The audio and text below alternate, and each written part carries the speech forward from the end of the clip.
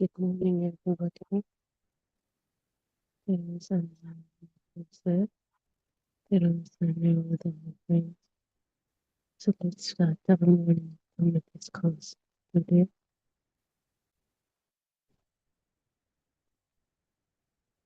So as we were discussing,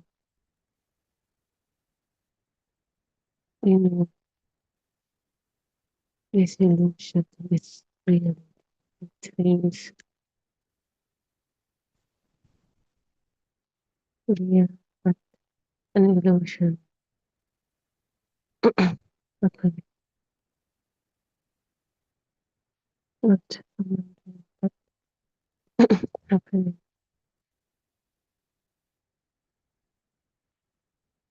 by thoughts. You were discussing about all this thought creates this world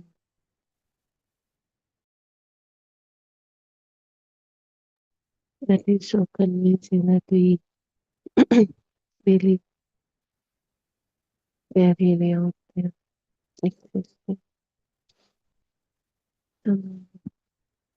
Let's get back to the inside of this. There always is doing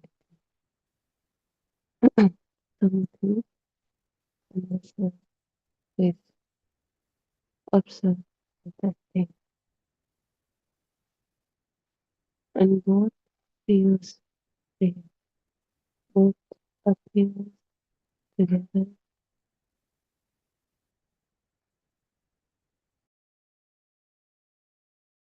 and what feels real. So we discussed how is how finding those subjects that feels real and real, not existing outside but around us. And that our own perception that we also use to create this illusion of outside world, outside reality.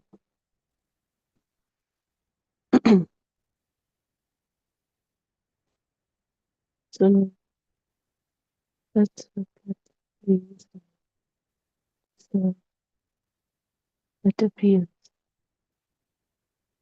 we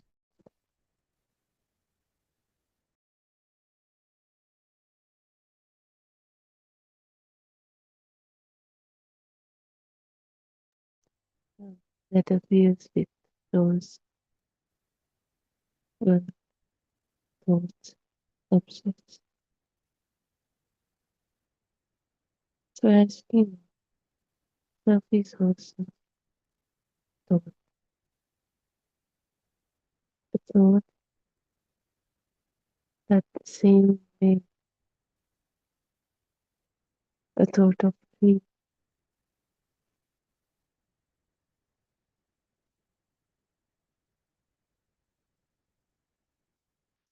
or chair or method of a path that create same way. There is no special new another sense filter or the sensor to observe the sound. We only get we only have our five senses sometimes. So those are the moments we have to experience the life experience. So we are using those references to create the thoughts inside our mind. Mind basically feels the whole thought step by step using fragments of sense contact. So the same way a tree got created, same way a chair got created, same way water, thought, food, house, anything that you need got created. The self also got created.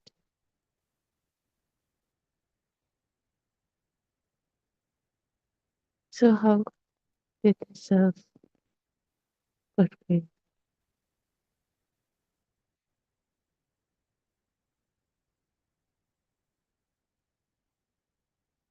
When we were little, with the child in the pot,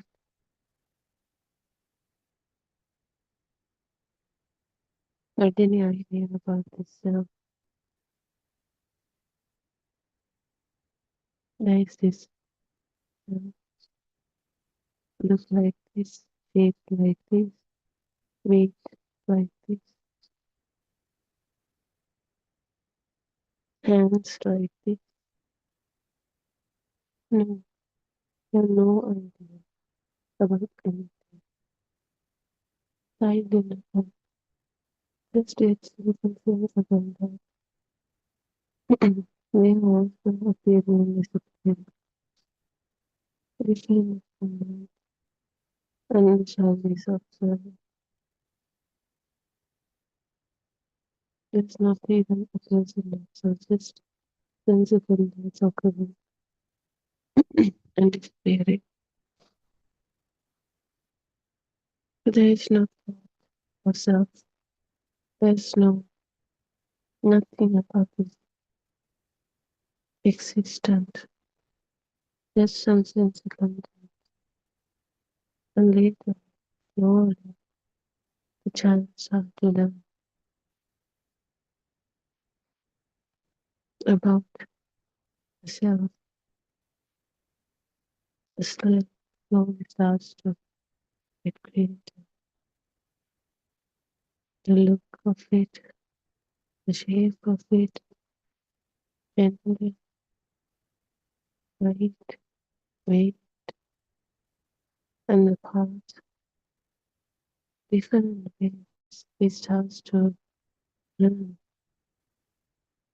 about an entity, the self. That's how the thoughts of self got created.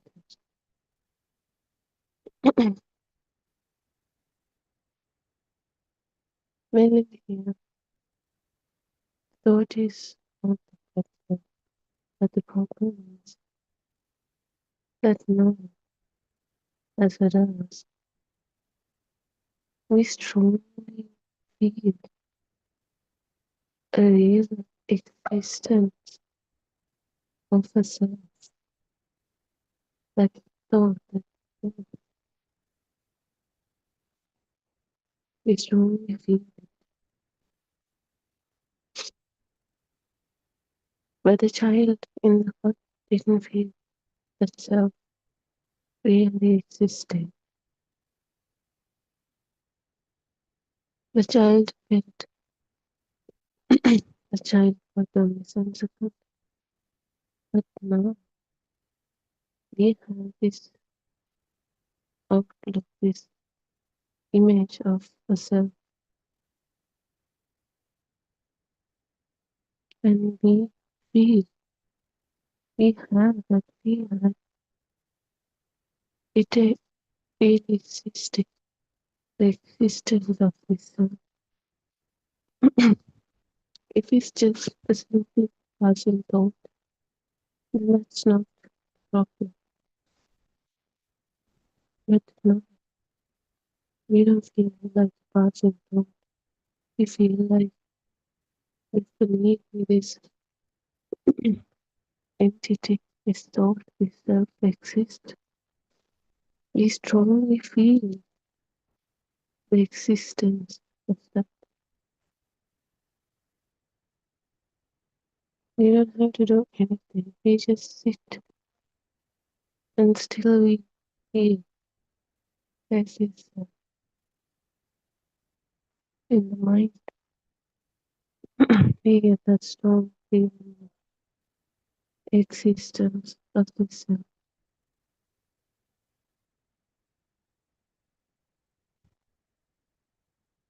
But the child in the heart,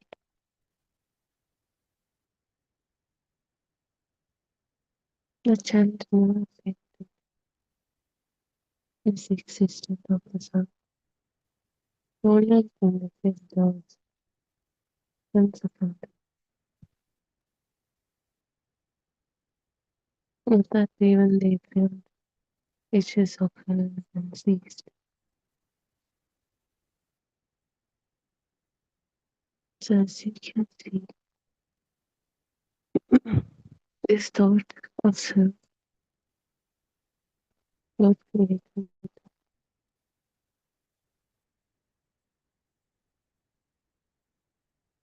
when we start this child starts to look, especially when they are preschool, and then now the thought got created. Now they have this thought, they know this image, they know this shape, they know this height, weight, color, everything. So now,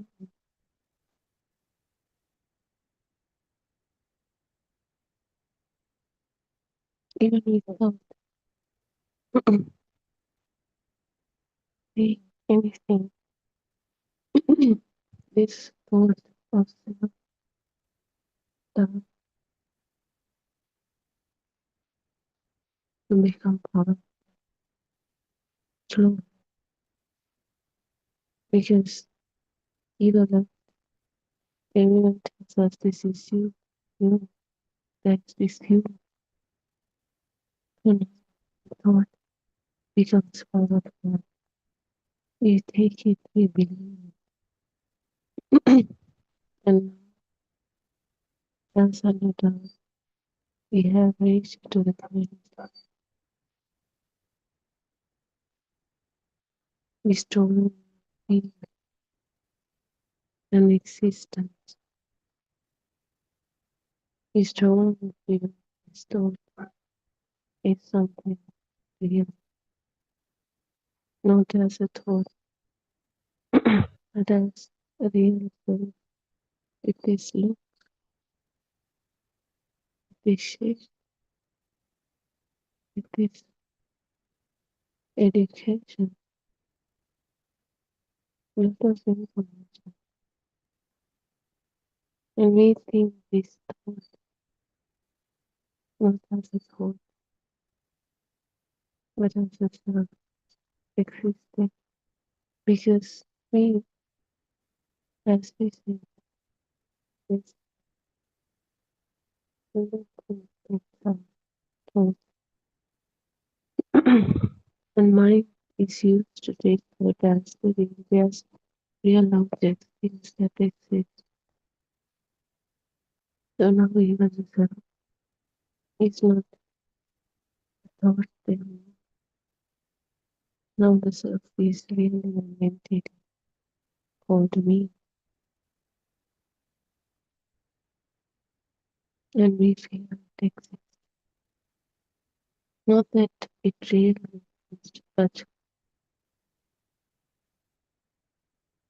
the power of this thought has reached to the point that it creates this illusion of existence. It's the power that creates this illusion, not that real entity, me person existing. The more powerful, the more real. But when the power is loosened, we start to lose that strong feeling.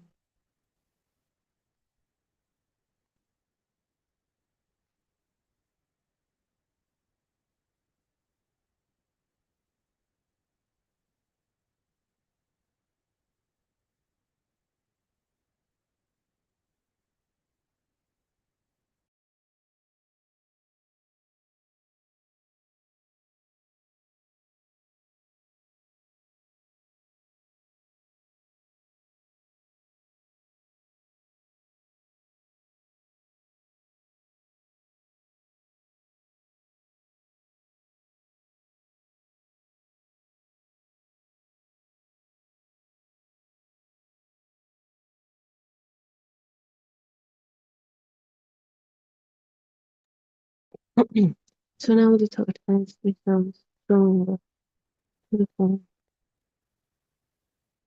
we don't feel it as a thought, we feel it as feeling me, self existing. It's the power that through this illusion we feel safe breathing.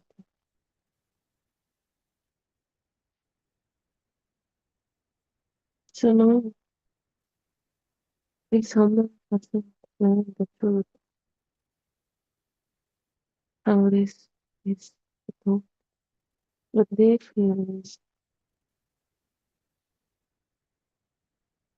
in past, but as the present is existing, and they believe me. So now this person has different things. They believe I am good person, I am bad person, I am kind person, I am this kind of person. I have learned this much. I have this, I have that. Mm.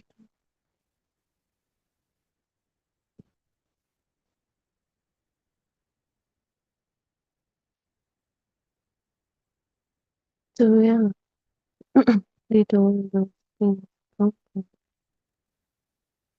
this real surprise. All others information and small things data that were added to this self.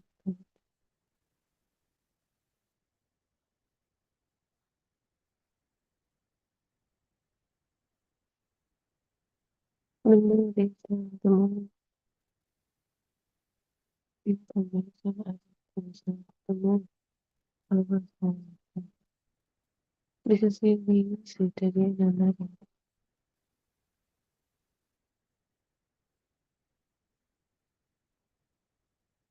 But if we go back to the real experience, what is present? We call this is me. Let's say right now, we call this is me. But what did you really experience? Do you really experience yourself? Or what was as usual? Did you just experience some physical?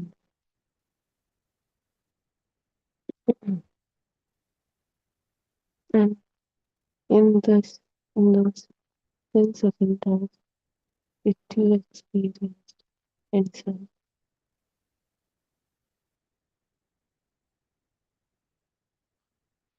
I have some of these things coming to know.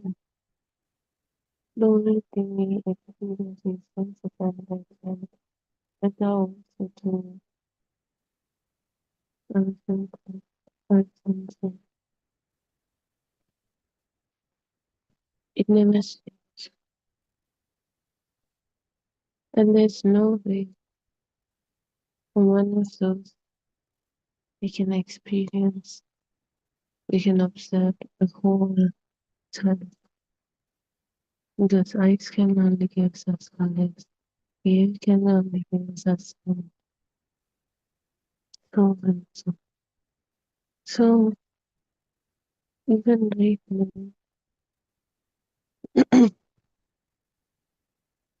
only sense of contact are occurring. Right at this moment, only sense of contact are occurring. Where is this thing?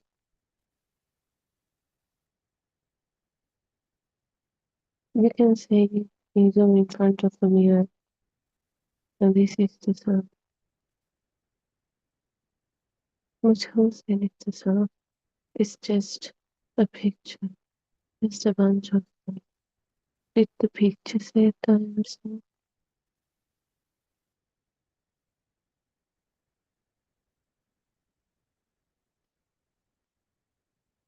As he said, We only observe sense of contact, which are simple, which are truly, which are felt, which are right, not a whole object. If it's color, only color, sound, only sound, taste, only taste, not the whole object at all. So how can we say in that vision there is this whole thing? Because I only observed some colors, just picture. Eyes cannot observe anything else. Eyes cannot observe oneself in the picture, just a bunch of colors. So how can we say there is a self?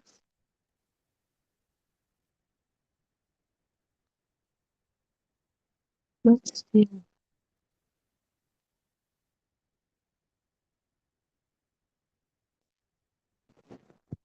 this self image means begins observing everything. Let's say you're looking at the chair. It feels like the chair is really out there. And there's this self who's looking at this chair. Oh, let's say someone bleeds.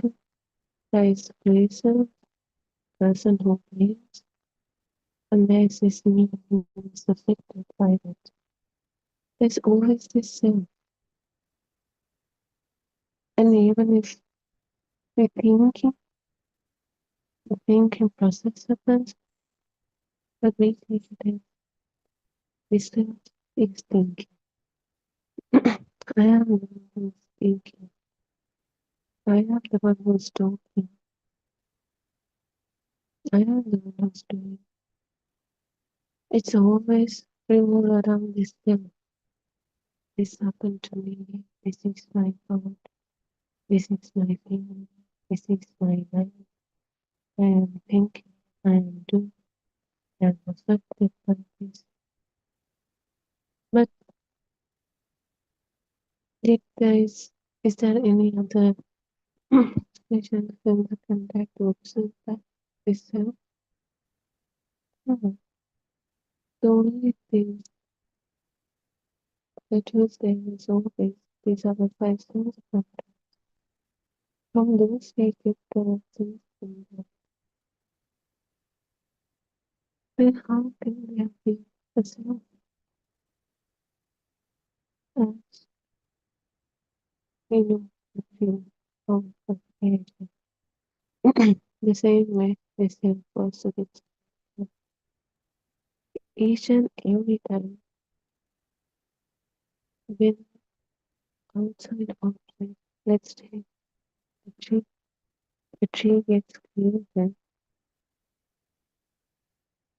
At the same time, the mind creates this sound. And we know what really is just doing it or just a sound, a sense of contact. That's what really happened. That's the real experience, life experience. But we always ignore it. And mind immediately starts to open it. Now that image becomes a tree, and at the same time maintains the self also is thought. And the tree we assign it outside first. The self we assign it inside. So now the self is looking at the tree. But does it really happen? No. It's all in the mind. Mind perception. Mind created the tree and the self. And mind assigned it to outside and mind believes it. It's mind's own creation. Nothing else but that. This is mind's whole world. mind creative, thought creative. Mm. It can listen wherever they want.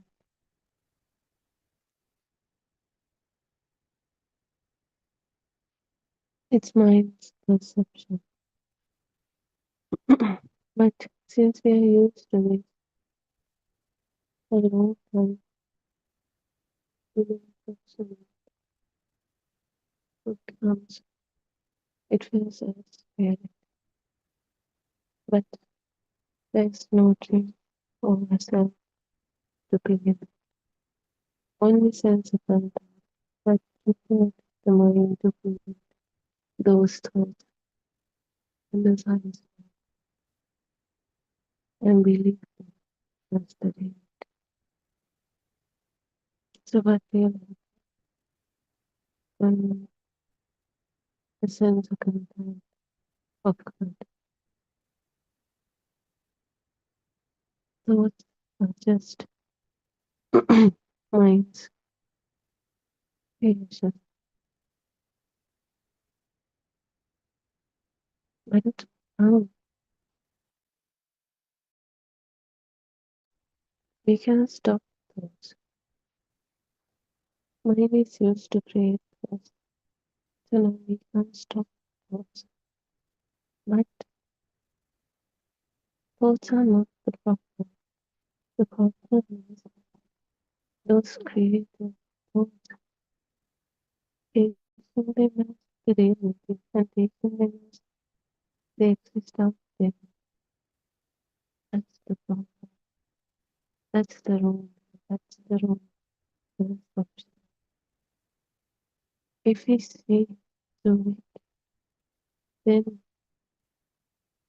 it is a matter anymore. It's like the way light gives us light, like the way wind gives us sound, mind gives us thought, but they are not taken as reality. We don't blindly believe and remember everything.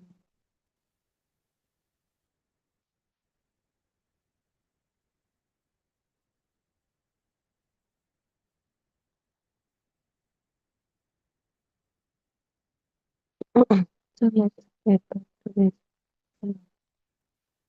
So now we feel like this happened to me, this is my time. You feel this is existent of yourself. You really feel like there exists now. You can't show it, but still you feel there exists. Also there exists that. It's the power that gives this illusion, the power of this thought.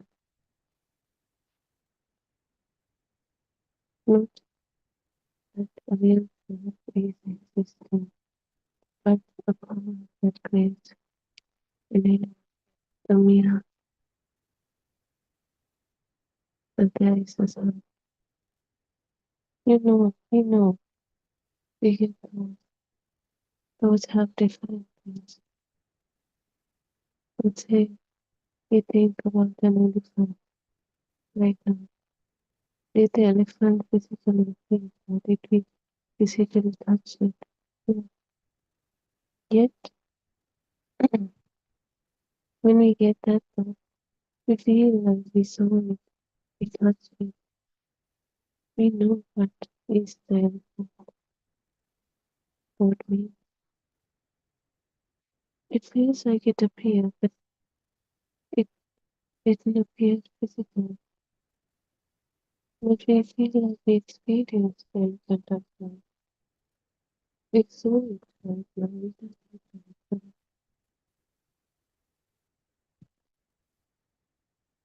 It's because this thought is an illusion of the experience. So the more powerful this thought is, the more real this mirage of the story appears. So that's what happens with the sound. The powerful the thought is, the more real, strongly they feel there's this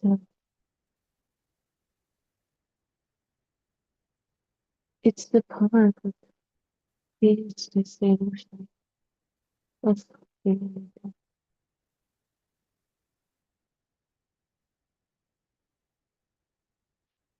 So now we no longer simply observe the real experience, real sensibilities, but we are always using that mind's interpretation, mind story, mind's own understanding. So now there is this self, and this self is the center here, doing everything, affected by everything. We strongly feel the presence of yourself. Whatever happened, it happened to the self. The self is the one who's talking. The self is the one who's eating. The self is the one who's thinking. And if someone leaves, the self is one who's putting place. And this self owns everything.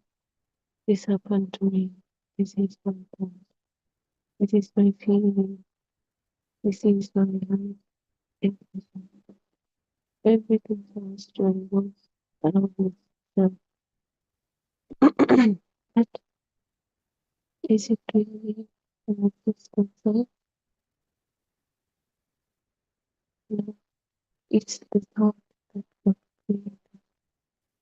Now it has become powerful to the point we feel the fake self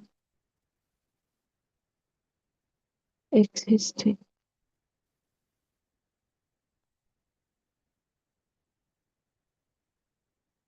But the thought self itself is another event. The self with thought is also not existing. It also comes and goes. The self-image is not outside the stage of experience.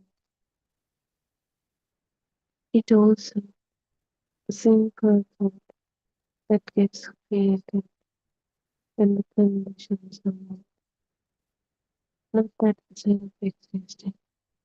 Because, when we think about, when we get the thought of the truth, we get the truth.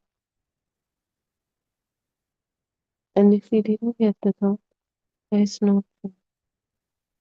Same thing happens with the sun. If we get the thought of the sun, there is the sun. And if the thought is gone, there is no self. But the illusion is the self has gotten stronger to the point we believe, we blindly believe the self is existing throughout the whole time, even without it appearing. We blindly believe there's this existing self, even without the proof. Like the same way we believe a house is existing, even without we remember it.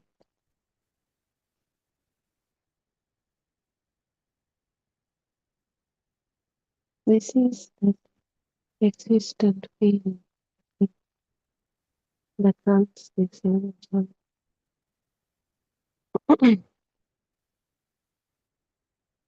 You always believe even assume there's this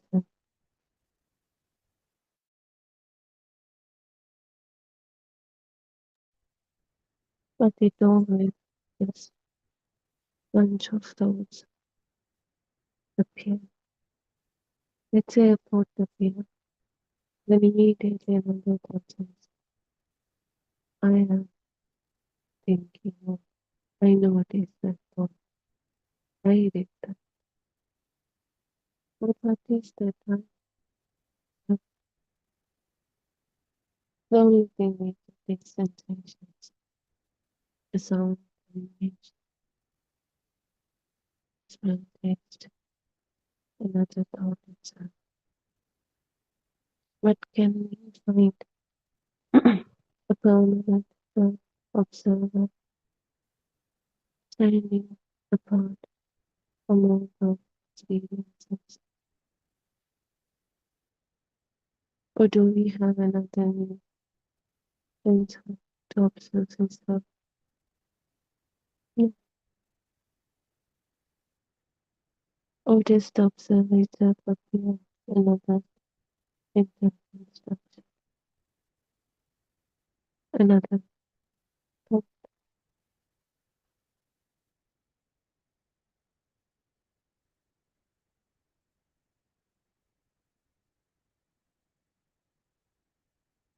Let's observe what says I am looking at the thing. Do not then let open. I am to observe and what observe. But before this comes with what is really there, just things like visual, visual vision. That's what we nothing. Then the mind starts to, and mind starts to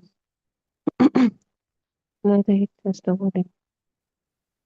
These two entities from the same visual content as a and both are just what created from this sense content. Both are mind creation and interpretation. None of this itself understand. What is really experienced visual content. The visual is nothing observing. The focus is on to the thing and the same.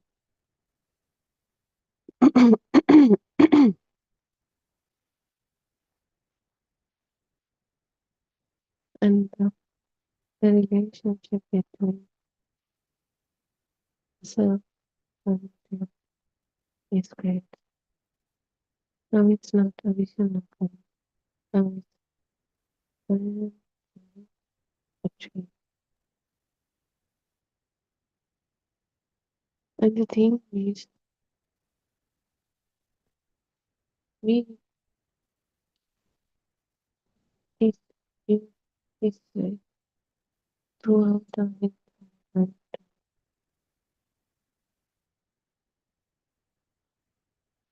Now it feels real. It feels natural. But look at how much construction is inside it. It is basically completely a construction that feels transnational because they are used to it. But what really happens is just as information of content. That's it.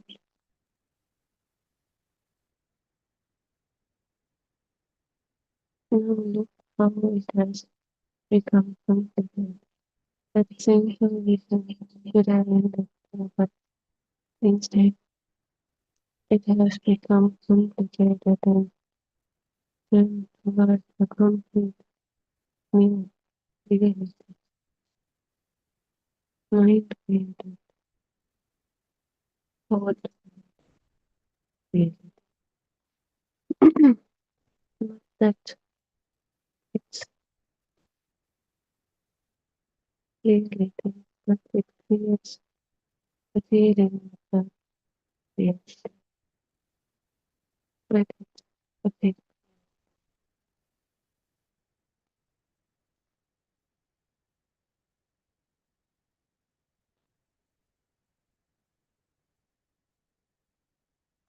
But this is the same puzzle that creates duality inside ourselves, between me and something.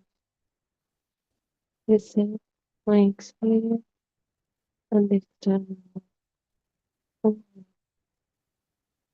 two distinctions. But these distinctions are useful for audience functioning, like communicating.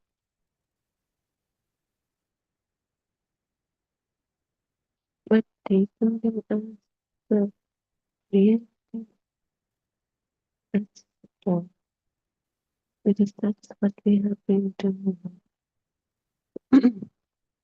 We have used the tool too much to the point now it becomes an illusion of reality.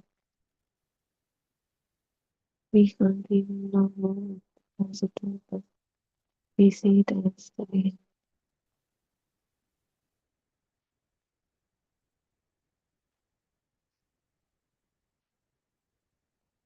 But in this way, Istanbul, it allows us to notice that they are conceptual, mind-created, not the real. They are created, mind-created, both created and reality that is a reality that created from thought, reality that is fake.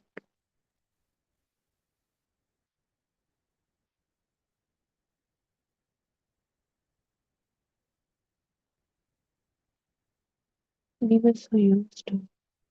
That's why now it happens effortlessly, immediate, almost instant.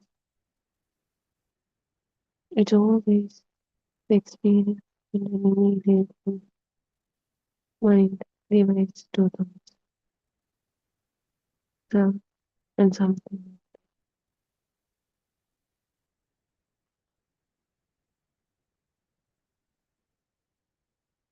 This is the way we thought about each and everything to the point we have forgotten the real experience and almost asked to miss the story, the knowledge, the creation, interpretation.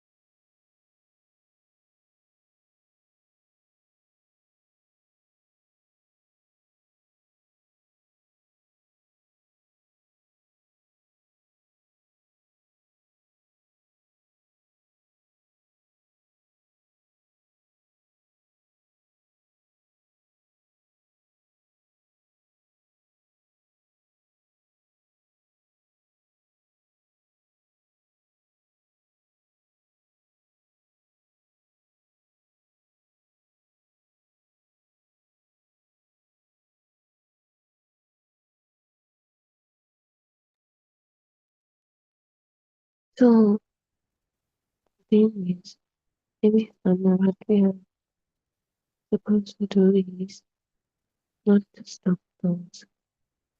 Those are those that we are using. But now, the no longer has become feel as tools. Instead, now they feel as another new reality.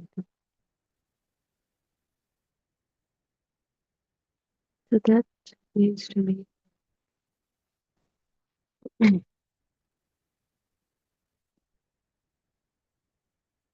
mind is not learning. It is functioning according to the conditions. It learns creative thoughts, and now they are fading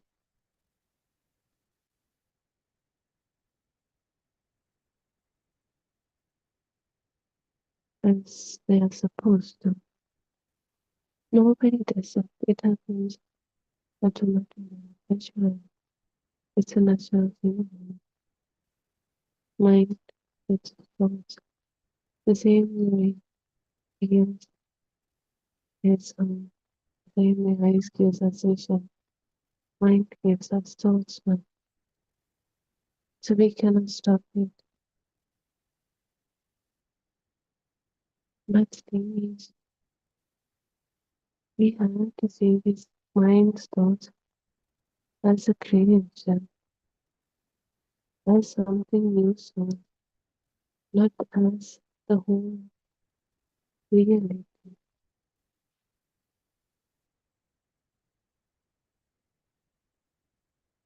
but as something to communicate, a tool, not a whole new reality. We have to see the thought as thoughts as constructed individuals. Instead, mistaking it as something that is completely independent of construction, something that is really existing.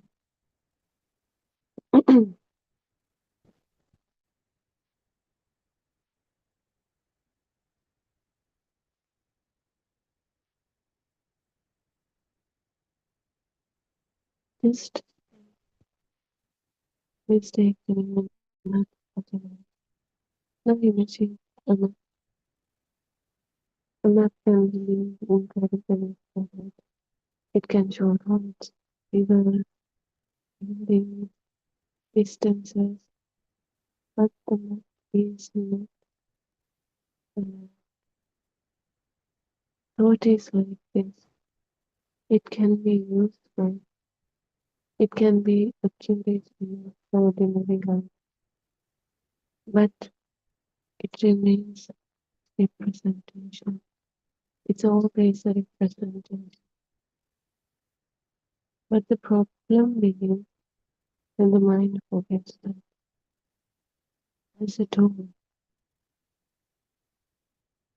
Instead, they treat it as the reality.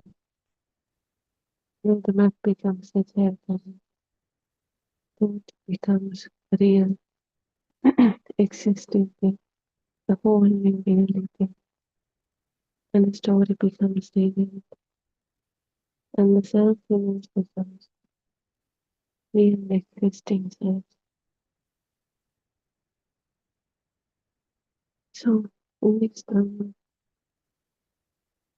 it isn't necessarily destroying the map. It teaches us to recognize the map as a map.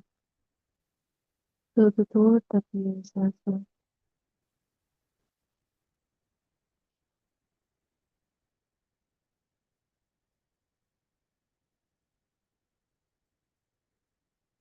a When we start to say the Dhamma, not as the reality, when we start to say it, the value that comes with that, also soul is absolute, which makes us easy to see Dhamma as it is.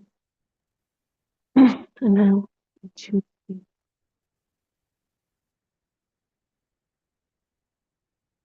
We cannot do any of this deliberately.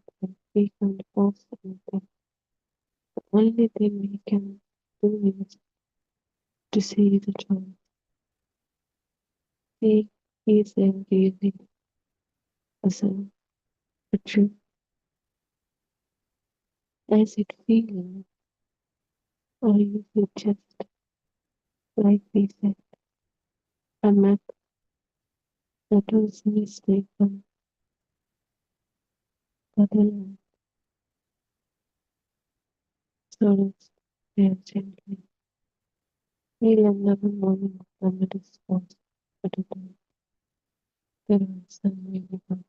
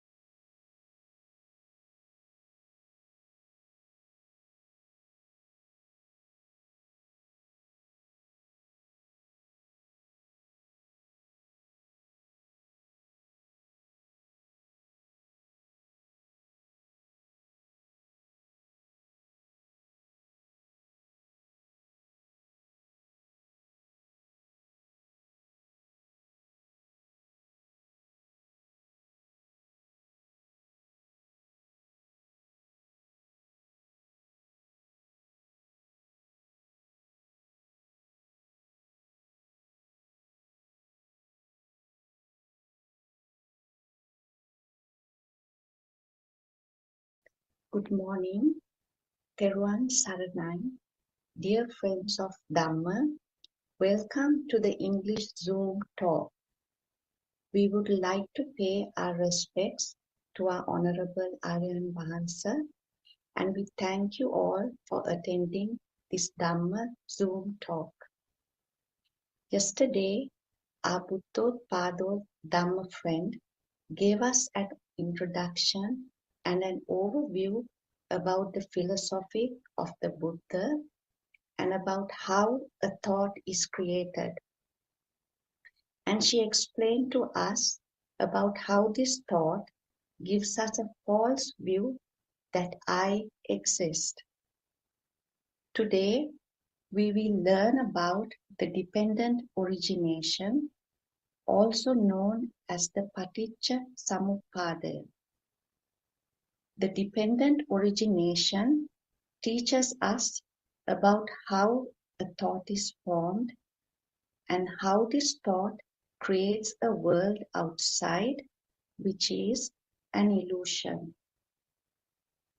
Without taking much of your valuable time, I would like to invite our Buddothpado Dhamma friend to give us a talk on the dependent origination. Thank you very much. Teruvan Saranai.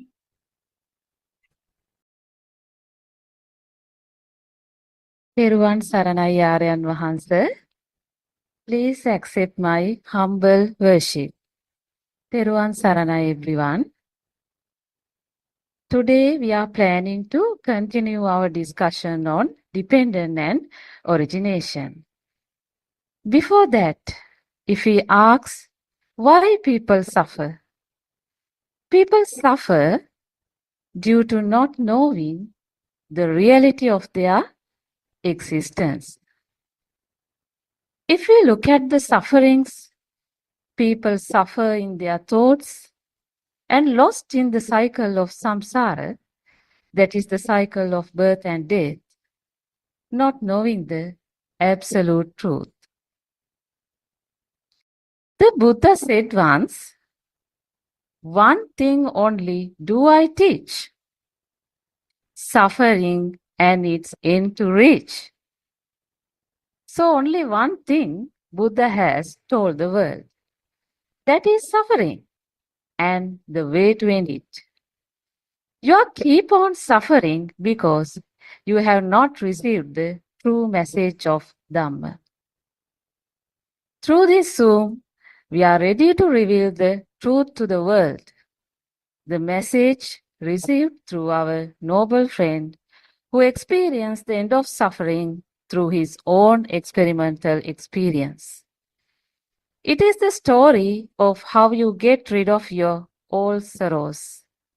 The absolute truth to end the sufferings was hidden under the dance of time. Now, of course, the rays of wisdom are blowing in all directions. Now let me ask, what is Dhamma? The Dhamma is about understanding true nature of things. The Dhamma is understanding the 12 links of Paticca Dhamma Titiñāna is the knowledge of Paticca.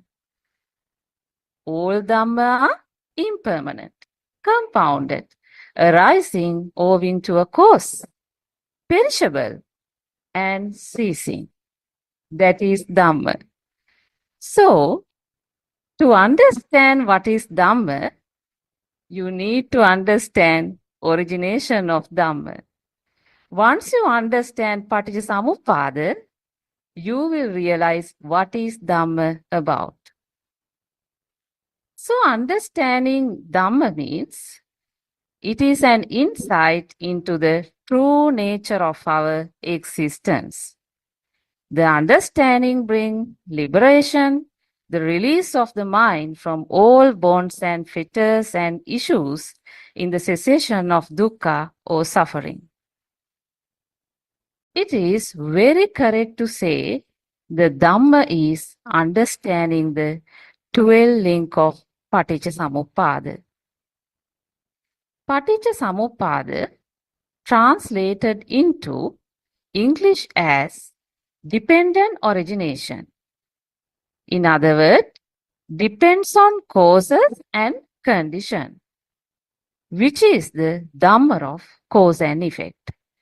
So, if we want to understand Dhamma, we should have a deep understanding of Paticca dependent origination. Buddha revealed one treasure to the world. That one treasure is Paticca. Understanding the Paticca is important because one who sees Paticca sees the Dhamma. One who sees the Dhamma sees Paticca. Further, Tathagata stated that the person who does not know the dependent origination is not a real Shramana or Bhikkhu, or will not arrive at the super-mundane path in the same life. So, that statement of Lord Buddha provides indication that why we need to understand Paticca. Let's look at Upatissa's question. I think you know Upatissa, who later became known as Arahattera Sariputta. Upatissa question Arahattera Attaji. Upatissa's question was, what is your teacher's doctrine? The answer was, Ye Dhamma Hetu Pabava Te Sang Hetun Tathagato Aha Te Sanchayo Nirodho Evangvadi Mahasamano. The meaning is, whatever from a cause proceeds, the Tathagata has explained the cause. Its cessation too, he has explained. This is the teaching of the Supreme Sage. Therefore, with no doubt, we can clearly understand Buddha has revealed to the world the Dhamma of cause and effect, Hetupala. The next point, I want to draw your attention on the depth of Paticca. Actually, the doctrine of Paticca is very deep. I'll draw your attention to a conversation between Lord Buddha and Ananda Thero shows how deep the doctrine of Paticca is. One day, Ananda Thero arrived at the Tathagata and said, Bhante, the Blessed One, this dependent origination is very deep. It appears to be very deep. Bhante, it is a miracle. I see it as a Dhamma that is not deep. Then the Tathagata uttered, Mahevang Ananda, Avacha, Mahevang Ananda, Avacha. Ananda, do not say so. Ananda, do not say so.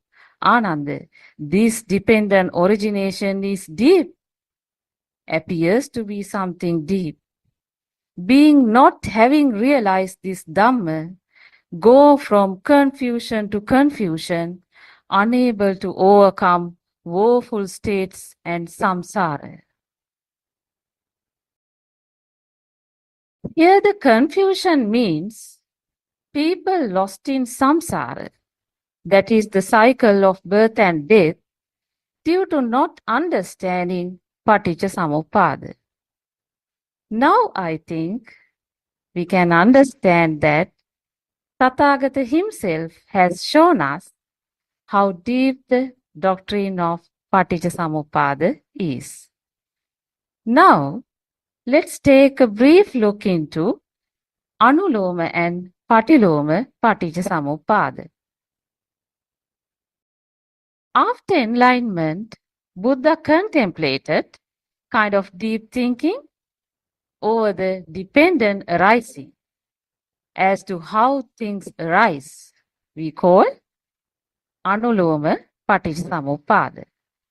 Basically, Anuloma Paticcasamuppada shows how things arise, or we can say how yourself arise. We can see a kind of relationship here. It is like when this is, that comes to be. With the rising of this, that arises. This is the rising of the whole mass of suffering. So that is the kind of relationship we see in Anuloma Paticcasamuppada. Then after enlightenment, Buddha contemplated over the dependent arising as to how things ceases. That is Patiloma Paticcasamuppada.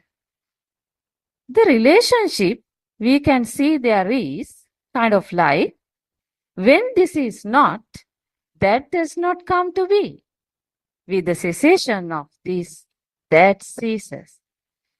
This is the cessation of the whole mass of suffering.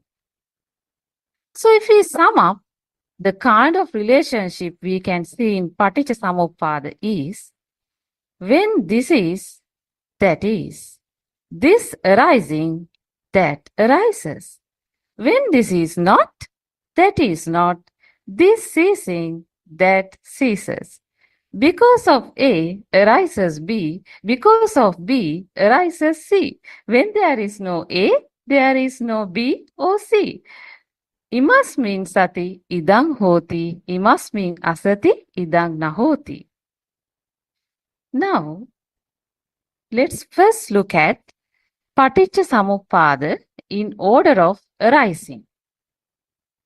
Paticcasamuppada in order of arising means attachment to something leading to the generation of the corresponding bhava. In other words, Paticcasamuppada in order of arising means appearance of suffering and how suffering is conditioned. Appearance of suffering is, we know, that is the first noble truth, dukkha satya. Then how suffering is conditioned means the second noble truth, that is dukkha samudaya satya. Therefore, we can say Paticcasamuppada in order of arising means appearance of suffering, that is the first noble truth, dukkha satya, and how suffering is conditioned is the second noble truth, the dukkha samudaya satya. Now, same way, let's look at the meaning of Paticcasamuppada in order of ceasing. Paticcasamuppada in order of ceasing means cessation of suffering and how it ceases. Therefore, we can say the Paticcasamuppada in order of ceasing means cessation of suffering. That is dukkha nirodha satya, the third noble truth, and how it ceases. That is dukkha nirodha gamini patipada, the fourth noble truth. In overall, we can say Paticcasamuppada explains true nature of our existence and sufferings. So, as we discussed earlier, Buddha's path is the path of understanding. Rather, it is an insight into the true nature of our existence. Now I will read out Anuloma Paticcasamuppada. Avijja paccaya sankhara, sankhara paccaya vijnana, vijnana paccaya namarupam, namarupa paccaya salayatana, salayatana paccaya passo, passa paccaya vedana, vedana paccaya tanha, tanha paccaya upadanam, upadana paccaya bhav, bhav paccaya jati, jati paccaya jara maranam soka parideva dukkha domana supayasa sambhavanti. Evametassa kevalassa dukkhakkhandassa samudayo hoti. Meaning, formation sankara arises due to the cause called ignorance, avijja. Consciousness, vijnana, arises due to the mental formations, sankara. Names and forms, namarupa, arises due to consciousness, vijnana. Six bases, salayatana, arises due to names and forms, namarupa. Contact, faster, arises due to six bases, salayatana. Feeling, vedana, arises due to contact, faster.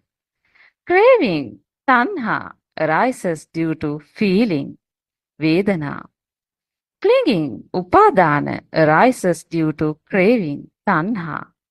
Becoming, bhava, arises due to clinging, upadana. Birth, jati, arises due to becoming, bhava. Decay, jara, death, marana, sorrow, soka, lamentation, parideva, pain, dukkha, grief, domanassa, despair, upayasa, arises due to birth. This is the arising of the entire aggregate of suffering. It is like this. As the smoke rises due to the fire, the fruit rises due to the tree. The thing Dhamma, which caused the arising of something which was not present earlier, is called dependent origination. Now I think it is the right time to discuss 12 terms of dependent origination. So we'll start one by one. Let's start with the first one, ignorant, that is avijja. What is avijja? Ignorant. What is ignorant? Tattva katama avijja. Dukkhe ajnana. Dukkha samudaya ajnana. Dukkha nirodhe ajnana. Dukkha nirodha gaminiya patipadaya ajnana. Ayang uchchati avijja. This shows ignorance means not knowing suffering, not knowing the origin of suffering, not knowing the cessation of suffering, not knowing the way leading to the cessation of suffering. This is called ignorance.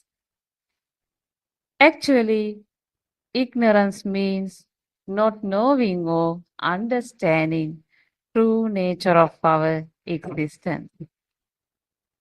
Ignorance is like darkness due to its nature of covering the truth.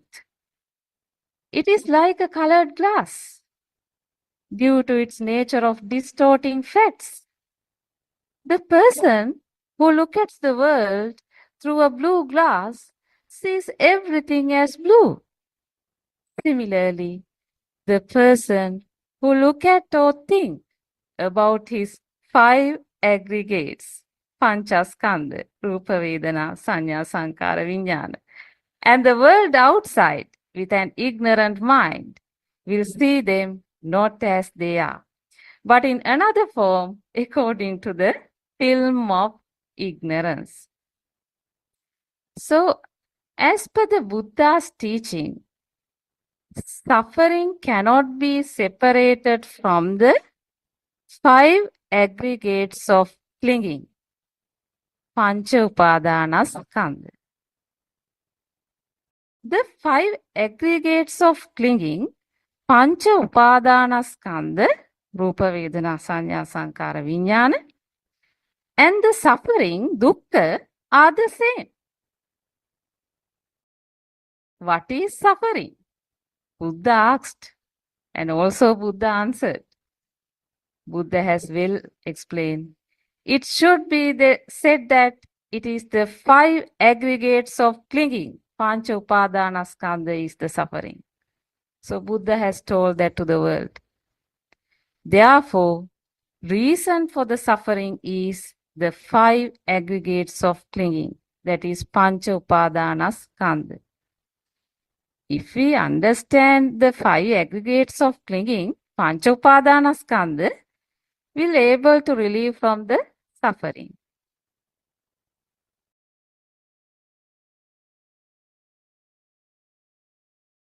The 5 aggregate means nothing else but your mental process. You see books, chairs, trees outside. Now think, for you to see them, there are series of mental activities taking place without your knowledge. So now I am going to explain that process. Right. The 5 aggregates of clinging are Rupa, form, Vedana, feeling, Sanya, perception, Sankara, mental activity, Vijnana, consciousness. When you say aggregate of feeling, that is Vedana Skandha. When you say aggregate of perception, that is Sanya Skandha. When you say aggregate of mental activity, or we call volitional formations, that is Sankara Skandha. When you say aggregate of consciousness, that is Vijnana Skandha. When you say aggregate of form, that is Rupa Skandha. So, this Vedana, Sanya, Sankara, Vijnana is taken as Nama, that is names. Remember, all outside experience first felt in our system as a Nama part, or we can say name part. So let's look at one by one. First, we look at Vedana Skandha. What is aggregate of feeling? Vedana Skandha. This is the mental force to facilitate the identification of any contact at sensor level. Sensor cannot identify objects. So Vedana is a facilitator in the identification process. It's a facilitator only. So Vedana perform very important mental activity role in the whole process. Buddha compared this feeling or Vedana to a bubble. Based on the Vedana Skandha or feeling, the next part of the mental activity process, that is the Sanya Skandha, activate. Actually, Vedana and Sanya arises together. Sanya is a reflection of Vedana. Sanya Skandha we call perception in English. Based on the feeling, that is Vedana Skandha, Sanya Skandha or this perception form sense impression or cognitive ideas. Buddha compares this perception to a mirage. Now in this exercise, telepathy mechanism will facilitate matching of the vibration occurred at sensor level to past vibration, kind of a similar experience. So, Sanya Skandha perception also perform very important mental activity role in the whole process. Right. We discuss about Vedana Skandha and Sanya Skandha, so you will understand later much more. So now we'll start with the Sankara Skandha. The Sankara Skandha are all the other mental activities other than Vedana Skandha and Sanya Skandha. Sankara Skandha is the speed of mental activity which causes the illusion. So we can say Sankara Skandha is the mental activity which facilitates the whole process of generating the illusion, which is not real.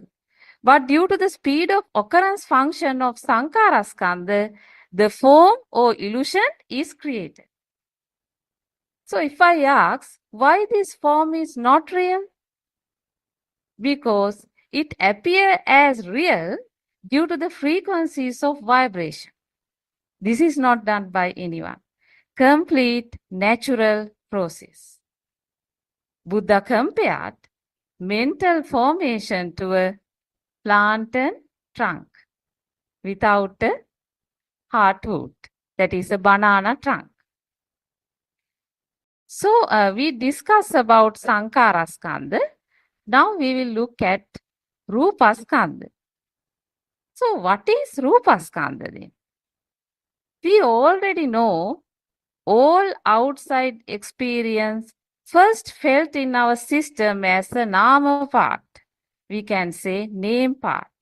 And then the form or the illusion is created. Due to our ignorance, this created form is taken as real or taken as outside, which is called Rupa. Rupa is a mental form, and it is the belief that outside exists. Buddha compared Rupa Skandha to a lump of form. So you need to understand Nama comes first.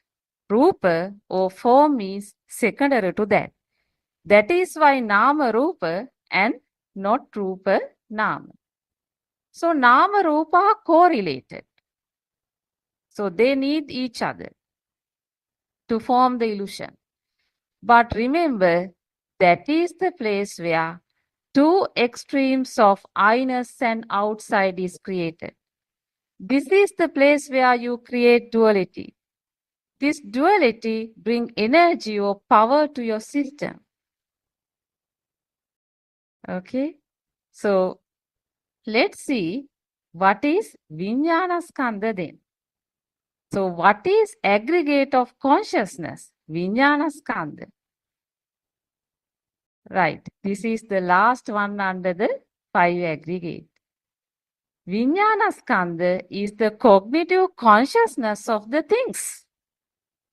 Arising of mental consciousness means the identification of table, chairs, trees, etc. Buddha compared Vijnana Skandha to an illusion. So, due to the ignorance, we take the illusion as real outside and seeing the mental consciousness or arising of Vijnana as inside or self, ego, I-ness present. The two extremes created. Your level of suffering will be higher if something happened to those objects. This means within the two opposite ends, plus and minus, power get created. Yo bante vijitvana majje manta nalippati refers to this process. If you carefully see, what is this burning? What is this current inside you? Actually, your ego or self is equal to this current. These two ends exist only in the mundane plane. The liberation from this refers to the Arya or super-mundane plane. Right. We have discussed all the 5 elements of the 5 aggregates of clinging, right? So this is the mental process, natural process, which create the illusion for you. Then only you can recognize table, chairs, and trees. So this arising of Pancha Upadana Skandha is referred to in the Dhamma as dukkha. Sankitena Pancha Upadana Skandha dukkha. In short, Pancha Upadana Skandha itself is dukkha. Now let me link the same Pancha Upadanaskandha with the Anatma doctrine. As per the Anatma doctrine, these 5 klings aggregate, Pancha Upadanaskandha, cannot be taken as a self. Why? Because they are resulting from causes and conditions. And if those causes and conditions are not there, then there would not have a self existing. So Buddha has clearly mentioned these 5 aggregates are anicca, dukkha, anatma. So I'll read out Buddha's statement. Once Lord Buddha mentioned the 5 aggregates are impermanent, that is anicca. Whatever is impermanent, that is dukkha, unsatisfactory. That is without self, anatma. That is not mine, that I am not, that is not myself. So as Buddha mentioned, rupa, feeling, perception, mental formation, and consciousness are impermanent. So now I think we have come to the end. The time is actually limited. So I will actually, whatever the word I spoke here is really, I was able to speak because of the Aryan Vahanse. Because Aryan Vahanse explained me all this during the last 1.5 years. So actually, Aryan Vahanse will take 1 more minute to see whether we can receive any comments to this from our Aryan Vahanse. Thiruvan Saranai Aryan Vahanse.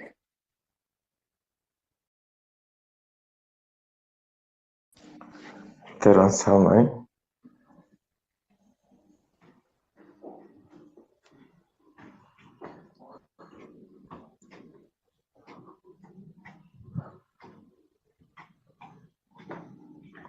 Aryan Vahanse, I can continue if there is, do you want to add anything up to so far, Aryan Vahanse? So that's the problem is there. Yeah. That one is how is mind is created. That is the dependent origination. Yes. But other things are there's other topics that Yes. 5 aggregates Yeah. and there's 4 noble truths. Also, Yes. there's other headline. Yeah. So the mind is creating is the dependent origination. Yes. But you're explaining that Yeah. other side.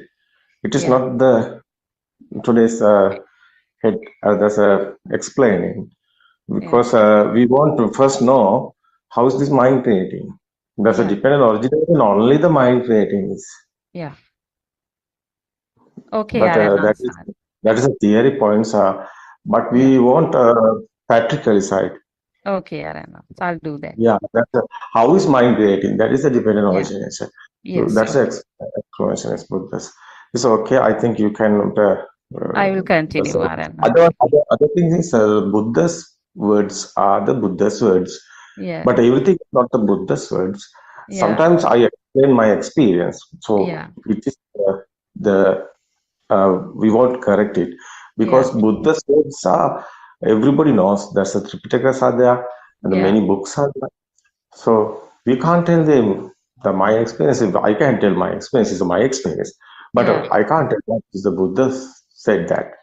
Yeah. So it's want to be corrected. It's okay. You can continue. It's okay.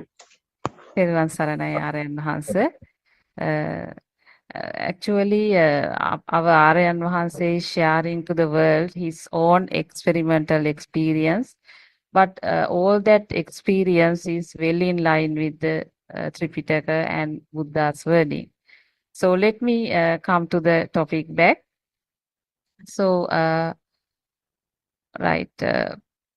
So as Buddha mentioned, Buddha and as our Aryan Vahanse taught to us, Rupa, feeling, perception, mental formation, consciousness are impermanent. So if there is any cause and condition for arising of these aggregates, they too are impermanent. So that we have to understand. Now, let me link this same to Sakkaya Ditthi. So, what is Sakkaya Ditthi?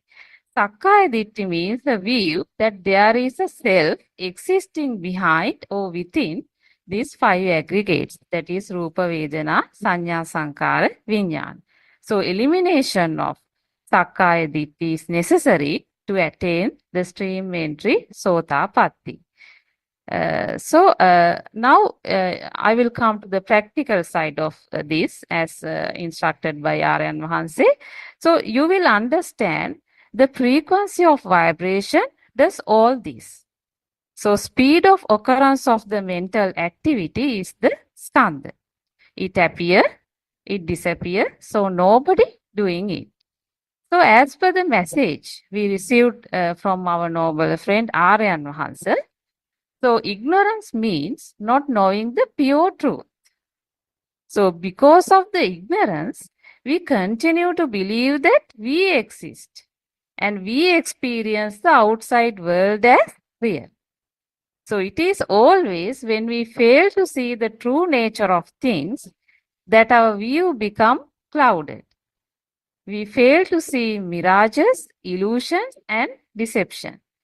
The delusion of mind mistakes the unreal for real, result in confusion, conflict, disharmony, and perpetual sorrow. So when a man is caught up in this illusion, he perceives things incorrectly. He perceives permanence in the impermanent, pleasure in pain, self in what is not self. So he deluded by his own senses. Well, now if I ask you a question, do you know that what you experience or what you feel is due to a natural process? It is a scientific process which is not in control anyone.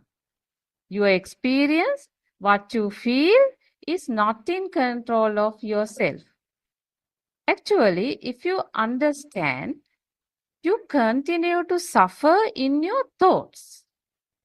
If I ask you, can you control your thoughts? Actually, you are not able to control your thoughts. Therefore, you will realize that you continue to suffer for a thought which is not in control of yourselves. So, thought appear and disappear. Now, if I give you an example, if a firebrand is rotated rapidly while standing in the dark, it will appear as a ring of fire.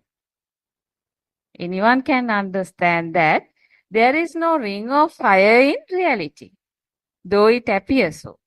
Due to the speed of the firebrand, it appears as a ring or a circle. So that is what is happening in our thoughts as well. So pure truth will guide you to see the reality behind the mechanism of formation of your thoughts. So that was just now explained by Aryan Vahanse. That is the important message we need to communicate to the world. Because this pure truth, the Aryan Vahanse's experimental experience will guide you to see the reality behind the mechanism of formation of your thought. And understanding the reality of your life, your existence. When you analyze this more closely, you will realize you are trapped inside your senses. If you rightly look at it, you are trapped inside a cage called ego. One who understands the reality will improve its wisdom and will gradually reduce his self or ego. Therefore, it is very important to understand true nature of our existence. As long as you are ignorant about the pure truth, you will be born in each and every thought. Self is present, our ego is present, all the problems started.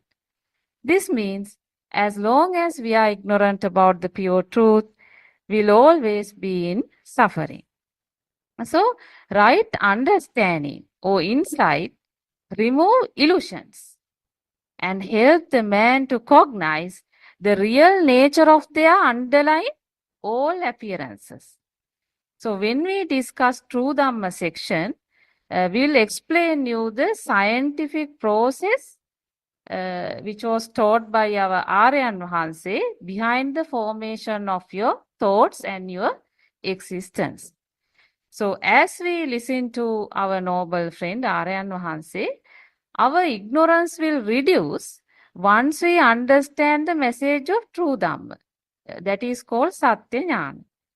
So true knowledge of the Buddhist doctrine must be realized by ourselves. So Dhamma Chakkappavatthana Sutta, first sermon, clearly address Satya Jnana, Krutya Jnana and Krutak Jnana. So Satya Jnana part must be understood fully to eradicate the ignorance. So we'll tell you that on a different day. Most of your problems will be solved along with this knowledge. So with the right message from noble friend, your Sakkaya Ditti, this notion of self or ego will be removed. And one develop wisdom. That we call Yathabhuta Jnana, which is called insight of seeing in reality. So wisdom means what? Wisdom is the one's experience that he is automatically free from thoughts and objects without any mental force. Please understand there is a difference between knowledge and wisdom. So wisdom you gain is something beyond thoughts. Wisdom will guide you towards attaining unshakable deliverance of mind, that is akuppa ceto vimukti, as explained by our Aryan Vahanse. So we'll discuss about Satya Jnana part later because there is another specific day to discuss as per our schedule. So now we'll come back to this Paticca because I'm trying to explain the 12 elements in Paticca one by one. So let me finish that first. So how to overcome ignorance? Because we have been discussing about ignorance. Now let's see how to overcome ignorance. Now, to overcome ignorance, 4 things is important. Number 1, association of noble person, that is Sappurisa Sevane. Number 2, listening to true Dhamma, Saddhamma Shravane. Number 3, wise attention, that is Yoniso Manasikara. Number 4, correct Dhamma practice, Dhammanu Dhamma Patipada. That will reduce your ignorance.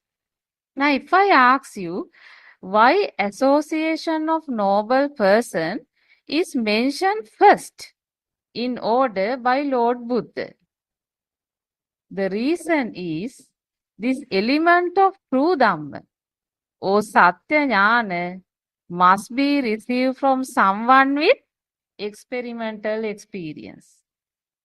Because that Kalyana Mitrya or noble friend only can give the right message and also is the only person who can, guide you until you reach the right path and realizing Nibbana.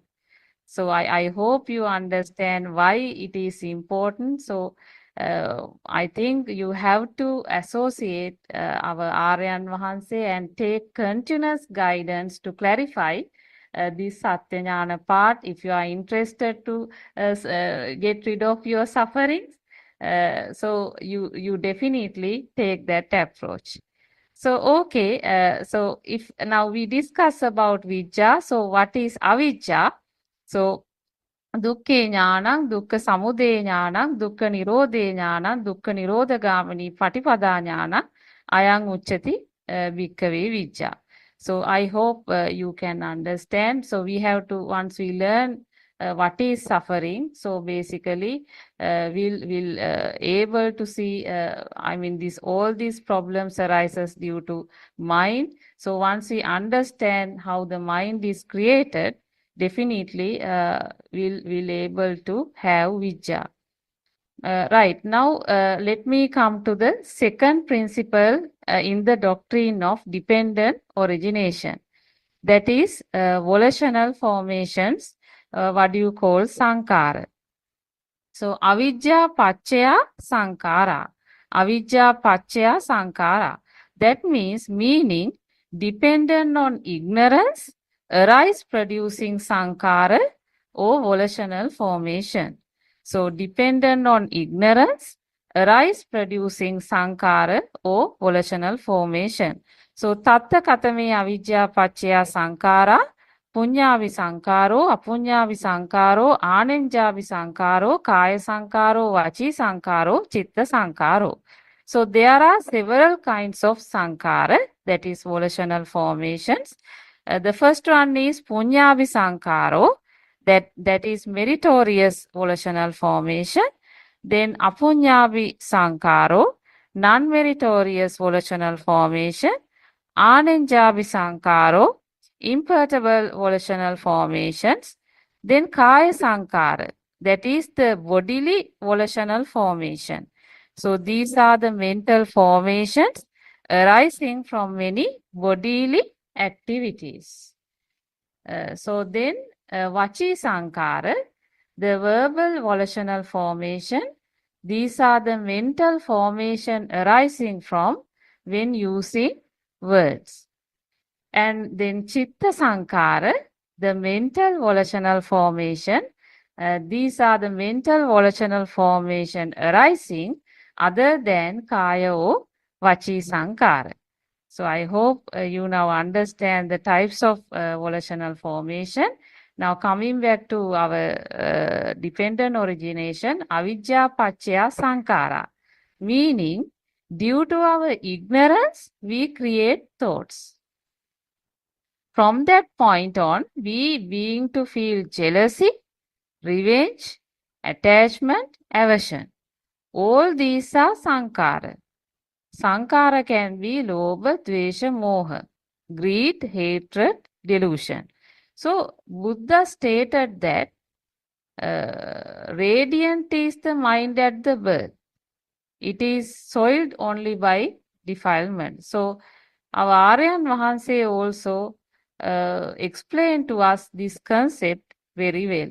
So, once when you are in birth, your mind is very radiant, but later it is soiled by defilements. So, remember, these all sankara are impermanent. Sabbe sankara anicca. Just like the two fireballs on a stick, once rotate, that create the fire circle, which is an illusion. That is not real, only illusions.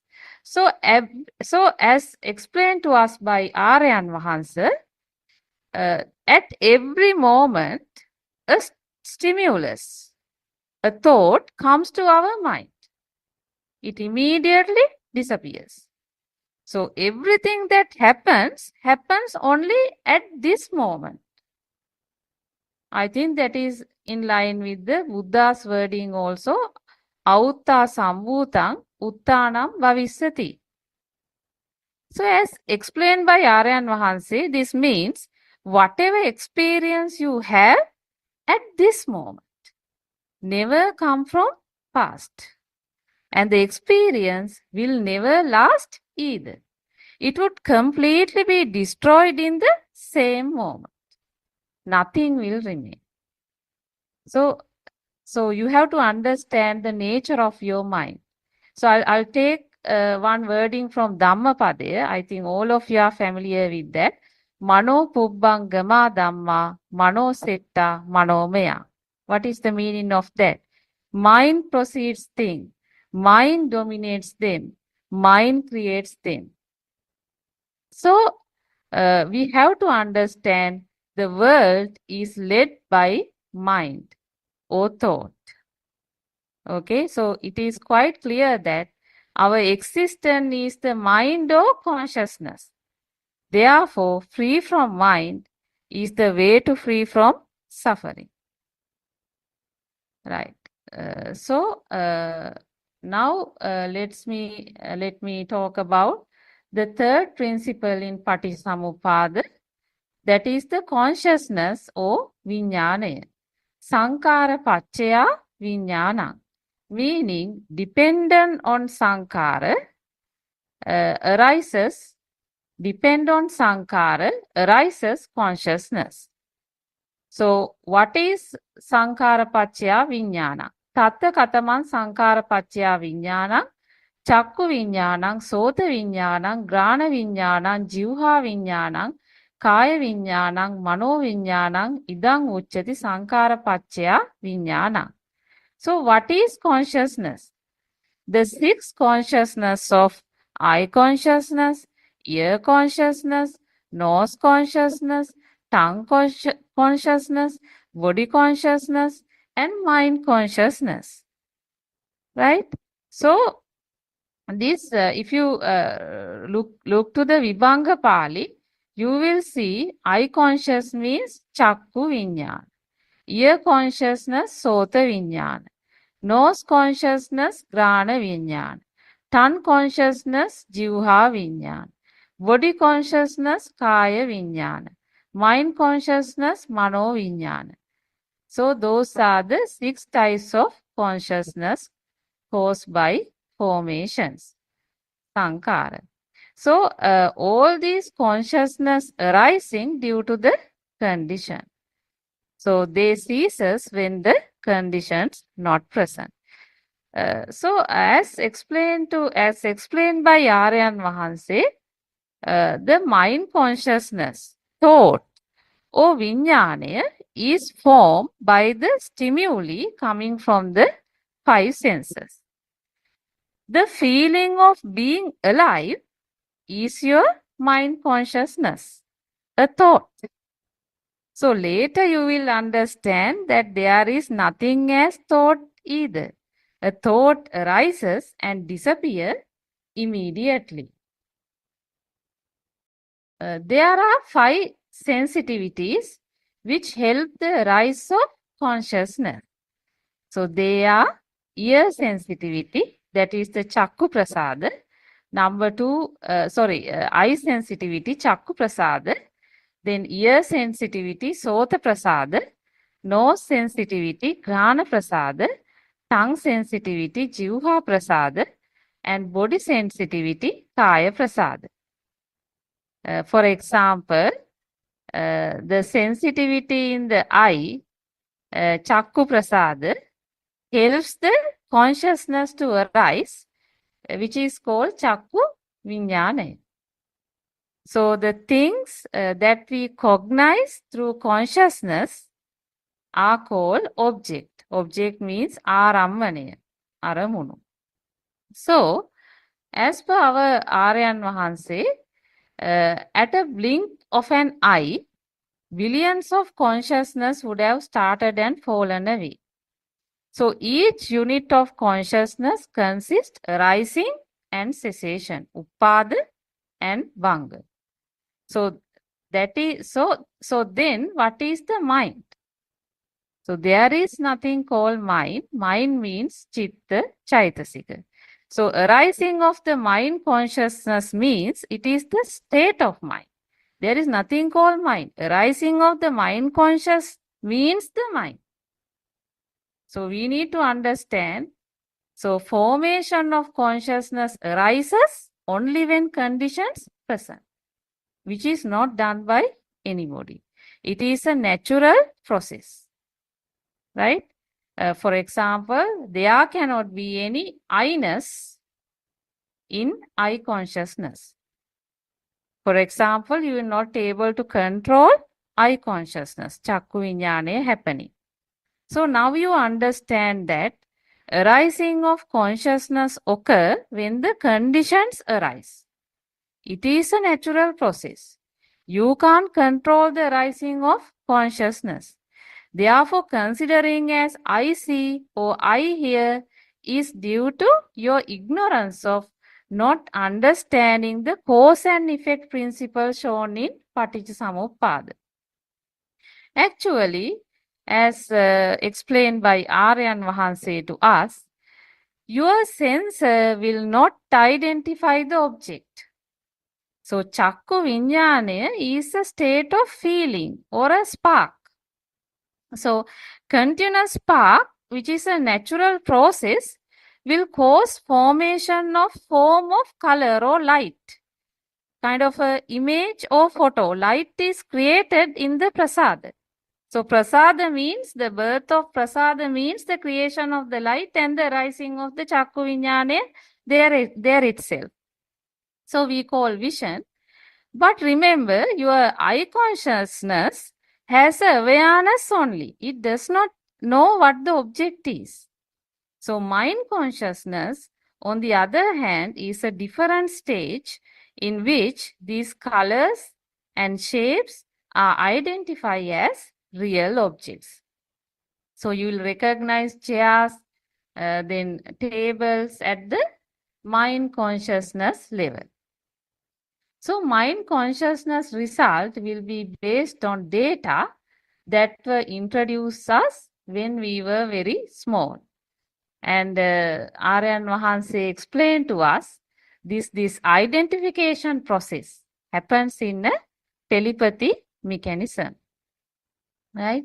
So anyway, we will tell you about that on a separate day under Satyajnana part. Actually, it is really worth for you to listen that science which is, explained to the world by Aryan Vahanse. So it is very worth listening to it if you need to end the suffering and if you need to enjoy a happy life. Right. Coming back to our topic. So let's take another example. For example, ear. So when a sound wave strike the ear, awareness of hearing created in the sensor, in the ear consciousness.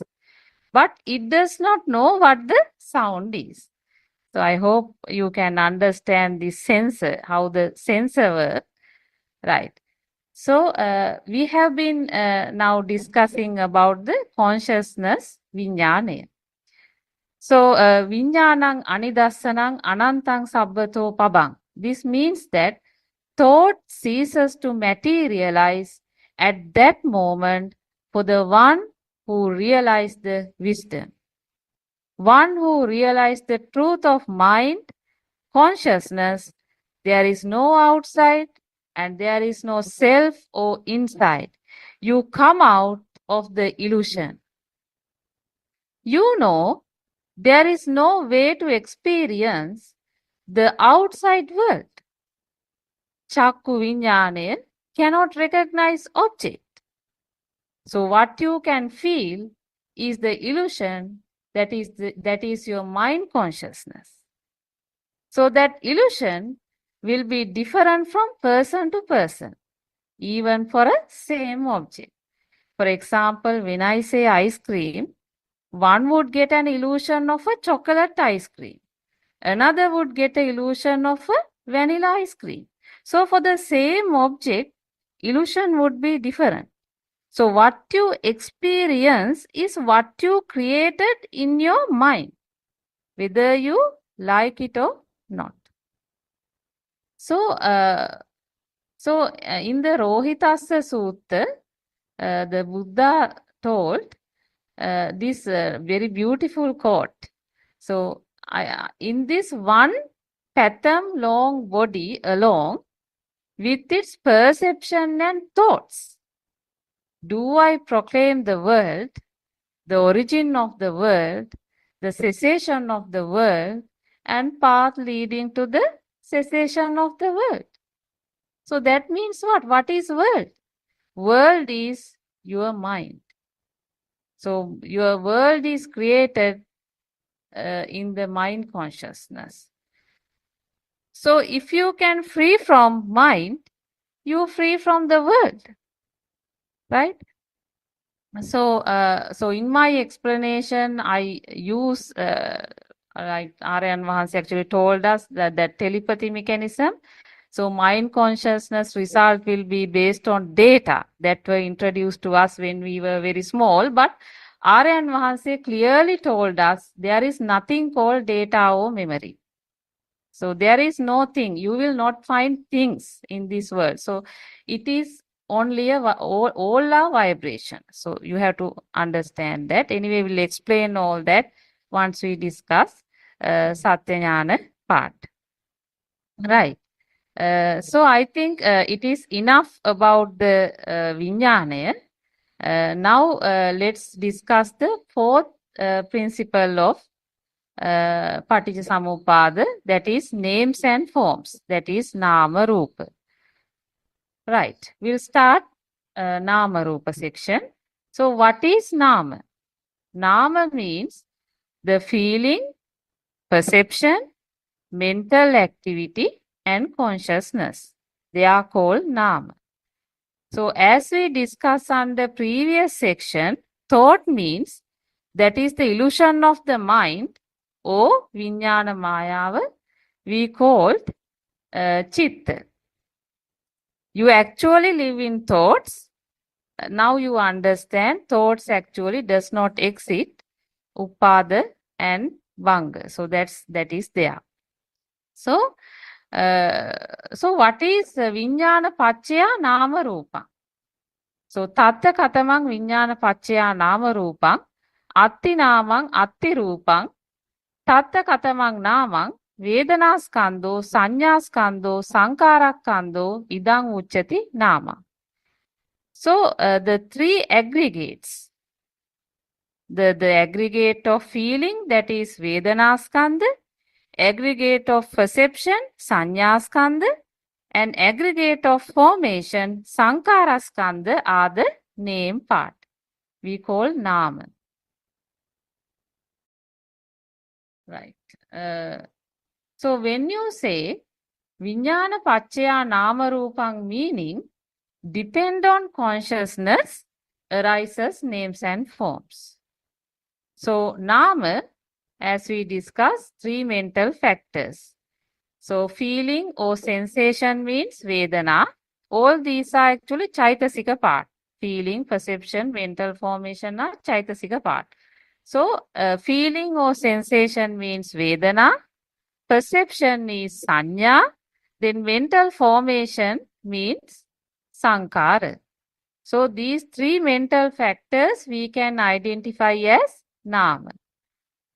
So, so words, now remember the words are certainly important, but as the Aryan Mahansi also try to highlight that, but more important is what you understand, what is going inside you, how these mental formation occur, and how you trapped into this mental formation. So we learn about Vijnana, which is an illusion. You need to understand that this illusion is made by coming together of Nama and Rupa. So Aryan Mahansi gave this example to us. For example, when we hear the word pineapple, that is Nama formation, right? Nama, pineapple. Then image of pineapple come to our mind. That is Rupa. So, so we'll elaborate that more. So Nama means what? Nama means thought, a belief of an insight, right? Insight. Then Rupa means what? Image or a form, but belief that the outside exists. So coming together is a thought. So this is the explanation of Aryan Mahansi on this. So it is important to note, even with the Buddha's teaching, suffering cannot be separated from the five aggregates of clinging, Pancha Upadana Skandha. So five aggregates of clinging, Pancha Upadana Skandha, and the suffering dukkha are the same, right? Therefore, we have to understand, I think we discussed about this Pancha Upadana Skandha, that is the mental process, which derives the illusion.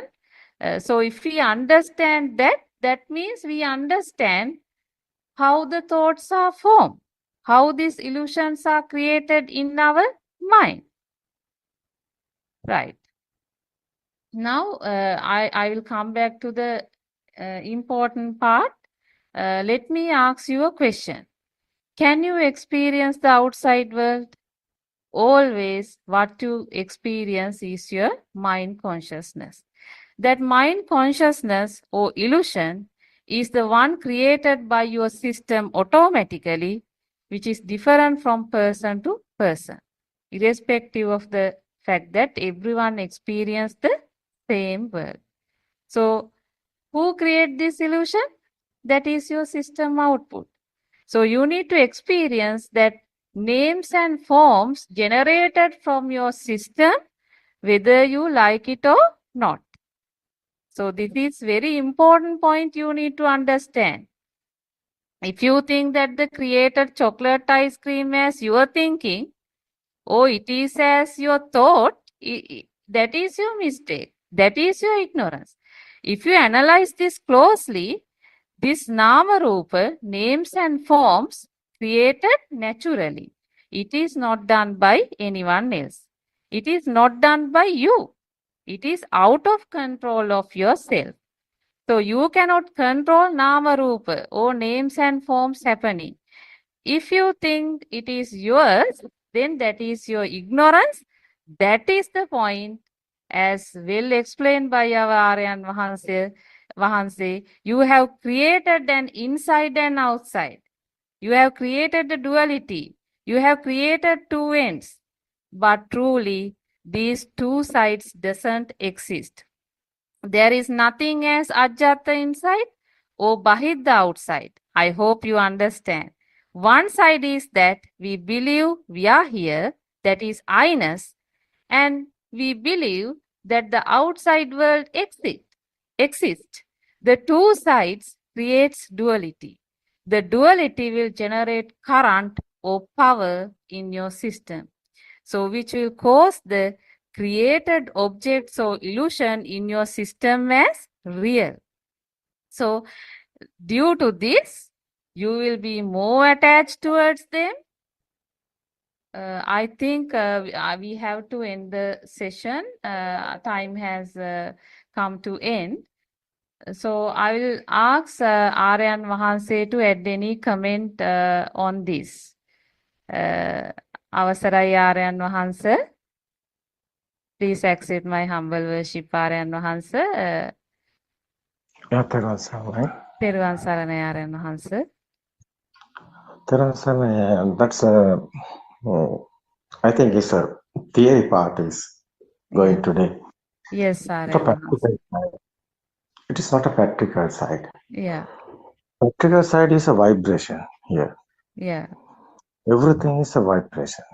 It's a creation is a vibration creation. It's not a like that. That's a what we are looking our syllabus. Our syllabus is not a practical. We can read the syllabus and we can talk the syllabus, but it is not a practical. Practical happen, you can feel it. What happened here? What is the illusion? Illusion is our soul. That's our life feel. That's an illusion. Everything is an illusion. That's a dependent origination. Everything. The Sankara is a vibration. Speedily, we are talking about the rapid speed.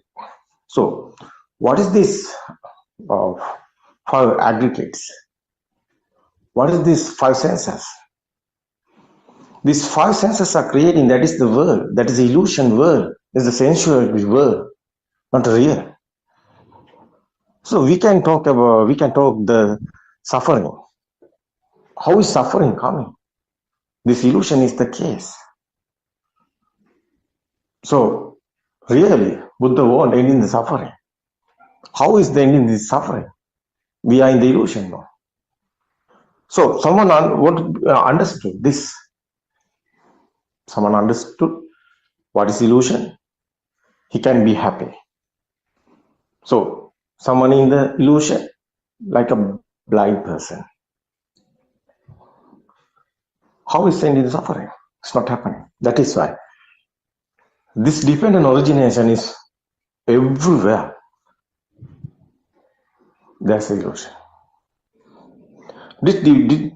What is this dependent origination? Dependent origination is our mind creation. Someone get this mind creation is reality, is real, is permanent, is existence is okay. That is the illusion. You are you are looking the mirage. Not a real, it's a stimulation. It's a fantasy, not a real.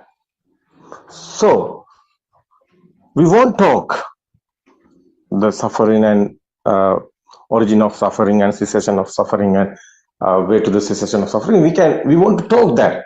But first we want understood the mind. That's ignorance. That's avidya.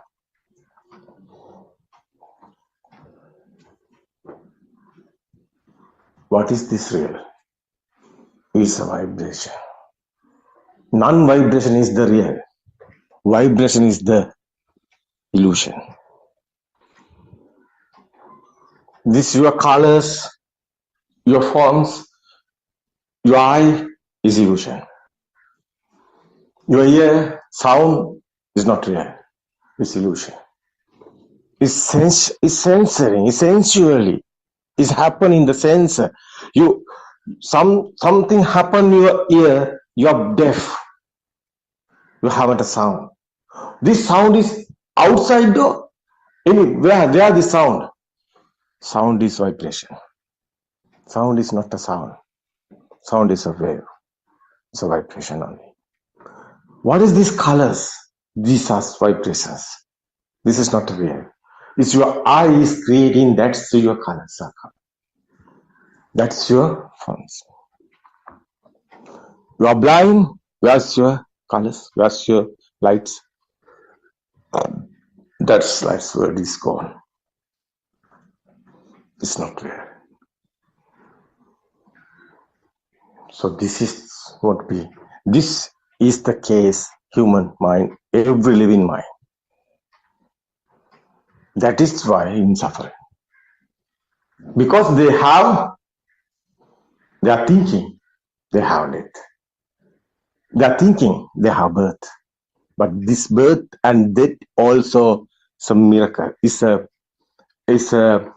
illusion. It's not real. It's a thought. But we can't understand. How is creating these thoughts? That is the dependent origination. How is creating these thoughts? How is happening this? Everything you are thinking, everything your mind, everything your thoughts. How is creating this? That is, we are trying to explain this word, this vibration. What is this vibration? What is this sensations? What is this vibrations? What is our life? What is our feel? What is our soul? How is it happening? This non-soul Dhamma is explaining this word in the Buddha. Nothing else. No being, no living being, nothing existent is the real. Others is illusion. How we understood this? That is our duty. That's the Buddothpado Dhamma discourses are try to doing this duty, this whole world, this present moment only the alive, but it is not the real. Past is gone, future is not coming. Only you are you remembering something. That's present moment only the thought. You are thinking the future. This present moment only the thought. But this present moment thought also not the real. This illusion. You are living only the moment. That's the birth. That's the birth and the death. This present moment, something you have, existent feel, that's your thoughts, is a real. You are in miracle. You are in illusion. Misconception. Not real. So this is not easy to understand. So tomorrow we won't understand, tomorrow we won't discuss how is eyes creation. This is the best, I think. How is ear creation? How is thoughts are coming? This rapid vibration again and again and it's happening this. That's the vibration. That's a I also have consciousness. Mind consciousness, how is happening? That's a five senses are working. That's a eye consciousness and ear consciousness and the smell consciousness and taste consciousness and your body consciousness is together. One consciousness is coming, that is the mind consciousness. This together is happening is the formation. Sankara. This Sankara is Abhisankara. It's a vibrations. Colors also, sounds also, that's the thoughts also, chair, table, sun, moon, everything is Sankara. Not a real Sankara, meaning is illusion.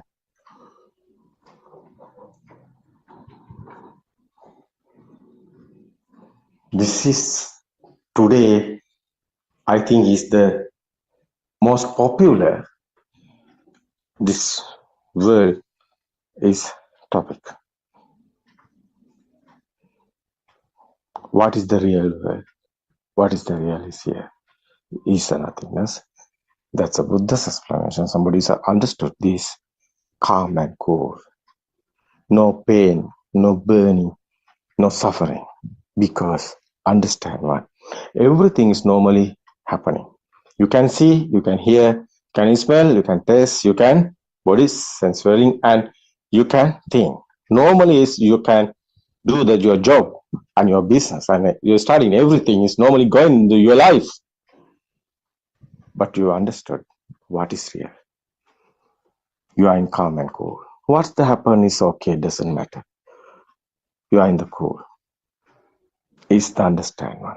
That is the Buddha's path, this dependent origination is go in the inside meditation.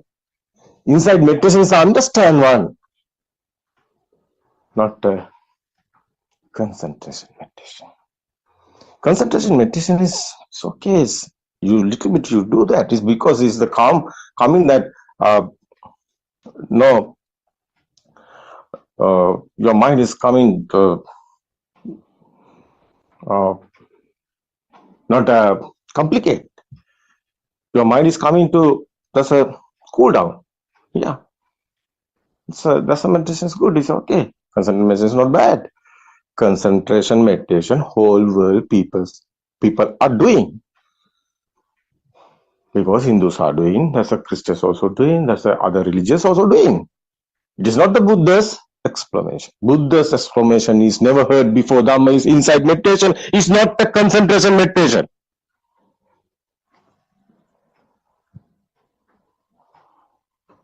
We can't play the games this true Dhamma. Because one true is here in this world, not two, on the one, only the one. One truth is here, is your thoughts are illusions, not the real. This is not a game. This is a real, your life and circle of birth. Ending is coming today. You understood this, what happened here is your circle of birth ending. No any birth. This is the last. You won't do that. You won't end the suffering. You want, if you want endless happiness, you won't understood what is the truth here, what is the true Dhamma, what is the dependent origination, what is the Buddothpado Dhamma discourses. That's our way. That's our way. It's okay, that's our experience. Whole world we are explaining. How is coming this path? How is the happening? This is not an enlightenment. It's a Hindu one. This is super awakened to the moment. That is the Buddha's word.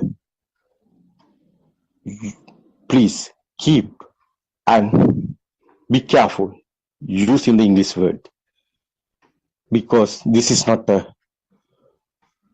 baby's playground. This is our life. It's not a game. There's a real reality is here. What is the real? What's the truth? We want to know. It's okay. We can experience. This is not a believing. This is not a believing. You can experience. It's okay. We explain. You can experience. After you can get it. Oh no, it's okay. Everybody, that is our explanation is very well. I think is today is to try to do that. It's okay. How she can do, she try to do that. Is we thanks for her. It's okay. Everybody, tomorrow we can discuss. It's okay. What is the reality? Teruvan Sarana, everybody. තෙරුවන් සරණයි නමස්කාර.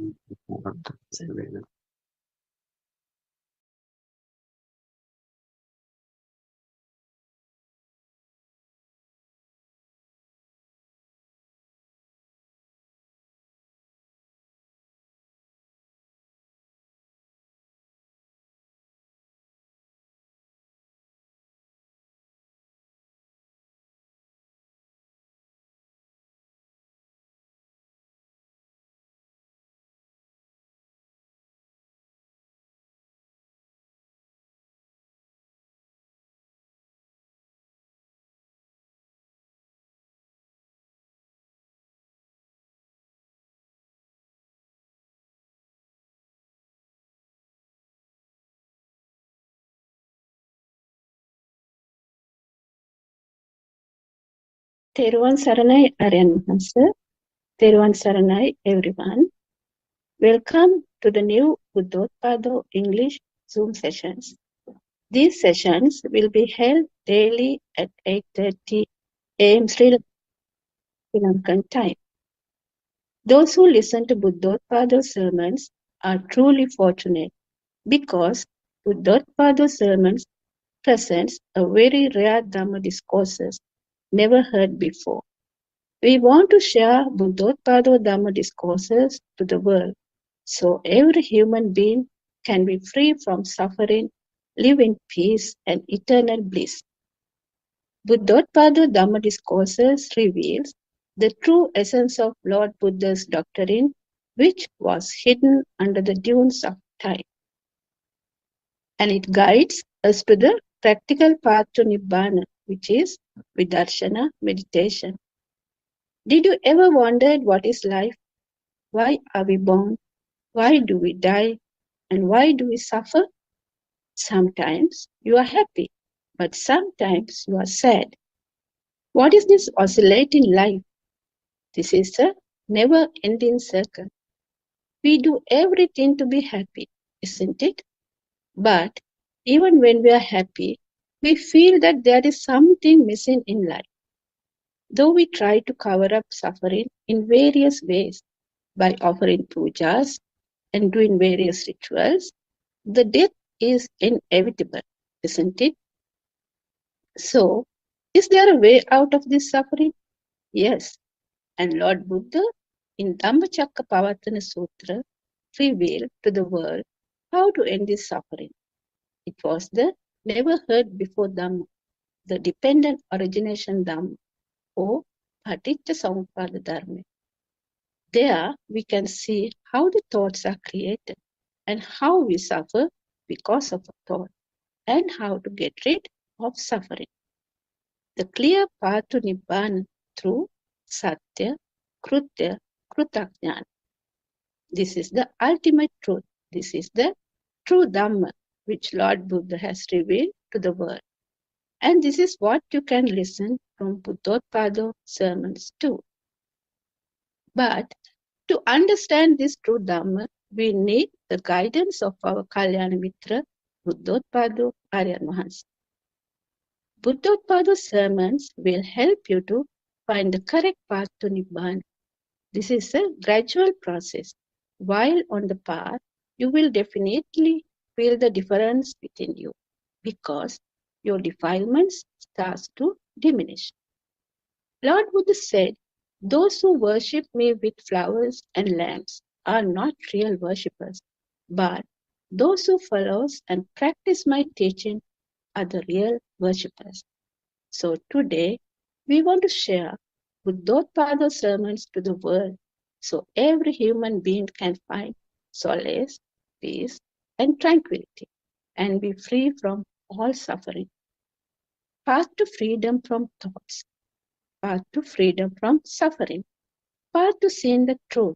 This is the way to total freedom. Now, our Buddothpado Dhamma friend will start the sessions. Teruvan Saranai.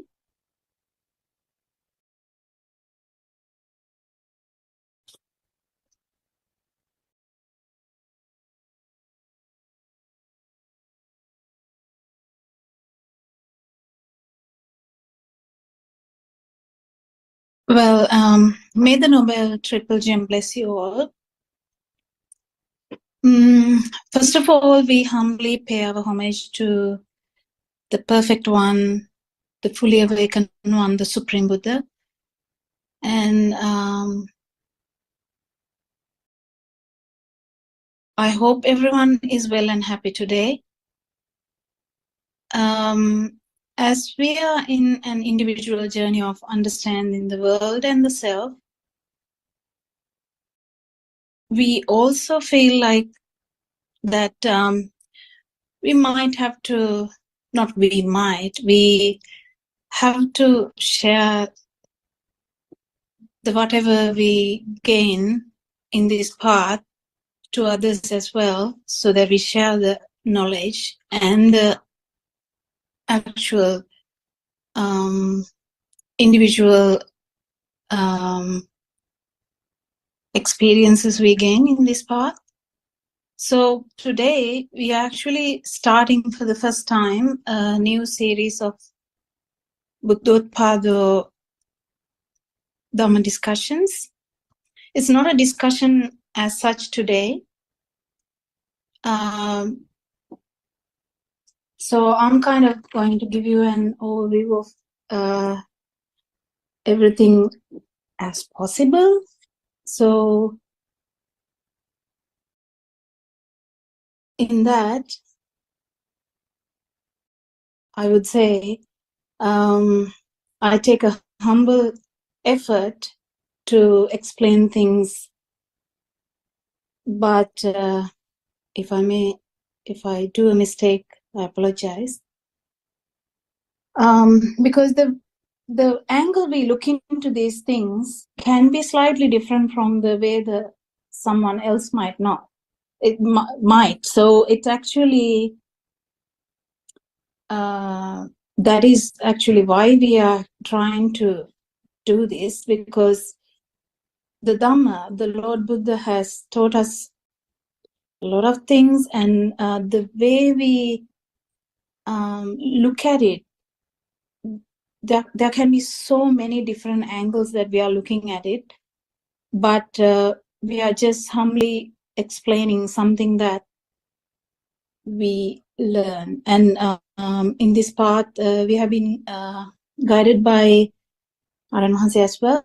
So Aran Hanse has been teaching us for a long time, and I would say I'll start talking about, so the dependent origination is the topic we have chosen for the first time. And why we have chosen dependent origination is actually Lord Buddha has explained, if you know dependent origination, you know Dhamma, and if you know Dhamma, you know Buddha.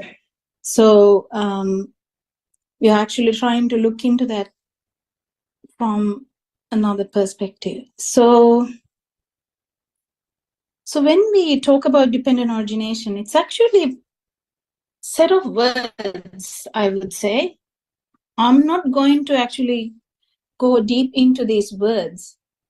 Okay, if you want to know the words, it would be like ignorance, mental formation, consciousness, name and form, six senses, contact, feeling, craving, clinging, becoming, birth, old age, and death. Did you understand anything? Okay, sometimes may, but it's kind of like series of words. But Lord Buddha's who explained how the mind works, actually understood dependent origination the day that he attained the Lord Buddhaship. So we will try to understand it, what it really means. So as we are living in the sensual world, so we are in Kamaloka, what is in English sensual world. So in sensual world, we are actually experiencing every day. We are experiencing something every day. So when we experience something as a child or as a baby, we experience something. Do you know what it is? Sometimes as a baby, if you can really go back into that from our like imagination, we can only imagine that time, because we have come so far away from that. We can't actually go back to that immediately. We just have to imagine how we actually got these impurities into this small mind. So it's like a white sheet, or as Lord Buddha explained, it's like a clean sheet or cloth, clean cloth. So it's a clean cloth which is getting dirty, and he actually understood that how this clean cloth is getting dirty. And the clean cloth is an example to the small baby's mind, which is so clear. Have you seen a baby smiling? How beautiful that is? Do you think he has anger in that? Any ill, hatred, anything like a jealousy? There's nothing. If there's any bodily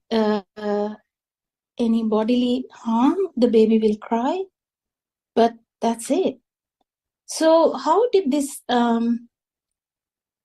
clean cloth became very dirty? Slowly it get dirty. It's not like a sudden thing which happens.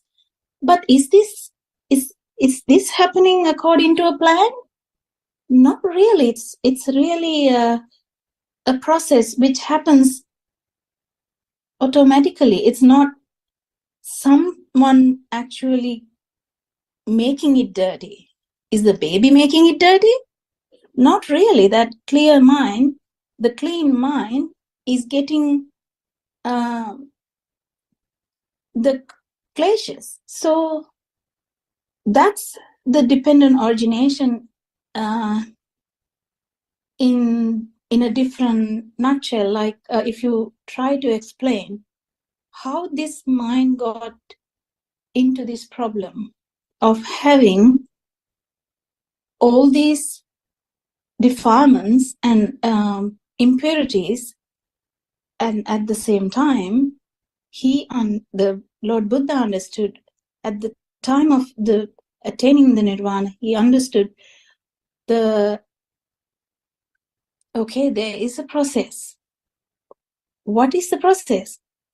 There is a process of birth here. So I'm not talking about the birth of the body. I'm actually talking about the birth of this self, the feeling of existence. Did the feeling of existence, it can actually be, I'm talking actually about the sensual world, so don't take me wrong. In a different words, the feeling of existence must be dealt differently. So I'm not talking about that at the moment. I'm talking about the sensual world where we are the humans. We have like a human, like a body where we have 5 senses, and with the 5 senses, we have another sense which is the mind, and it became 6 senses. So that is where we are describing this, is because we can't describe it apart from our senses. We have to describe it according to what we know. So the dependent origination, what is it all about? It's about how this mind got dirty slowly. So as I said, ignorance. Well, we have the ignorance, so we'll keep it aside because we are having the ignorance at the moment. And then how do we talk about this forming of mind, or forming of feeling of existence, or forming of this one thought? So when one thought is arising, the first thought in the mind, the impurity is already begun. It's already begun because imagine the baby. The baby starts to hear the world. He doesn't know what he's hearing. He sees the world. He doesn't know what he's seeing. But slowly, in this process, this is not happening. The baby is not doing anything. It's just a process. From the eye, we see something, and automatically, if we keep naming it, the system make it together, because that's what it is doing. So if you call Amma or Ma, mother, always you see a shape and a form, and then if you're given the sound, it will be like the system itself picks it up as like one thing. Then the I is born. We call it I is born. Lord Buddha explained it as that's the beginning of the birth.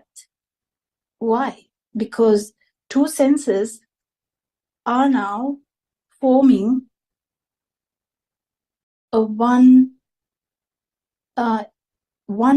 another mind, one thought, which is actually not there.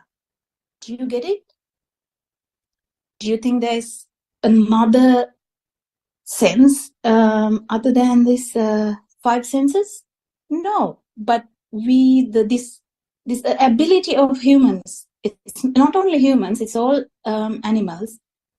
So the humans, I'm only talking about humans because it's easy to talk about humans because that's what we know. So the five senses, they are giving various inputs, and then this system itself has the ability to correlate them or making them together and that is the actual birth where the mind is originated. So the feeling of existence, the Lord Buddha understood, okay, so there is the child or the baby with time understood, okay, the picture which is there, or the shape or the form is actually is related to this sound, Amma, and it becomes together. Is it somewhere? Is it actually available? No, it's actually in the mind that it's forming this new form. It is actually a sankata, or it is a new creation. Do you really feel it, what I'm trying to say? Did you see that how the Amma or the mother is formed in the mind? It's a mind creation. It's a beautiful creation, actually. It's the wonderful creation of the beings that they are able to do this. But what is ignorance here? Ignorance is not knowing that it is happening, or not knowing that it's actually a creation. So mental formations. Okay, and there's another part to this. That this is the best part of it. When you come to mental formations, if you actually go into this formation of this illusory world, you will never be able to actually get this shape and form to the sound and make a new illusory Amma or mother in the mind, because at the same time, this happens so fast. It's actually very scientific at the moment. Scientists are trying very hard to prove these things. What is the actually they think they think a lot of things, but this mind, they haven't developed a computer or a software which is fast like our mind. There can be other beings which have minds better than this one, but I'm talking about the humans.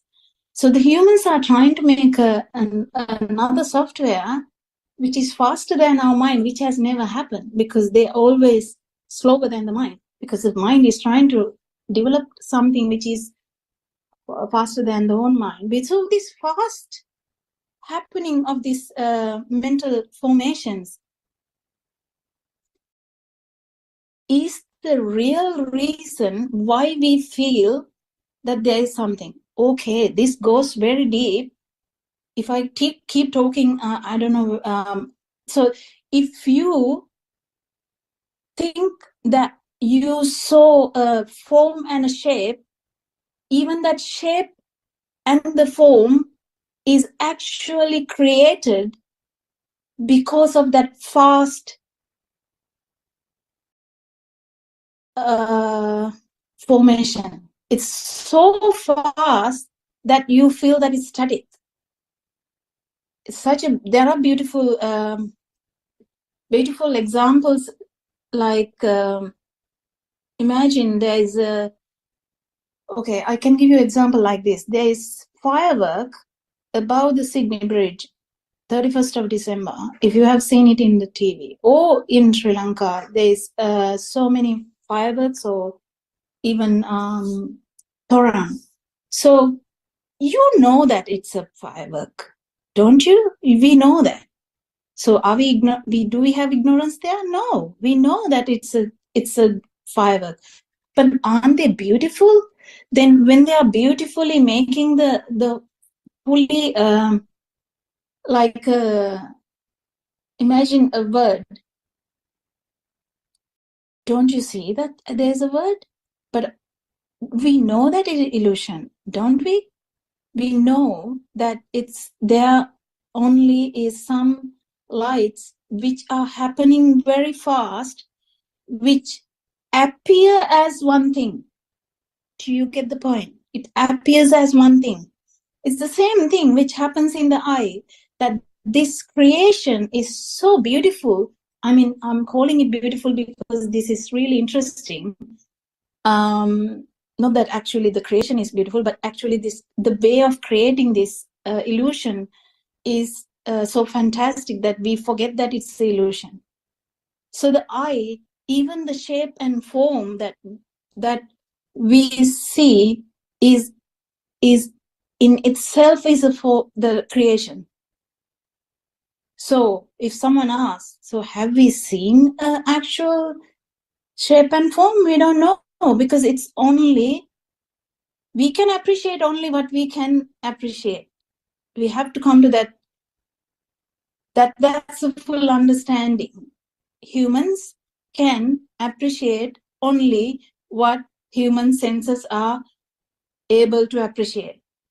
But in future, if someone developed another new sense and attach it to the humans, they may be able to appreciate another level of creation. But at the moment, it's only 5 senses, and the mother or the amma, even the shape and the form, it's created in the eye. It's created in this system. So Lord Buddha says, the feeling of, actually Lord Buddha was trying to understand from very beginning, how am I feeling I'm existing? What is this? What is the meaning of this feeling of existence? And why we are afraid to die? Why we are feeling that we are actually going to old age? Why are we feeling that this feeling? And that's what he was experimenting on. He's the most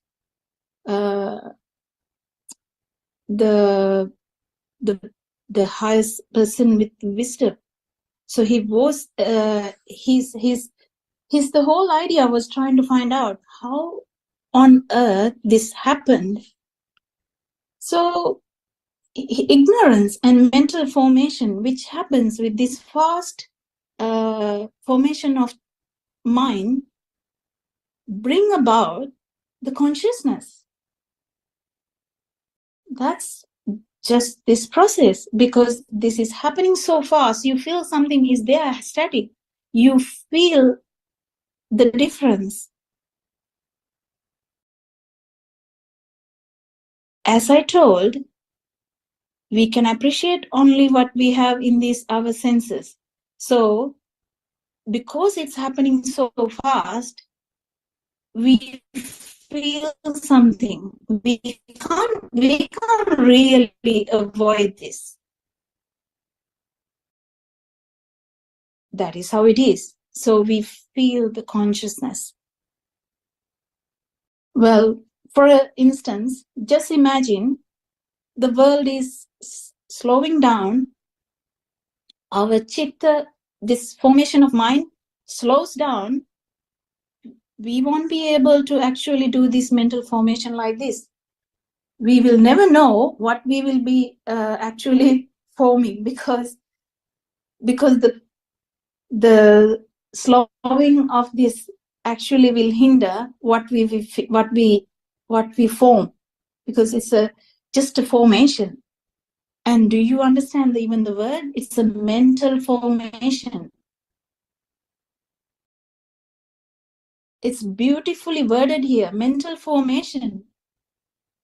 it's not out there, but because of our senses, the eye, the ear, and our bodily, the feelings, the touch, the taste, the smell, they all come together, and a mental formation occurs.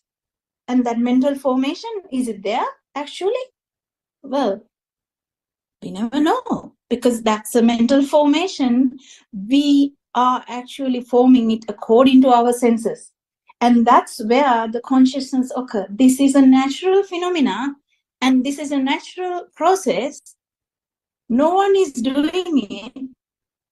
And it's a beautifully led by Lord Buddha. It's so beautifully led by Lord Buddha. And in this process,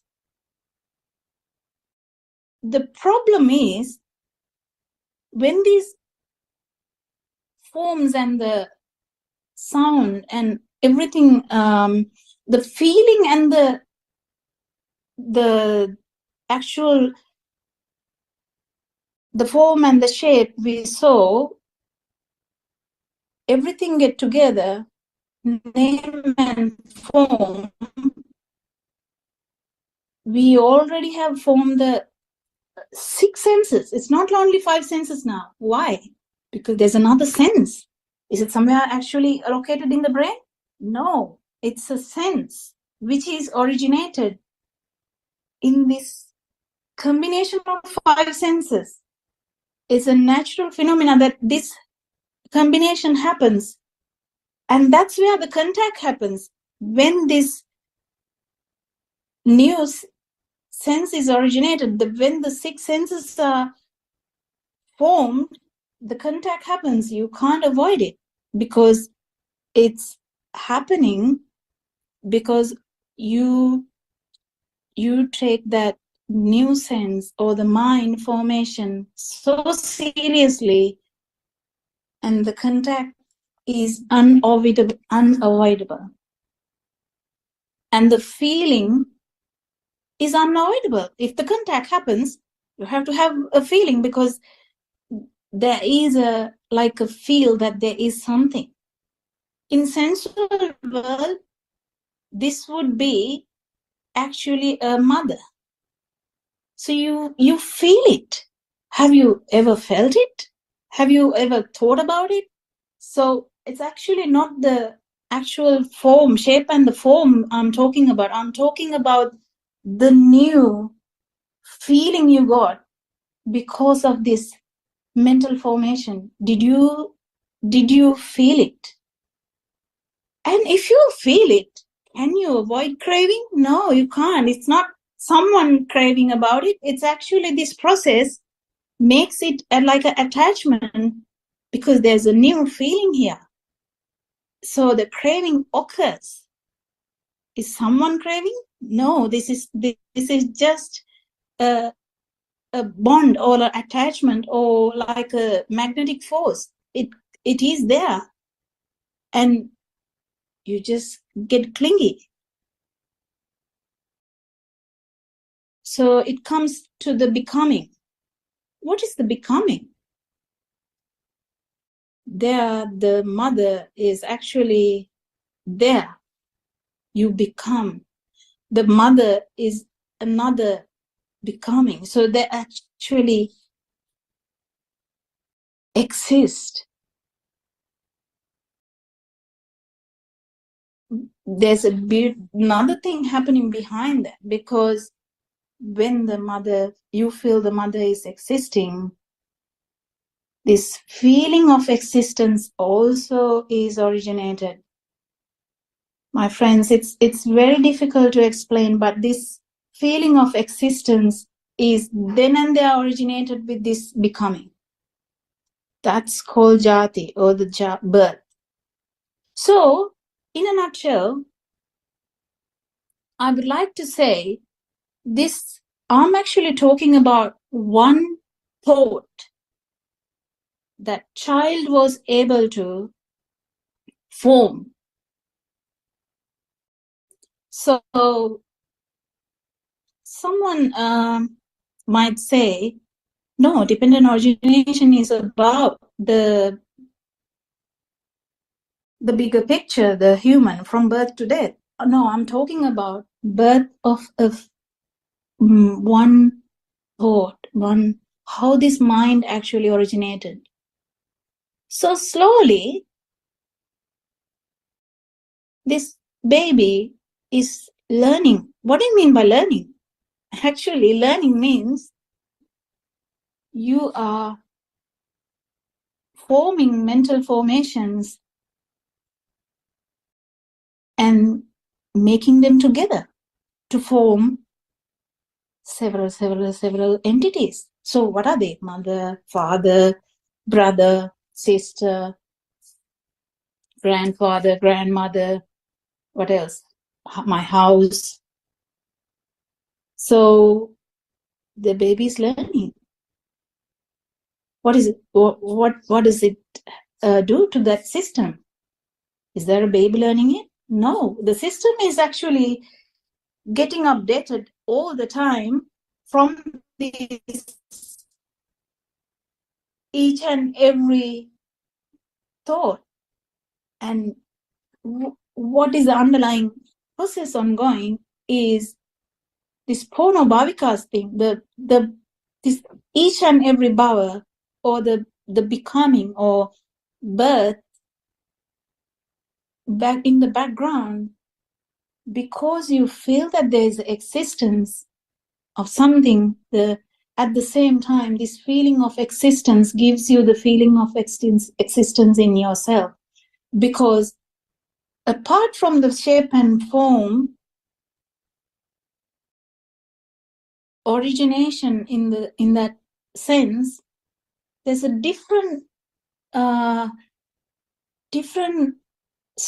like an energy forming because of this new mental formation. It feels like static, so it's a different energy now, so that human being, this little baby, this process ongoing in that body actually feels this existence, because there's a different energy now. What is the different energy? Okay, there's existence, a life feeling.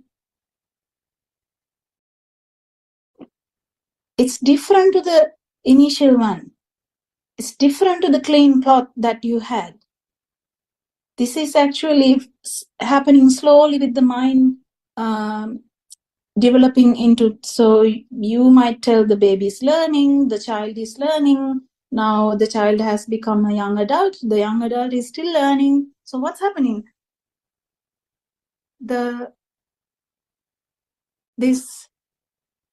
There's so much mind originating, the feeling of existence getting stronger and stronger. So the 5-year-old feeling of existence is not that bad, because there's no much data there, no much becoming has happened. But when you are like 35, you have so much feeling that you have gained, that you are existing. That feeling of existence is very strong. So the dependent origination actually is how Lord Buddha tried to explain to us how this mind is getting polluted, or the impurities continue to happen. It continues to happen until this body and this system stops. Actually, does that mean that the system will stop? Not really. But anyway, the dependent origination, if you really understand the dependent origination, Lord Buddha says you understand Dhamma. What do you mean by that? So if you understand that feeling of existence is actually a process, like it's a fundamental process, it's nothing to do with actually this person or from that example, it's not the baby doing that, it's not the young adult doing it, it's not the adult doing it, it's not the elderly person doing it.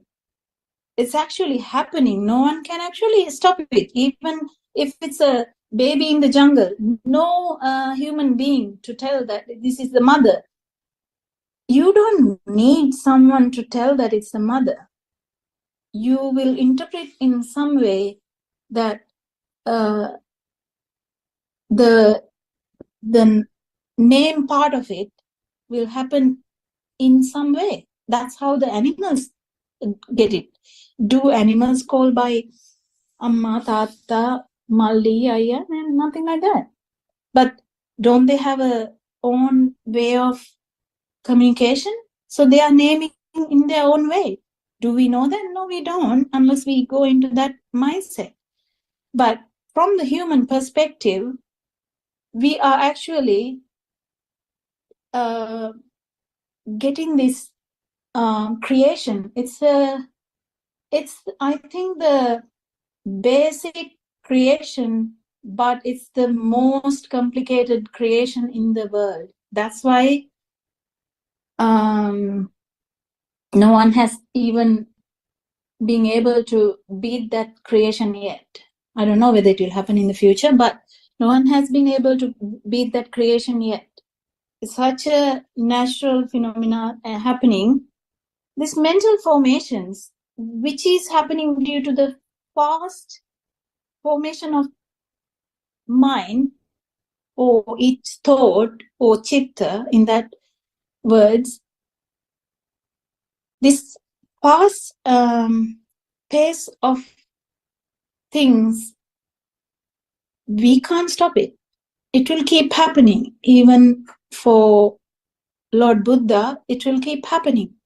But what did he get rid of? He got rid of the ignorance. He knows. Okay, mental formations do happen. Consciousness do arise. Is there a problem? No. Name and forms, they arise. Is that a problem?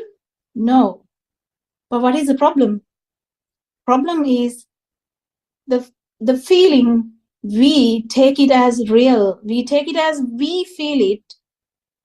And that's where the problem is, because the feeling of existence is a formation, another formation. It's another thing that is sankata. The feeling of existence is sankata. It's formed. It's a creation.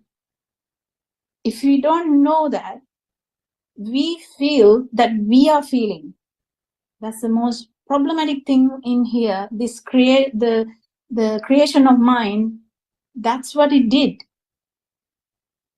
It's a natural thing, but that's what it did.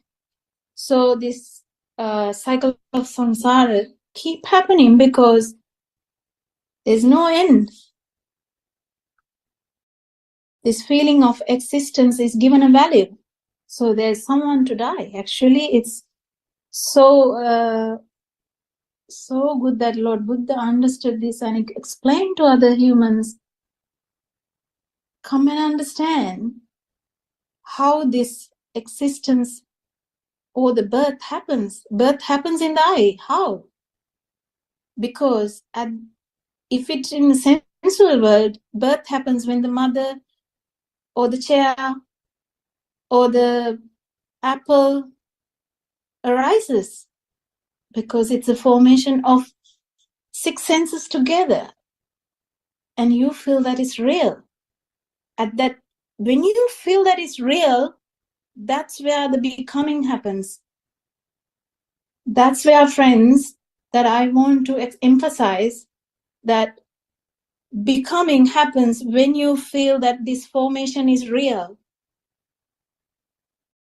If you know that it's a illusion, no one actually gets into this trouble. But if you don't know that that's this Dhamma, you actually feel that whatever that is formed, Amma, Tata, or mother, father, apple, chair, school, house, world, sun, whatever, named, having a form,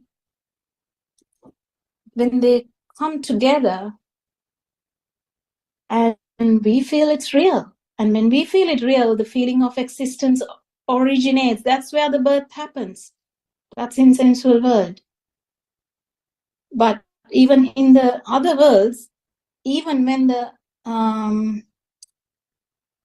there is a feeling, even by the light, still that happens, because the light is also originated in the organ, in the senses.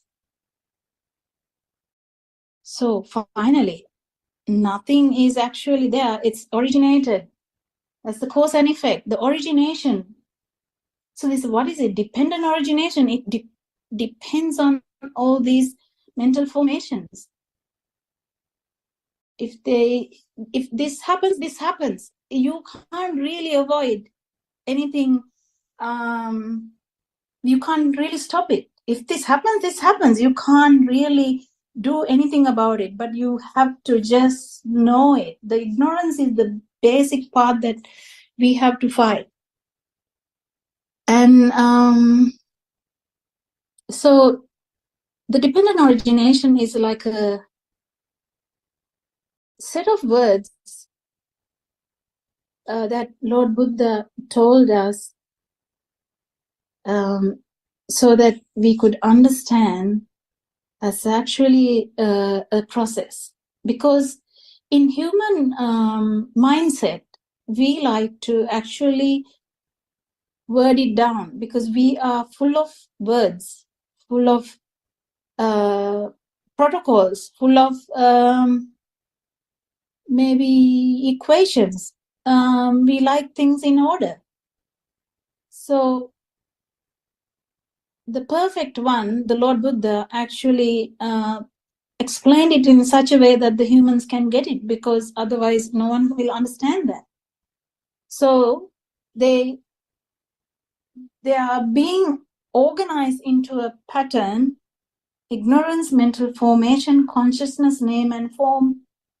But friends, this, because of the fast formation of chitta, if someone is going to take, I'm going to get the craving out from here, I'm going to take the contact out of here, it's not going to happen. Why? It's so fast. You can ask this from a neuroscientist. If this is such a fast formation, no one can actually take it away from that. That's not what we are going to try and do. We are going to actually, because the humans are having another way of understanding these things, because they have a different level of understanding, they can actually understand that there is a process. Even though it's such a fast process, still we can understand that it's a process, so that we actually the craving, the clinging, the becoming, the birth slowly reduce, because we keep understanding that it's a formation, it's a creation. If you have a sensory organ, there is always going to be a creation. You can't avoid that. Even if it's an animal with 2 sensory organs, that even that animal, even with one, they are going to create this own world. That's what Lord Buddha called the Salayatan Loko. The organs are going to create that world for that being, for that animal or the human or whatever the being. The world is originated. You can't really avoid it, because it's a creation of the nature. As I told you before, it's a beautiful creation, but the problem is we haven't understood this before, and we actually start living in that. Imagine I'm going to a simulation. Simulation is where the people act in a like a thing. As example, I can simulate a patient having a heart attack and having a cardiac arrest, and we simulate how we are going to do the CPR, how one is going to do help with the like everything else, like in a atmosphere where this is happening. That's a simulation. But friends, the problem with this Salat and Loco is this simulation is so nicely done, we can't even understand that it's a simulation. That's such a good mind that if you really understanding that it's a simulation, it's really difficult because it's such nicely done. That's why Lord Buddha told this Vijnani can play like a magician who is doing the beautiful magic in a junction where there's a lot of roads. Still, that magician is doing that beautifully, so that the who are actually saying it will not understand that it's a magic. It's unless we really understand that it's a magic, we will never be able to wake from that. If we are to wake from this simulation, we just have to understand that it's a simulation. It's a process. It's nothing to do with us. It's just that feeling of existence is actually a creation as well.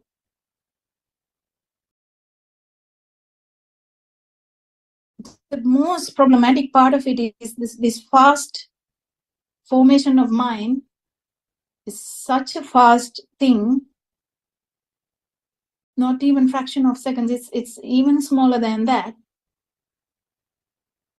Such a software where it functions so good that all seems static and existing. So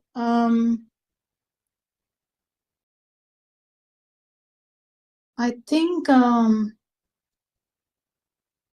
I'm actually trying to give you like a overall view of this dependent origination. I'm not sure how successful I am, because it's kind of difficult, but I think I may have given some idea, because the feeling of existence is not actually real. But are we not feeling it? We are. That's not a problem, but we need to understand that Lord Buddha, after attaining understanding this Dhamma, actually even succeeded in not feeling that. If you're not feeling that, there's no one to die.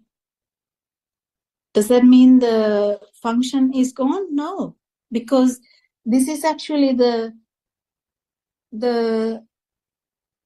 new part which is originated because that there's a ignorance of not knowing that it's a formation, not knowing that it's a mental formation, not knowing that it's a formation of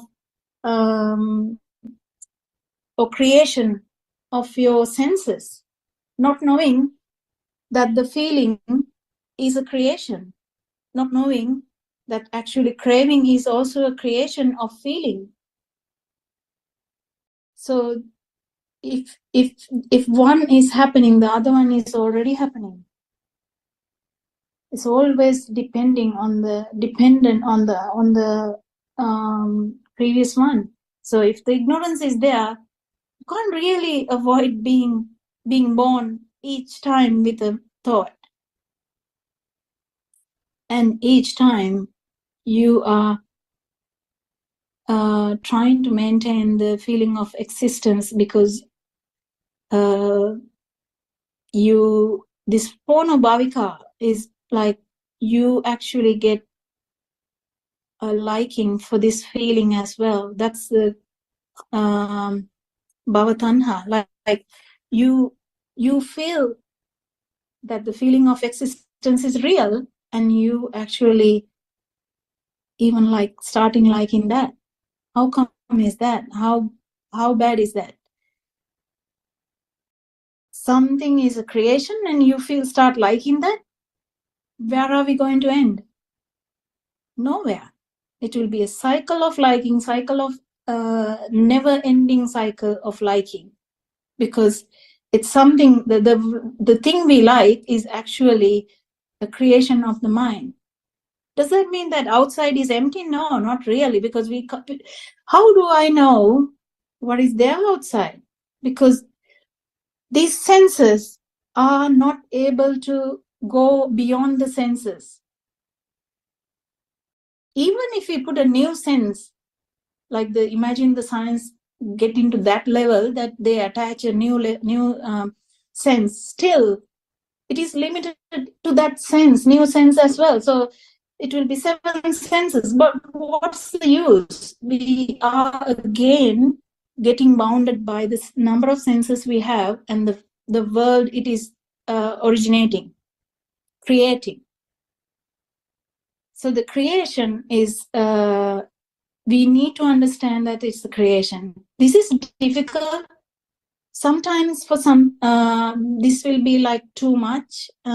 Yes, don't listen to that if you feel that is too much.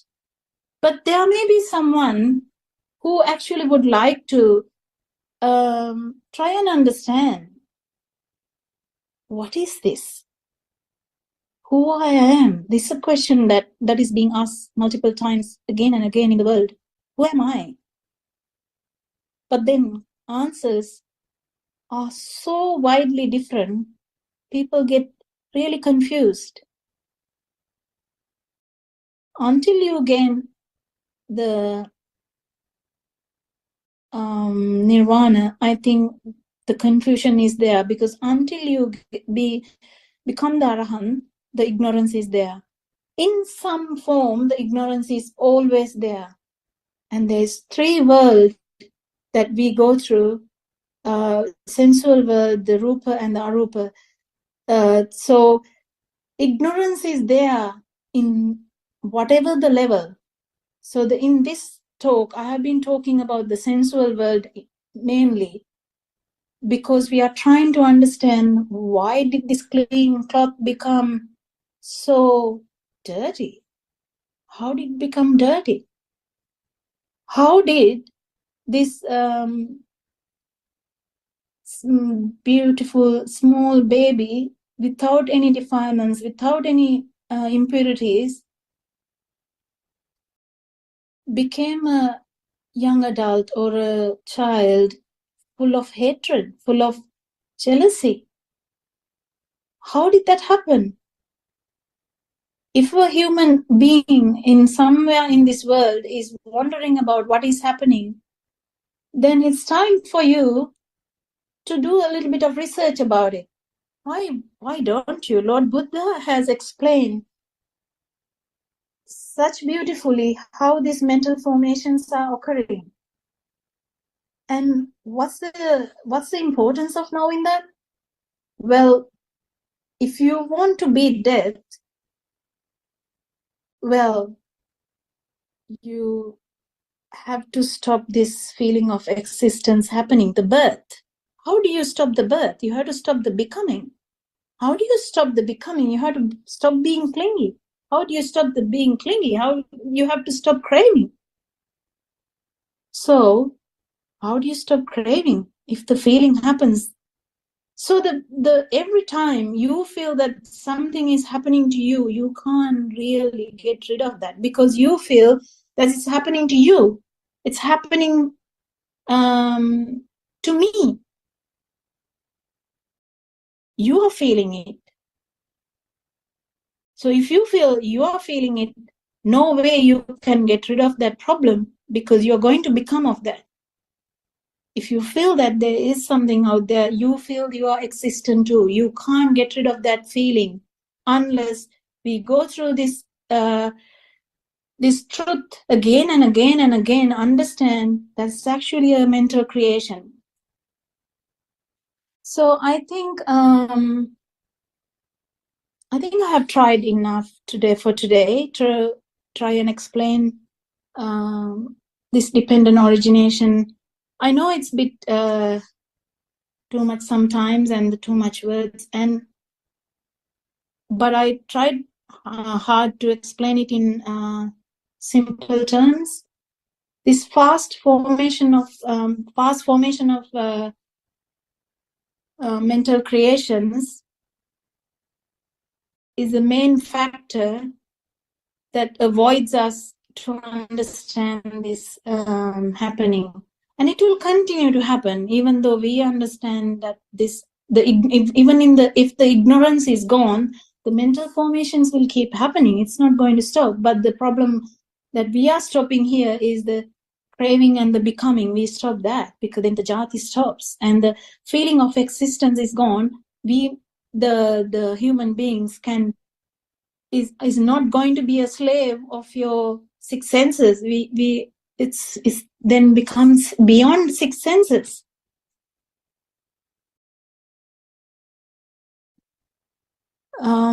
So friends, it's all about the talk today.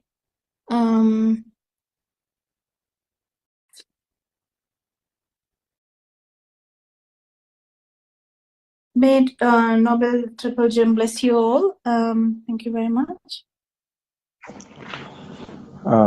Yeah, Teran Saranai, everybody. That's explain.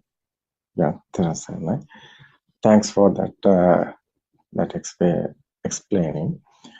Not easy. Yeah.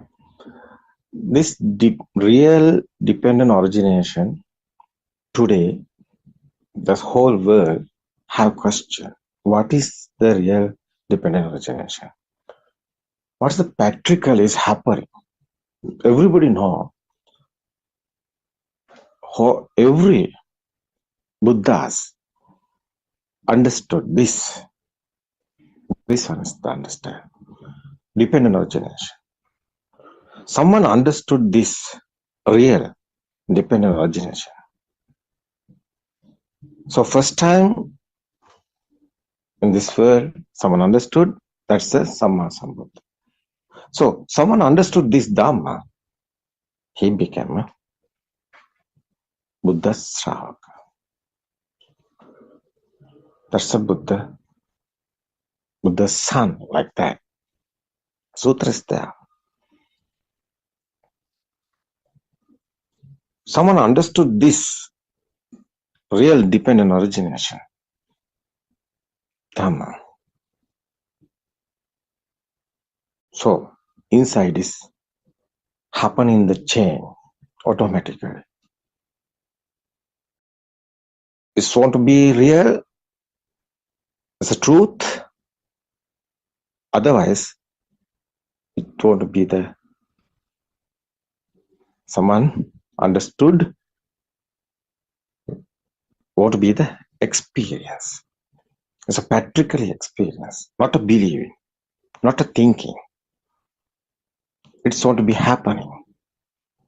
It's the special. So, what is this Buddothpado Dhamma discourses? Today what happening? 2,500 years ago, the Buddha's time, thus Tathagata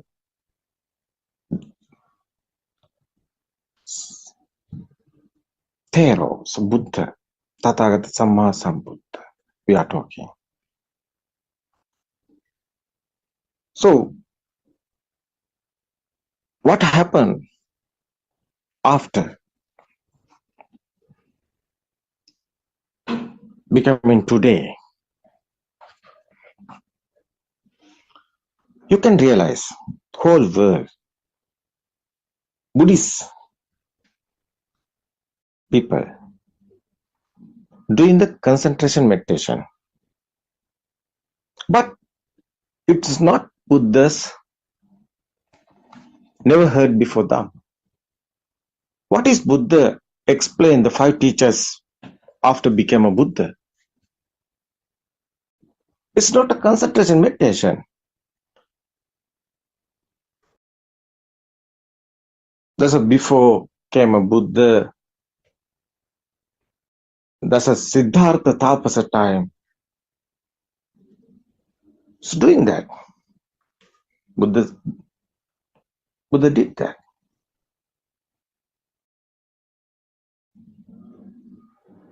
But not became a Buddha. That the Siddhartha Tapasa and 5 teachers together, they are finding the truth. They are doing that concentration meditation, but not became a Buddha. That is why Siddhartha Tapasa left that teachers, 5 teachers, and going alone. This concentration meditation is not a Buddha's path. Why Buddha left that 5 teachers, and why finding the truth left the concentration meditation? That one is not the Buddha's explanation. After became a Buddha, what is Buddha's word?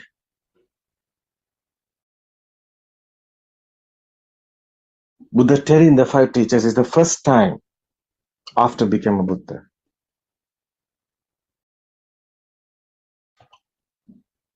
I'm telling you, never heard before. This Dhamma is the rare. That's the never heard before Dhamma we are talking. That one is the dependent origination. That one is understanding one. What is the understanding? Is the human mind. Human mind is a miracle. It's a simulation. It's not a real.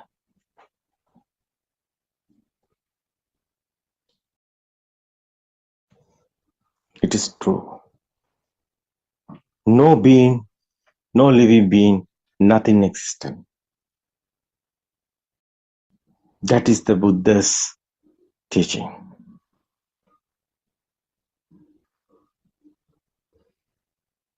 Humans are in illusion. Every living being is in illusion.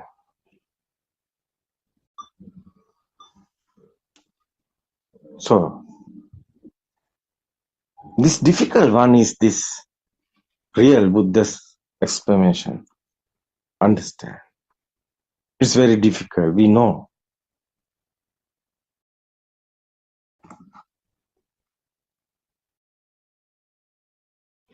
This Buddothpado Dhamma discourses, we are doing Sinhala language because we are Sri Lankans. Our mother language is Sinhala. We can speak Sinhala very well. But we won't given you to this real message. This whole world using other languages, English.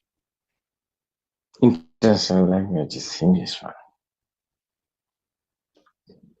So we are discussed after everybody. Our here in Dhamma discourses like this, doctor. Many guys now today understand what is the real dependent origination. And they have experience, otherwise they know this one is the real. That is why we are unity. We are together doing this. This Dhamma is not. Dhamma is a nature. Dhamma is happening automatically. System is our mind creation.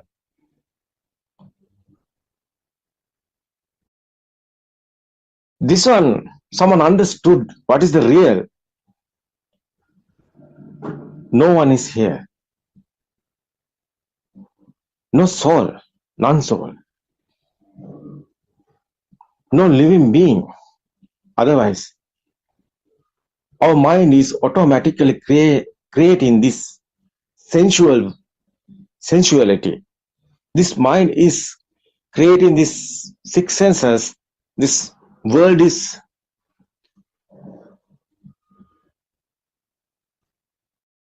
creating like a miracle.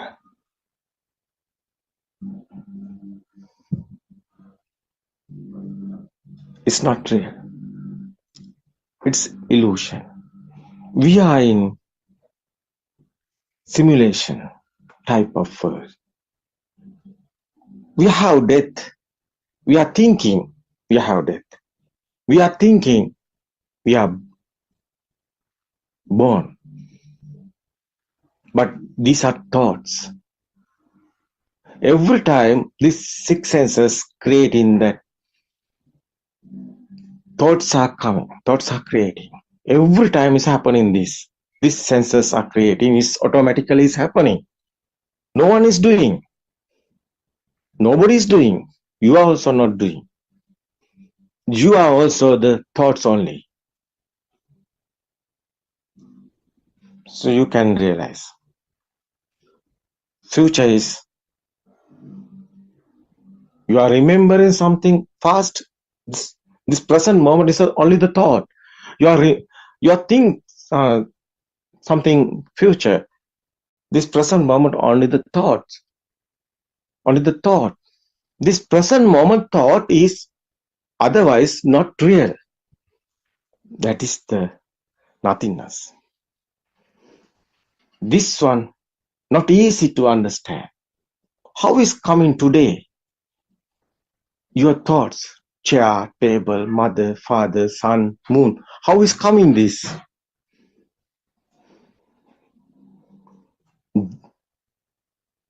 You are in childhood.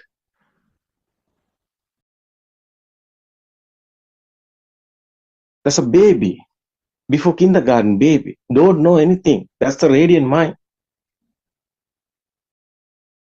How is this craving? Defilements are coming. These are only the mind creation, not anywhere. This is the case of human mind, every living mind. So we are trying to explain this whole world, what is the truth is here. It's okay today explaining this very well, I think. Thanks for our doctor. It's okay. That's today, tomorrow we can join another discussion. This real dependent origination Dhamma. We won't find it. You can realize, you can find that what is the real one. What is the, you can experience. It's okay. Practically you have experience. It's okay. That's the dependent origination real. It's okay not to believe in, not to trust. Okay, everybody. Teruvan Saranai. Teruvan Saranai, everybody. Teruvan Saranai, Zoom discussions as who's that? Madam is okay. Teruvan Saranai. Therwan Saranai. Therwan Saranai. Therwan Saranai ආරයන් වහන්සේ.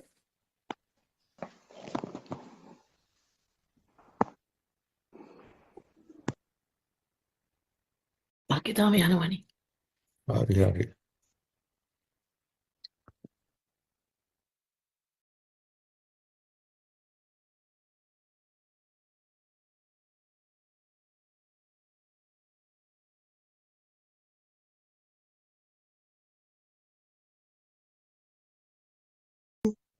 Lord Buddha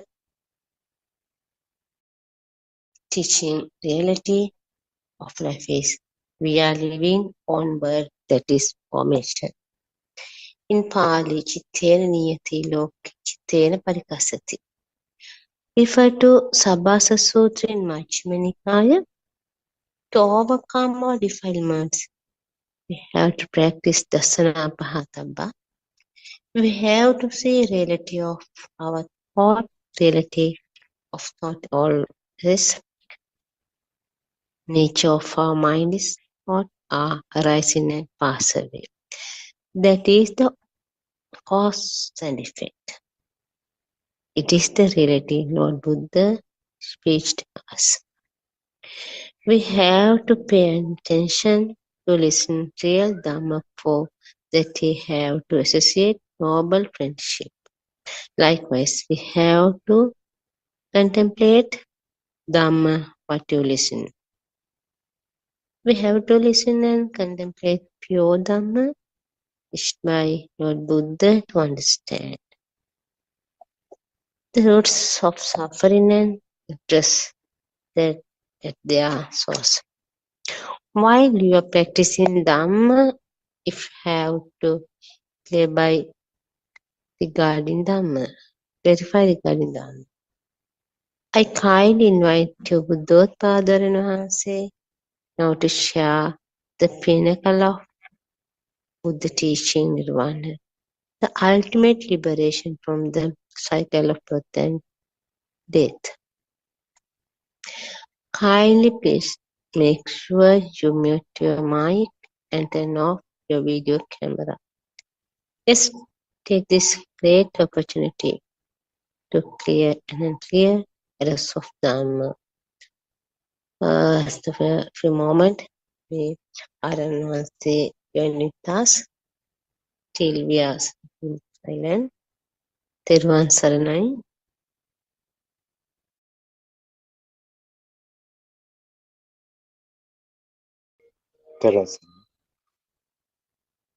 Therwan Saranai Arana, sir. Namaskar.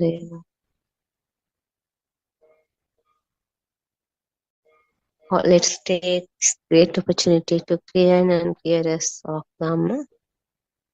Okay, somebody unmute your mic and name it Arana Hanse.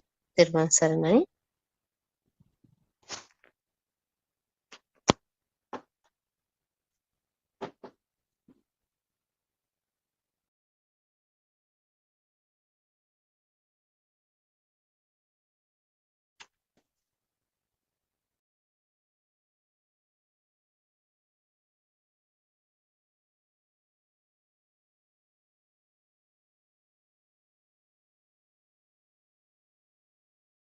Therwan Saranai.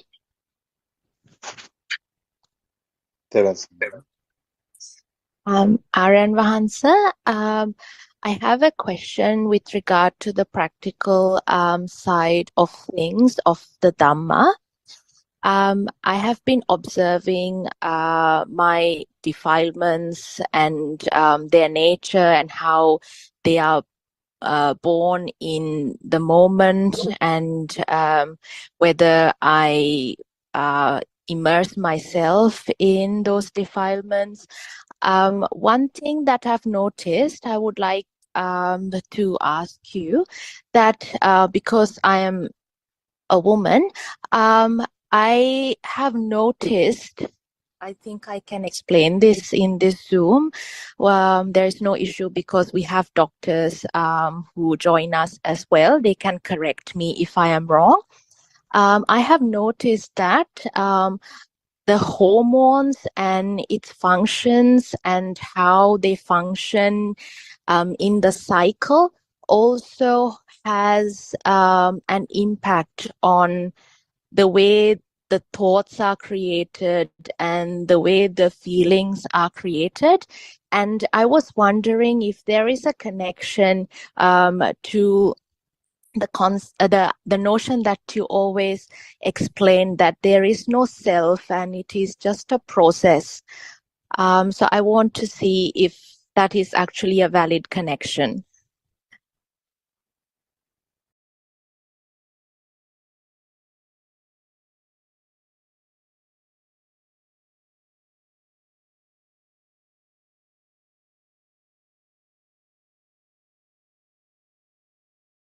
Yes, question is what is the connection? Is hormones and uh, is a feel. I think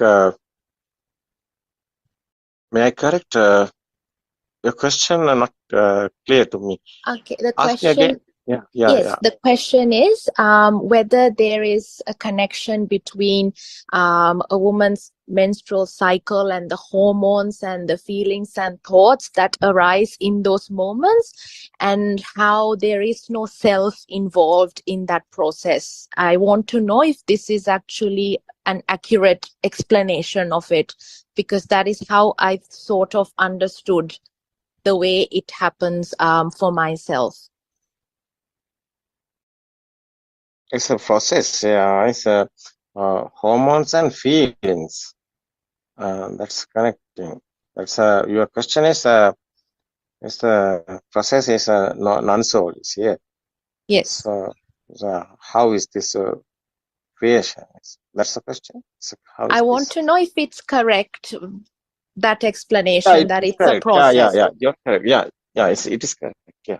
Yes, because I have noticed that there are some weeks of the month where I feel that I feel more defilements coming up for various reasons, and I also feel that in those days I sort of immerse myself in those defilements, and there are some periods in the month, like weeks in the month, where I see the thoughts come and go, but I don't attach myself to it.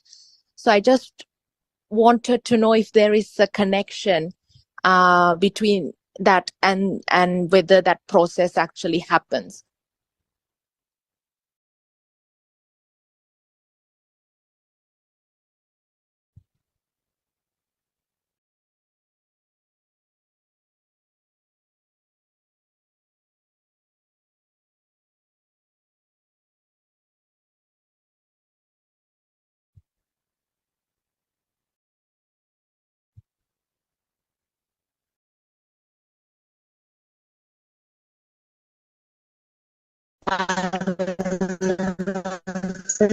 My guess. Yes. Do you hear me? Yes. Do you hear me? Yes, I can hear your answer. That's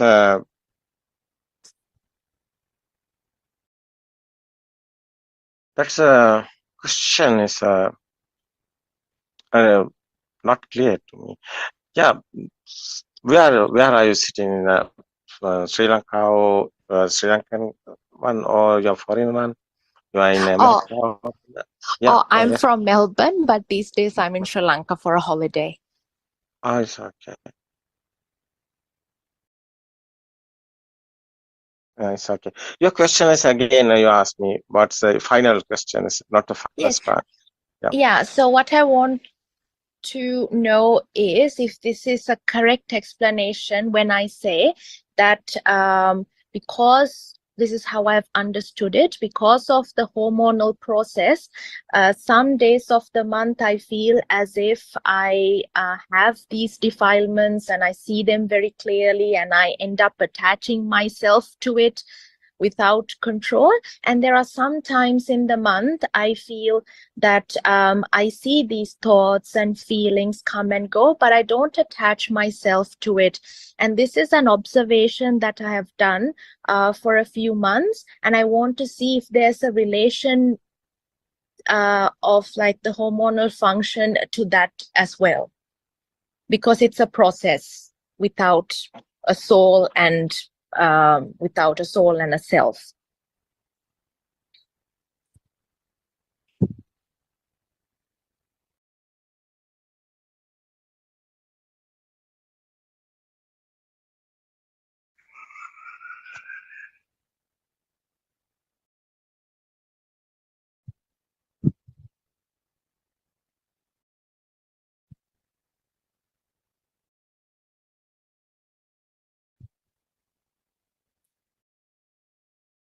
I can make it simpler. I believe you've heard that when there is a full moon, there are some changes to a person's health. There is a belief that when there is a full moon, there is a change to a person's health, and how they behave also changes with that. So I wanted to know if there is a similar process happening, and that is what we accidentally attach ourselves to because we don't have a clear understanding of the Dhamma before we actually learned it. So I wanted to know if that was a correct explanation from my end. I will discuss with you. Can you hear me? Yes, yes. Yeah. That's I think your question is hormones is creations and other feelings. Your question is a female hormones. Yes, yes. Your question is a female is a menses or something happening. That's the Yes. process. Yeah. Yes, during that cycle when the feelings change and how we think that we attach ourselves to it, but how it's actually a process. I wanted to see if that is exactly like what is happening in that process naturally without us saying it is about myself and self and soul. Yeah.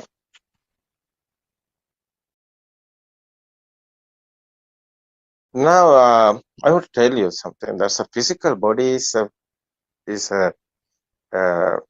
this female, especially. There's a cycle of this menses is happening.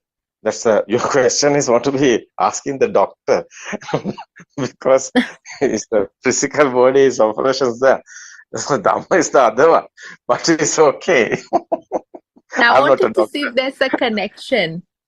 Yeah, that you asking the connection is what is this happening here?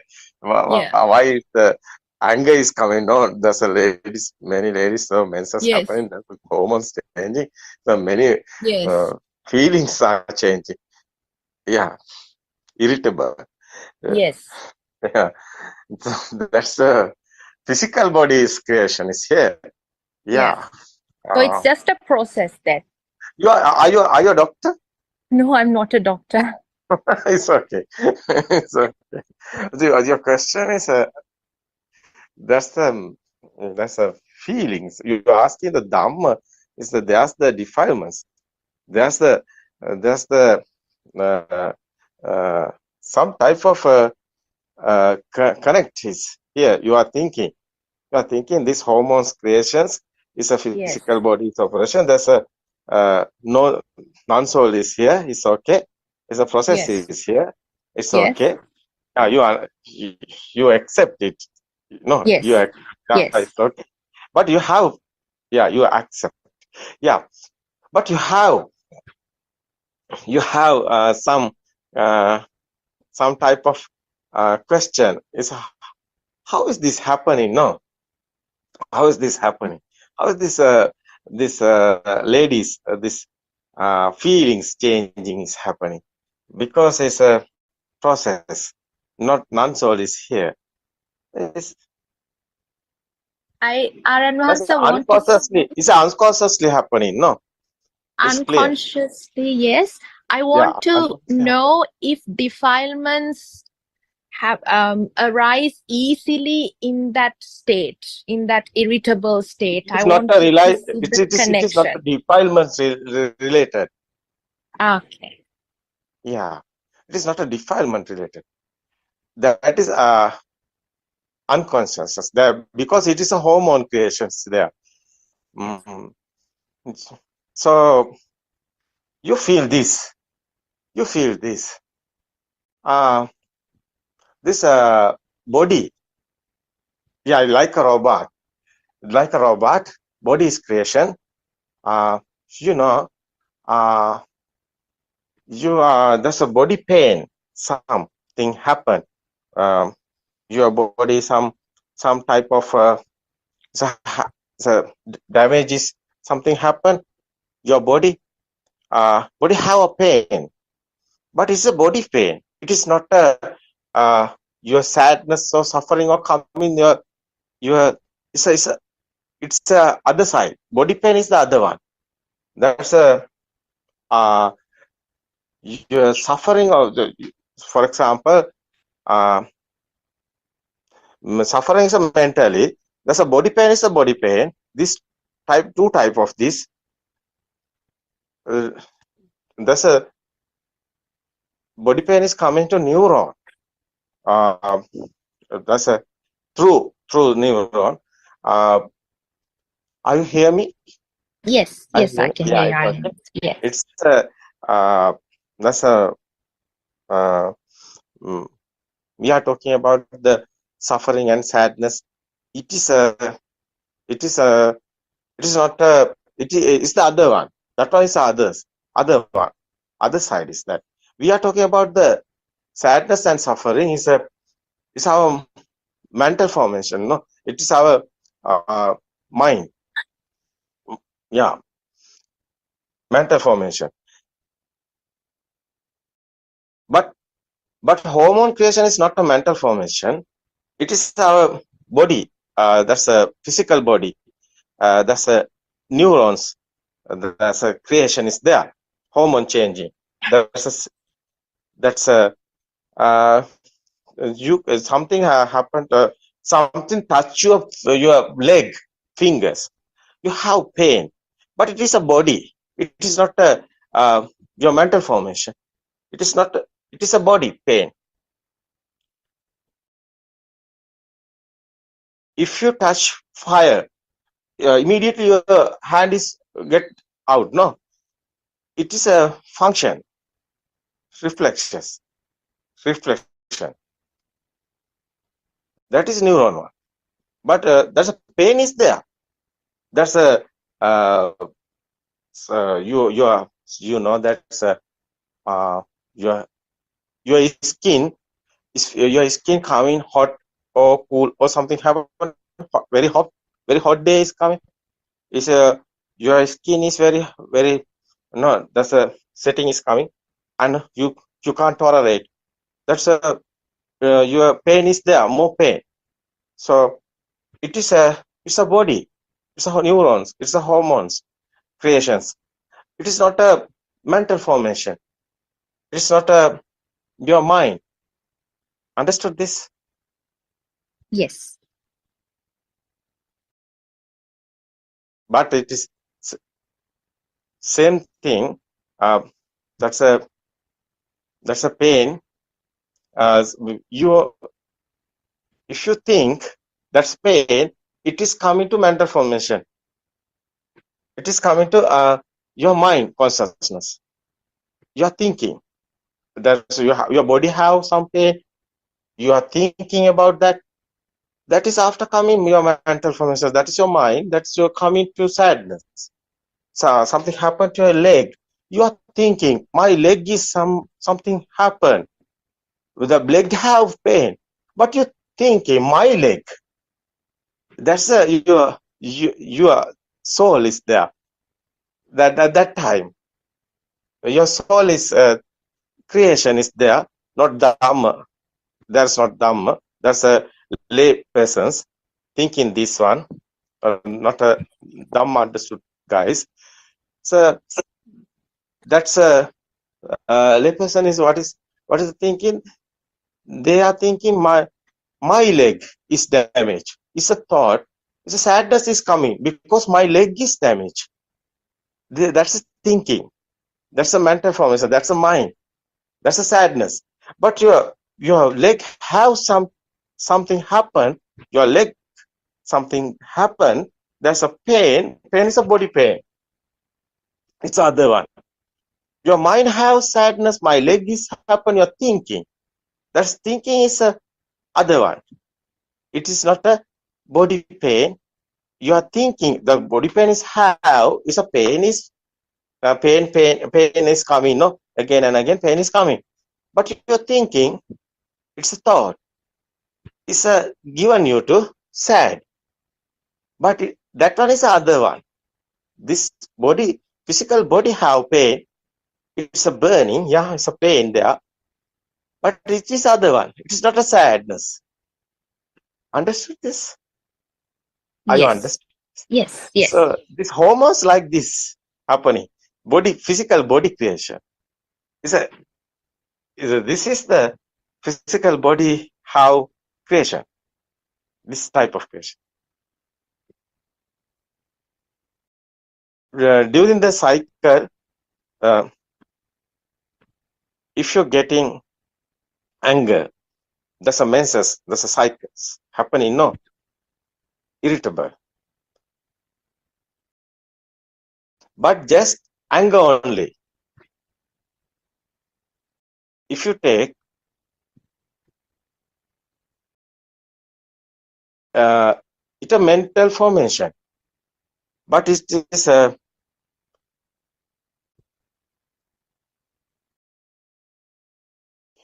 just a body have some pain. That's a anger. That's during that that's a cycle of menses. That's a hormones. That's a creations there. That's a inside your that's that part of the females. That's hormones, estrogen, progesterone, that's hormones are creating. That's inside happening pain. So that one is given to you. You can't tolerate it. It's something happen inside there. That's a body, physical bodies, that creation. But that's melatonin. But you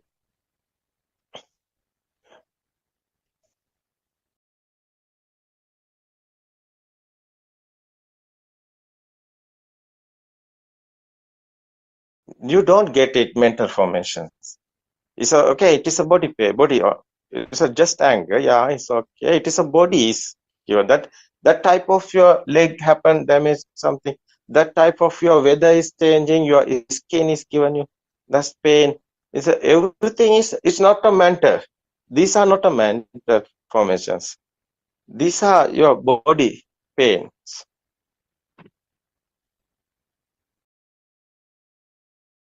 Yes. Yes, I understand. Yes. If you shout during menses period to others, Sorry. so Yes. don't take it like a mental formations. No, Yes. yeah, it's out only. But just a small period is going, is changing. No, normal, your mind is coming. That's a Yes. ladies, females have this. I think this Yes. one want to be that's an experience have a ladies. But I am telling that's the thing. This situation realizing Yes. you have experience. You know this. It You is know this what is very. happening. It is very interesting to connect it to Dhamma to see how even the mental formations change around that time. So that is why I wanted to see if it's a valid connection to make. Yeah, that's a mental formation. So you get it. No, you are thinking, but you not get it. Mental formation. It is not a mental formation. But you understood this Dhamma. You are not getting this mental formation. But you don't know this Dhamma. Yeah, just anger. It's okay. Then over. Yes. Then sorry. You tell sorry somebody, so you tell something, shouting or something at that time, message time is coming to body pain and your anger is coming. That's why you can't tolerate. No, something you are telling. No, some words. Hormones period is there. No, you're Yes. telling sorry because Yes. they don't know your menses is here. This is type of happening. So the misunderstanding is coming at that time. No. Yes. It is interesting. That one. Yes. Question also interesting. Yeah, special. Yeah. But it is not continuing. No.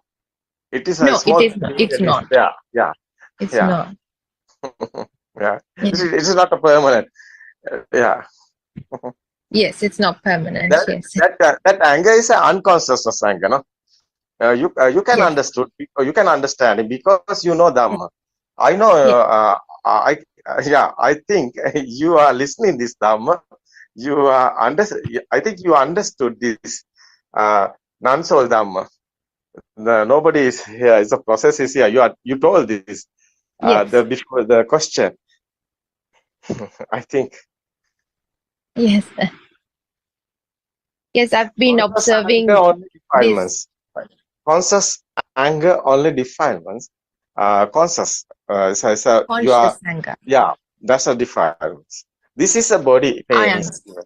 Yeah, it's a hormones. Yeah, Yes, that's what I wanted to know. unconscious, not hormones. Hormones is creation. Unconscious. Unconscious. Yeah, Yes, that's right. it's not only anger, because around that time I get all sorts of thoughts, not just anger. I feel very depressed sometimes. I feel very low. So I wanted to know if that was part of the process as well.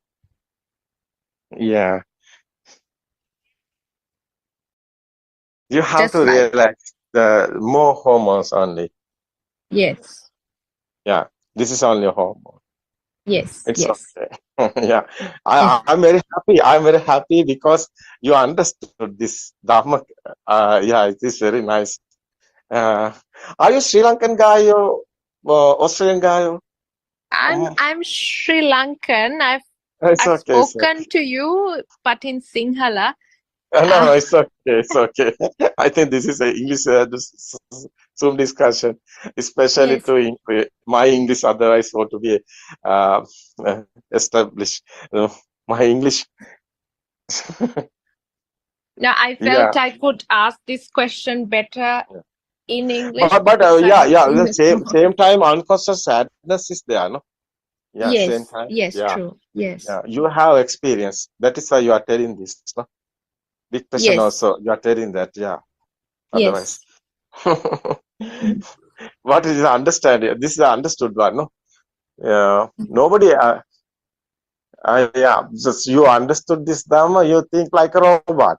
It's happening everything like that. It's a physical body, have hormones, it's a creation, it's happening here.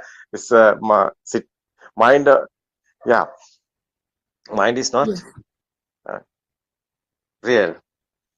Yeah. yes, It's it changing. is. Mind is not, yeah, it's just changing. This is not permanent. Yeah. It is Yes, a small period is there after menses period is gone. No, after your normal is there. That yeah, not like that. So the small period is there. Your uh, yes, yeah. At yes, that time, at that time you have to be very alert. Alert. yes, Yeah. yes, yes, I That is how what's happening. Yeah. How is creation? How mind creating? Yeah. Hmm. Yeah. So everybody, I think it is very nice this explaining. This nice this your discussion. I think because yes, many women are listening this Dhamma. yes, true. Yeah. Oh. So misunderstanding. You know, somebody is looking this. You, uh, they are misunderstanding. Really anger, they are thinking, but it is not a really anger. No? Mm. Yes, Yeah, misunderstanding. There's somebody not understood this. You can tell him, but how are you telling no others? I have yes, menses. You yes, don't think about it. yes, How is telling that? No, you are doing yes, some or something. No, business or something. How are you telling? I have menses. This time you don't. You cannot. You're not listening this. You can't tell it. yes. You But can't tell. Aaron, answer on a Yeah. personal level, it is very helpful to understand the Dhamma, especially to deal with those Yeah. emotions around that time, because I know what to expect and what's going to happen. So like you said, I'm better prepared and alert, and it is still a very slow and steady process to understand this without any effort. I still have to make efforts to understand that what is happening is actually unconscious, but in that moment. Otherwise, yes, it is very helpful, especially to women, when they listen to the Dhamma.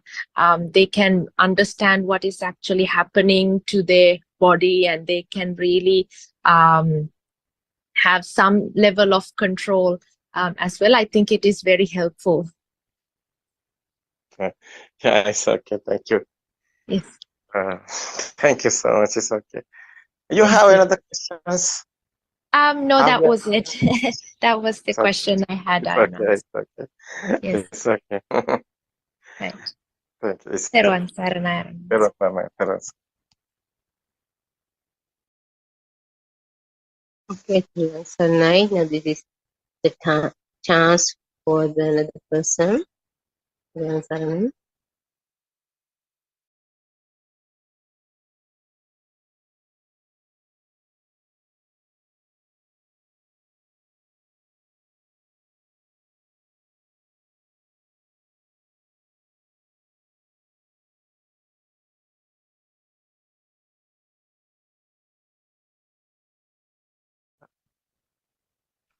How is that, no? Everybody, I think, listen that discussion.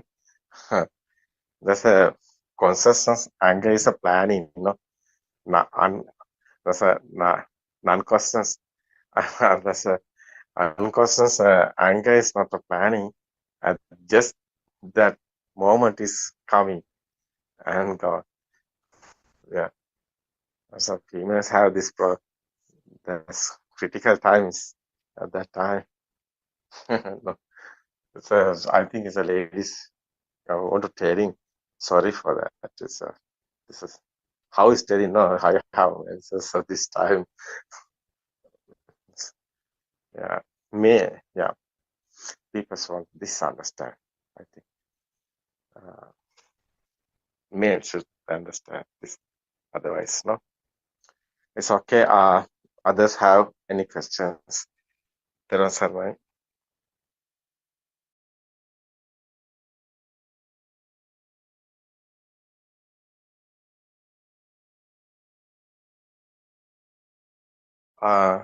I think what you think about it, others.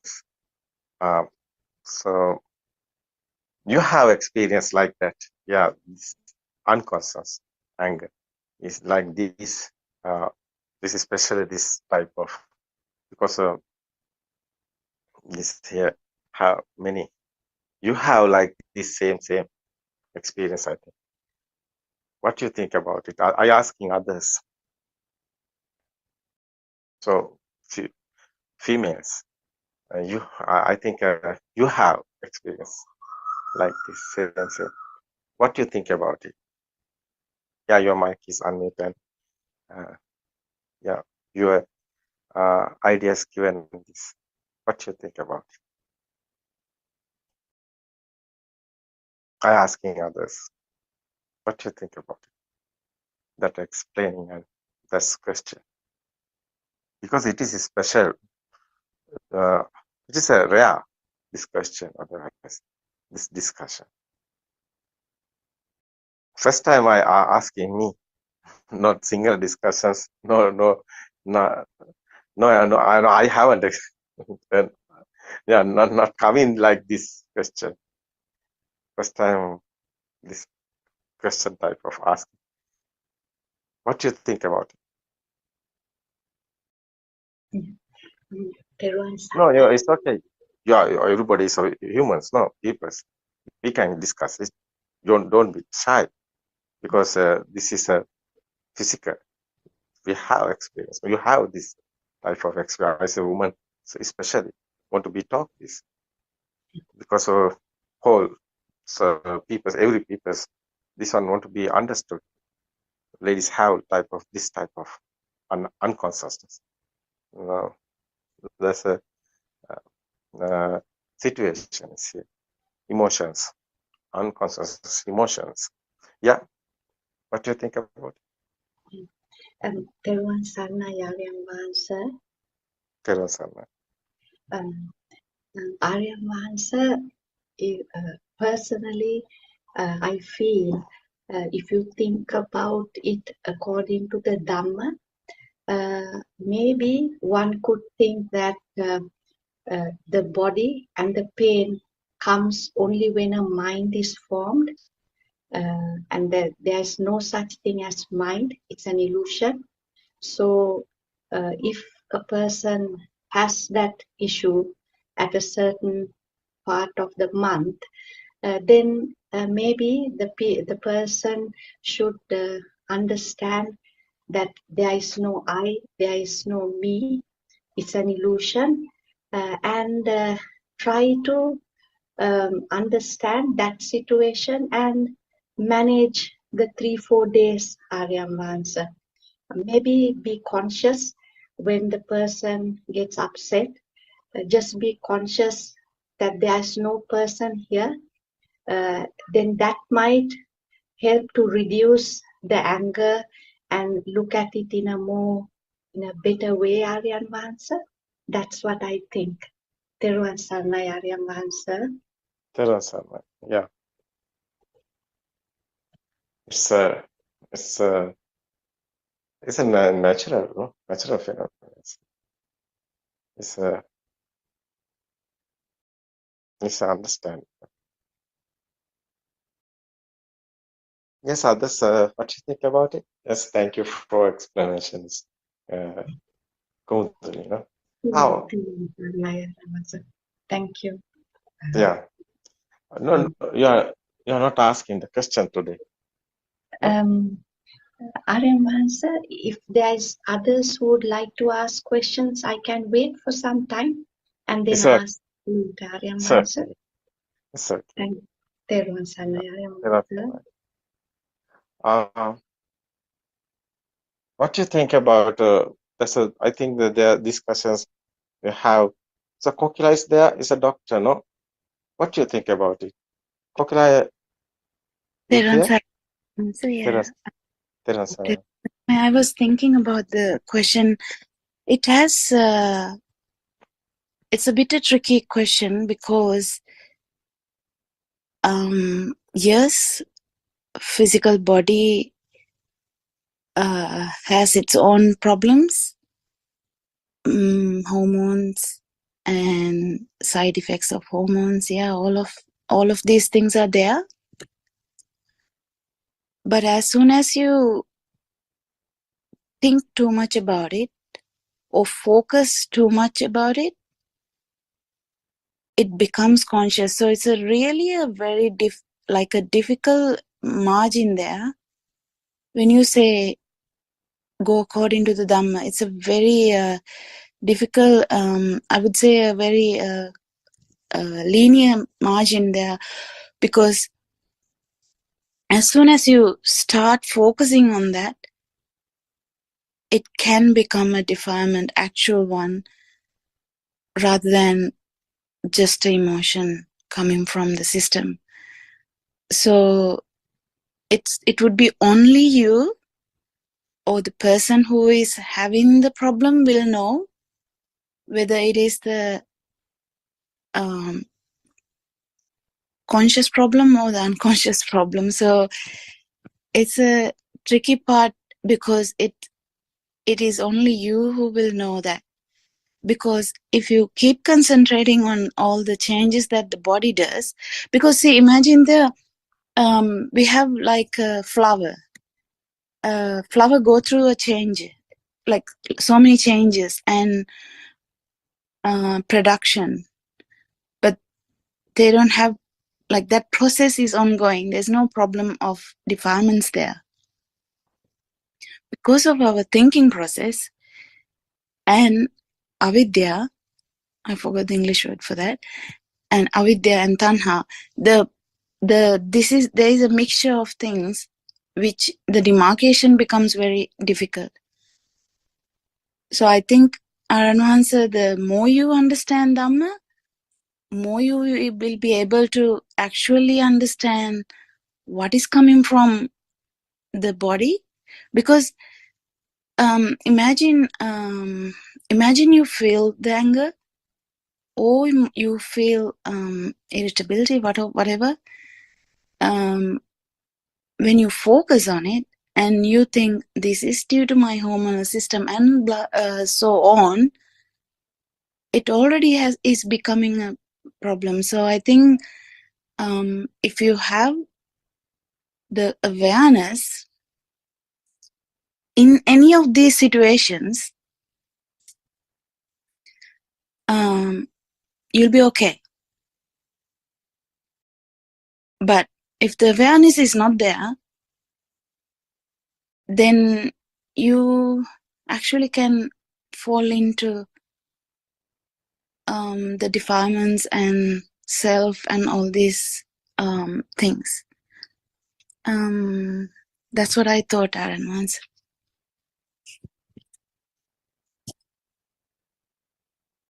Yeah, you are telling that's particular. That's awareness is how can control it.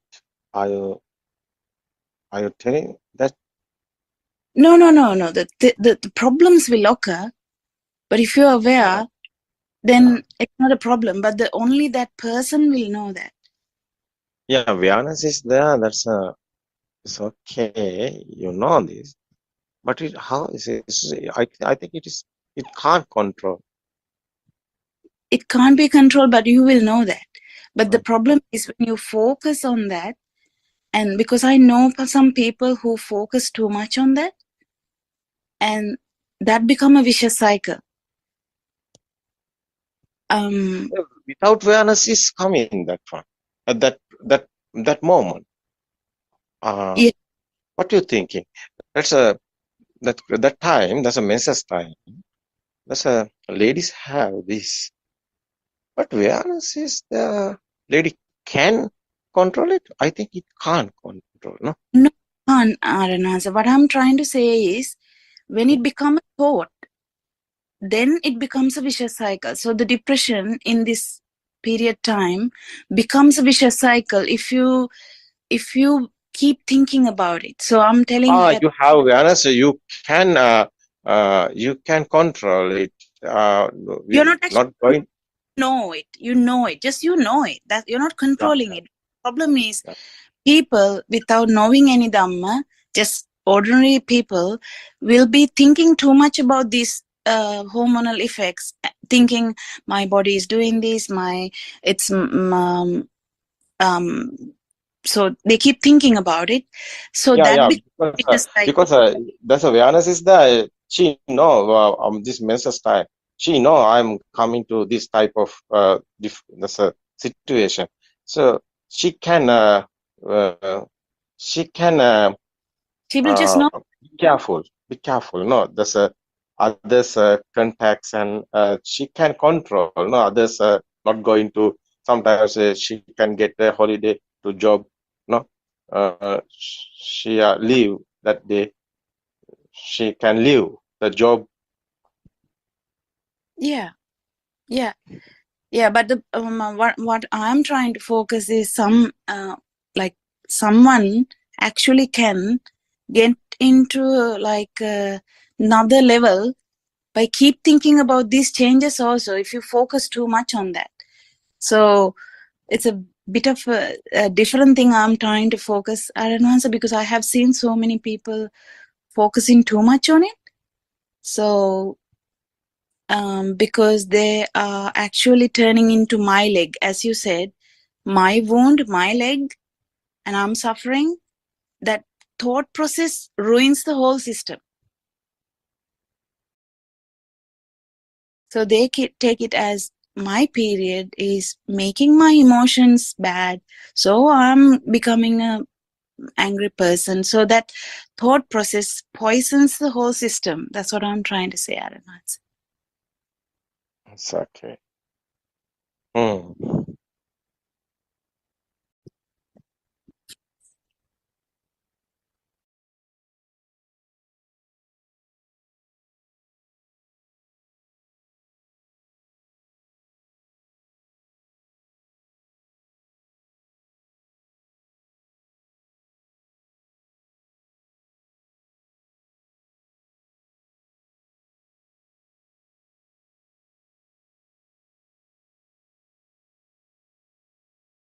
Whereas you have mental formation, you can avoid.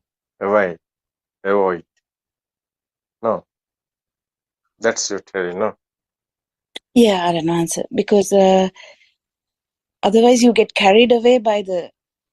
I mean, you get the emotion, but the emotion is not the problem. The thought process behind is the problem.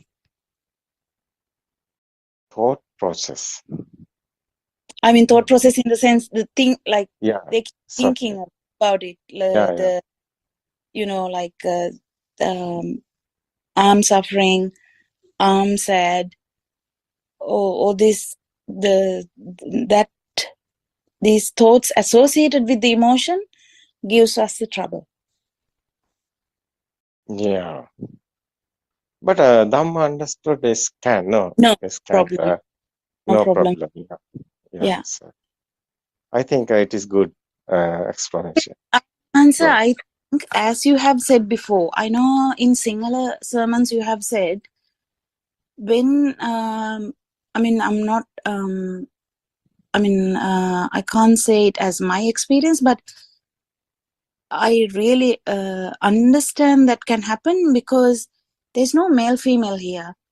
It's all like another level of mental formations we do, like male, female, I'm a female, all these things. So if you're really into Dhamma and you're aware about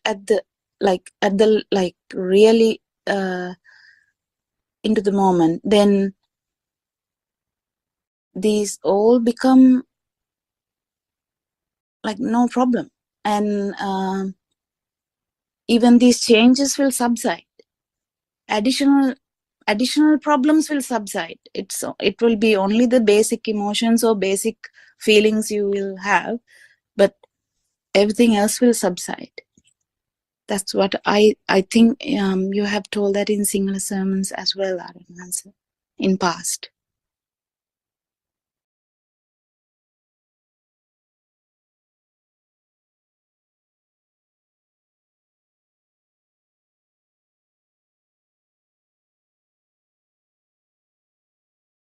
What is the subside? Meanings? Like reduce, like additional thinking about I'm a female, I'm going through these things, but there are also just mental formations. If you keep understanding this deep, then I don't think these emotions will be highlighted to you. Like it's a normal thing. It won't be highlighted to yourself. So it will be like feeling chilly to your tongue. It will be just that, just a sensation, just sensing. So it won't be highlighted to you. So you will become, your defilements will subside automatically. Yeah, it's okay.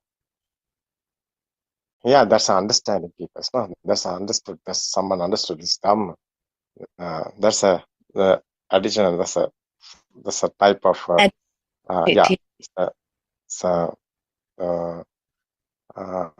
relaxes. No, that's not more question. Like no type. This critical time, I think, can control some type of control can, but is normally is coming physically. So body is a situation as the body pain is coming. No, inside pains are coming, but mentally is okay coming. But some type of can no, that's a cool down that time. I think that's your explanation. You're explaining that one. I think I'm correct. Some type of Dhamma is understood this. Okay, awareness is otherwise there. It's okay. Understood this.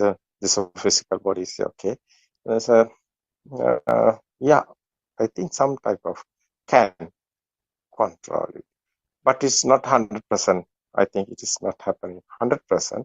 We can't tell that. But it's okay because as some women's females have more pain, just, especially young guys, more pains there. They are telling that no, they can't tolerate. They are in pain at that time. It's a body, it's a physical is coming. It's not a thinking. Yeah. That's the situation. That's the situation. Everybody is every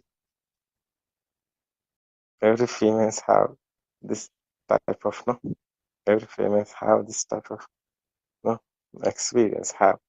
So men's are I think male guys as a gents I think want to be understood.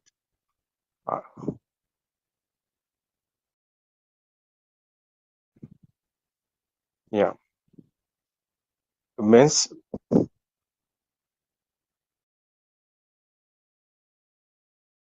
after menses stop. What's the happenings? Age humans as elders guys. So as a menopause, 45. we call it menopause, Aranhans. I think menopause time also there's so much fluctuations in the hormones, where a lot of females come and see the doctor. But again, there are so many changes that can happen. Some feel it less, some feel it more. It's the same like as you said, as a young girl, someone would feel the pain too much, will have the hormone fluctuations too much. It's the same thing with the menopause. The Again, menopause means at around 50 they don't get around the period anymore, but they still have fluctuations of hormones and they feel different. They feel irritable again, like continuously for some time, not till the death, but for some period it can happen.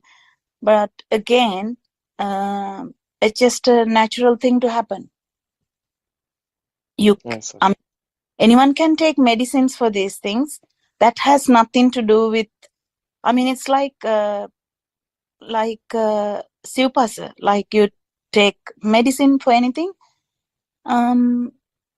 But about understanding Dhamma is quite different, because these mental formations around what you feel is what you get the defilements from. Like, so basic senses and emotions are really misunderstood and due to avidya. So that's where we are trying to like my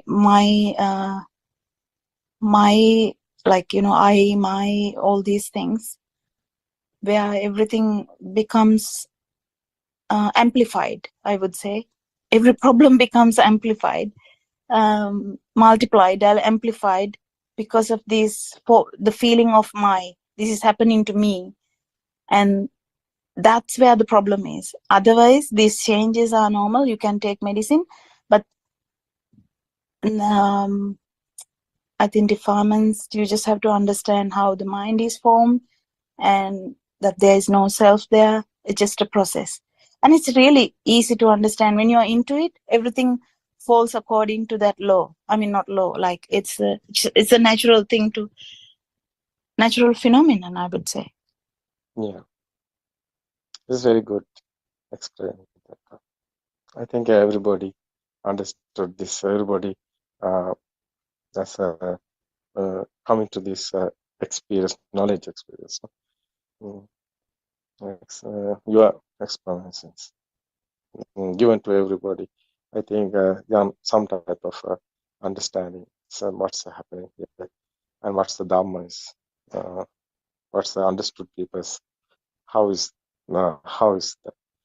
That is, it is very nice, I think. Yeah, you're telling is truth, because somebody understood this. Not just a natural phenomenon is here. No bodies.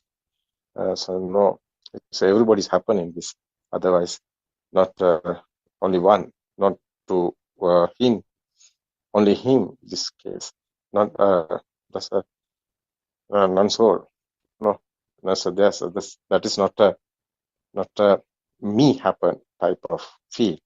It's everybody's happen this time. It's not only me. So not anger more coming. I think they understand. No, more anger is Yes, not coming. yes, Samina. Yeah, it's okay. Yeah, it is very nice. I think explain. Otherwise, this is a consulting type.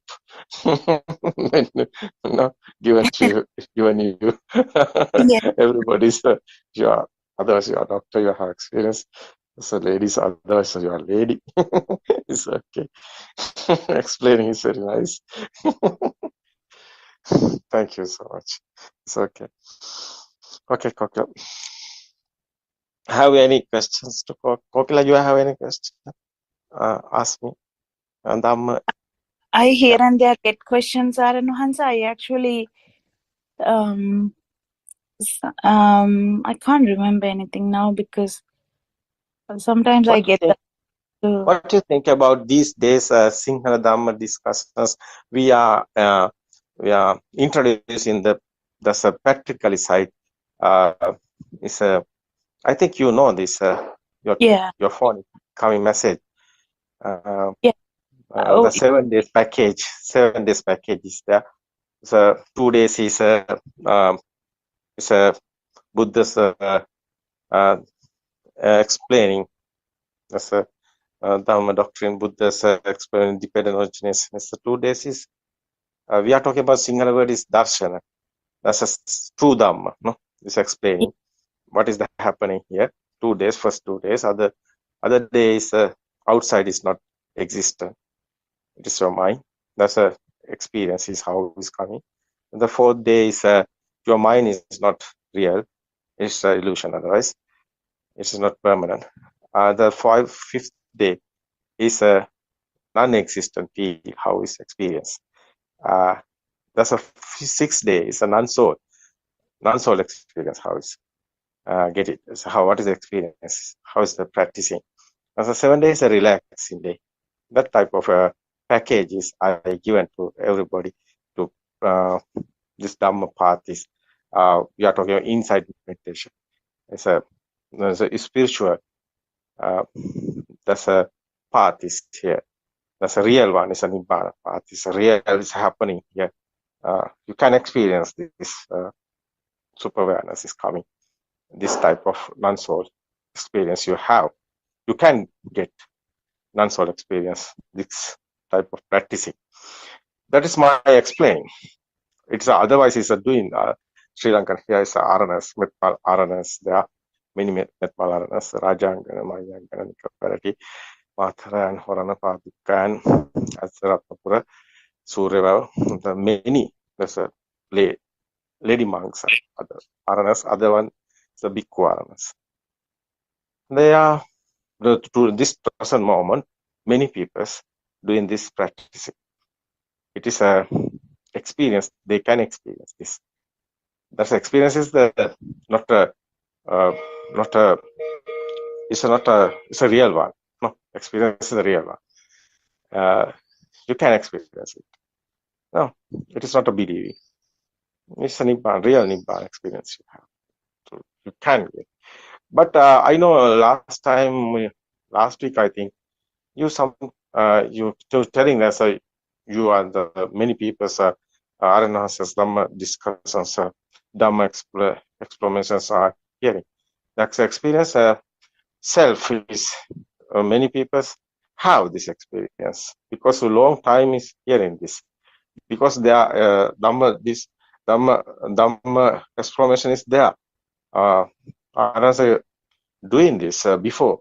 Another done it. Yeah, before 2 years ago. What is the experience?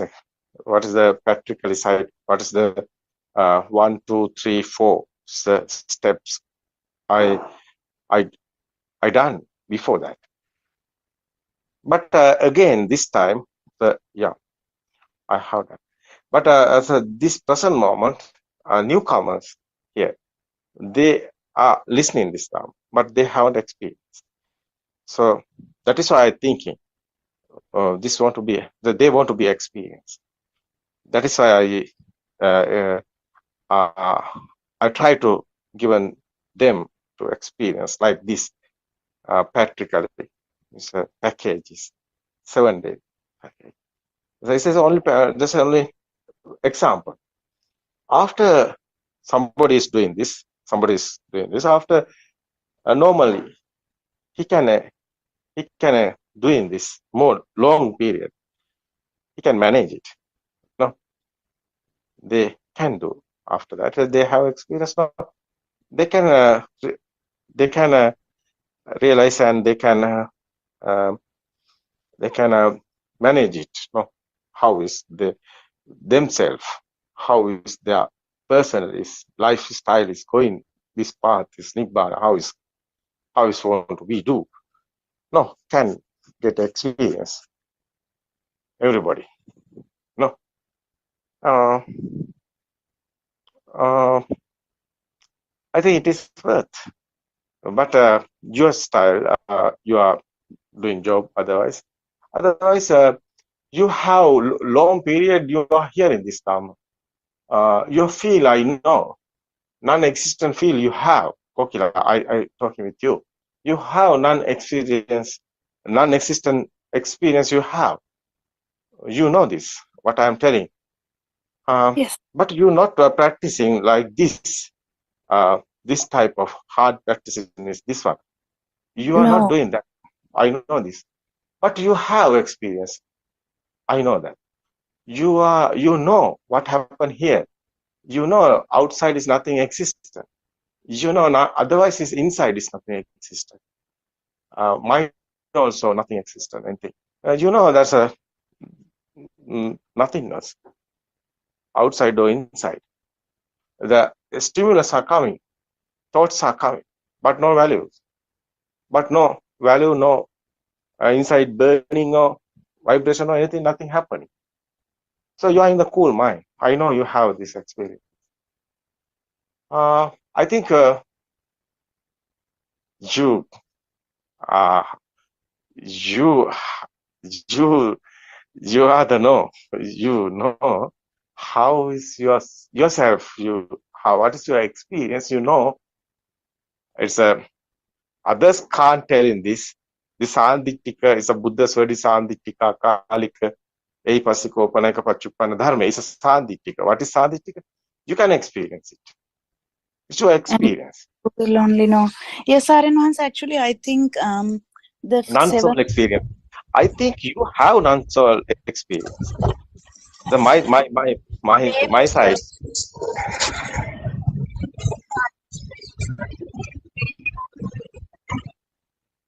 Are you okay? It's not my mic, Saranvans. It's a one is okay. I know you have experience, non-soul experience. You have your daily activities are doing, your job is doing. Yeah, but no problem. You have a problem. The inside is it's a cool down. So no burning. You are many times you are telling this. You have this experience. But this practice is some type of you want to be changed. Some type of you can arrange it. What I am given others that package.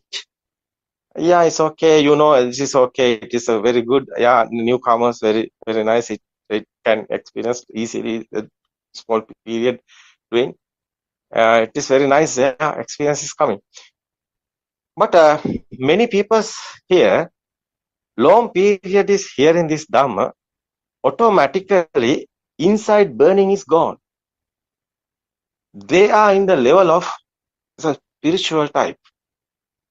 No, they have experience, non-soul type, non-existent type. Otherwise, same. But defilements is some small type of some type of indicating some defilements. They are waiting. A fade in defilements, they know. They have a problem. They don't.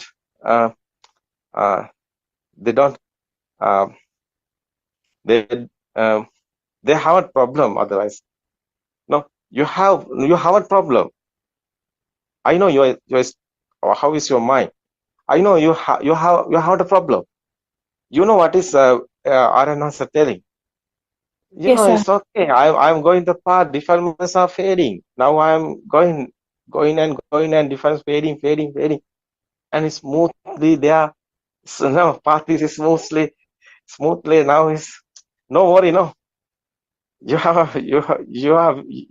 feel is nice. No, your feel is nice. Sometimes coming defilements, but it is okay. It is no more. So little bit. No, your inside is you can tolerate. It is not to tolerate. It is it is your experience. Something is coming. Some defilements are looking. It's no problem. It's fading. No, again and again and coming. It's a fading. You are going Yeah. nice path, I think.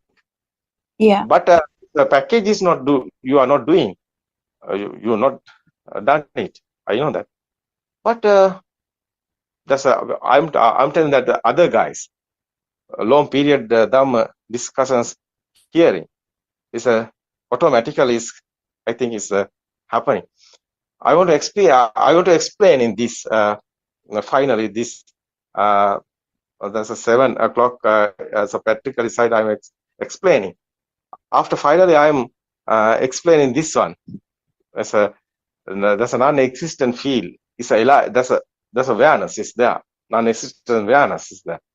We are talking like that. We are discussed this. Non-existent awareness is here. Non-soul awareness is here. So that's I think it's that's a long period coming with me and explaining this Dhamma and hearing and coming like this situation. I think they don't worry about anything. It's okay. You are going your path normally. That's my opinion, advice. It's okay. Don't worry. Yeah. Other side. I'm telling. They have experience. They know this Arans what is doing here. It is okay, no? What you think about it? Yeah, Ranwan, I thought the longer the better. I think the 7 days like a crash course, I think. We call it crash course because it's we have been in this, I mean, we have so much things to contemplate, but 7 days, if you do it correctly, I think it should be enough for someone who has like at least basic understanding. But even if it's a beginner, to understand what this awareness is, because I think the lack of awareness is the problem. So if someone get the sense of awareness, I think through this 7 day or even 14 days, 21 days, it doesn't matter. Whatever you can do, if you can do it longer, it's better. The problem is we are in a rat race in this society, so it has become a bit of a difficult thing. I think why we are still in this rat race is because we haven't fully done this. I understand that part, but still awareness is guiding, so that's the best part of it, having the awareness about your own defilements so that you can be guided. Automatically you will be guided. So, but I think 7 days is not enough, but to someone to gather this basic understanding, that's enough. But it's not the whole thing. You have to keep doing this forever. Yes, Aaron. Yeah, it is true. That is okay. It is true. Because that's especially you are in the Kokila, you have experience. Inside burning is going, no? inside vibrations are going. Normally, it's a day by day is going. It's a very nice, no? No, Yes, sir. it's okay, no? It's very You nice. can feel the difference. And newcomers, no experience. Newcomers haven't experienced. That is why 7-day pack is given. But they can experience, no? After they can manage it, decide it.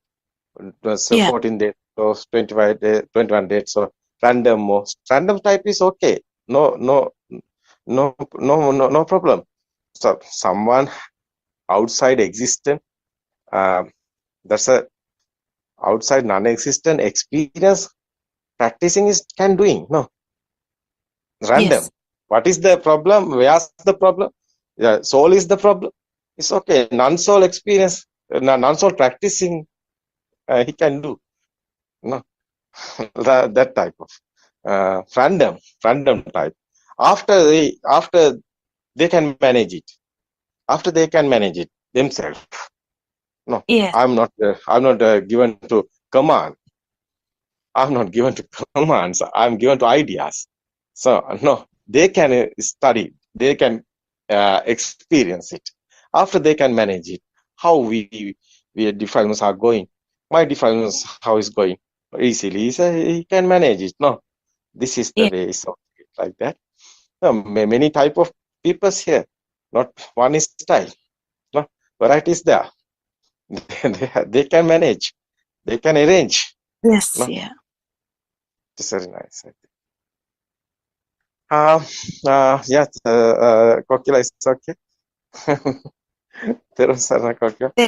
Yeah, very nice your explaining. Yeah, your English also very nice. It's okay. Thank you so much, Kokila. I think experience how they are here. I think listening this Dinushi. Are you here? Okay, Kokila. It's okay. Dinushi, are you here? I'm asking Dinushi this package. Same question. What is your idea? What's your experience? I don't know Dinesh is here or no. Dinesh, are you here this? Are you here?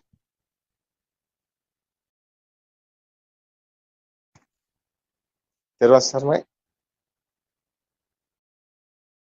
Are you hearing? It's okay.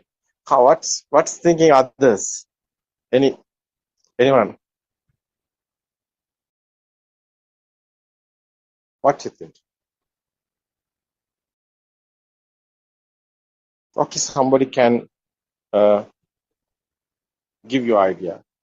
Give your. It's okay. Have you any question or you can ask? It's okay. We have 15 minutes.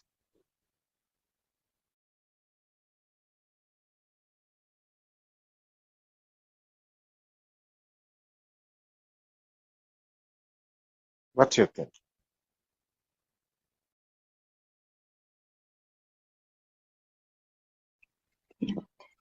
Teruan Sarnai Aryan Wahansa. There are Sarmai. Aryan Wahansa, is it possible to ask a small question, please? It's okay. It's okay. Yeah. Thank you, Aryan Wahansa. Aryan Wahansa, this question is regarding the practical side. And Aryan Wahansa, you mentioned that it would be good to have a book and write down your practice. May I ask Aryan Wahansa, how can I note it down on the book, please? Because I know that we have to be conscious of the eye consciousness, ear consciousness, nose, tongue, body consciousness, and the mind consciousness. And because you said when people are very busy, it's better to have a certain time, an hour or two, and note down on the book. Aryan Wahansa, if you don't mind, how can we write this on the book, Aryan Wahansa? Teruan Saranai. That's a period, no? You are right. You get book. Practically no. So Yes, practically, you are doing some. We are talking about the Kamatana, Buddha yes, studies, the Pratipada, was experience. So you are doing the practice. Is the time you write your book. The time, the practicing. Outside, all none and it's okay.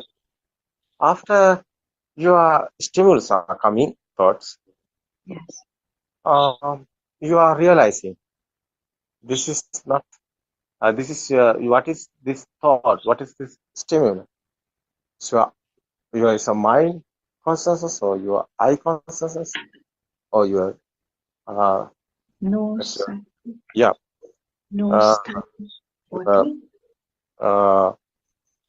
uh, that's your ear consciousness or that's Yes, your sir. nose, the smell consciousness or your, uh, tongue is your taste, tongue consciousness or your skin consciousness Yes, or sir. your mind consciousness. This is consciousness. It's your mind. So every stimuli is your mind, not outside. It's anywhere. Yes, So that is the these days we are explaining, practicing outside non-existent. So that is the experience. You can get this. Everything is your mind. You write it the time. So for example, 8 o'clock. 8 o'clock you are writing your book, and after you are writing, oh, you can't write everything, but you are try to, your stimulus are looking, every stimulus are looking, but it is not easy. I know that, but it's okay. One you write, it's okay. First, you can do this book, not get it. Some we write it the time is okay. After book is there.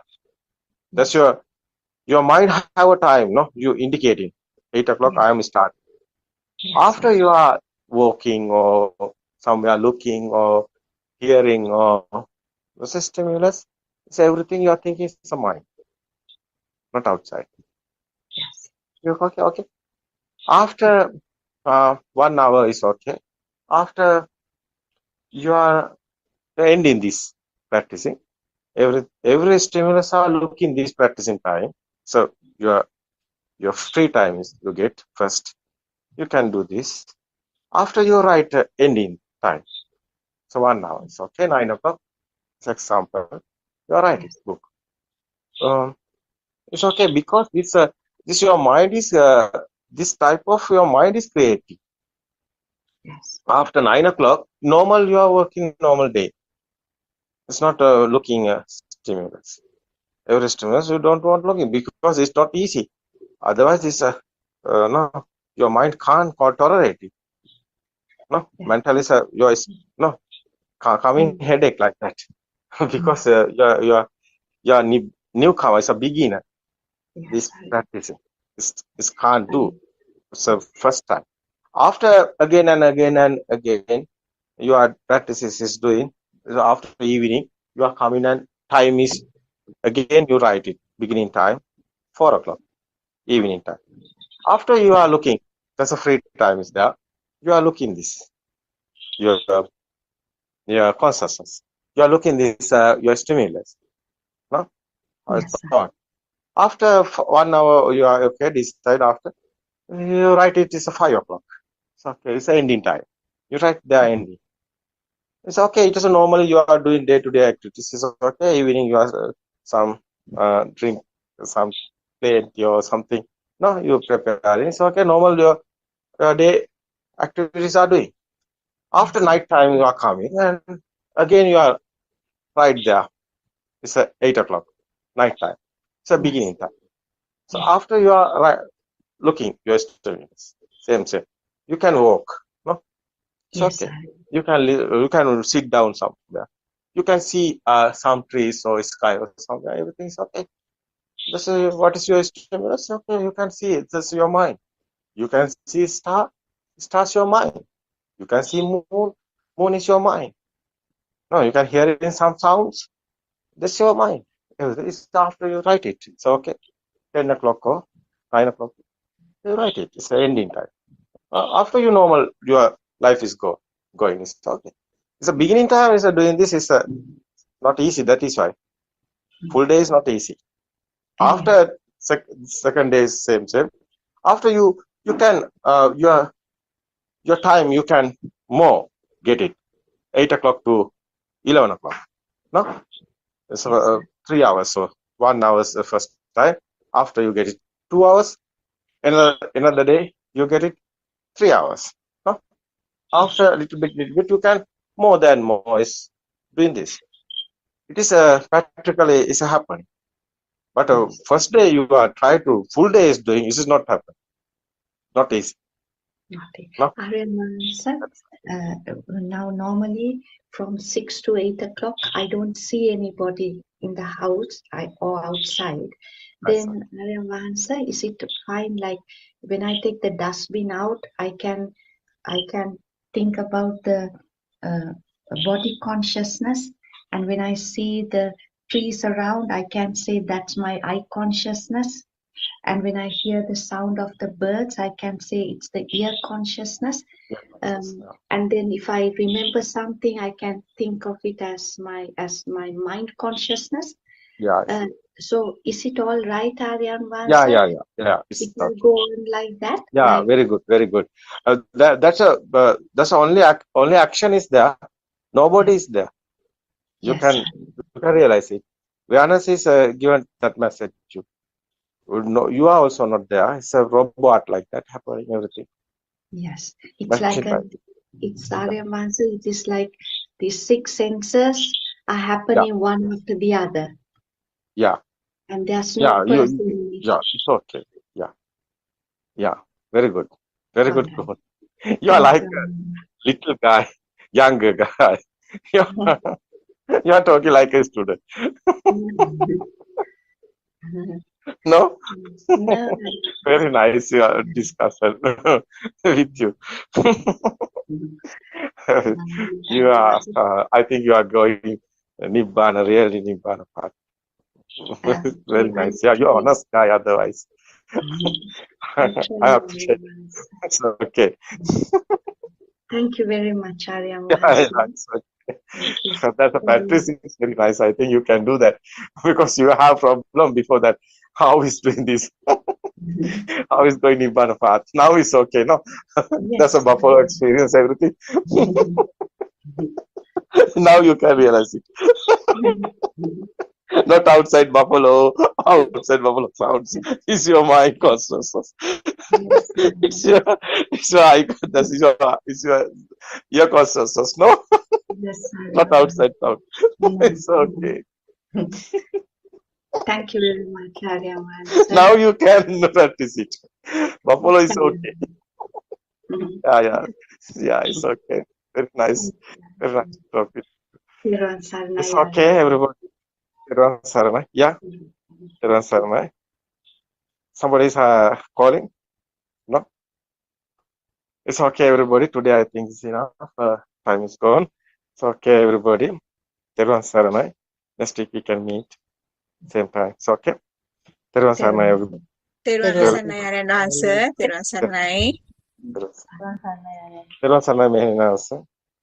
ආරණාංශ නමස්කාර තෙරුවන් සරණයි.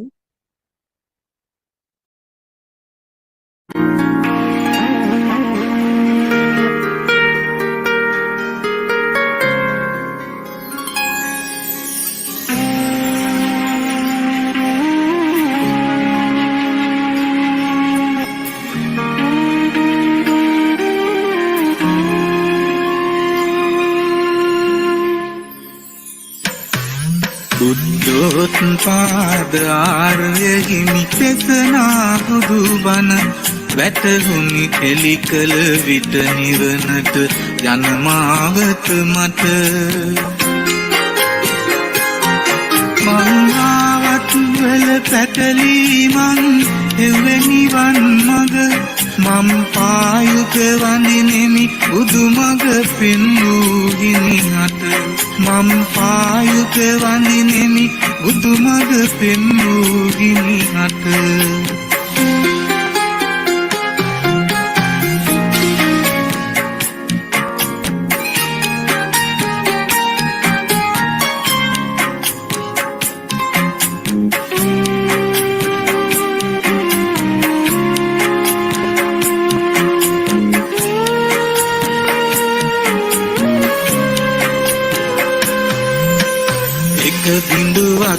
අරන් තැපක් නැති දුක් සයුරේ ගිලි ගිලි කිමද තවලා තැවි මේ දිවි කතරේ හිතා සතුට එරුනිද තව තව මඩ වගුරේ අදත් නිවන තියෙනවා සතහට මගේ මිතුරේ අදත් නිවන තියෙනවා සතහට මගේ මිතුරේ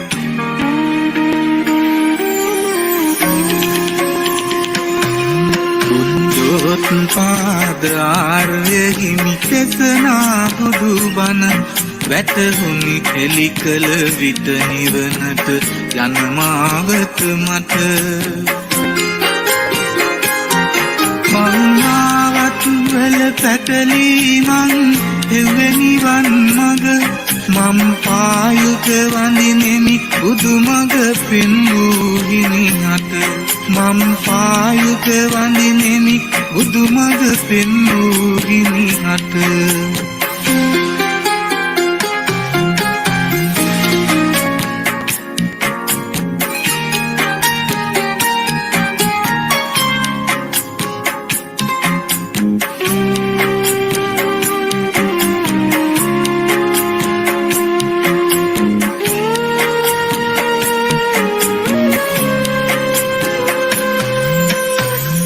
තුල නොව හිත තුල ලොව ඇති බව දන්නෝ මේ බණ පද වලින් සසර නිම කරගන්නෝ අමා නිවනේ තිබෙන සුවය තව නොම දන්නෝ සවන් දෙවි නම් දවසක බුද්ධෝත්පාදෝ සවන් දෙවි නම් දවසක බුද්ධෝත්පාදෝ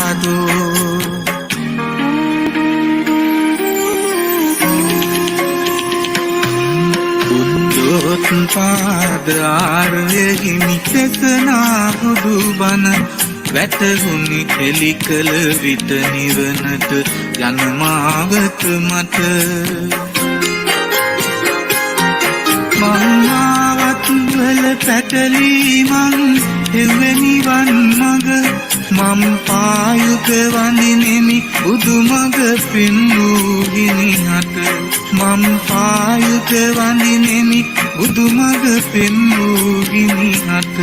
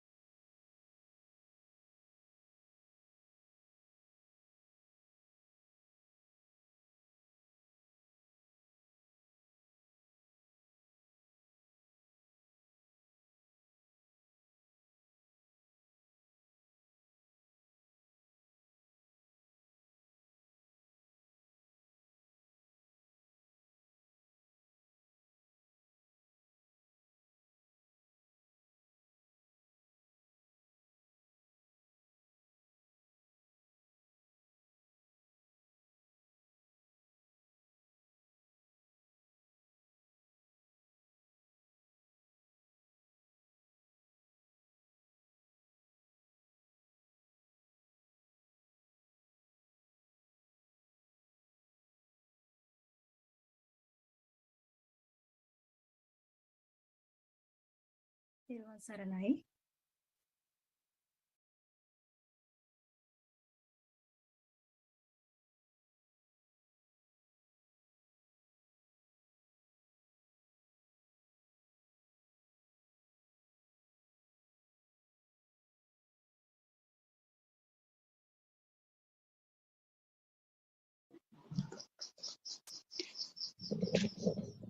තෙරුවන් සරණයි ආරයන් වහන්සේ. තෙරුවන් සරණයි everyone. Actually,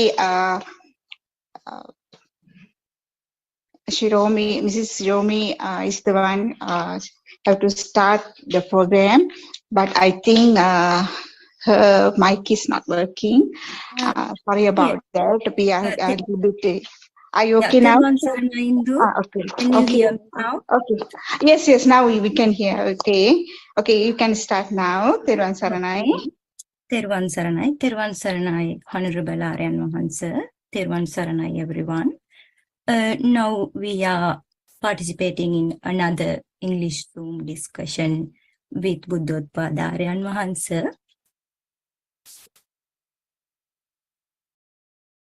So you all know that this is a valuable opportunity. So take a full advantages of this opportunity and don't hesitate to ask Aryan Vahanse any questions about Dhamma. It can be about the way that you should follow the right path to Nirvana, or it can be about purifying your mind. Now this is your opportunity. This is your chance. But before we start, we have a little notice to give to you all. Please mute your mic and turn off your video if it is not your chance to speak throughout this program. Therwan Saranai. Therwan Saranai. Can I ask a question? Is Aryan Vahanse is online now? Oh, yeah. It's okay. Therwan Saranai, everybody. Yes, ask him. Therwan Saranai, Aryan Vahanse. My question is could you please explain what is Buddhism? Because these days we are hearing a lot of things about Buddhism. We just need to get a sort of a clear understanding. So the question basically is, what is Buddhism? Yes, what is the Buddhism? Yeah. We are, we all of them have a religion. So, but so people are talking about Buddhism. Yes, people are talking religion. Buddhism is a religion. But so Buddhism is a religion or no? So Buddhism not a religion. Yeah. Buddhism is Buddhism, not a religion. All of them have a religion. So, what is the Buddhism? What is the Buddhism? Question is very good. Question is very good. What is the Buddhism? Buddhism is not a religion. A religion, they are, yeah, yeah. Buddhism is Buddhism is Buddhism is the pure truth. But first we what is the religion we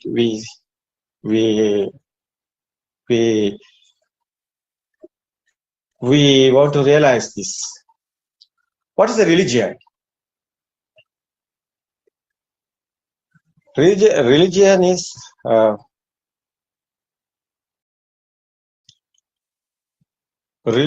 is based on belief.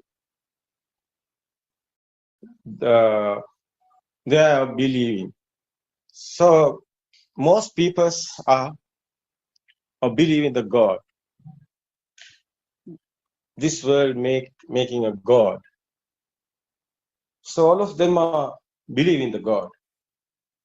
So some people are Buddhist people are looking like not understanding what is the Buddhism. They are doing same, but Buddhism is not a religion. So religion is they are believing. They are thinking after the death. What happened? All of people have three questions. One is why we are born. Second is why we are living. Third is why we are dead. What happened after that? They have questions. People have questions. That is why people believe in. So blind their eyes, blind their mind. They are believing. So someone make this world. He is a God. So this is not a true. But most people are in this world believing. They're thinking after the death, they are going heaven. Am I correct? Yes. Most people are believing after the death, they are going heaven. They are going to the God, heaven or hell. Yeah.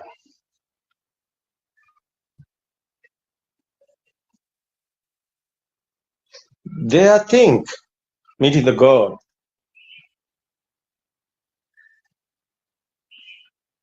They believe it.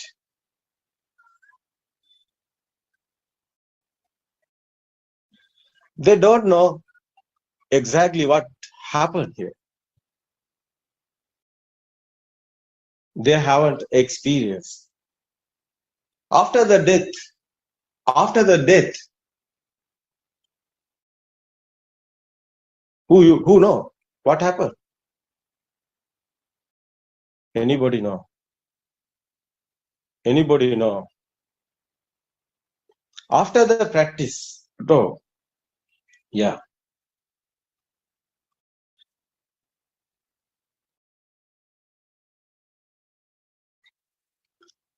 It is illusion. They haven't experienced anything. What happened?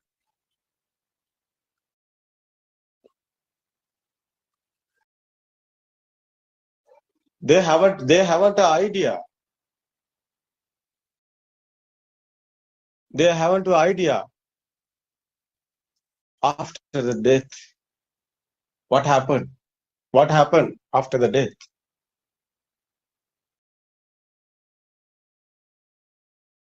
They blindly believe in the God.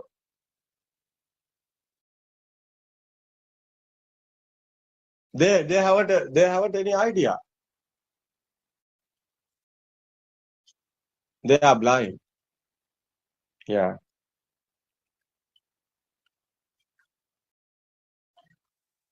Buddhism is not like that.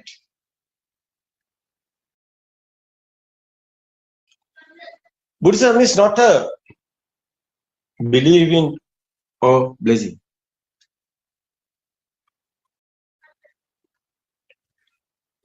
It is practice and experience.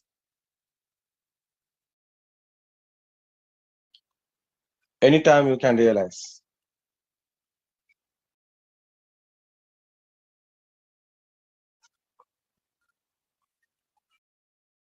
Buddhism is the pure truth.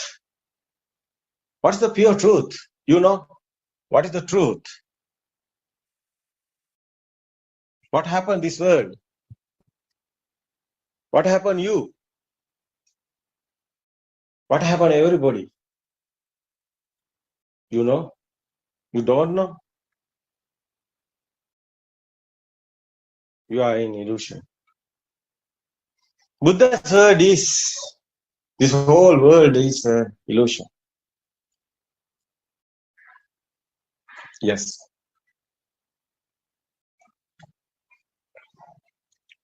Yeah.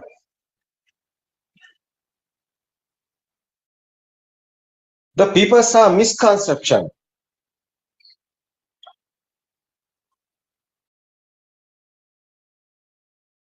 We are talking about the religions, believings. They don't know the truth.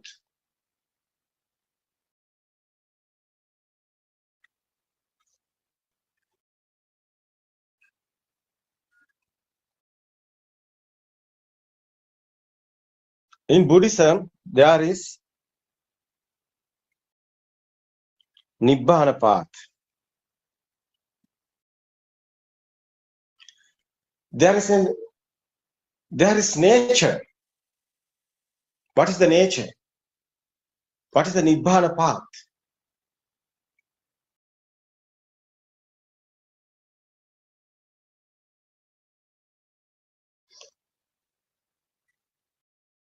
The truth is this nature, base the nature.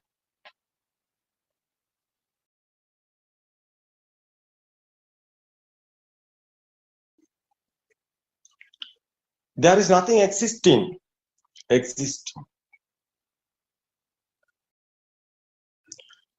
There is only nature.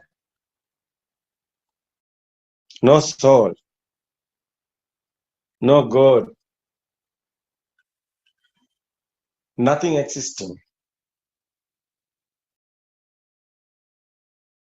You have to know this pure truth. Is all of this your mind, not outside or anywhere. Mind is not a material anywhere.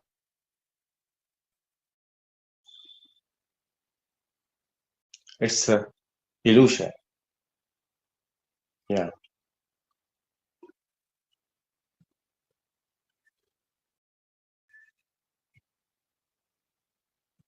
Thinkly, Buddhism is a nothingness.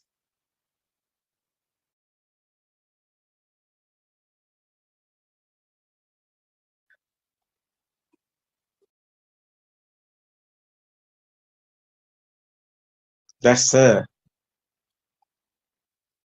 simple answer.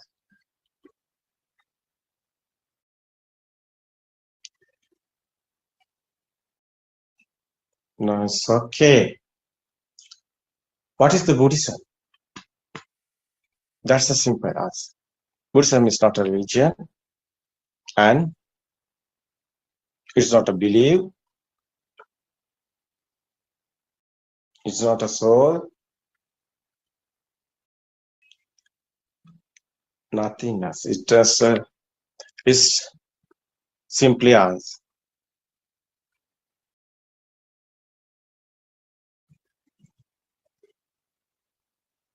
Buddhism is a Nibbana path. Yeah. So people have sorrow, happiness. They don't know what is the truth. They have an idea. So Buddha finding the truth. Buddha wants the people's sorrow end.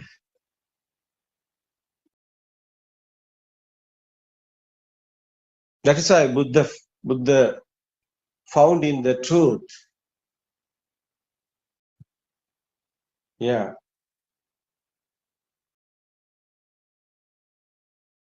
Buddha found in dependent origination is the system, is the process, is the science of our mind. Because whole we are talking, everything is our mind. It's a creation. How is the made this mind? How is the creating this mind? What is the process is this mind? There is the, how creating this mind. For example, how is doing magic. You haven't a magic. How is doing the magic? You haven't a magic. Like that. How is coming this illusion? You find it after you have an illusion. That is Buddha's path. That is the Nibbana path. Nibbana is where's the fire? Fire is over, there's a Nibbana. Your thinking mind has a fire, like a fire.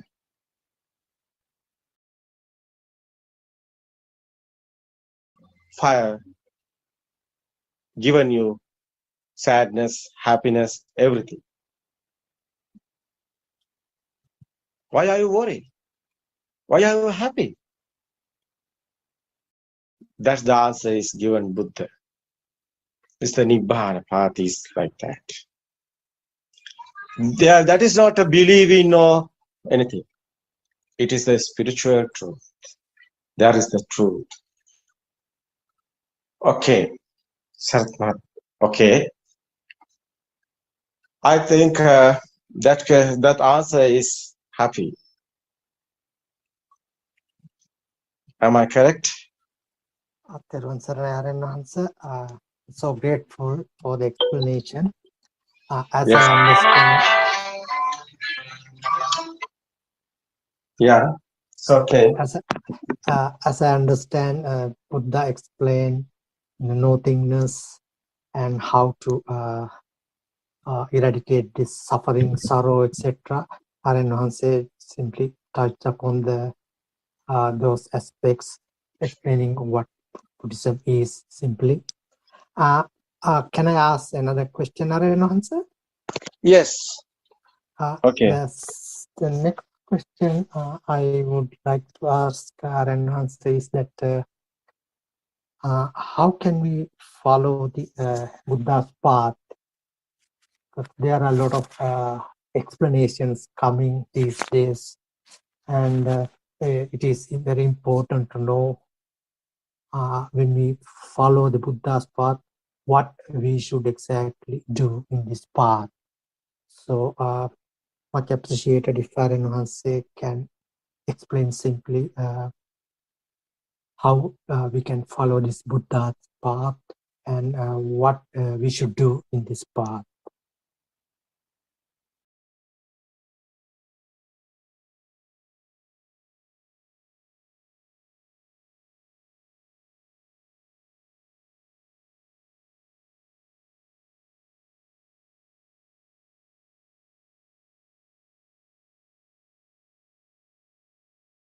Teruvan Saranai Aranwansa. Yes, okay. Could you Yeah, hear that Saranai, I question? heard that question. It's okay. Okay. It's okay. You asking the path, how is going to path, this Buddha's path? That's the question, no? It's okay. Yes. What we should do Yeah, in this what we path. do. It's okay. Yeah. So first I want to tell, after the Siddhartha Tapasa became a Buddha, after that, Buddha coming teachers, and first Buddha's Dhamma sermon. Everybody knows that sutra,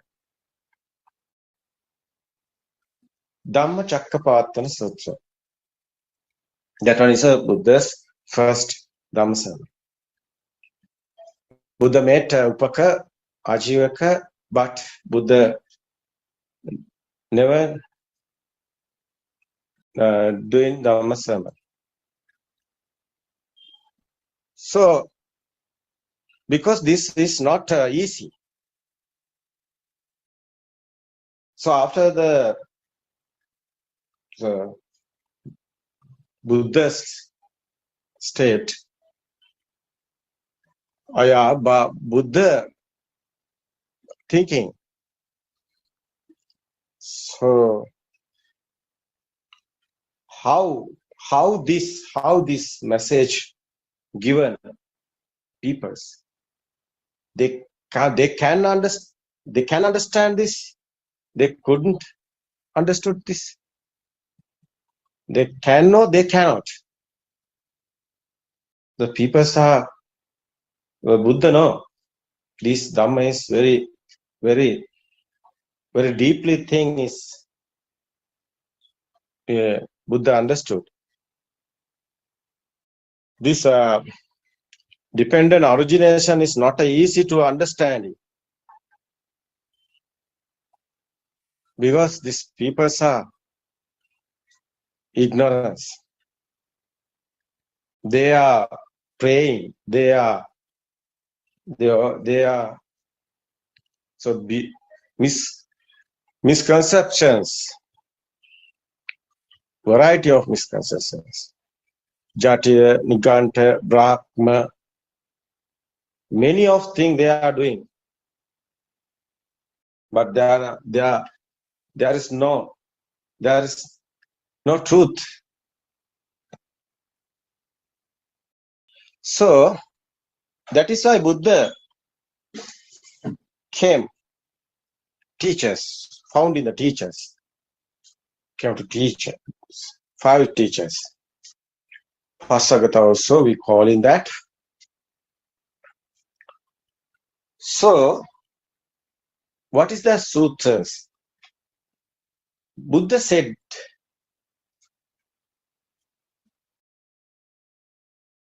Dhamma Chakkapavatana Sutra, there.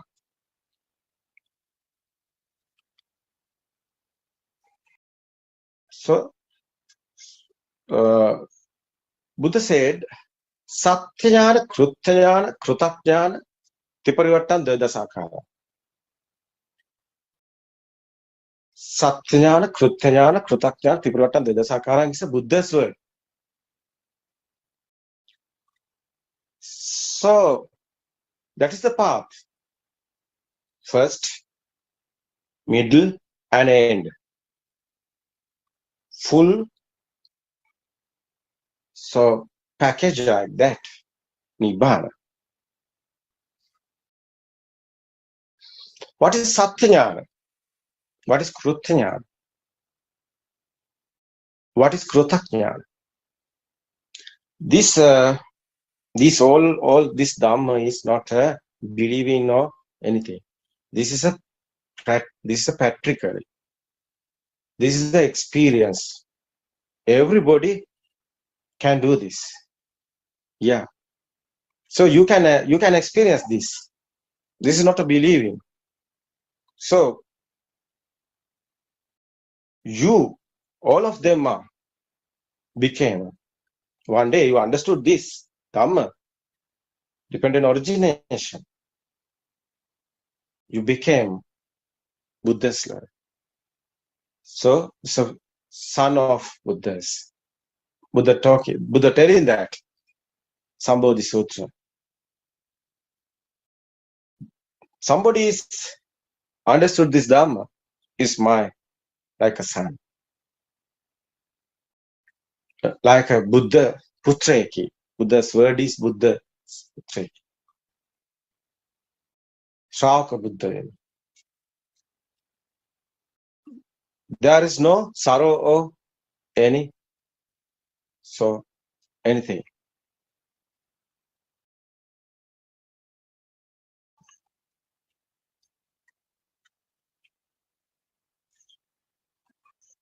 Okay.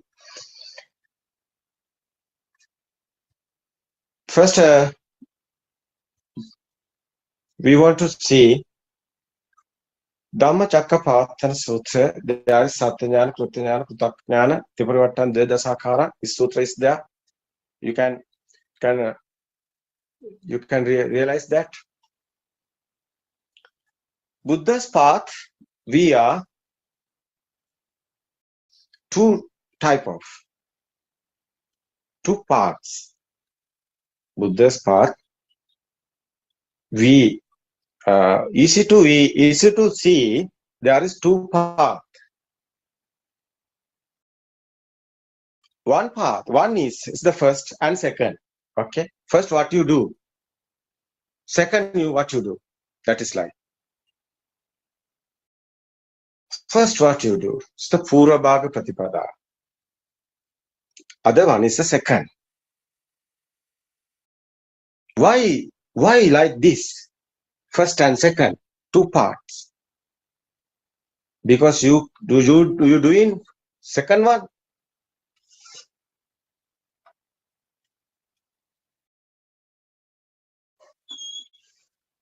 Before first, it not happen.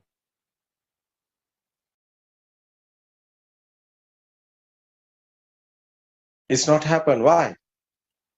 First, you want to do something. It's nothing do. How is happen that? Second one is so somebody we know this Buddhist peoples. So somebody is finding this Dhamma. They are always doing second part. They don't know what is the first part.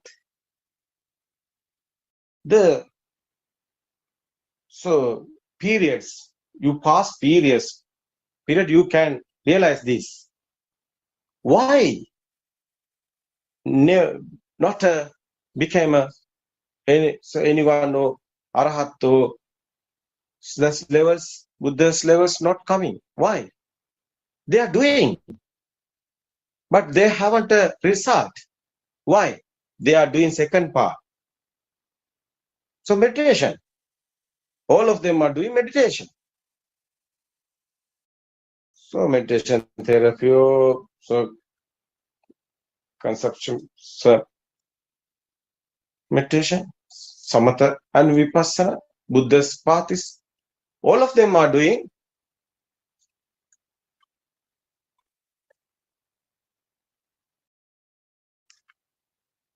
construction meditation. All of them are doing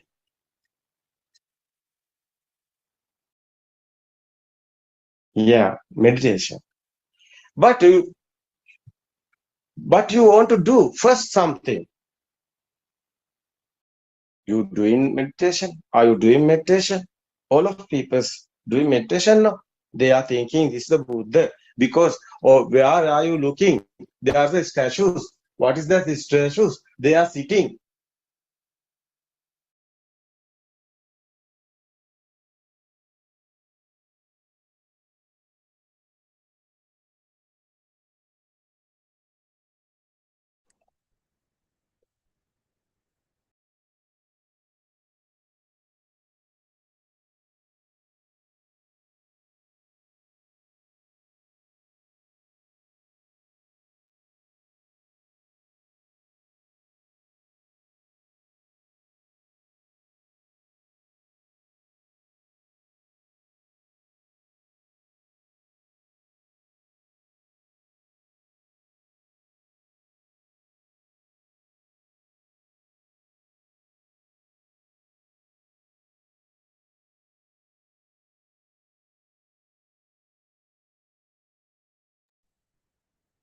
May the Noble Triple Gem bless you and welcome to the Buddothpado PeoTV English Dhamma discussion.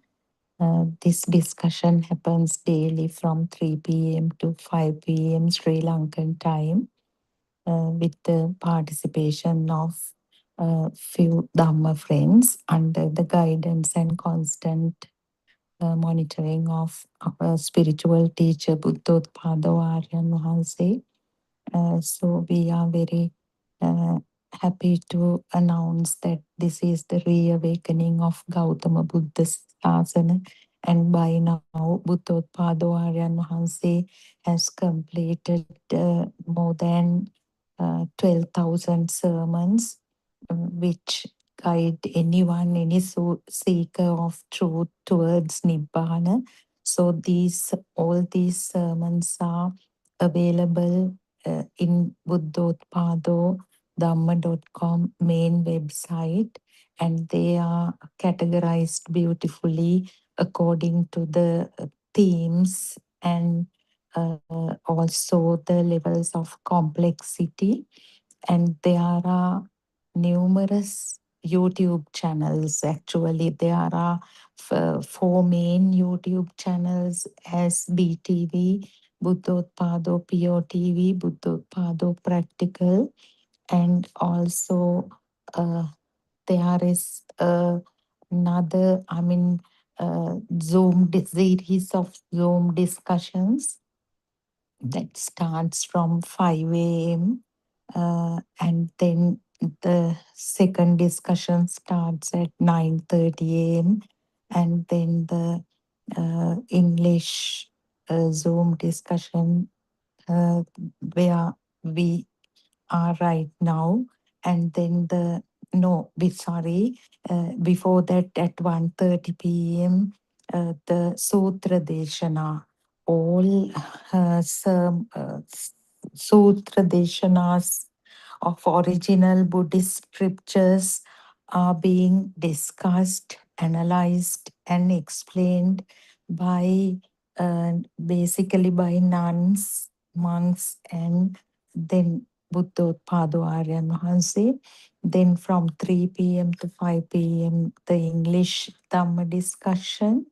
And then 5 p.m., the children's Dhamma discussion.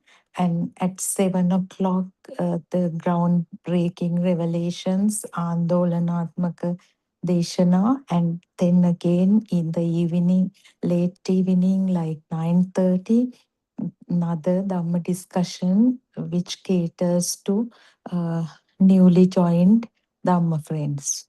And on top of all these discussions, every Friday morning, the Tamil Dhamma discussion also happens. So then there are more than 35 or 40 books written based on these sermons. So wherever you are based in this world, you have the access to Buddothpado sermons free of charge, and you can talk to Aryan Mahanse directly by joining one of these Zoom discussions, and that link is also available in YouTube channels and the Buddothpado Buddothpado Dhamma website, Buddothpado Dhamma.com website. So, as usual, our Dhamma friends have joined. Dr. Sakuntala from Kandy is already here.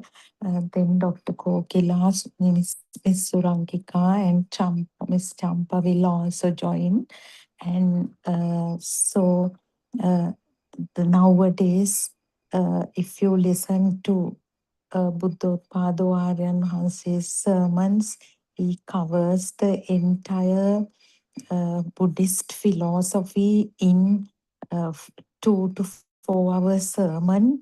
So if you listen to Dhamma for the first time, even now he has mastered the art of explaining complex Dhamma points like dependent origination or five aggregates, analysis of five aggregates, or any complex Dhamma concept which was originally found in Pali in simple language, either in Sinhala or English, using, 21st century day-to-day examples.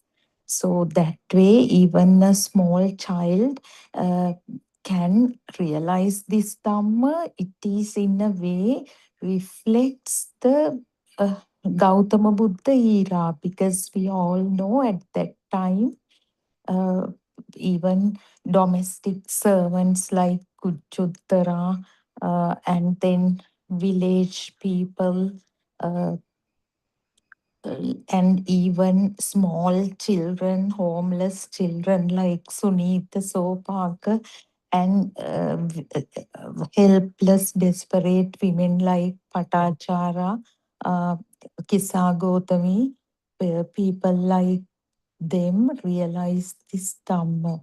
So now it is definitely a replica of that original Buddha era. So until all of our friends join, Dr. Sakuntala, shall we start the discussion? Teruvan Saranai. Yes, there Yes, was. there was. Uh, as you gave a brief introduction to the Buddothpado Deshana, I think we can get back to the Dhamma facts now, because the general information, I think what you gave will be very useful for a person who is new to this. So we all invite, if there are any friends who are listening uh, via YouTube or Facebook, to join the live discussion. Whatever the problem that you are having, don't think that the doubt you are having is a very simple one. There's nothing called simple or serious questions, so we can always uh, try to solve it and try to discuss it. That is going to help mutually, you as well as us. So we welcome you. Yes, so Dharma, we can start the discussion. Yeah, Doctor Teruvan Saranai, the sermon that you explained to me yesterday, the Dombogoda sermon, I listened to the first 1 hour of the sermon. Yeah. It is phenomenal, isn't it, Doctor?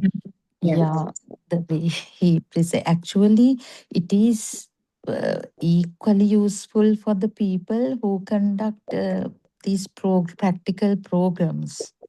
Definitely. The delivering structure, yeah, that format of how, because sometimes, Doctor, I have that experience. Even you must be having the same experience, because you do some programs on regular basis. When I was doing the sermons, because all thoughts flood into the mind, Dhamma facts flood into the mind, and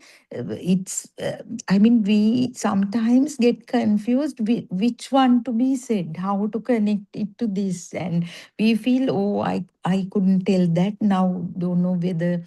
So sometimes we confuse the listeners, putting in all Dhamma points. But the way that he starts and then he gives the concept, right? How the mind gets created.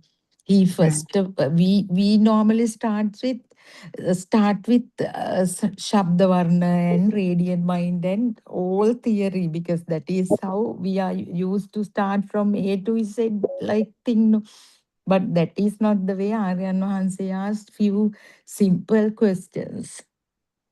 And surprisingly, with those questions, the self-view of most of the listeners is shattered. Hmm. Yeah. Yeah, actually, most of the time, as you said, we used to start from that how the thoughts are formed, how the senses are functioning. I am sure that must have been boring to them even. Yeah, Yeah. we start with theory, but Aryan Hanse always starts with their day-to-day life, normal life, and then gradually moves on to Dhamma points. So we have to, I definitely have to listen to it again, Doctor. I thought, I mean, that rough, the order we can take down. He actually says, then I bring in this, then only I bring in this, then only I bring in this. Like he is training someone to deliver Dhamma, right? That kind of sermon model, it can be taken as a model sermon. Yeah. Yeah, particularly Mhm. important when you are doing it for a brand new group Yeah, who have exactly. like that group that we came across at Mavatagama. Uh-huh. They are the regular crowd who are coming to observe still there. Right. So They usually monk mm, delivers the sermons throughout the day when they come on the Poya day. So that day he gave the full session for us, yes. and the people were sort of waiting with a kind of a vichikicha, I thought, that doubt. Yeah, like What are these, hypnotized, he said. Yeah. what are these people going to say? I mean, what are the angles that they are trying to talk? And very interesting things happened actually. Mm, Uh, mm, one of our friends who went with us, his wife was in the audience. They did mm, not mm, have noticed that she is somebody from our group. So mm. in her absence, they were discussing among themselves. So it was really interesting to find out the views that they had. Yeah, and Aryanvasa says, no, some come like big shots with Nama Rupa Vijnana, all those stuff, and they get disappointed when Aryanvasa starts. That happens, no, Doctor. People have a lot of Dhamma knowledge. So they think, oh, already we know that kind of, with that kind of belief, they sit to Yeah, listen, some of them. yes. So in the very first few months, that Mm, was what I did also, Doctor. mm. Because I attended a lot of well-known Dhamma meditation programs. In Uh, all those, in all those programs, sadly, I was considered as a very, much achieved kind of person. uh, So I expected that from Aryanvans in those days. And I always put big words like Aryanvans, then Namarup kind of thing. He like chases me away like a dog, right? So most of the time. Nonsense. You don't know nothing. Sorry, you don't know anything, but you are totally confused. You wouldn't be able to get this Dhamma until you get rid of this all this nonsense like that. But yeah, gradually, that I mean, we anyway the system got adjusted and was able to get the points, Doctor. Fortunately, yeah. So these experiences are also will be useful for new people because the style Aryan was say use in his sessions. mm. It varies according to the listeners, isn't it, Doctor? Yeah.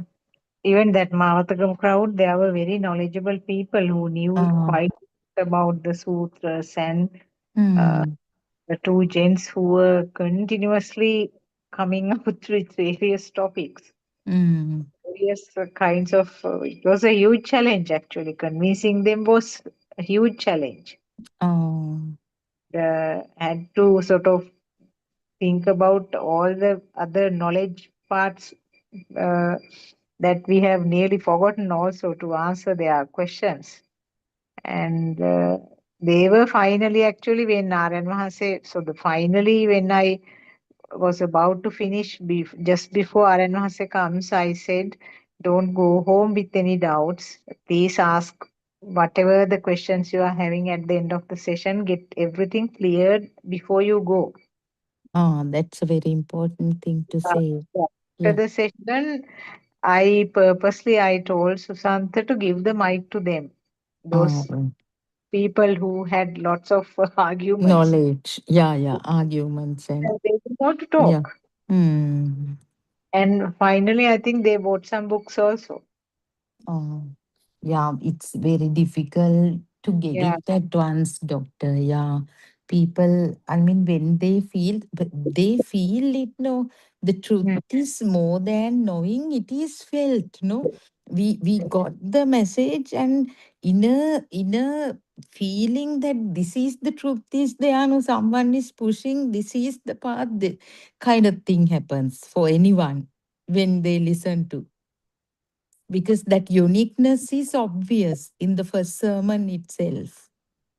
Yes. Yeah. Actually, listen to that part, but as you said, it is important to listen to it again. I'm just halfway of the whole, like two-thirds I listened, but I think that first part is important. Yeah, it's very beautiful as you explained it. When I hear it for the second time, that's very good. That's very effective and easy to follow his real life examples. The value of the sterling, that no sovereign, the value of the sovereign goes up. Now it is 3.5 kind of thing, no? Yeah, The self, 3.5 million. So self, it's also that going up. is the self, isn't it? Yeah, self, because that sovereign is you, no? That's it. If you find it's that much valuable, definitely your value is that. It's so beautiful, isn't it, doctor?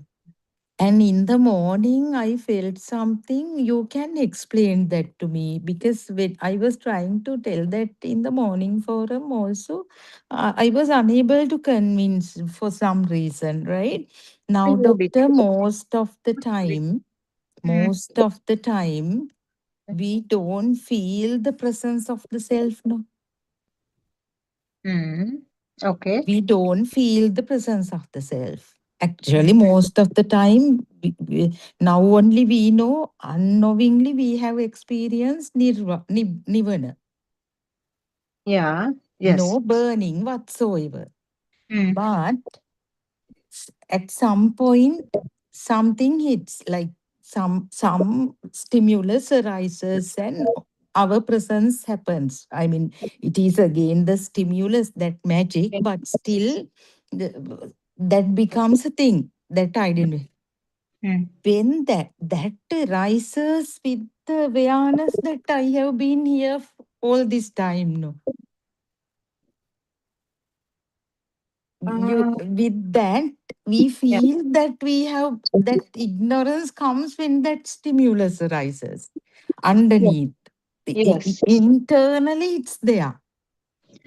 Yeah. Now, even when you are not focusing, Yeah. you have that feel that I have been existing all this time, isn't it? Oh, that feeling, even that is not there. No. If that is there, even is not there. No. If some kind of feeling of existence is there, it is not nirvana. Now, don't you think most of the time, Yeah. well, as you said, yeah, most of the time the focus, what we experience has no current, no power. We don't feel Yeah. it as powerful. Yeah, in such instances, with Taranasi's explanation, it is equal to experiencing the nirvana or touching Yeah, the. doctor. Yeah. Mm. No, now doctors, we even don't know we are lying in bed even, no, until that comes, that thought arises. Yes. We But when you are now, lying down and if you are awake, won't yeah, your thoughts be somewhere else? there are moments that, There are moments in between, yes. Yeah. there are moments. But whenever that thought arises, then it arises with our existence, Yeah. knowledge of existence. I Yes. can't explain it, doctor. Yeah, if we, I mean, when we are not searching for anything, and when Aryan Mahanse explains that only actually that was seen, that was felt actually rather. when that whatever the thought that becomes a thing comes, then only we know that we actually our presence was not there. No, we can't say this body is our presence even. But when that stimulus becomes a thing, that so far also I existed, then that this is a rose flower. No one is telling I existed though. Even we don't talk about that. But that feeling that I existed so far, and now I see this rose thing is there within. There, no? It Yeah. is, isn't it what is, isn't it at the level of self vibration? Yeah, somehow we feel that, no, We doctor. feel that, yes, Yeah. yes. Actually, now in the morning, I went to the salon. Now there, when that girl was putting something on the face, also that touch sensation only. Even the story that she is putting something on the face is also not there. It is a separate thought only. So, sense faculty level experience is actually it's something worth investigating a lot at this levels. Now at least we know the full story perfectly now. So the experiences are also different, isn't it, doctor? Yeah. Even the touch sensation is not true, no? I No, mean, it you is felt a thought, no? yeah, it's a thought, It's but it is again, because the yeah, skin is there. yeah. The function is there. It's actually when you are not analyzing the feeling, touch sensation, feel is easy to feel kind of thing is there, no, doctor? Now, even Aryan Vahanse and even Dr. Kokila talks a lot about this Patavi thing, no, that is, I don't know, it's uniqueness. It's the uniqueness because of the patavi only, because of the skin or the body sensor only, we feel this 3D effect, isn't it? Now, when you see Yeah. from the distance, you see a tree, you know Hmm. that it's a 3D. That effect comes because of the body sensor. Body sensor. We have the body sensor where we feel this Patavi, Apo, Tejo, Vayu, four natures. Because of nature only, even the things that we see, we know it is a 3D thing. Is it because of that too, that concept of near I far? I I remember now very Yeah. clearly Aranvasi was saying, now you are looking at a mountain at the far away. Yeah, Or that doctor. Please explain. That is very useful. Yes. it's not something like a flat thing on a paper. You know that it is something with the 3D. So they are the eye sensor, and also uh, there is an input from the body sensor also. Input from all sensors, no, doctor. The now someone, it's like the apple, the this round nature of the apple. Yeah, no one knows that, no, until someone touches the apple. If the touch only, it also doesn't give the round this thing. Somebody should introduce this whole thing is a round thing. That thing should come. And also this distance, concept of distance, near, far. Otherwise, doctor, we should see actually to the eye, what happens is just an image, no? Yeah, just an image. It Yes. is just the same horizontal, this thing, horizontal or vertical. But now, just imagine, we talked about this, Doctor. Once you said that mirror image of a certain department store, you thought it's the other section.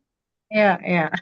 That since we haven't been to that place, we don't now, even this now from the position, the place where I am, now I know that door is about 4 meters away.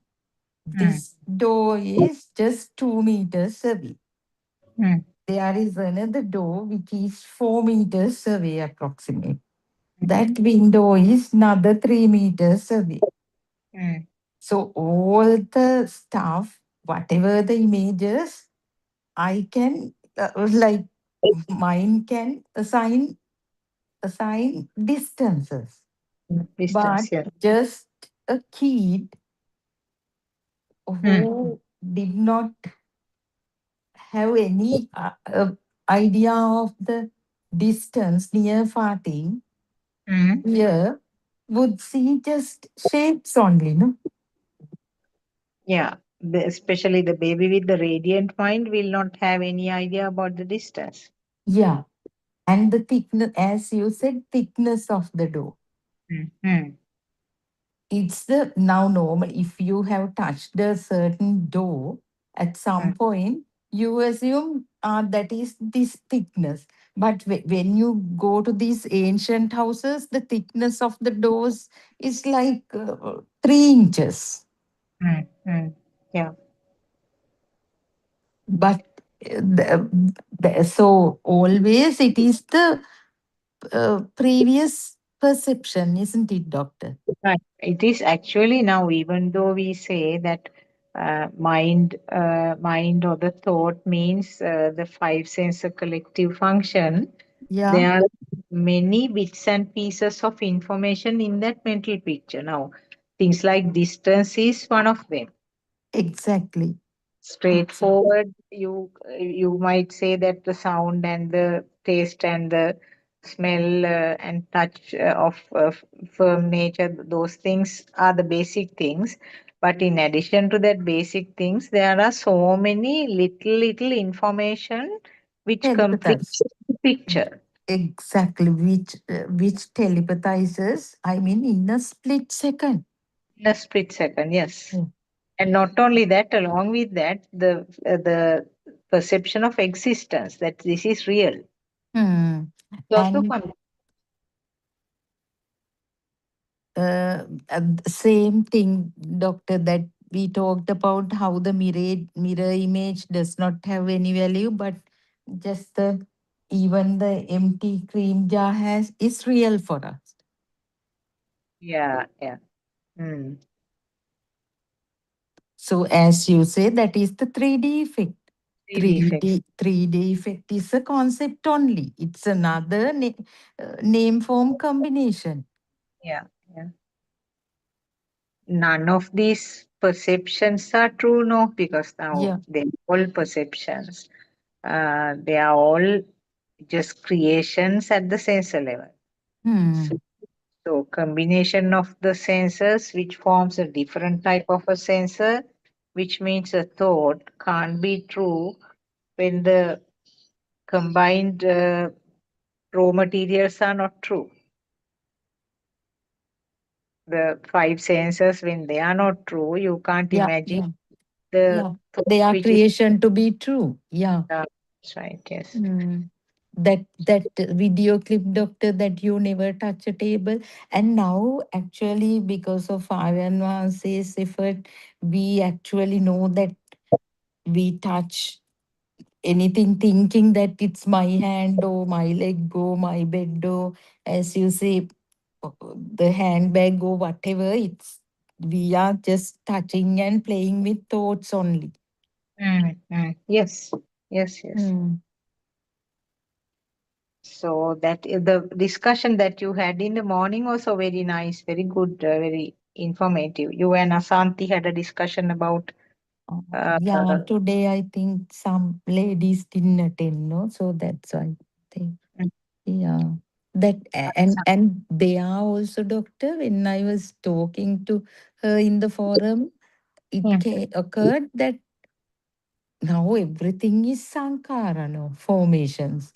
Whatever. Now I gave the example of meeting some person who with whom we have a grudge. No, then it is the same with someone whom we admire or appreciate. Like again, with the the mental formations, verbal formations, and bodily formations.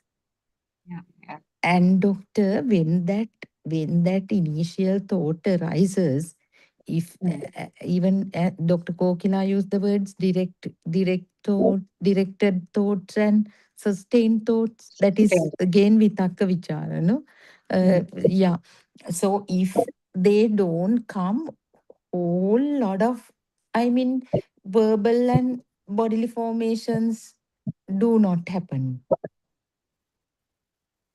Vitakka vichara means words, no? Vitakka vichara means thoughts, doctor. Now, when the image of the mango tree arises, actually never a mango tree arises, but some shape arises, no, with this synchronicity of the eye and that sound here, the mango tree comes, no. So with, if somebody is skilled enough, not skilled enough to see that it is a concept only without contemplating, now we actually the heaviness goes, no, so the vitakka vichara do not happen right now. For most of the things, it doesn't. But ignorant person may spend 1 hour with the mango tree perception. No, my grandmother or grandfather planted it. It had a lot of harvest, but not so many seasons. It didn't bear fruit. And in now for in my garden, of course, everything is damaged by monkeys. Lot of things may arise. No, so those are vitakka vichara. Each with each initial or sustained thought, that it becomes like whirlpool. No, that each even though we know or we don't know, each thought carries power. No? That so that might lead to, now you just, it's beautiful actually, although they are thoughts. Now you might call your sister and tell, can you remember one day our grandpa brought this the mango plant, and one day, you remember we used to have a swing on it and we played, so the film gets more and more like beautiful, right? Then suddenly you get the idea, oh, this is now overgrown, the branches are, it still that story runs, right? Film runs. So you might call the laborer and you must come and prune the branches. So sometimes you go near the mango tree, the bodily engagement will also happen. So actually, with everything, that is what happens only, doctor. Each and every instance, the thought which is synchronized will vary from each other, isn't it? Exactly. But that aggravates the power, the augments the power. Yeah. And keep the body going. That power is the one which fuels the body action. We need. So, I mean, that is where Lord Buddha said, this is, we always associate with sankaras, and finally the sabba sankara samatya will happen. What happens is sometimes the value of the stimulus might even go down. But So if it goes down, exactly, it's a very good point, doctor. If it goes down, the vitakka vichara may not fuel it, may not fuel the initial thought. I'm not talking about the person in Dhamma path, but even Ah, as the natural process, yeah. for certain things, the value automatically goes down. But you will hold on to something different. You Now, means now Vikparinama San. now the value we had for the colored pencils and erasers, water bottles, we had the Yeah. True. right. Now that is changing. That perception Mm. is more valuable. Now a different set of perceptions are becoming more powerful. Only the film changes, episode changes. The chapter like changes. That's right. Changes, isn't it? Yeah, exactly. And now people old age, they may go on pilgrimages, singing Siripade Samanala Kandapene and enjoy. They, do all sorts of things, listen to Kavibana. That is another episode of the film. But they think it would lead them to Nibbana or something. Mm. Yeah, one set has changed and changed to another set. So the film is done. Exactly. True. And this the evolution of the perceptions are there, Yeah. but not the total current. When you take the total current is not going down unless It's the the perceptions it's go more or less the same, isn't it, doctor? even more. No, it More, can. it could be more, yeah. Mm. So as repeatedly R.N. Mahase said yesterday also, see it as a film. The film is running. That is beautiful, doctor. I missed what you said about sometimes you feel as if you are acting and sometimes you feel you are okay. Yeah. I mean, when Yoniso Manasikara is there, you feel how I actually missed that part, doctor. I wanted to quote it in the morning thing also. I actually didn't because didn't have time to listen to the first part. I heard your voice and the explanation given by Swarnamali and then Narayan Mahanse also. Yeah. Actually, what Swarnamali said was that uh, I am probing the things unnecessarily. I am just uh, trying to find out what is this experience, what is this like. Right. Uh-huh. So she said, stop probing and stop trying to find out about Right. experiences. Let Hmm. them go.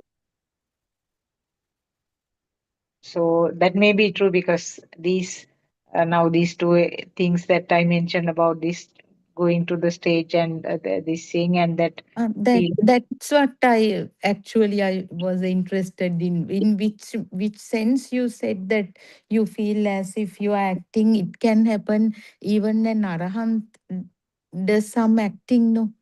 Like mother What goes to the playhouse. yeah. What I wanted to say was time to time I felt that it's becoming something. I mean, I feel that I am Basaganada Kela. Same thing that we That discussed. is Yoniso Manasikara switches. Mm. Sometimes we make Teruvan Saranai Surangika. Teruvan Surangika. We We were have, happy yeah, beautiful Dhamma chit chat. And your explanation yesterday was very good about, Yesterday, yeah, the Andolnatmaka was really good, wasn't it? yeah. Yeah, Nasa did a beautiful explanation. Yeah, that was actually, and so many points, isn't it? Swarnamali's to explanation to both your question, doctor, and then that Chilau mother. Mm. I Yeah. think bang on for people who are searching.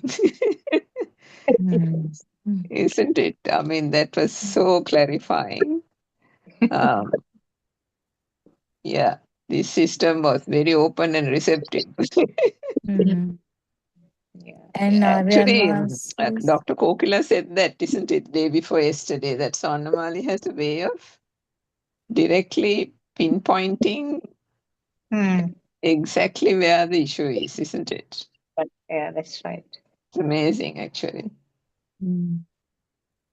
Yeah, the way she's addressing those things with those sometimes with some examples like a bird who is flying freely, fish jumping out of water, that sort of examples actually very, I mean, it hits a point. it hits the target and we really feel it. So she has her Yeah. own Mm. things.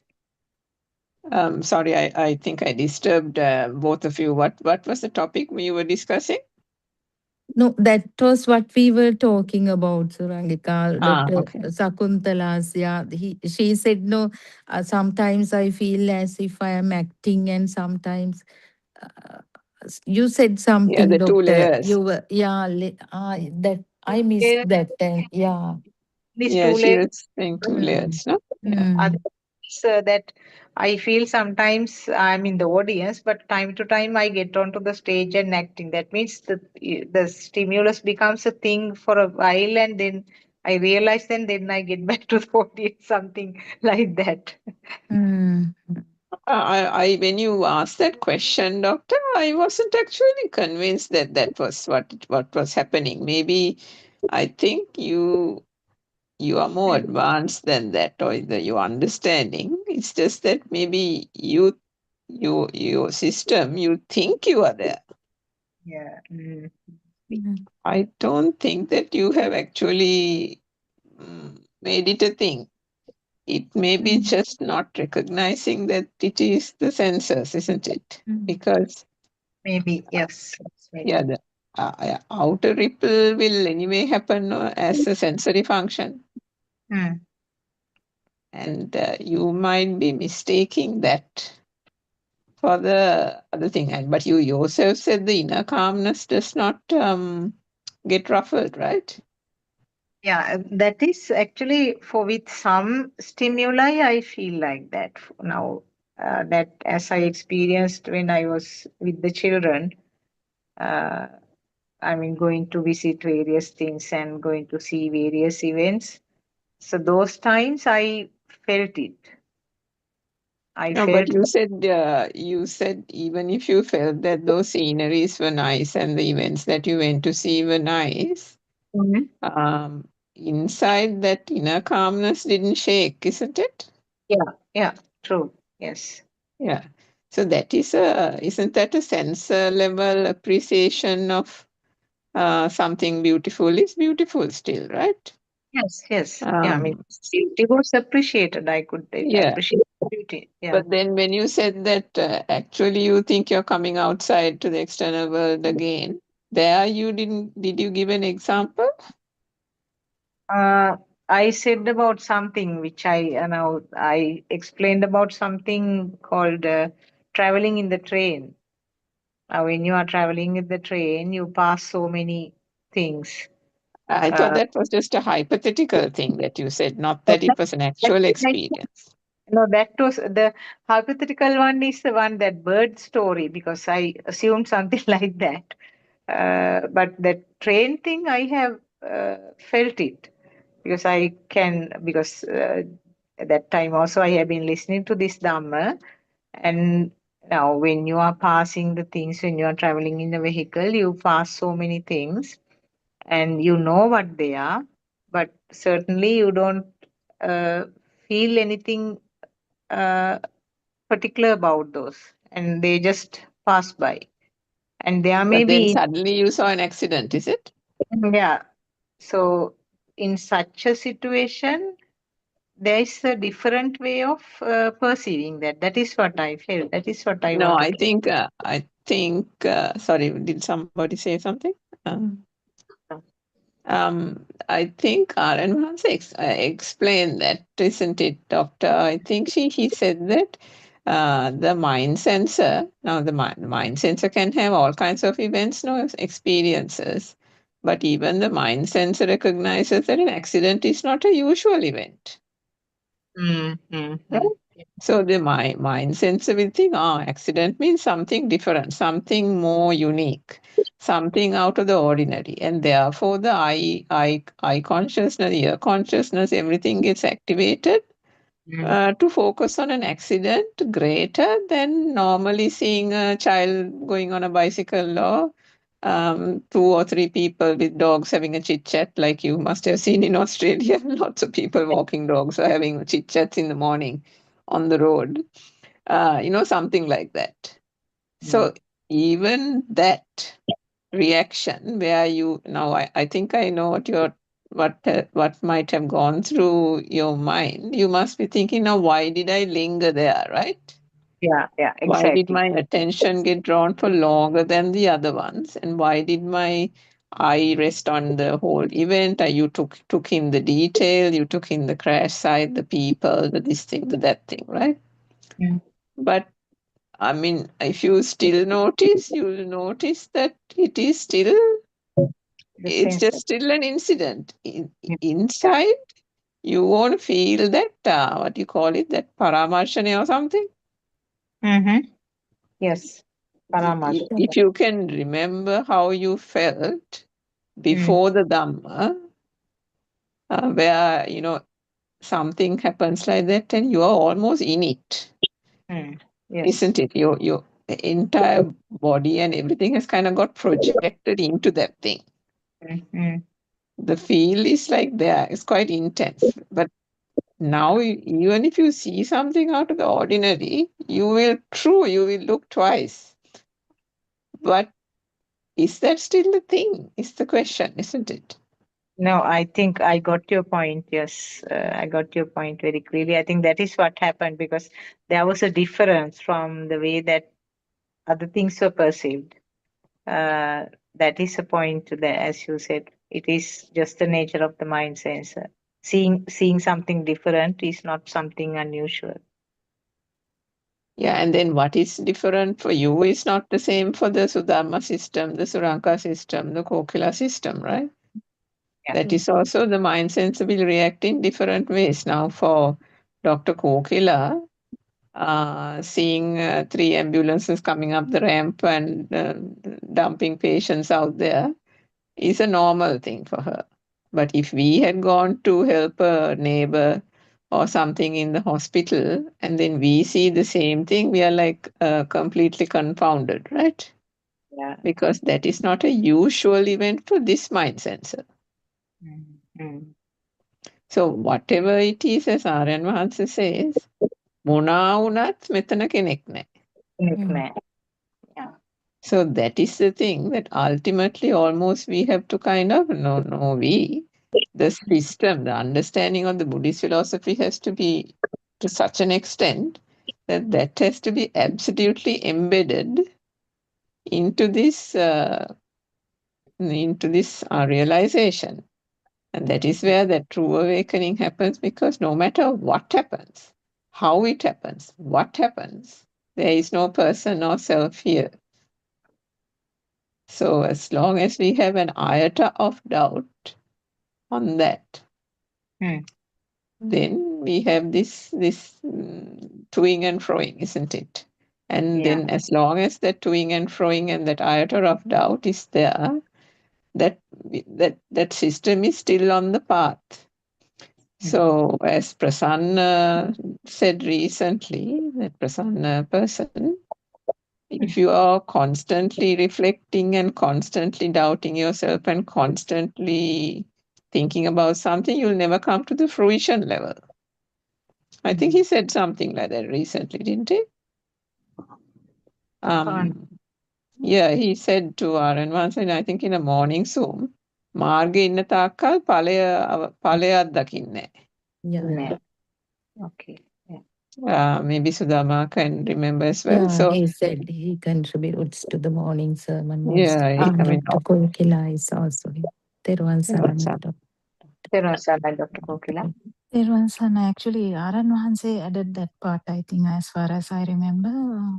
Fruition, Marge, Takal, Palene, Pale. If after Pale, the Marga actually changes. So, yeah, like that. I remember like that. And what was the discussion? Sorry, I just came now. What was the discussion? Was it about last night discussion with? Yes, last night's point. I was as soon as the phone started giving sounds, I realized it is Dr. Sakuntala's phone, but no one actually picked it up until later. No, actually, now the thing was, I never heard any kind of sound from my. That's what, yeah. I That was happened thinking in our thing as well. I listened to the recording today morning. I was really feeling very odd because I think Rebecca was trying to mute me.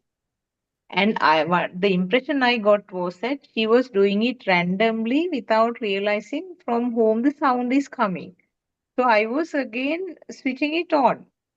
This happened several times. If she, if she told me a little earlier, I could have done it actually. Because from my side, there was nothing at all, no sound at all. I don't know what was wrong with that phone. So So good that you spoke. And is your problem over now? yes, yes. Yeah. So, So what did you understand from the answer? found the answer means now from what Swarnamali told me now, this unnecessarily I have been probing on the experiences, trying to sort of think of it again and again. What is this? What is this? That sort of probing should not be done. And what he said was, don't do anything purposely. Let What about Arananse's answer? Because that Arana was the extensive answer. extensive one, that is about whatever is experienced. There is no self. That is the most important And essence of today it. morning he extended that. Yeah. So that's the thing, Swami Mahanse, who thought he attained Nibbana.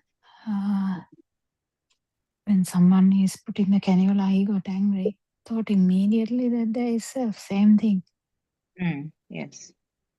When someone is dying and you get upset about it, you definitely think that, oh, that is self. That self view has to drop.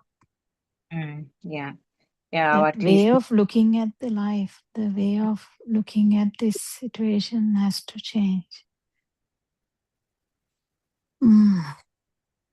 film is running and always. I mean, if whatever happens in the film is immaterial because there is no person to take the responsibility. Yeah, I thought we discussed about it. What do you think? Was Sudharma listening last night? Yes, doctor, I was there. Good. Yeah.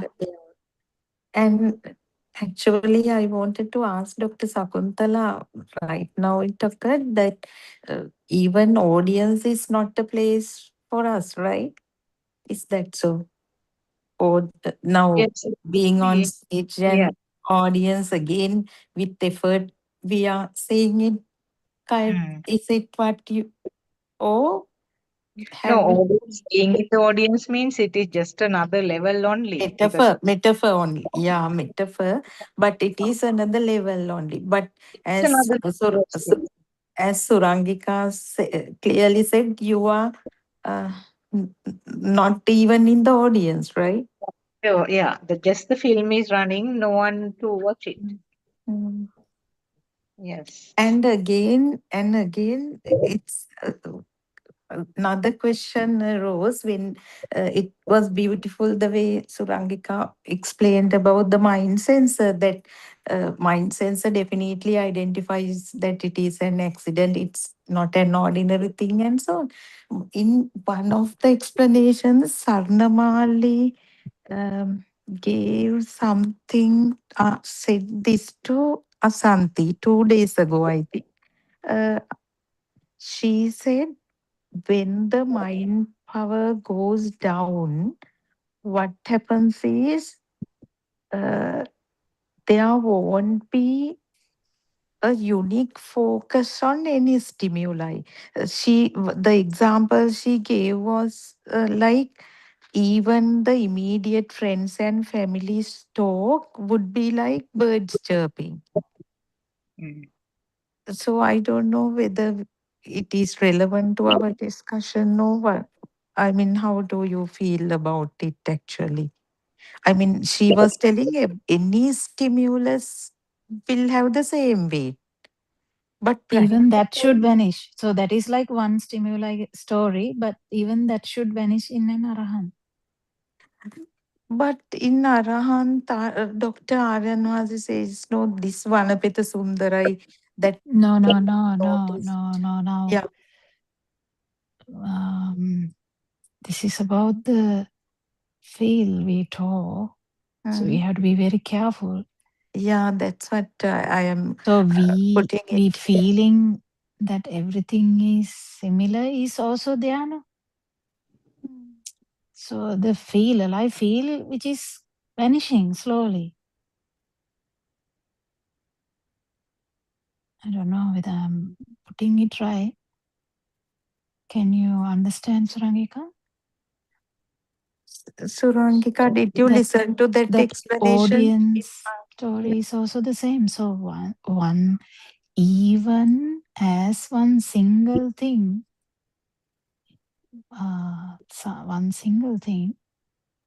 still there is a feel that is anagami actually, but even that will vanish. That so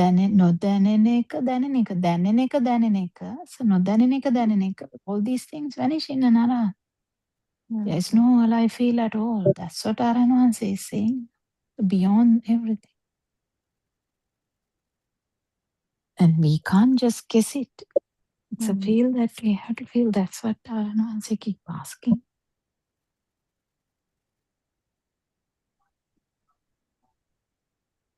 Dr. Kokila, I think what Sudharma is trying to reconcile from something that we were talking before you joined. So that Dr. Sakuntala's question yesterday about because she said sometimes she thinks that the external world is becoming true. And then we were speaking about what is the experience she had. Then she explained that about the, going on a train or a bus and everything is like a blur, but then something becomes prominent. And then in that place where some incident that she witnesses becomes prominent, she feels as if that has become a thing. So there, I said that, the mind sensor, I think Aranwansi said that also. The mind sensor picks it up as something that something that is interesting, because obviously an accident is not a usual event, but that is also a mind sensor function. No, imagine that sentence that you said just now. Imagine that nothing mattered. Still the observership is there. Even though you say that it is not there, it is there in a very, very subtle level. That is even one vibration level. That also will go in and around. That's what I'm trying to say. That is the part that I think Sudharma is trying to reconcile. Yeah. Comparing that what I just said to Swarnamali's explanation to Asanti, say 2 days ago or something, where you were trying to say that also, Dr. Kokila, where she's saying that everything is now going to be felt as if it's the same. And so she was trying to reconcile what we just said now and that one. So can you explain that part a little bit more? Because, the mind sensor would still, each person's mind. So the example I said was now for you, Dr. Kokila, seeing 3 ambulances coming up. Just imagine. I am working and suddenly my son comes as an injured person. Right? I'm just making an scenario now. I am working and the patient suddenly is my son, very injured, almost dying, something like that, right?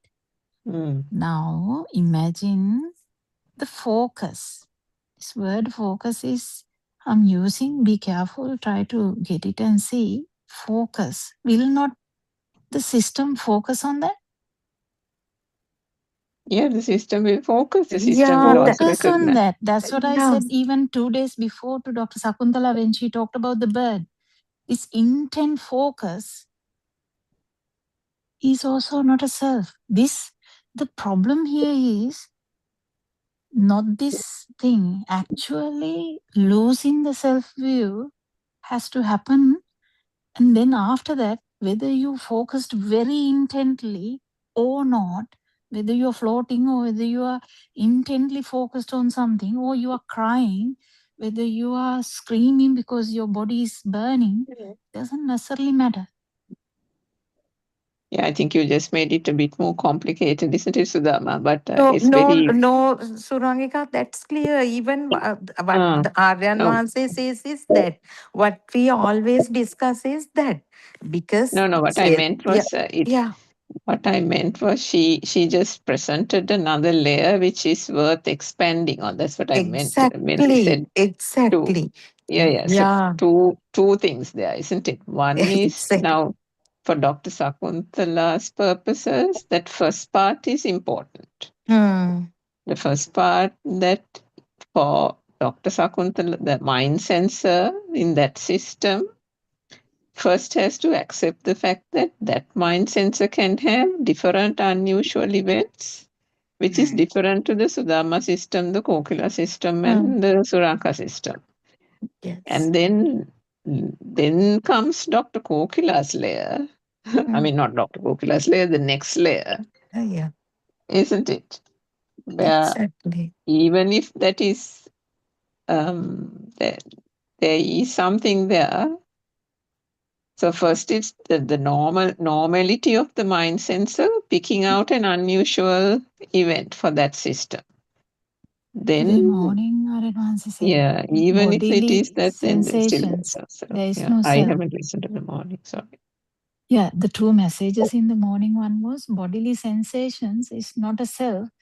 Hite sensations, not Also, yeah, mind that part I sensation just heard. is Yeah, also that was not a beautiful. self. This is the thing that we even intense focus and that's there's no self. That is the importance of losing every doubt about there is a self here.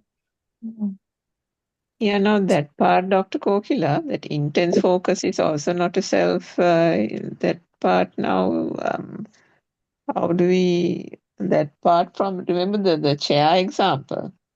You know how R.N. Martin said, if the chair is existing or there's No, a field, the that's what chair I'm is. saying. It's actually more than that, but one has to fully realize the chair before that. That's what I'm saying.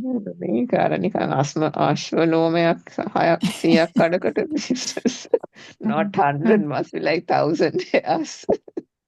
So what Swarnamali used in that context should be a metaphor then. Because she was explaining it extensively, telling you will hear your family mother's talk as a bird chirping. There won't be any difference.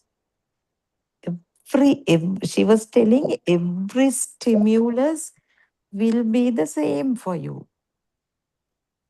No, that is රූප දර්ශනයෙන් මිදිච්ච ඕභාසය.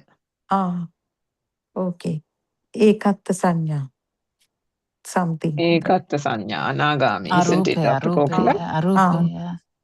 Right. That Basically, is the Rupa Loke blurs, meaning anything coming from any sensory function is not becoming a thing. But the feel is there. That's what observer also dissolves, no. But the thing is, everything can dissolve in Arupa Brahma also. Without you losing this self-view. That's why Aryan Mahansi keep coming back to that all the time. Because we have a multitude of people listening, like various types of people listening, like various stages of people listening. So he has to keep coming back to the basics again and again and again, because if someone loses the basics only, that problem comes. It's like this. No, now there can be people going through a very thick jungle.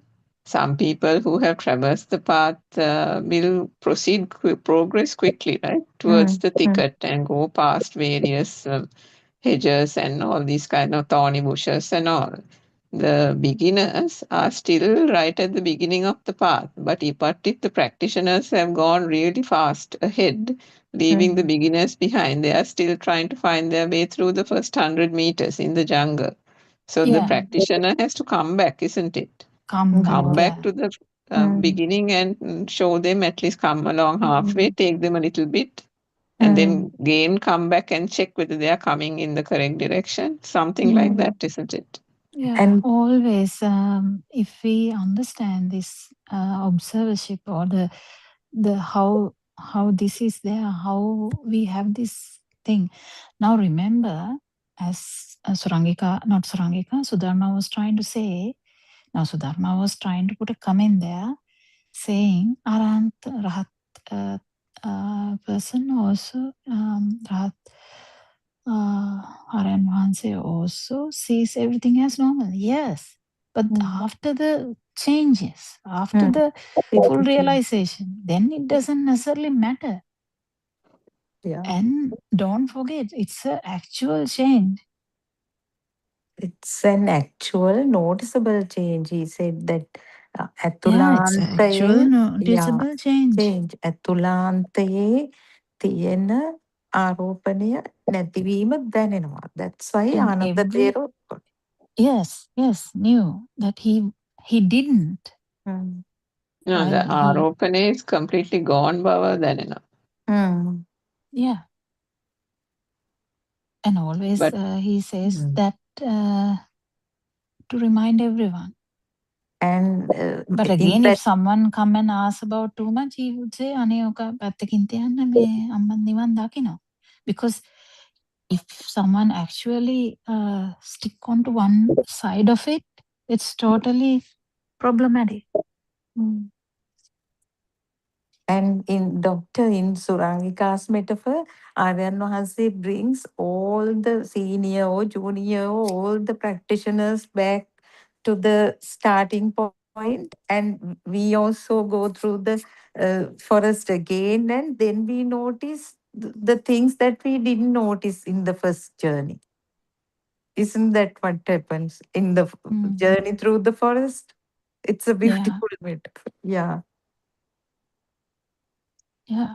Now the body sensation is similar to the seeing the bird or seeing the accident or seeing your dead son or seeing accident with your son involved. They are all metaphors. Like they are all situations that can have different focuses, like focus power. But one who has lost the view, whatsoever focus is not going to say that it is the self. There's no doubt about the self thing.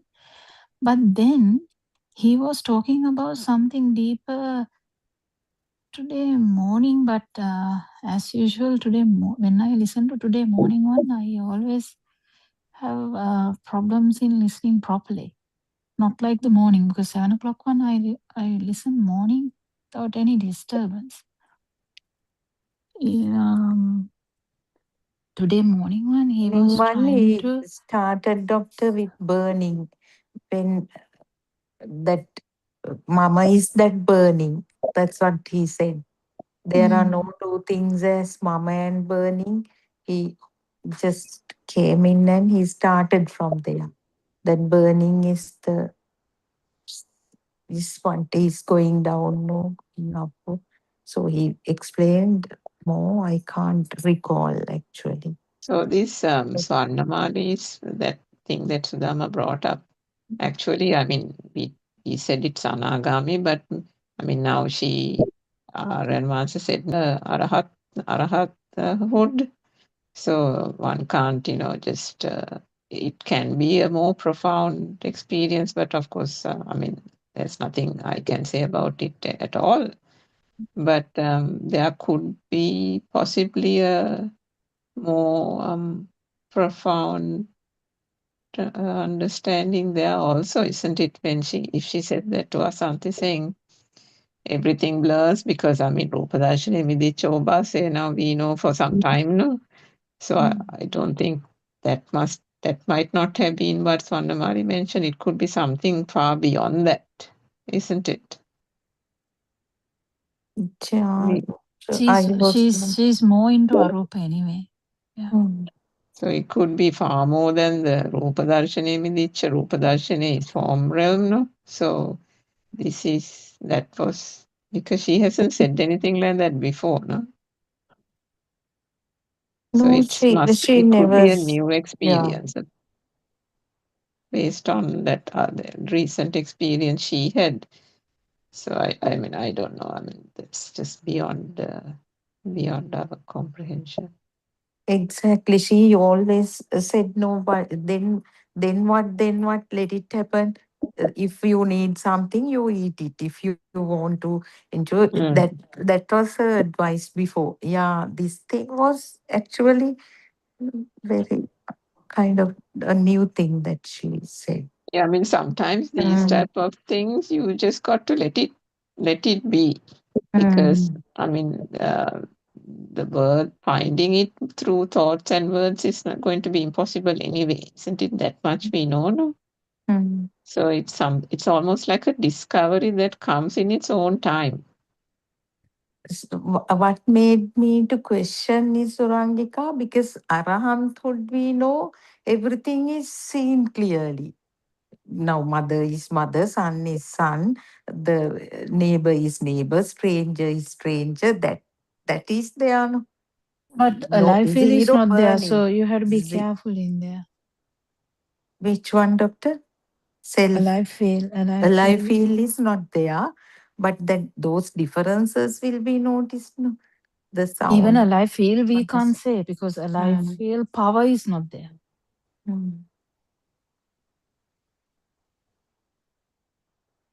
So he said was not that she didn't feel them. What I felt was the value that now there's a difference now always when somebody, a family member is talking, and when a little bird is chirping, always the significant value is almost always given to the family member's talk. But what she said was not that there is a difference in the way that experienced, but the significance given to one thing is not going to be there. Isn't that what she was trying to say? Yeah, exactly. That is the metaphor. That is what she said. There won't be any difference in any stimuli. So then that part can be understood, isn't it, when it's put there like that? Because the recognition of one person different to the other is of course there, but everything is more or less the same, because it doesn't matter now. Aranwase has said so many times now, whether you come or not, whether you have had breakfast or not, doesn't matter to him. Whether he sees the whatever different people, it's the same to him. It doesn't make a difference. So that is then a similar experience, isn't it? Yeah. Because after all, and why is that? Because he says this is like a dead person reacting. So if the dead person is reacting, means what? The same zero reaction to everybody, isn't it? Yeah, got it. And she, on the same day, I think she said the other way around also. Now just imagine your presence is, they are in 100 places at the same time. Now, when you feel your presence is there at one place, you give your entire focus to happenings of that one place. But imagine it is imaginary, she said, if your presence is in 100 places in that one fraction of a second, you will not have such a focus on any of those. So that is again something to do with the focus and the value, isn't it? It's the same thing, the flip Same. side that she said, Yeah. isn't it? Same Yeah. thing. Thank you. And Because God. if you have not Basaganda anywhere, then you are like omnipresent, no? So what happens is sometimes for all her words, there are mental images, bird chirping, neighbors, family. Then it is again complicated this thing in the mind. So yeah, that they are just metaphors. So whatever happens is the value attributed to the stimulus will automatically die down. So yeah, thank you so much for that. Yeah, that's a beautiful thing.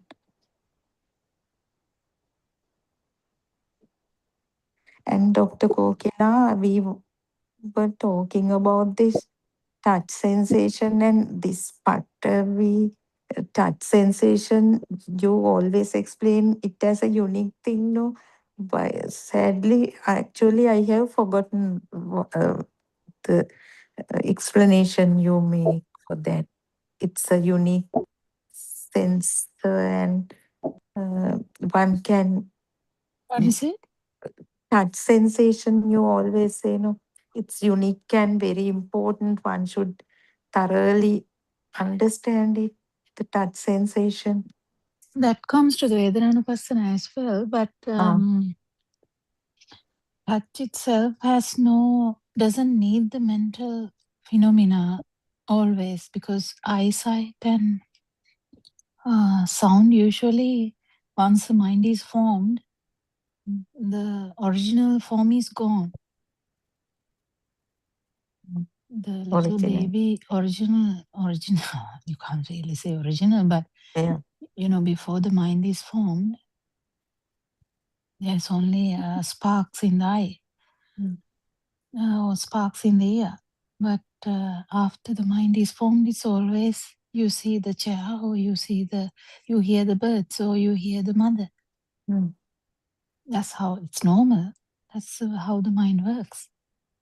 But the touch sensation or this body consciousness doesn't necessarily need the mind sensor. Right.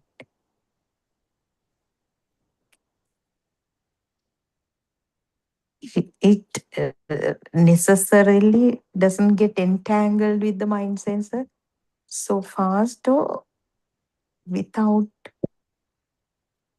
Yeah, it can say that it is the tile or my leg. Yeah, that's a different story, but it doesn't necessarily need that. Yeah, that's the unique. And one mother was talking about Vedanava today. She suffered was some illness. So went back to basics again, trying to ask why මේ කය ඔබ කියලා හිතන්නේ ඇයි කියන එක. Yeah, that's where he started in the morning. Yeah, he made a beautiful statement. He said, Kaya, now at this day-to-day daily programs also, he's saying, no, Kaya obada. Kaya mama neveyi. When he said, then he said, Kaya oba neveyi nang, how can you have the pain? How can the pain be mine? If the body is not you, can the pain be you? Or can the pain be yours? Yeah, I think I heard that And part. another thing is, Beautiful, හිත isn't මම it? නෙවෙයි නම් හිත රිදෙන එක කොහොමද මගේ වෙන්නේ? Oh yeah, that's another beautiful statement. Yes. Yeah. සිතත් මම නෙවෙයි කියලා කියනවා. සිතත් මම නෙවෙයි නම් හිත රිදෙන එක කොහොමද මගේ වෙන්නේ? මම වෙන්නේ. මගේ වෙන්නේ කොහොමද? So I mean, just see how until Aryan Mahansa puts it like that, we are like such idiots, isn't it? These systems. Exactly.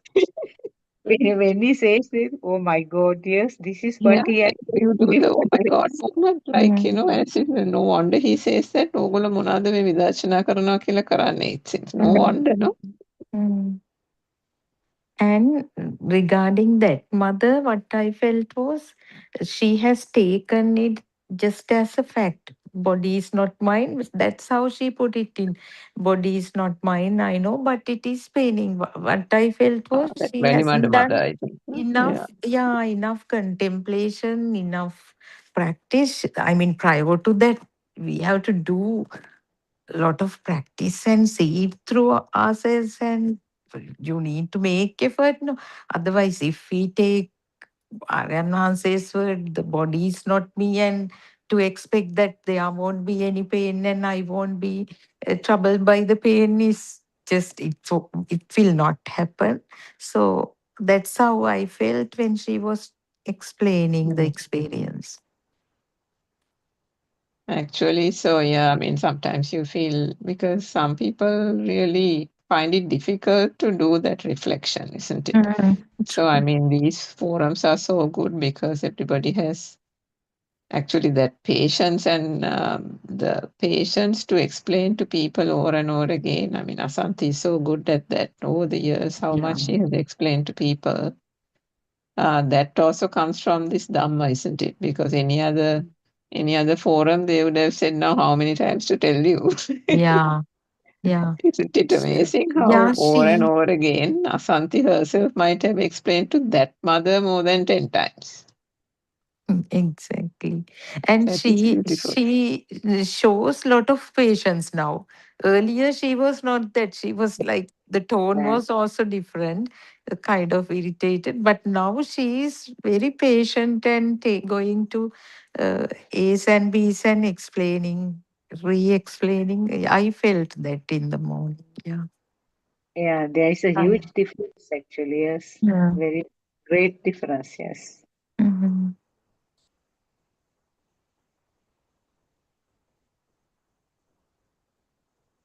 I actually wanted to say, Amma, you have to, you can't just go by Aryan Man's words. Please re-study and practice it. Then only you can feel that the pain is alleviating or it's not, it doesn't belong to you. But before that, someone else jumped it and he explained, and then Aryan Mansi beautifully explained. Yeah. I mean, yeah, there are so many examples. If actually one is made alert to those examples, isn't it, in the day-to-day routine? Because yeah, today I took my mother for some scans because she's having her neck is hurting, shoulders are hurting, and arms. So at one point, I took the opportunity to say, now all this is hurting. Now you don't want it to hurt, no? So is there you there in that? So she said yes, because now she is listening to Buddothpado talks. Oh, So she said, yes, my goodness, what is this? No, otherwise this body should be behave no the way I want. So, instances like that, it's easier to tell elderly people when something like that arises rather than just saying, because when you just say it, they don't, for some reason, they can't take it. I mean, different people can, some people can take it, but when something actually happens to them in their own experiences, then you can relate the Dhamma point to that.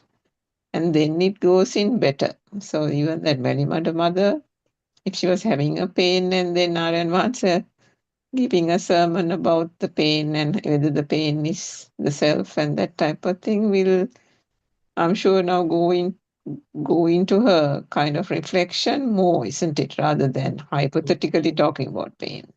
yes. Yeah, that's the best moment for her to get it. Yeah, true. So you also have that opportunity at home to discuss Dhamma with mom, and that's another beautiful. Do they listen Yeah. to sermons on regular basis or what? Discuss Yeah, Dhamma. they listen every night, and before they go to bed, they listen. And then morning, if I have it on when I'm preparing the meals in the morning, they hear. And then sometimes I'll get hold of them and talk a little bit about one or two points, or then I'll take them to some park, and then I'll tell them, stop, stand up, and close your eyes. And then I'll say, now, has the world disappeared or is it still there? So then she said, oh, can't see anything. Now I said, but what about the mind's eye? Yes, you can see, like that. So little things, and then they say yes. So yeah, little bit bits and pieces. They listen to Paramartha Desana, but now they're listening more and more R.N. Mahatsa's talks also. So it's good. And their age is a bit difficult, but still they understand. Dr. Sakuntala, I was going to ask you and Dr. Kokila, did you all get a group call from R.N. Mahatsa in the afternoon today? There was a No. missed call, group call. I will just check. I will check because I usually miss all my calls usually. No, there isn't one here. No. There was at around 4:17. That must be Australian time. So Dr. Kokila might have seen it. No, I didn't get one. No? Okay. That means around 12 o'clock to us, isn't it? Yes, that would be about 12 o'clock Sri Lankan time, I think. There aren't any missed calls in the thing. Very recently, Aryan Hanse mentioned your names in 7 o'clock Zoom. By this time, our Kokila and Surangika, they are sleeping. He was talking about Sri Lanka people, and he actually, yeah, even though at that time, the day before he was talking about you, I felt, my God, these people should be in the Andolanatmaka Desana, but you are not there, kind of thought occurred. And then Aryan Vahase several days mentioned your names. I mean, he said it's a great thing, but unfortunately you can't join the 7 o'clock one, but morning one is also very good if, I mean, once in a while, at least 2-3 days per week, if you can join. But Dr. Sakuntala will join the 7 o'clock one, right? Regularly? Time to time, I'm Yes, for yeah. hours sometimes. Yes, whenever it is possible, I join. There was one more thing, sorry, I just wanted to ask that Mavatagama talk that R.N. Mahatse had, is that there are somewhere in the practical mentioned as Mavatagama? I'm trying to find it, I can't find it. Do you know when it was? I don't think it was, that was on the Poya day, last month Poya 29th day. of June, okay. Yeah. I found it actually in that whole block. I didn't come across it as a separate one. No, it's okay. Even if it's in the block, was it on the 29th? So then I'll Yeah, look for it on 29th, that yes. day. Okay, And thank you. also, Aranansi said that Dombagoda one has a good part that everyone should listen to. I don't know. It's so long. I don't know. No, it definitely is, doctor. I started to listen to it, especially for the people who deliver sermons. It's very important. That's why I told we discussed it before both of you joined. It's a like model sermon for someone. Like he says how he takes people to deeper points, even though they are newcomers. He then and there he says, this is how I start, this is, then I talk about bring in examples. He goes into that detail, and it's a kind of a model sermon. I think I have just started to listen to. He said it's a must listen thing. Yeah, actually, from the sections that I listened, first part was, as you said, kind of a summary of what he's delivering in this village discussions, how he approached them from the level that they had no idea at all about the Buddothpado Deshan, and how he rouses their curiosity to listen, and then step by step, who are you and why were you born? Why do you live and why do you die at the end, and about what is meant by nirvana, those with those questions, and then step by step, is the body you, is the mind you, like that summary was there at the beginning. And then second part, like he was explaining about the normal life now. Especially he was talking about this hormonal effect of the people and how it can be taken as self, how it can mislead a person to be something to do with the self. And he also talked about these monks who are being insulted in various ways, especially in the social media when certain incidents happen, and that should not happen. And also he said about this the personal life of people, especially the females. He said that having a family life, having even children is not an issue, and those are not sort of සෝතාපන්නකම නැති වෙන්නේ නැහැ කියන එකනේ. yeah, not barriers to understand nirvana. So he went into lengthy discussions about that personal life things, sort of giving kind of reassurance. Particularly, he said the females are they are not willing to talk these matters open. So that is why I'm discussing. So you don't have to be sort of regret about your personal intimacies and personal things like having children. He gave the Vishaka also as an example. So that part is like middle part, and the last part is something that I have to listen. I think what he said was the last part is the most important thing. So Did anyway, it's Sudharma listen to the last part? No, doctor, it is just the first part, first hour only. It runs for like 4 to 5 hours. Dr. Sakuntala, is it that long? I think yeah, so. it's 5 hours, something like 5 5 hours. hours, Yes. 5 hours. Teruvan Saranai, may I leave? No, Teruvan yeah. Saranai. Yes. Teruvan Saranai. Thank you for joining. Teruvan Saranai.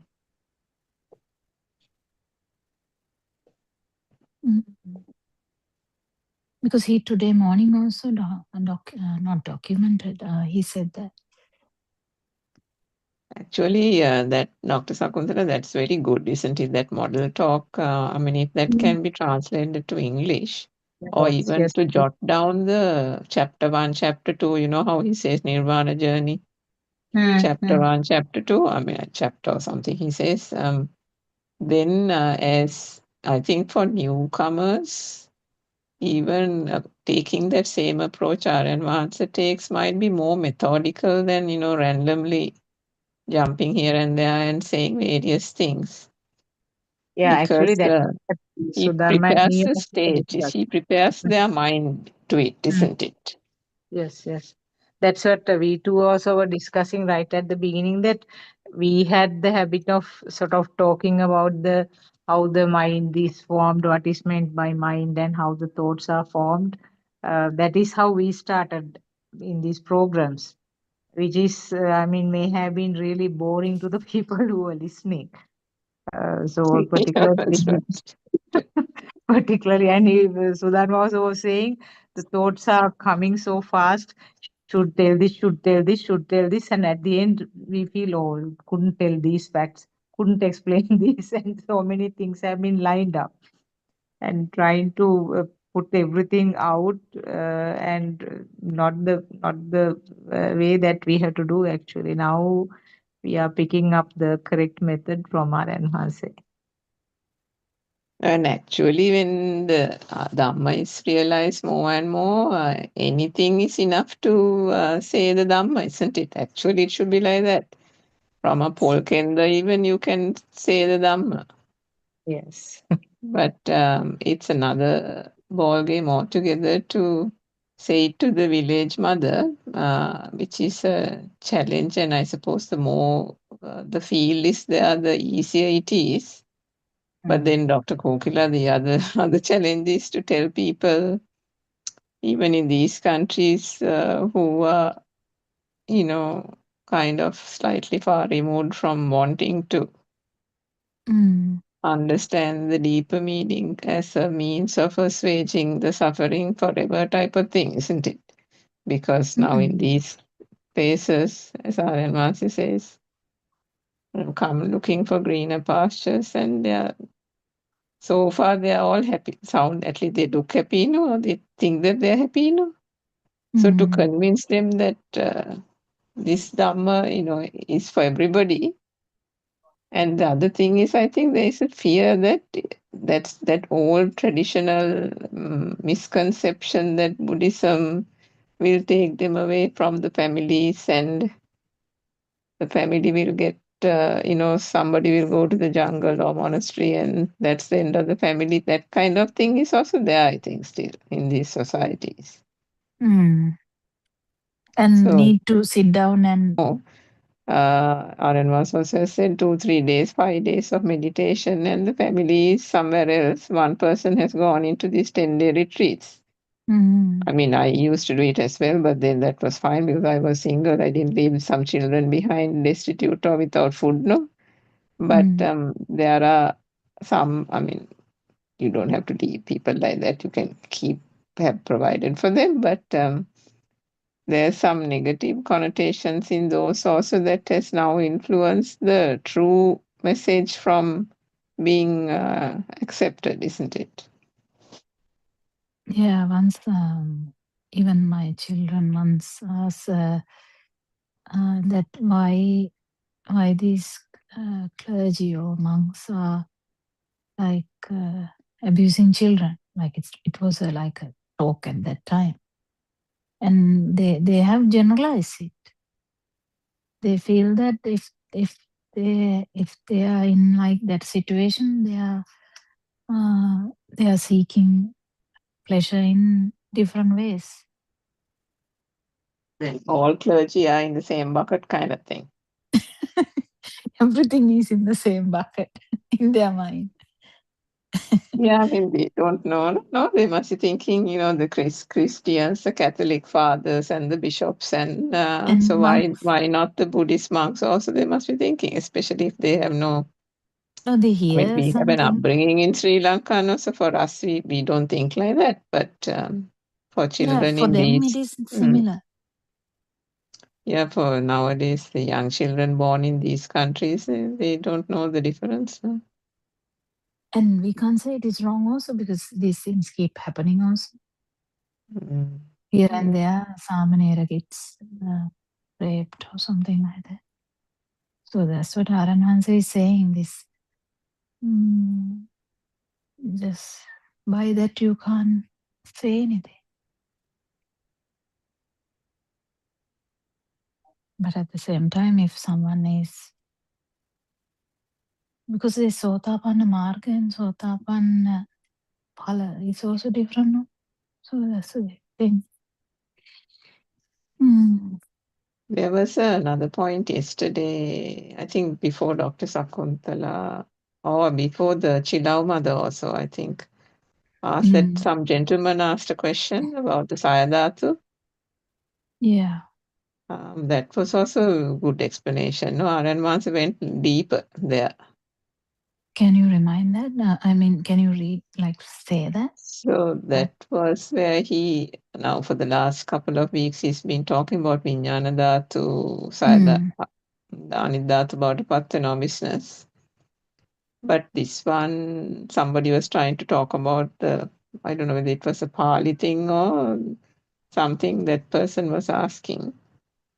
And he said, I can't remember the whole thing, but he said, yeah, that Patavi thing, but he said now essentially the Vijnanadhatu or the Situvilla, the thought, is a projection from the vibration.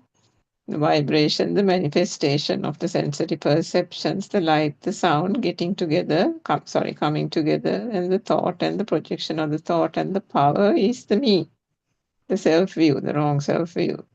So now what is happening when this Dhamma is realized? Everything is unraveling, isn't it? Because that the two vibrations, light and sound, has become another vibration, and that vibration's power is the me, the self-perception and all that. But when this Dhamma starts unraveling it's going backwards. So when it's going backwards, not only does the Vijnana Dhatu, he said when you say විඥාන ධාතුව සය ධාතු බවට පත් වෙනවා, ධාතු බවට පත් වෙනවා means the mind or the thought has no more power and it melts into the other things. And when he said the melting into the other things means that those are also not there. Not that the Vijnana Dhatu disappears and the Saya Dhatu are there. No, the Saya Dhatu is also a part of the consciousness. Meaning, if not for the consciousness, how would there be a identification of Dhatu, right? Yeah. The elements. The elements is also a mind thing. No? So he took it backwards. That was, I thought, a different way of explaining that he hasn't said before. What do you think, Dr. Sakuntala? You can remember that part. Yeah, she was the one who was there. Yeah, that part actually I listened later. That time I haven't joined. Yeah, But you hadn't later, joined. That was before you joined. Yeah. yeah. I listened to it later on. Yeah, but basically what I remember is that there's nothing called Dhatu also at the end. And the Vijnana Dhatu becoming the Mahadhatu means that the completely the power of the Vijnana Dhatu is Gone, yeah. Becoming zero, so that it is like becoming a part of the nature. But at the end, there's nothing called nature also. There's nothing called Sattva Mahadhatu also. Yeah, so the nature in the deeper sense is the non-vibration, isn't it? Non-vibration, yeah. It's not the nature that we admire. Not the nature in the conventional sense of the word, yeah. Yeah, that's where some discussions vary. Some discussions vary about nature. Because Aranwanse is talking about non-vibration most of the time. But why the conventional nature is kind of talked about a lot is because that is the only kind of Olarika type of way of being like almost melted into nothing type of thing.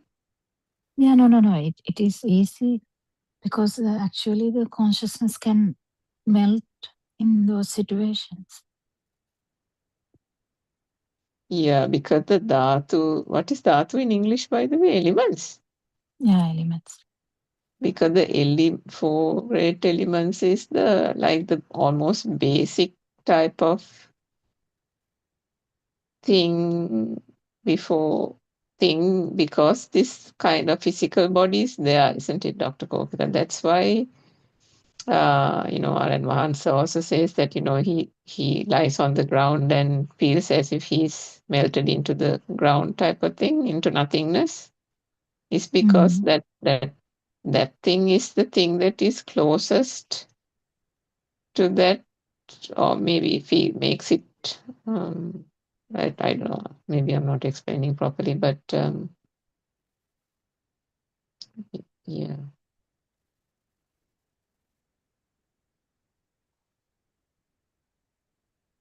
Yeah, it is an experience. By the way, these days sermons are really beautiful. It's touching most importantly, touching a lot of sensitive points.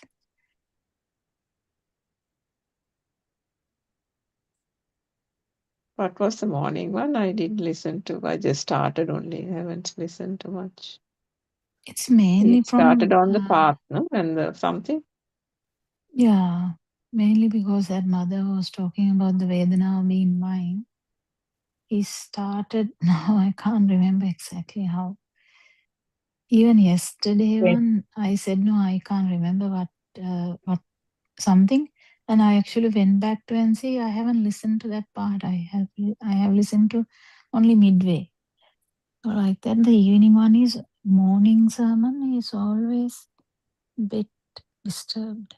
What did you think about that Mano Sanchetana Ahara part if you listen to it today, Doctor?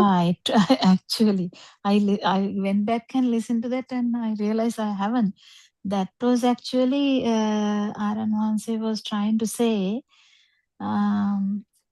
මනෝ සංචේතන ආහාර බව දැන ගැනීම විතරයි ඒකම තමයි උත්තරේ කියලා. ඒතනින් එහාට මේකට මම මොකද්ද දෙන්න ඕනේ වගේ එක ඒක බොරු කියලා. ඒක නිකන් මේ ඇඩිෂනල් එකක් කියන එක. එහෙම මේකට මම මේකට මේක දෙන්න ඕනේ වගේ එකක් ගන්න එපා කියලා කිව්වේ නේ. නැත්තම් එහෙම මිස්අන්ඩර්ස්ටෑන්ඩ් කරයි කියලා අදහසක් තමයි ඒ කියන්න උත්සාහ කරේ. මොකද එහෙම එකක්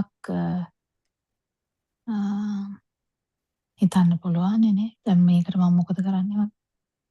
දැන් මේ හිත මේක ඉල්ලනවා දැන් මම මොකෝ දෙන්නේ මම වෙන මොන හරි දෙනවද? Nothing like that. Just to realize that this is what is happening. That's all. Because And then that that's stops like it. mind is feeding the mind, isn't it? Yeah.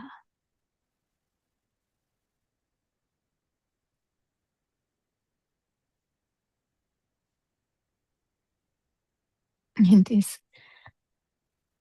It Because is. one day he explained this thing, and I think that's where somebody got confused also at that time. When he said, ඒකට දෙනවා මේකට කවනවා and bathroom ගෙනියනවා and all that. Then I think somewhere there he also talked about the mind sensor. And then there was a point where Swarnamali also says that, you can't stress the mind and go on this journey, no. Yesterday also she touched on it briefly, where she said, සිත ආතතියකට ලක් කරලා මේක කරන්න බෑ, මේක නිකන් සැහැල්ලුවෙන් කරන්න ඕන type of thing. Yeah. So it's almost Take it easy is a very big thing. yeah, yesterday we talked about determination. Right effort means right effort is also not to put effort. Yeah, sometimes. Sometimes it has to be balanced because, as Aranvasa says, the beginner can't not put effort. Yeah, no, exactly. The body is not me. Is you have to actually practice in the sense you have to understand that how this touch sensation is not me. Why then the duality is there, but it's not me. How? And you keep doing these investigations. Yeah, because if you have 100 mithya drushti and then you still say, now Aranvasa said not to think about anything, that won't work, no? Yeah. Because And everywhere you turn, there's a mithya drushti. Yeah, even looking at the bird, it looks like a duality, right? But how? Why? Whether you're looking at accident or whether you're looking at dead body of your son or whether you're looking at your own cut finger or whatever, that's just eye function, right? Yeah, that part is actually quite deep, isn't it, Dr. Kokila? Dr. Sakuntala, did you get that? Because that now the duality at the beginning is like, oh my God, it's duality. I am here, so I Sakkaya is not gone type of thing. But then everything is normal, isn't it? So the Arahant is also having the normal seeing, hearing, and all that. But this investigation should go on. Yeah, Like but how that, this as you said, duality has the bird is still seen, right? So when the bird is seen, somebody is seeing the bird. But in the duality, there is no duality, no? Yeah, that's what I'm saying. But that is where the experiences come handy. Yeah. And the duality doesn't become a duality when there is a complete being convinced that there is no self here. Until that part is convinced, there is a Even that Suspicion tiny doubt everywhere. that, Yeah. you know, that thing became a thing type of thing. Mm. Because the system can't help it, no? The eye System is a can't help it. camera, That's what I'm everything is saying. happening. Yeah. Yeah.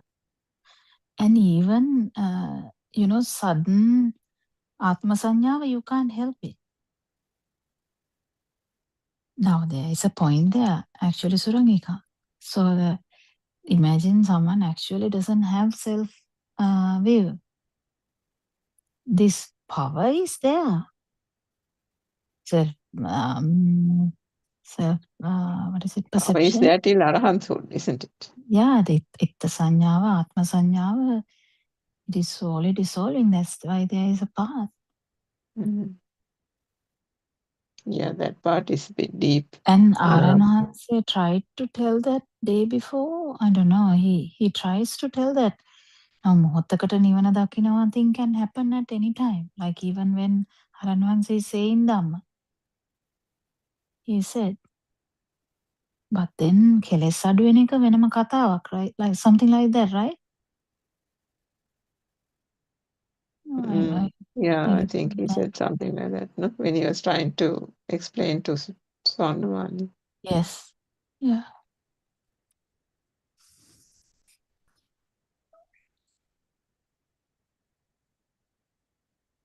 So that's the thing. So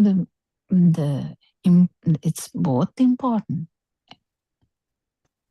But most important thing is losing this self view where you suspect here and there, is it me? Or even if it is self-perception, you are not actually looking it in that angle. Because you're 100% sure it is the මල තියනවා වගේ දැනෙන එකම තමයි දැනෙන්නේ කියන එක. Now imagine that son example I took. A doctor is working and your own son is coming in the ambulance very injured, something like that. Now, if there is additional power suddenly, that is the actual power of that stimuli. That stimuli power, it's nothing to do with the self. That stimuli power is going to go down once you fully realize that it is that is where the you keep realizing that හිත හැදෙන තැන, හිත හැදෙන විදිය. Isn't that what Aranhanse was trying to say? How the sun has come to this system. Yeah, so the self view is gone, but as long as the self vibration is there, some kind of feel will arise when the sun is seen, right? Injured. No, it is the stimuli is the sun. Yeah, the stimuli is the sun. Sun power. And there that is a the power to of that stimuli. That's all. There's a power to that stimuli, which is the self vibration, which is going down. We don't even which is going down. Yeah. Which is because of that contemplation. Yeah. Mm. That is So the thing. And there is a hence the contemplation system, there, isn't it? Yeah. Yeah, there is a contemplation in the beginning. No, but now say that Kemakatero, saying that, still That's a different thing. That's a the different thing. Yeah, that's the feel, not burning feel.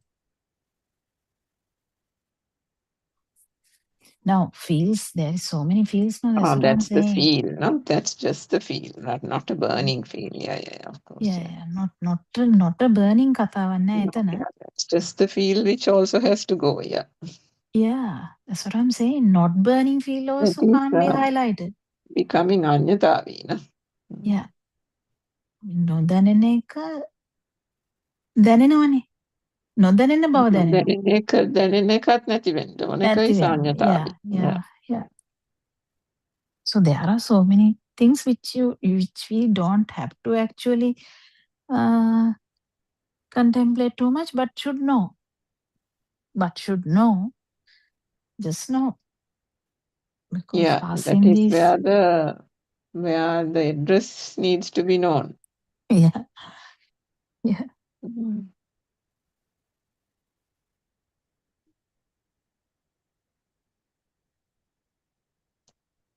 But it was good, Dr. Sakuntala, that you asked the question because Aryan Vance explained that very well. I mean, I listened once, but I need to listen to it again. It was very beautiful, that last part of his sermon, wasn't it? Yeah, about half an hour, 35 Mm. minutes we explained. Yeah, I was thinking if I was awake, I could have called Dr. Sakuntala and said, your phone is giving that sound. Because I actually felt it that day. Did you No, actually correct your phone now? no, I changed my phone. I don't know what's wrong with that because I can't hear anything, any disturbance to this side. And that is the phone that I have the WhatsApp connection, but I'm joining with some other phone where I have this Zoom link in email. So I was feeling very bad about it because each time when Rebecca was muting me, I thought she's doing by mistake. She's trying to sort of find out from which phone it But is you didn't coming. even remember that I was talking about a sound. And I told you to mute yourself. Yes. Yeah, that happened. But thereafter, I used the same phone, but nothing happened after that. Yeah, you actually went away from this Zoom and came back. No, after that, there was no that sound. Mm-hmm. Yeah, I thought All these devices are very peculiar. You don't know where the thing is coming from sometimes. Yeah. And yeah, that as soon as Aranwansi felt that the answer is not sufficient, he stepped in and Yes. Mm. And I think that sound may have disturbed the Swarnamali's flow also. Yeah, I I think think so. everyone's flow was disturbed. Yeah. Yeah. Yeah, everybody's, because it kept, I and then realized you, the gravity of it when I listened to it again in the morning, early morning. Because that time I didn't have any disturbance from my end. So I had no clue at all.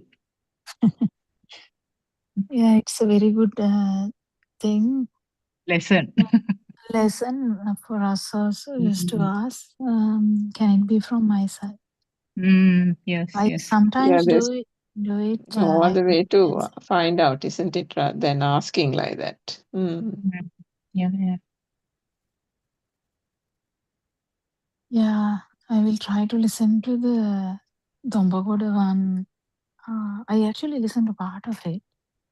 I'll try to listen again. Actually, because there is no newcomers, we are not also discussing anything specific. Like we don't do a sermon from beginning to end, right?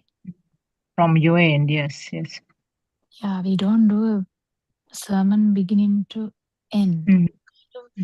We are not even trained in that now. Aranwansi is slowly getting into that because he is doing it. Because his sermons also is broken into pieces now. Yeah. But now he has summarized it into at least 1 or 2 hours in such a way that people are getting who am I question, I thought is beautiful. Even for a foreigner, I may trick them because which part of you is you is a mind-blowing question. There was a talk that just flashed on my phone and then it disappeared, called Kakirave Desana. I don't know where it went actually. Somebody must have cut the clip from that Buddothpado practical. But I can't find it now because I want to send it to my sister also. I mean, No, village there mother. was a separate one, Surangika. Kakirava Deshana, like that. Some of those Deshanas have been uploaded as separate ones, which is about 1 hour, 1.5 hours, like that. So Kakirabdeshana also I came across. I think I listened to it half the way, like it was sort of the same common thing that Aryan Mahasi was doing in each and every place. So I didn't finish it actually. Is that in the Buddothpado main channel or the practical, the clip? It was in the practical as far as I remember. Yeah, there are other little clips, but maybe I'll keep on looking for it because I think that one at Harshi's house and that Galgamo, of course, I could never find the Galgamo one. But they are still talking about the Galgamo one that he did. Maybe that wasn't recorded. But I thought I need to listen to the Mavathagava one. Galevela one, I think Oh, Galevela one. Galevela, sorry, not Galgamo, Galevela, yeah. Was that recorded? I don't think so, no? I don't think the Galevela one was recorded. Oh, at least I don't know it. I didn't find it. Because even these mothers ones, I think there are some people who are very emotional. For example, my sister. So I think something like that might give her a good jolt. Was it There are, emotional? no, I mean the mothers ones are generally emotional. No? The way Aaron Matza takes them step by step. Sometimes there are, people who are very emotional minded. No, I have another friend also like that. So for some people like that, you're kind of, that type of talk might be more suitable for them. Taking them step by step rather than, yeah, look for it. I can't seem to find it. Yeah, I think we have come to the end of the session, right? Yes. Yeah, Yes. thank you, Aaron Vansa. Thank you. We worship you every day. Thank you. And thank you, Dharma friends, for coming for discussion. Therwan Sarnai. Therwan Sarnai, everyone. Namaskaram.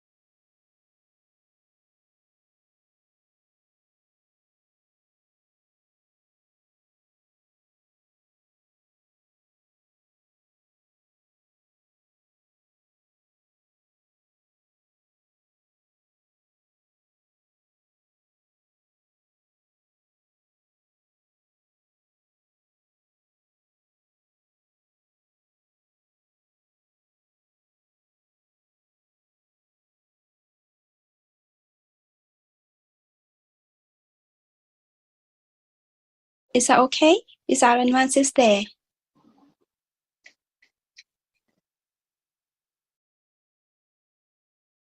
Aryan Vansa, can you hear me? Yes, Aryan Vansa Yes, can hear Terva you. Saranai. Yeah, Terva Saranai. So I want to first tell you something. So this is my first time I'm doing English discussion, some discussion like this. I haven't experience, so it doesn't matter. Okay, well, how can I do my best? I do this. So okay, this I know, we know, everybody know.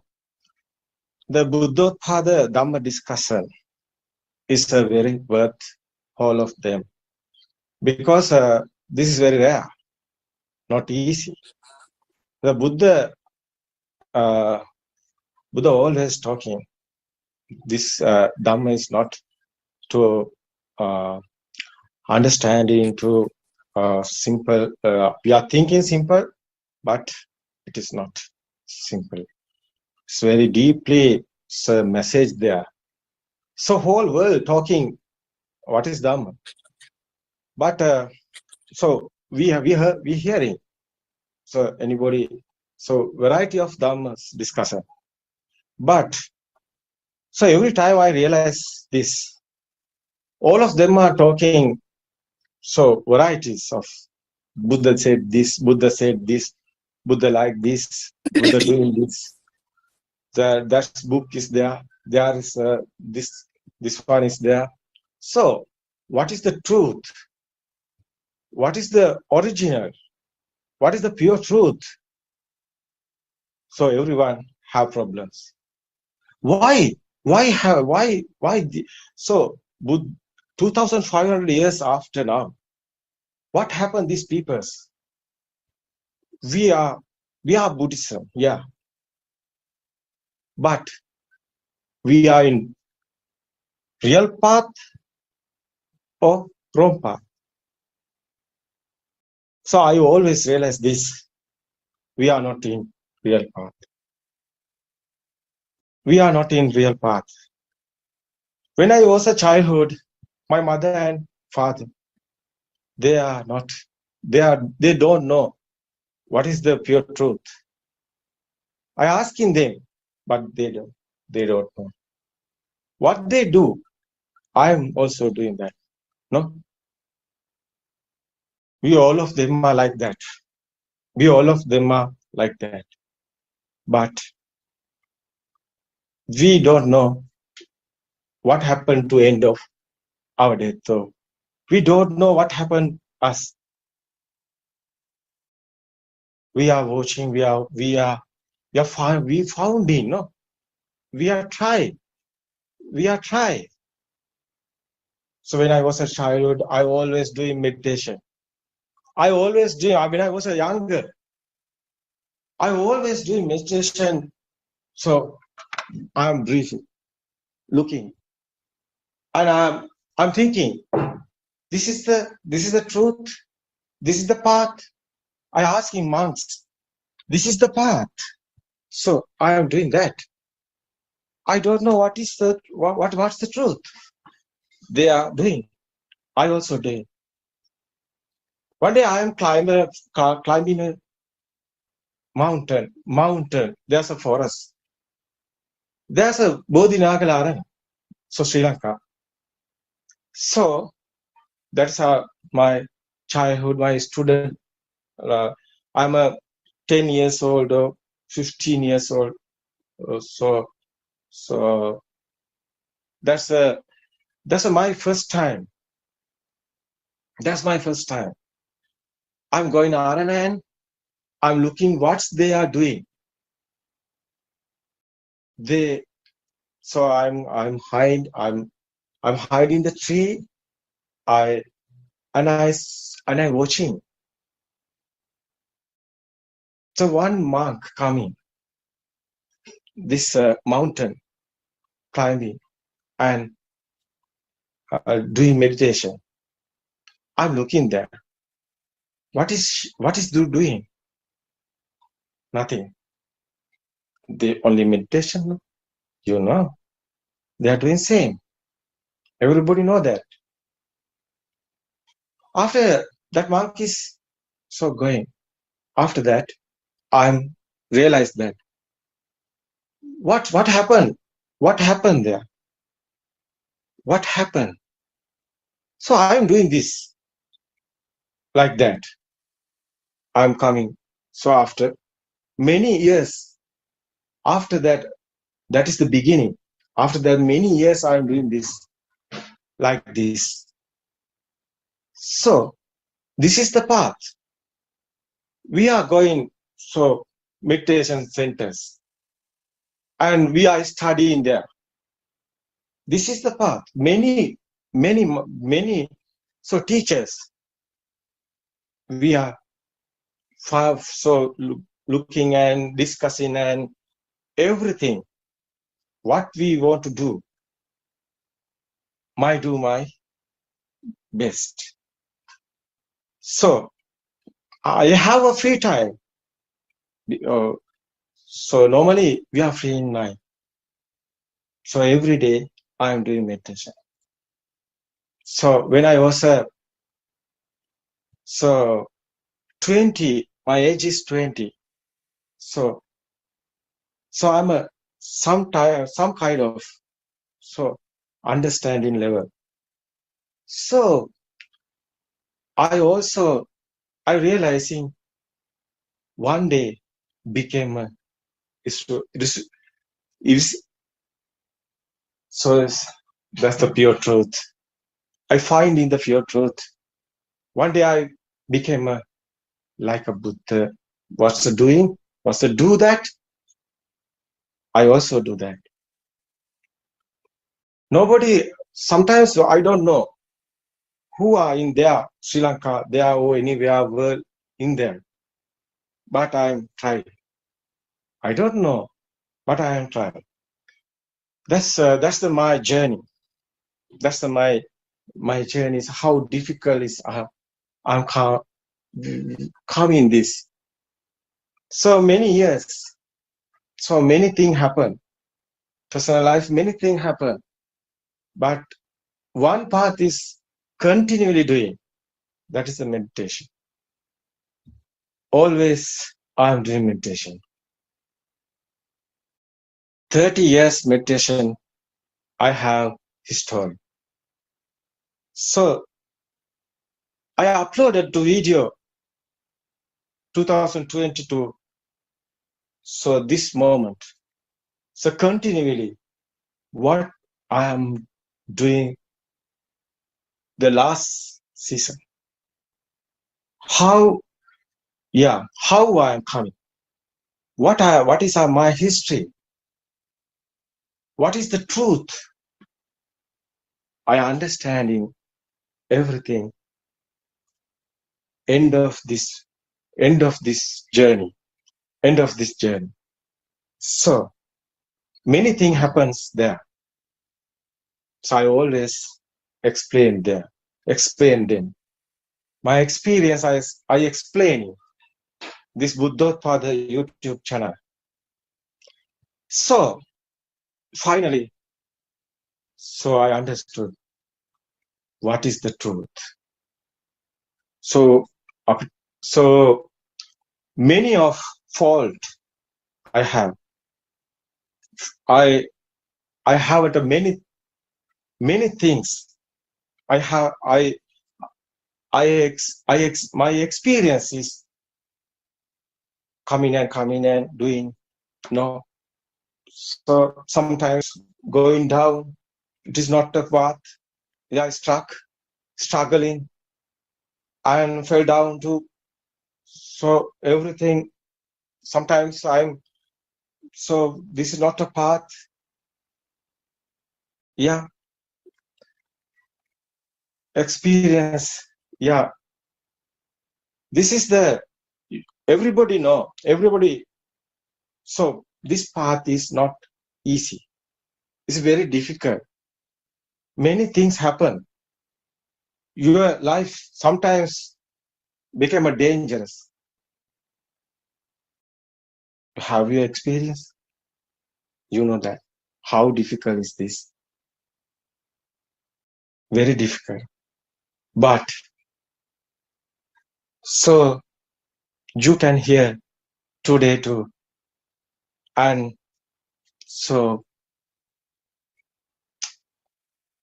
this Zoom discussion beginning, I want to explain this English medium.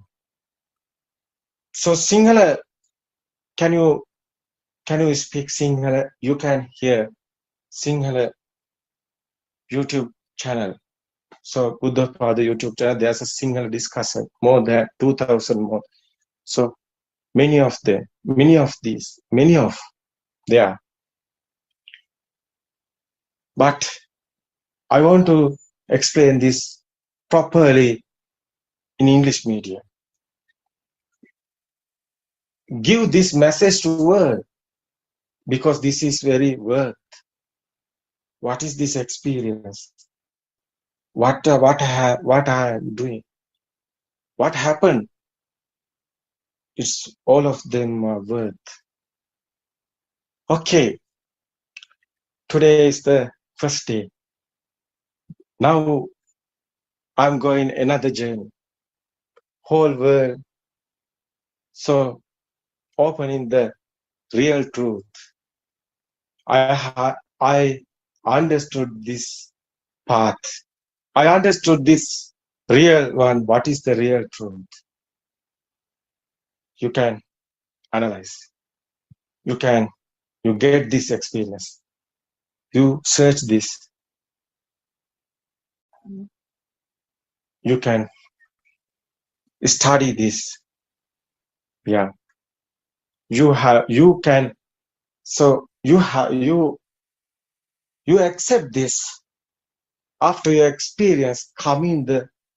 You come in and see. Buddha said that. Buddha said, Sadhitika kalike epasika opanayika pachupanna dharme. Not believe. Somebody talk, but not believe. Buddha said that. Somebody teach you. Some books are there. Someone tell you that is the truth. But Buddha said, no, believe. This one is practically, and yourself, you should be experienced. You want to do this.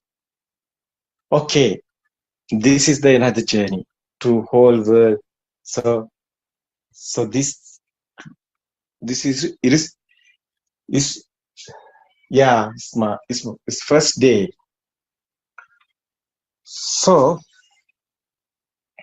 okay, you can ask me and we can discuss. First I want to tell you, so everybody,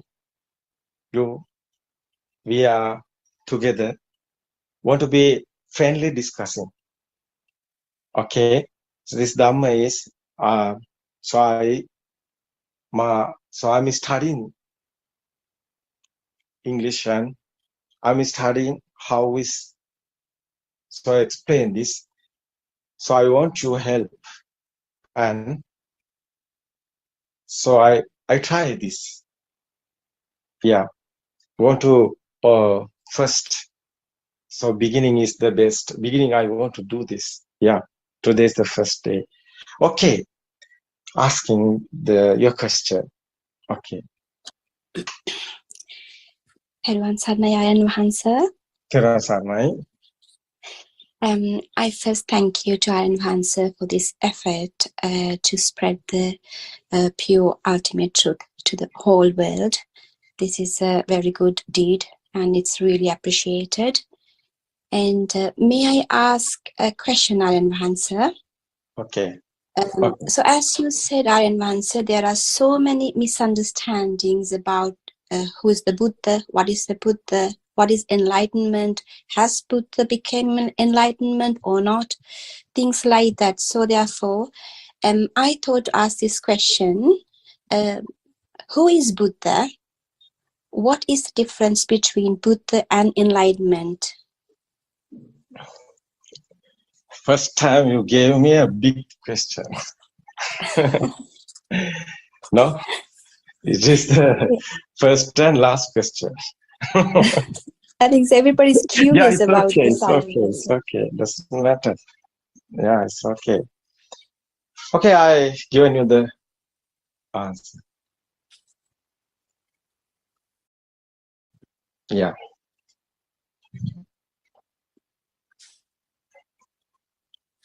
First is, so everybody talking, no? So everybody talking. So Buddha. So everybody talking Buddha. So Buddha enlightenment talking, no? People see Everybody Buddha is talking like a person, Buddha I know. enlightenment. Yeah. May You I want to mute know? the Yeah, it's microphone? okay, it's okay. I answer it, it's okay. So, what is Buddha? I asking everybody. Yeah, this is some discussion, no? I asking, so someone here. So, Kumuduni, do you hear me?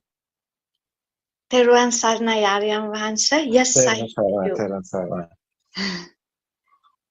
What I think? What is the Buddha? I think Buddha means nothing actually. Buddha Sobhavaya means there's nothing there.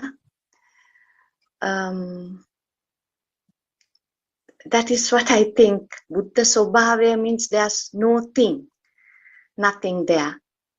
Aryan Vahansa. Yeah, that is true. So, what is the enlightenment talking, all of them? What I think about that? All of them are talking enlightenment. No, that's the question is what is the Buddha and what is the enlightenment and Buddha? Aryan Vahansa, I remember you saying when you say enlightenment, there is a person there. But when you say nirvana, there's no person there. Yeah. Yes. There's no person there. Yes, If someone is enlightenment, there is someone. So somebody is enlightenment, there is him, no? There is him, no? Somebody is enlightenment, no? So somebody became an enlightenment, no? Kumuduni, do you hear me? Sorry, Aryan Vahansa. Yes. Yeah. I remember. Somebody is enlightenment. That's the meaning is enlightenment. Who? The guy is there. So is the person is there? Yes. No, that's the person is there. But Buddha don't tell that. Where's that Buddha said? Buddha don't tell that. Yes. Someone enlightenment. No. That's a Buddha. So after the Nibbana, so Prince Siddhartha became a Buddha, no? After that, Gashesha Bodhimule, so Prince Siddhartha became a Buddha. After he met Upaka. You know this story? Yes. Upaka asking, who are you? Buddha tell that, I'm not a person. Do you hear me? Yes, Aryan Vahansa. Yeah, that's true. Buddha is not a person. Buddha is a state. Buddha state, no? Yes, Aryan Vahansa. Yeah, Buddha is not a person. The enlightenment, someone is enlightenment, there want to be a person. But there is not a person. Buddha is not a person. How can we tell in this? So, first you want to be the spiritual truth. You want to be understand. You have experience. You want to be there. There is nothing. What is Buddha's word? Nisatto nijjiva sunyo. Who is there? Nothing. Nothing. There is nothing. You understood. There is nothing. That is the Buddha said. Nisatto nijjiva sunyo. Nobody is there. Nobody became a Buddha. Buddha is not a human, or Buddha is not a person, or Buddha is not anybody. So Upaka asking, you are a god? No, I'm not a god. So Upaka asking many questions. Every Lord, God, or anybody, Buddha declare that question. No, I'm not a person, or anybody. No, I'm not there. So who are you? Not a person? Who are you? That's Buddha is a state. His state of mind. Buddha is not a person. That's the wrong thing, all this world. They are always talking Buddha enlightenment, but enlightenment, there is a person. That's Hindus are enlightenment. Yogi. So before Buddha, so we are talking Gautama Buddha. So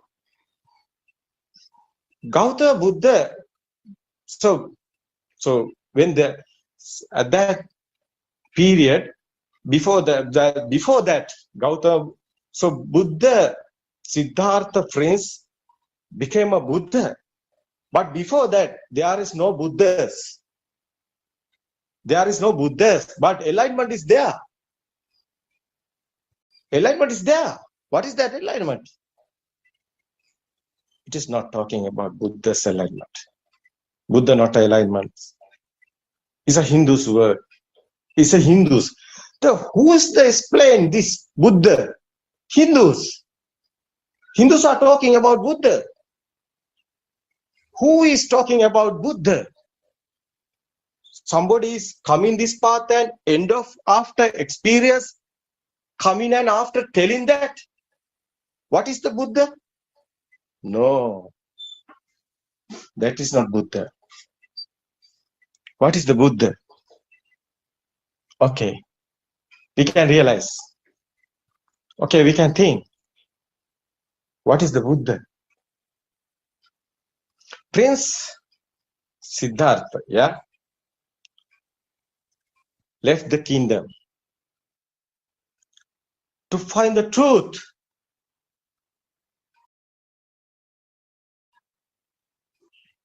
He find teachers and yeah,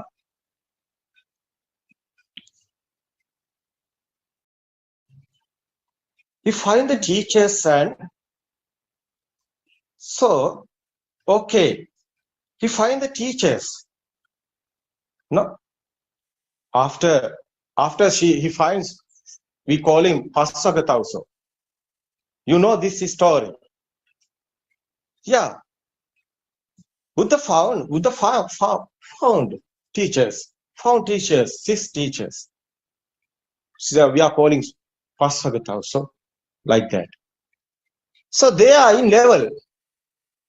We are talking about the Buddha's word is Rupa Dhyana.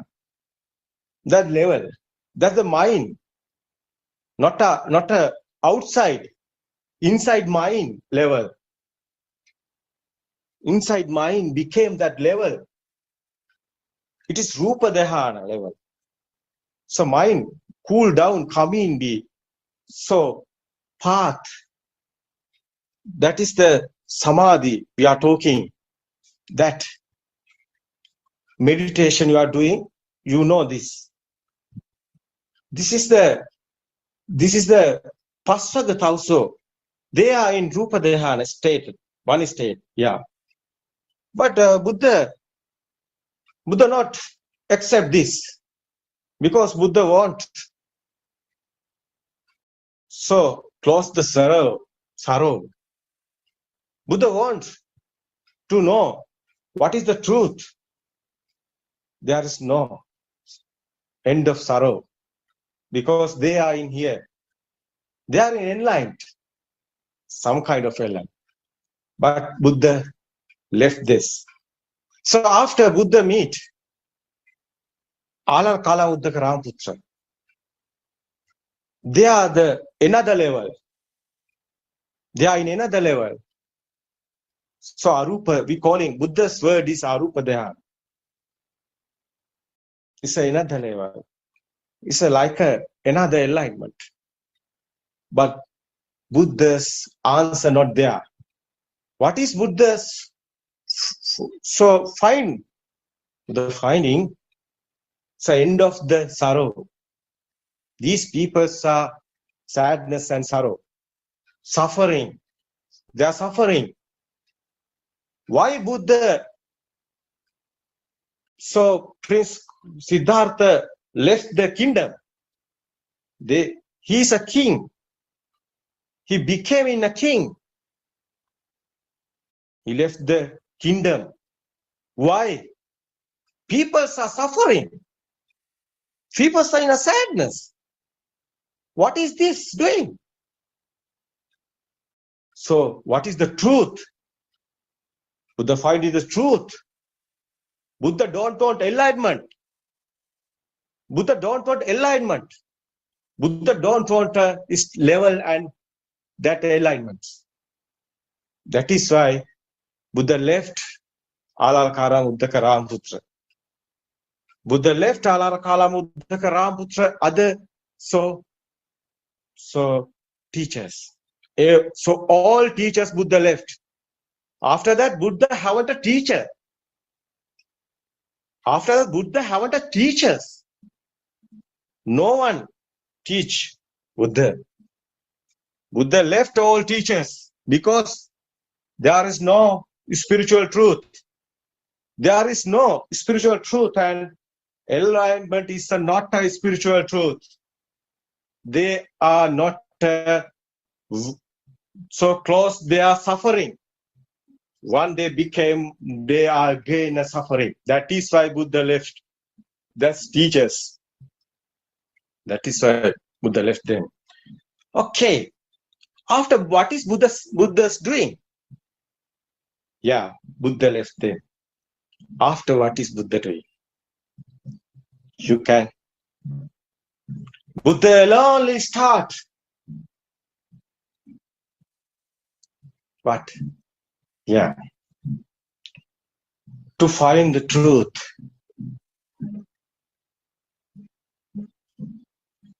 You know, we are talking, so dushkrakya.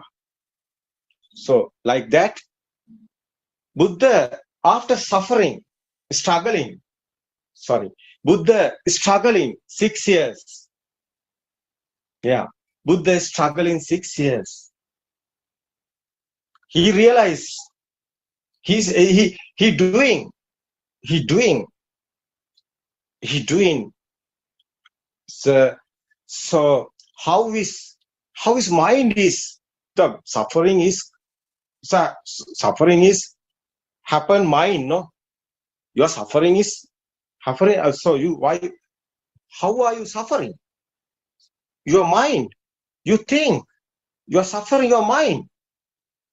Buddha try to understanding how is coming this suffering. Buddha try to understand how is suffering. How is coming this suffering? There is someone here. That is why the suffering is there. So, when there is anybody, there is a suffering. There is you, there is a suffering. Buddha want to understand what is the happening and what is the truth. Why is suffering is called? How is coming this? So Buddha remind babyhood, childhood. There is no suffering. So little baby haven't a suffering. You know, little baby don't know what is this world. How little baby suffering? How we are We are talking like that.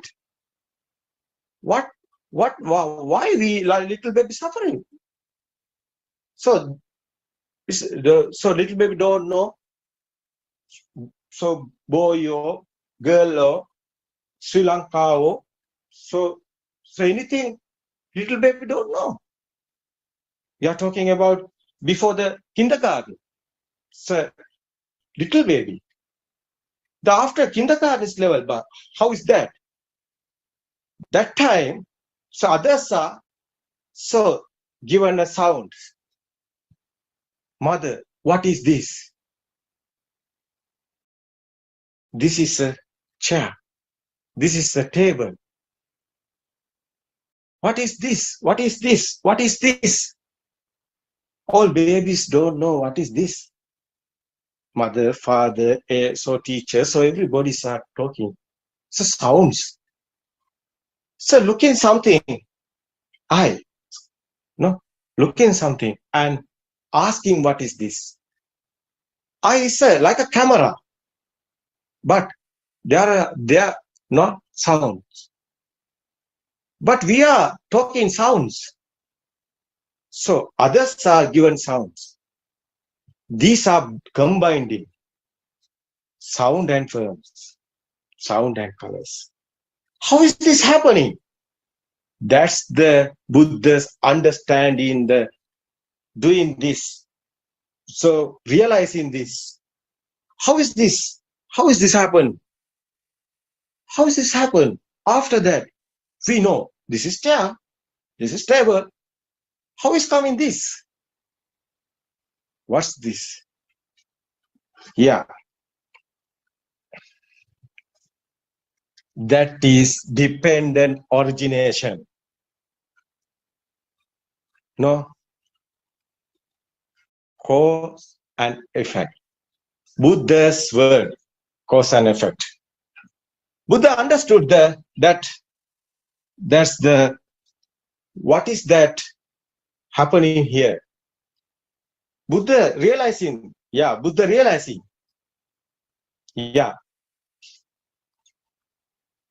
that is the pure truth of all being in the world. That is the pure truth. Buddha realized this. So this is a process. I give you for example. This is a long process. You want to be understanding, but I haven't a many time. You can hear, you can realize. Next time we explain you how is happen this, how is born you, how is coming your mind, how is coming your thoughts, why are you suffering? Okay, we want to understand, we want to realize. Buddha is given not so meditation, so the briefing you are doing now, some meditation. That's a Buddha's word is samatha bhavana. We are doing that. So everybody do that. So there's the path enlightenment, but that not Buddha's understanding. Buddha's truth is not enlightenment. Buddha's understood this. How is made in this mind? How is happened this? How is creation? How is creating this? How is creating this? Thoughts. You know how is magic is doing? You haven't a magic. That is same. That's the example. That is same. This is a illusion. What are you thought? What are you think? What are you see? What are you hear? What are you taste? What are you smell? What are you feel? Every Vijnana Maya, Buddha said, Buddha's word. That is illusion. Yeah, that is illusion. Yeah, that is the Buddha's. So after, what's that happened that day? So middle night and early morning. So Prince Siddhartha became a Buddha. What happened there? You want to realize this. What happened there? So Buddha understood the Dhamma, pure truth. What happened there? So you can understand this. So, example, you see a wall. So you see something. So something you see, chair or wall or something, they are a value. They are a value. Your son, how value? Other sons, not values. You see the goal, there is value. You see the stick something, there is not goal value. Like that. Difference. What is this difference? How is coming value? Little baby haven't a value. Little baby haven't a value. Because little baby haven't a chair or table. A kindergarten. The little baby became a kindergarten. So stay. That's, yeah. He doesn't have a value. So anything. How is coming this value? That is coming. So what is Buddha said? You see something. There's a value. There's a Buddha's words, Kama Bhumi, Rupa Bhumi, Arupa Bhumi, Tum Bhumi. Buddha's word, Kama Bhumi, Rupa Bhumi, Arupa Bhumi. What is, you think something, you saw something, you think one. So you think this is happening mind. This mind game, not outside. So middle night, early morning, Prince Siddhartha became a Buddha. We're talking Trilokanatha.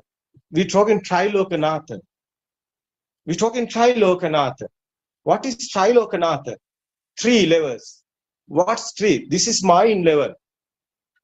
So you think something, you saw something, there's a value and there's a picture, there's a firms, value and firms, there's a state. So Kama Bhumi is a value. Rupa Bhumi, Buddha said that Rupa Bhumi is, that's a state, that's the one, you think one, you thought something, you see, there's a value and there's a picture, something form, some kind of, you feel in you. So there's a wall, I'm here. I can see the wall. I'm here because this time, the present moment, this is the mind. This is become a sorrow. Your value is there. So something your sorrow or happiness come in the value. How is this value is beginning? Then so again and again and again and again, and little baby coming and see and after. So that is process happening the rotate like that. Buddha said that Sankara. That is the speed, rotating in speed. It's the coming the power. That is the value. That is you talking. You can't drop this. You can't hold this. Why? It's have a value. That is your that's Buddha said that. That is Rup, that is the skandha. What is skandha? Rupa Vedana Sanya Sankara. Buddha said that. So why we are talking like this process? This is rotating process, rotating speed, coming this value. Again and again and coming. That picture or that sound or something you have 5 senses, So eye, so no ear, nose, and thought, touch, tongue, and your skin. Yeah, that's the five senses. Five senses are like a doors. You know the home have a doors, the five doors like that. So coming the signals, that is the senses. So these are high speed coming. That's a speed power. These combining. So little baby asking mother, what is this? So little baby have a picture, no sounds. Mother given a sound. Sound and colors, sound and form, and you smell and you taste and you heat or so wet or so all of these senses, the sensor is sparking speed.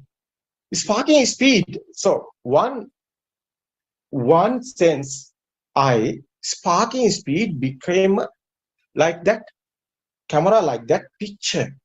That here the vibration is there is a door like that, vibration is speed coming a sound, there. So that same like that happening, skin and so nose and mouth. So this is the sensors. This is sparking speed coming of power. That's like a babies are toys, no? So rotating speeding like that.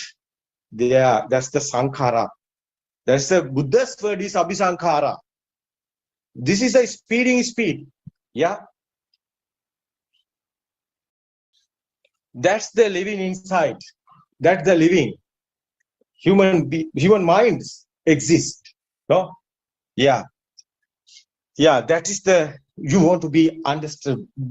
Buddha understood this. That night, Buddha understood this. What is the happen here? What is this? So that is the power. That is the something is here. You feel how is coming to feel. You feel I'm here. So that how is coming this feel.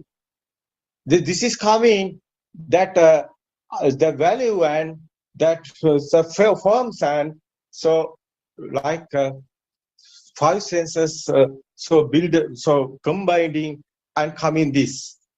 So yeah, that is your mind. So that is your thought. Only one thought is the one time is the happening, but the high speed is coming this. Is the again and again and rotate it is the circle and circle. Like that, the other circle is sound, other circle is the ear, and other circle is your smell and your taste and your heat and like that. So these are combined. So something there. Yeah, Buddha understood this. What happened? That's the suffering. Buddha stopped this suffering. That's the suffering.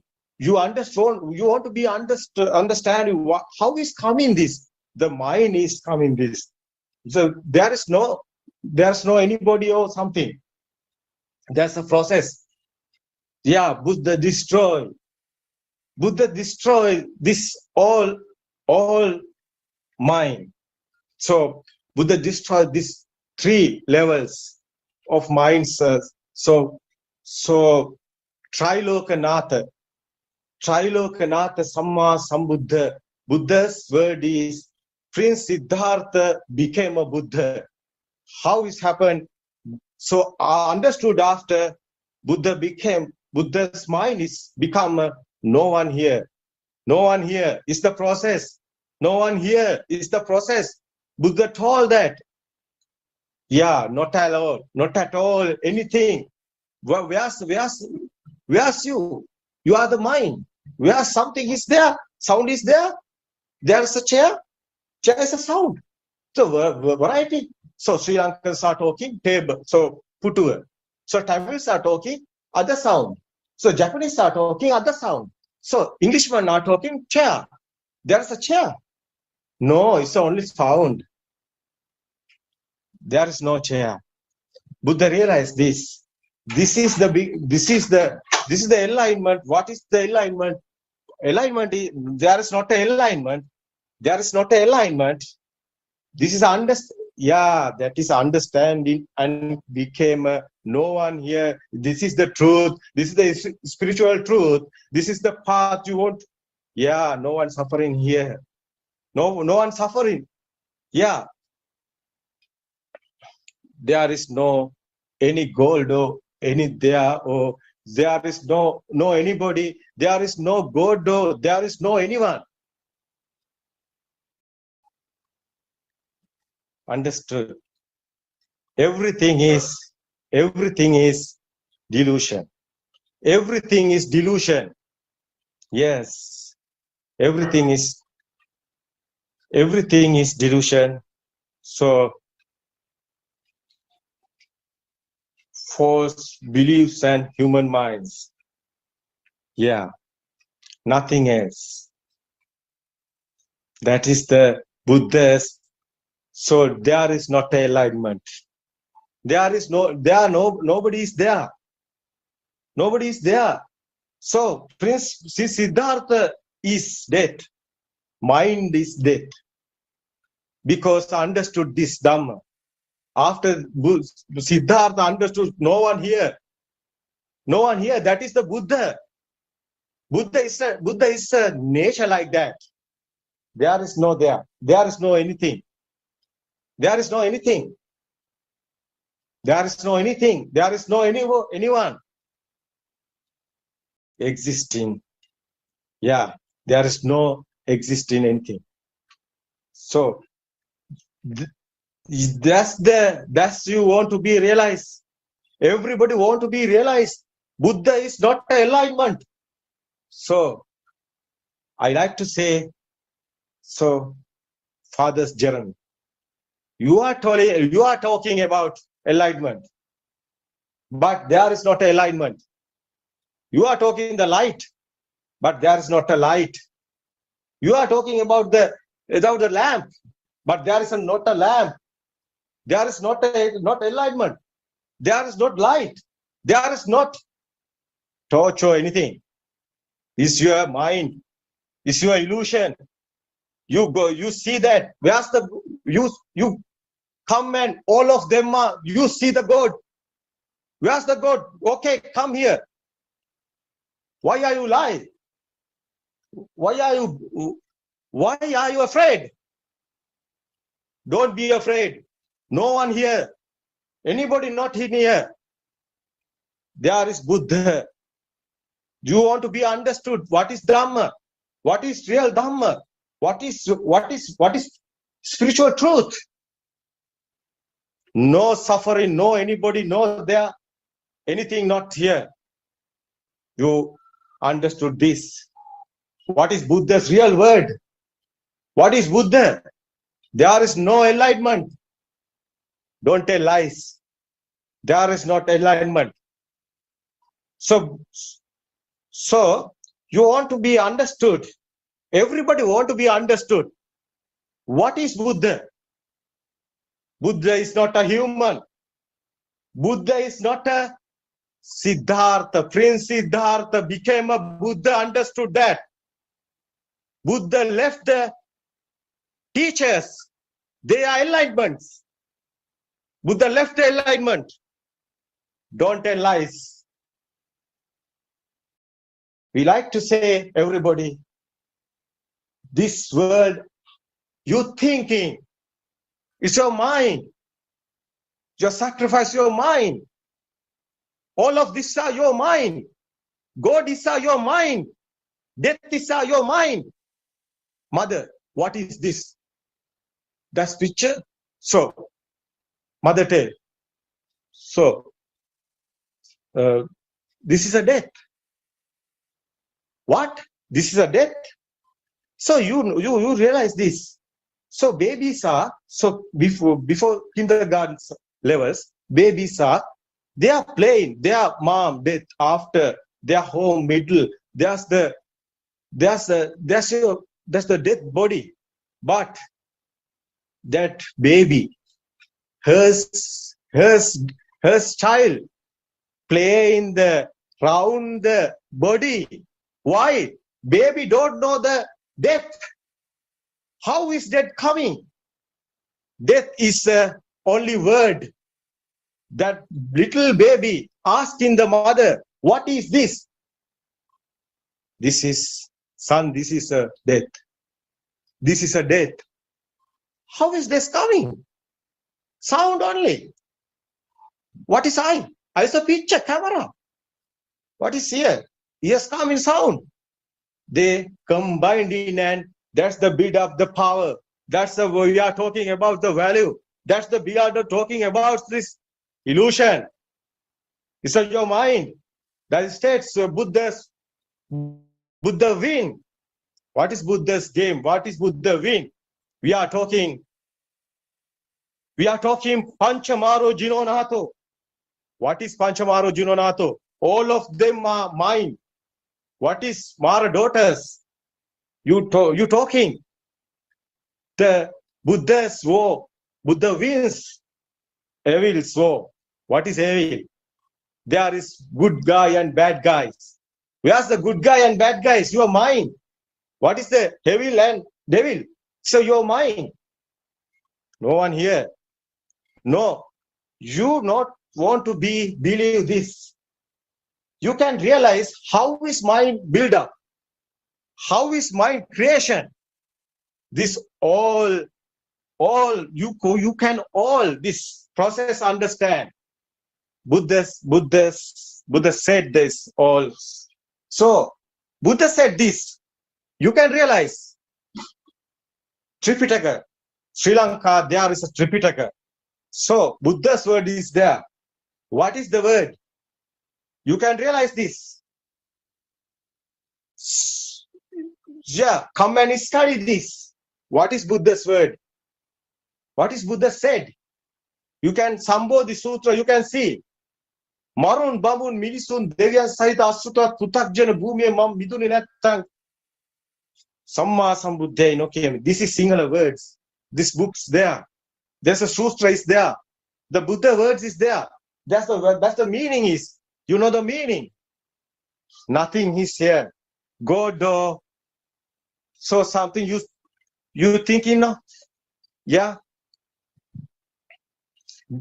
There is no God. There is no hell. There is no good thing, bad thing. There is no nothing. There is no anything. There is no you. One day you can understood. You lost you. After you became Buddha state. That's the endless happiness. You don't believe this. One day you are coming this path. This is the real path. This is the real Buddha's path. This is the spiritual Buddha's path. All of them are going and doing meditation. But they are doing that passagatausu, like that tapas. We are talking like that. Useless. That is useless. Something is okay. Some kind of so smoothly. Yeah. Something is happening. But it's not not the suffering finish. But suffering is not finished. At that time you are in okay. You are sometimes sleep is type. Sometimes you are not no problem. It's okay. It's calm is down. You are so yeah, for a while is okay. Yes, that is not a nirvana path. That is not a nibbana path. That is not a your suffering end. That is not a Buddha's path. Buddha said after Buddha became after Buddha coming, no, They are teachers. There are 5 teachers. Buddha, after coming, there are 5 teachers and telling them, this is not the true. You are in wrong path. Buddha said that. Before not this one, I tell you. This is not before you are so here. Oh, no one know is this. What is the spiritual truth. I understood. It is we are talking. So Buddha's word is like that. So Paticcasamuppada like that. Buddha's word. What is Paticcasamuppada? What is Buddha's understood? So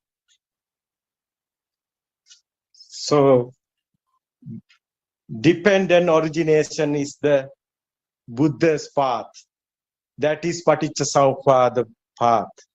It is not an enlightenment path. It is as the teachers are going there. Buddha teach them after the Buddha. Prince Siddhartha after the Buddha teaching them. Enlightenment is not a spiritual truth or not a sorrow end. There is not your end. That is an illusion. Like that's one kind of illusion. Yes, you are blocked and stuck here. That is not a spiritual truth. It's not your want to do.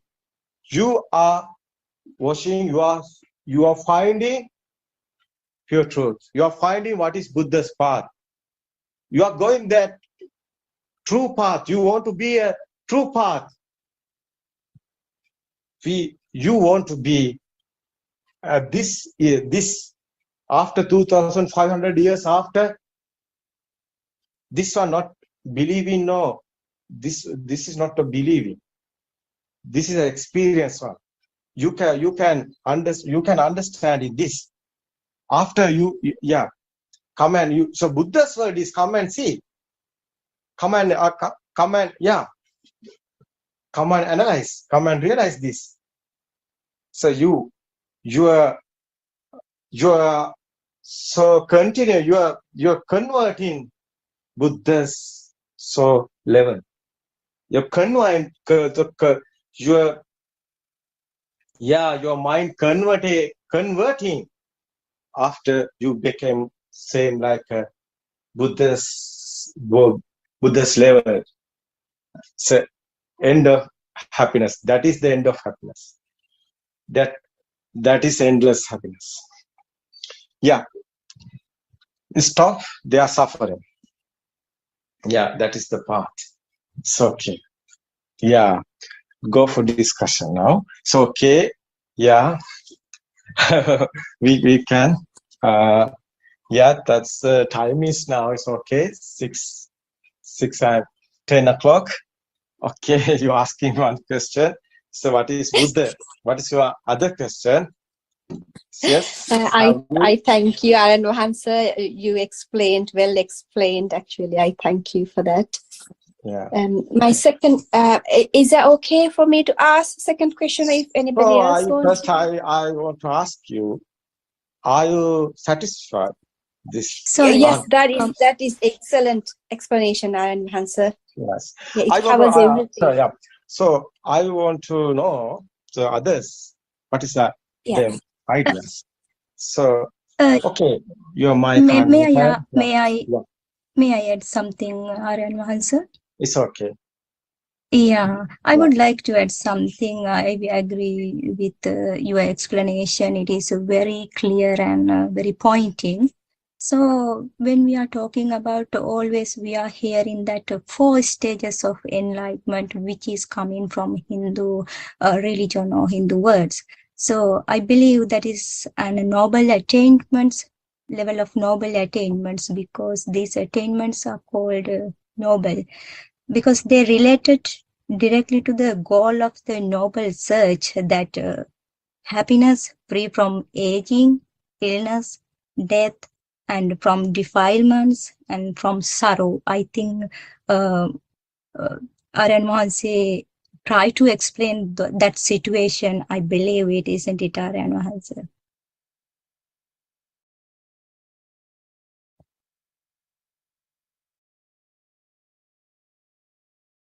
Aryan Mahanse?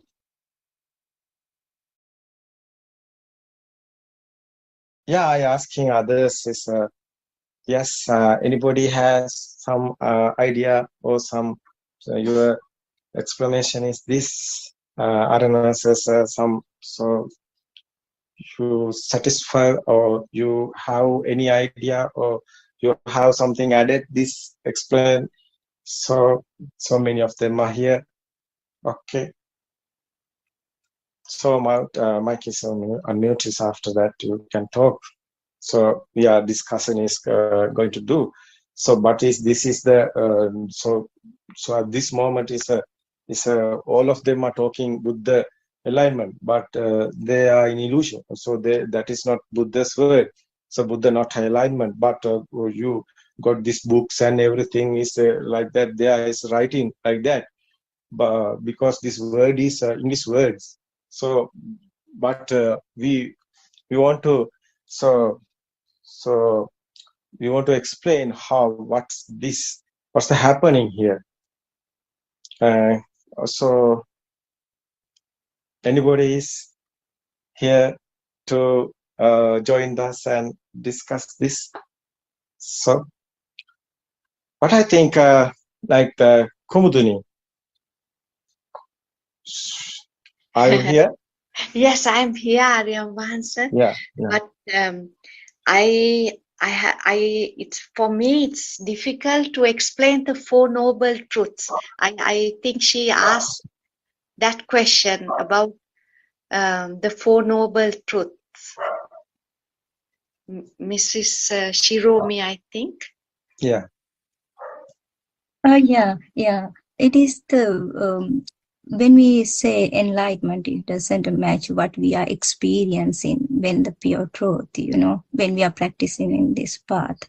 So I'm asking that Aryan Mahanse, is that a noble attainment? Noble attachment is you asking the so something so practical side I can explain it. So you're asking the question is so like a Chatura Satya, no? That no. So what is that you explain this question is so your question asked me to some kind of simpler English.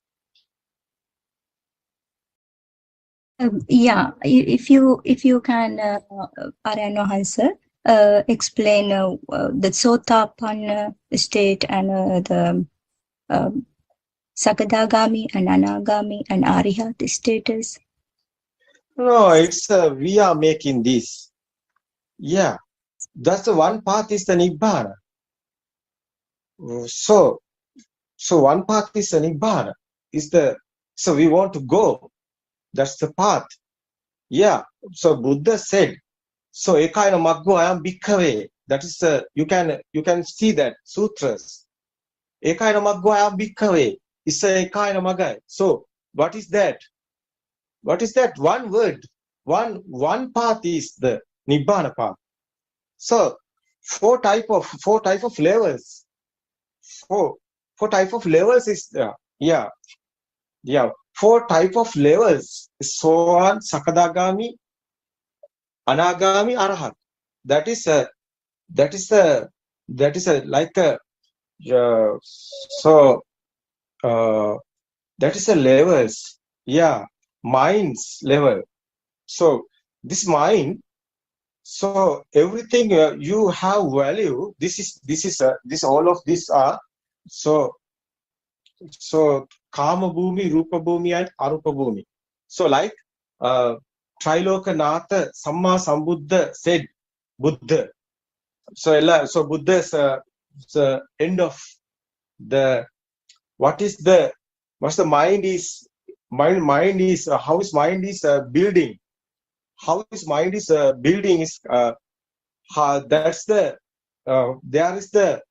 that's the power, there is the value, there is the picture, the same like that. There is you like that feel. That's the value is the mind is that's the one moment, one thing, one moment. It's the mind. So that's one moment, one thing that's the happen, the present moment. That's the again and again and again. So many of speedily coming this thoughts. The one thought we want to be understood. We can see every thought. How is happened this process? You see, mango trees, there are leaves, many of leaves, 5,000 leaves. For example, we got 5,000 leaves. But you see one leaf, how is this? You can see every leaves, 5,000 leaves like this, like that. You want to understand one thing. You want to understand one thought. You want to understand mind. How is mind built up? One sense of mind. Yeah. So what is the size of mind? How is happened this? You want to understand this. Your mind, how is creator, how is creating, how is build up in, how is this process, how is happened this, how is coming your feelings, how is this power is energy is how is build up in. This is automatically happening. Nobody doing this. Nobody is there. Nobody not doing this. This is automatically, systematically happening. How is happening this? You understood this. So one stage is you have everything. You have outside and inside everything. So there is a car, there is a home, there is so everything you have. You have world. What is the world? World is your mind. You think sound and firms, but you are think outside. There's the one. There's the one. There's the one. So you not thinking. This is your mind. This is not outside. Not anywhere. Not anywhere. Not this is your mind. So once you understand science of mind, you want to be understand. Yes, you can understand. You understood one day. You understood science of mind. You can understand the whole world, universal law, everything. Yes, universal or everything you can understand. So you want to understand in this. The one thought simply is one thought, one mind. That's an example. Leaf, mango leaves. The one leaf you see, and how is this? You see all of this. So like that, how we can see how is so on Sakadagami, Anagami, Arahat. That is what is journey is this? This is the journey. You have whole world and you lost the world. Beginning, you have the world. Is this the side is so on that side. So before so on. So okay. Before so on, so animals and this Dhamma don't know anybody is there. Also all of this in outside. Is the death illusion. They are in illusion. Death and they have everything. They have everything. It's okay. They are in illusion. They don't know what is the truth. What is the happening here? They have them. Their sorrow and their happiness. Everything they have. That is the That is the beginning. That is the you. You are you. What is the you? You are there. Yeah. Yeah. Once you realize there is no you, that is you. So on. That is the beginning.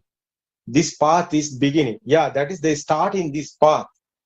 So after, well, so Sotapanna, we call it Sotapanna. It is process. Sotapanna, like that process. So reverse flowing. It's a process. It's not a still like that. So rain is coming, not still. It's a happening things. So it's a continually happening. So mind is like that. That's all of these are speedies. So rotation is speed, like that. Buddha said that sankhara, like that. It's a mind build up in this. We want to know. This is the mind you how you want to be know this science. This minds how is creating. What is the happening here? So you understood. Nobody is here. No, nothing else. You understood. This world is illusion. There is nothing. This is all of your mind. You thinking. You think in your mind. You think. What is your mind? You see. This is a fan. So fan is a word. Fan is a sound. So ice coming a picture. So fan is sound and firms. It's ice coming a picture like the firms. So ear coming a sound.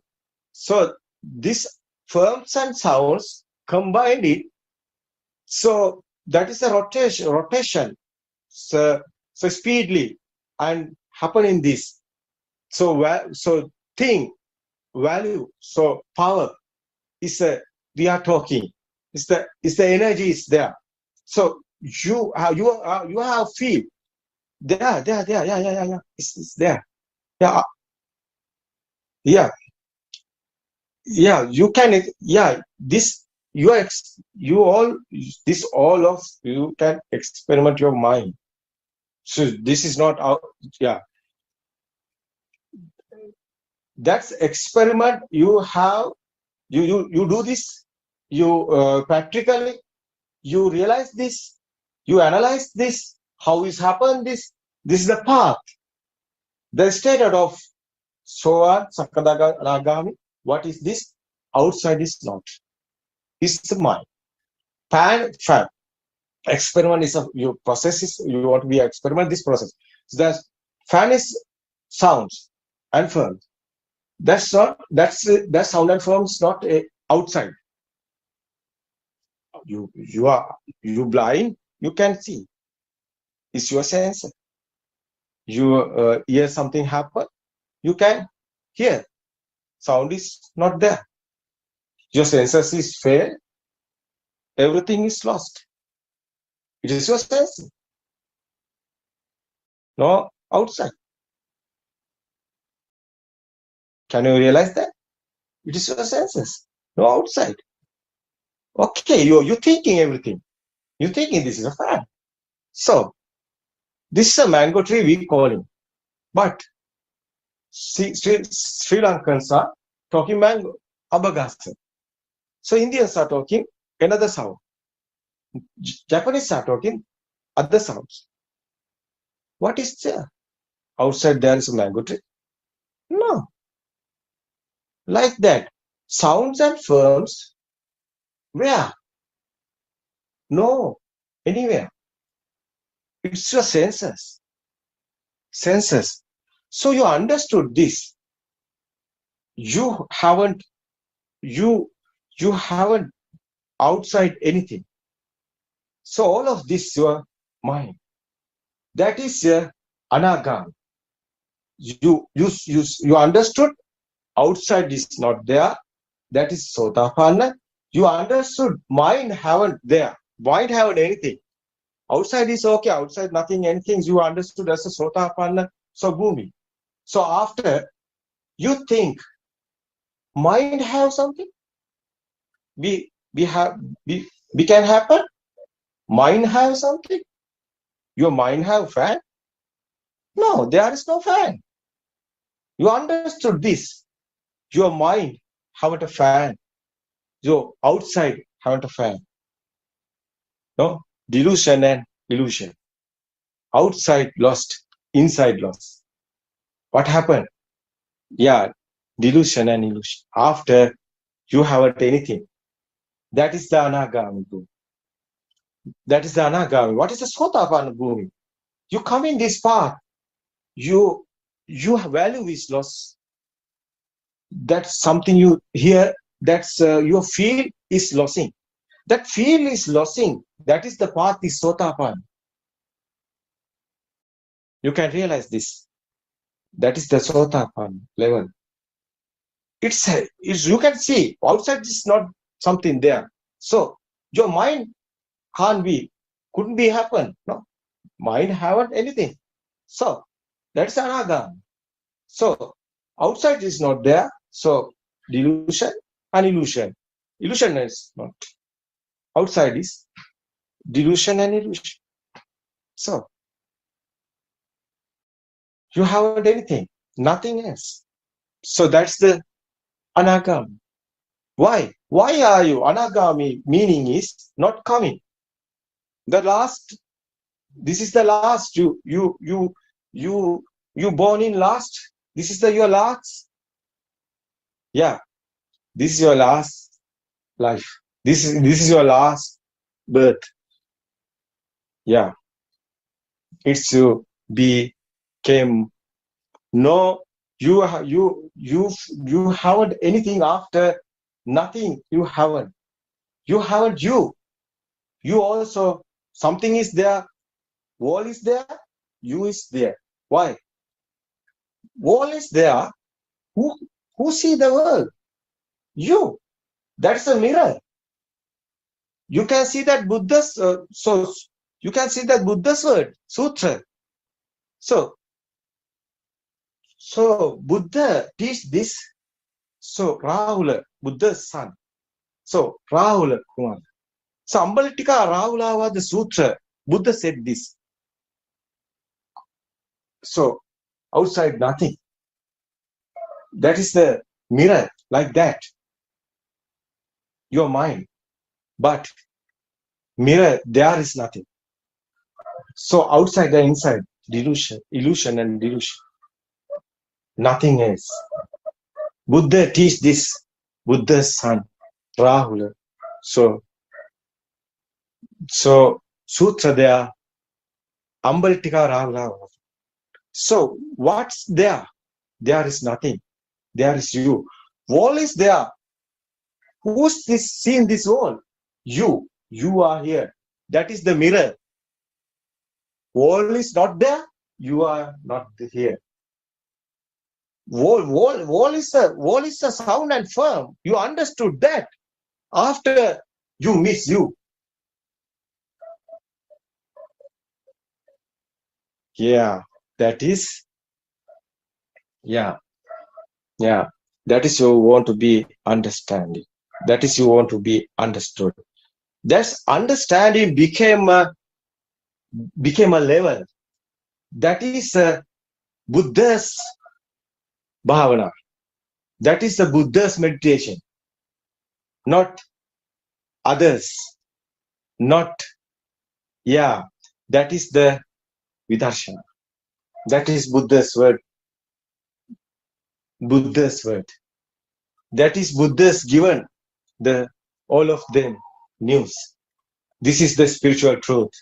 There is nothing. There is no enlightenment or there is no anybody or there is nothing. So enlightenment meaning is I am meaning enlightened. But Buddha's not meaning. Buddha's meaning is not you. No one there. It is a miracle. It is an illusion. It is your mysterious. There is nothing. You want to be understanding. That is the level as Arahat. You miss you. That is asking this question. Okay.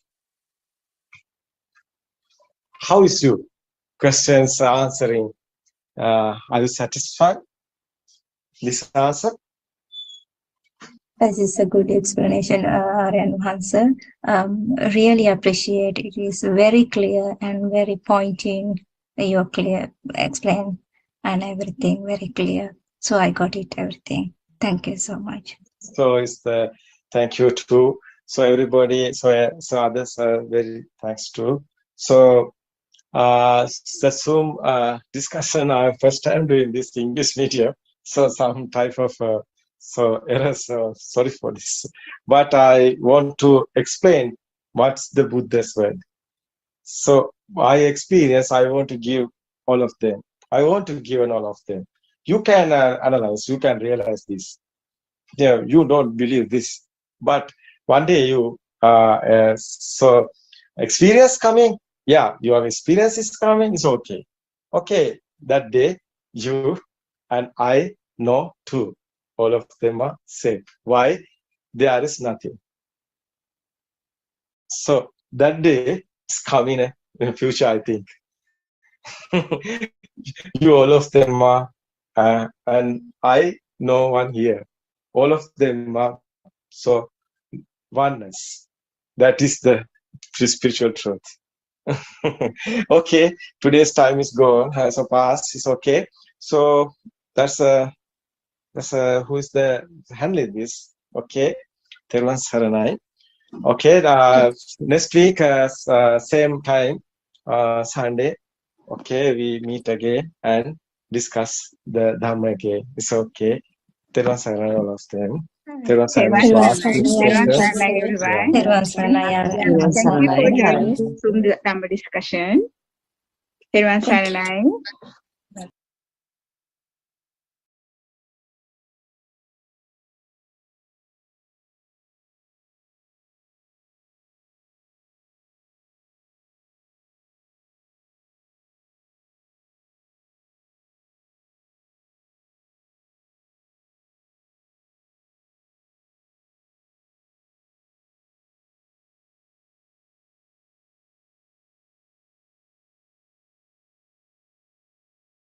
Good afternoon, everybody.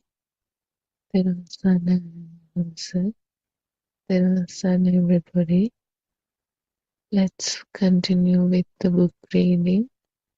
The True Dhamma Has Awakened, Volume 3, page number 10, second paragraph. The Noble Eightfold Path can be found within the realization of this truth. The belief that the external world is true is the ground of an incorrect view, Mithya Ditti. All the religions are performing on this ground. Even animals live considering the external world is true. There is no correct view over there, and no end to this journey of samsara until and unless somebody listens and realizes this truth. Until then, it is a cycle of birth and death again and again in the floods ogre of samsara. There is a process to be explained how this has been happening.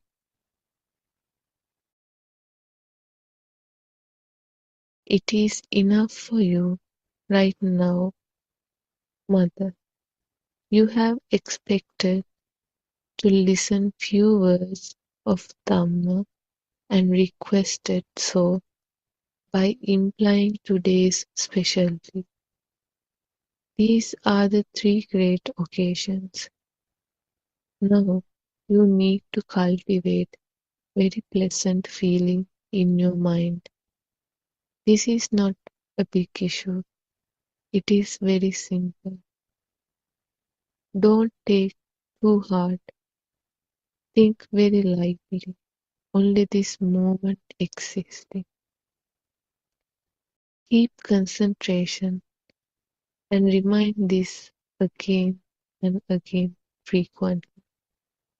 Upasika, do we need to focusing about the illusion of consciousness, Vijnana Maya? Aran Mahanse, usually don't we certainly feel the truth as the truth? Don't you feel this mind is untrue, isn't it? This is called feeling the truth.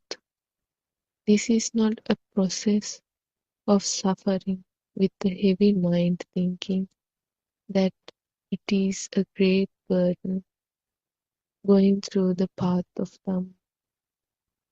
It is a very simple and pleasant story, but we make this path unpleasant due to the desire and clinging, tanha, upadana, to attain nirvana.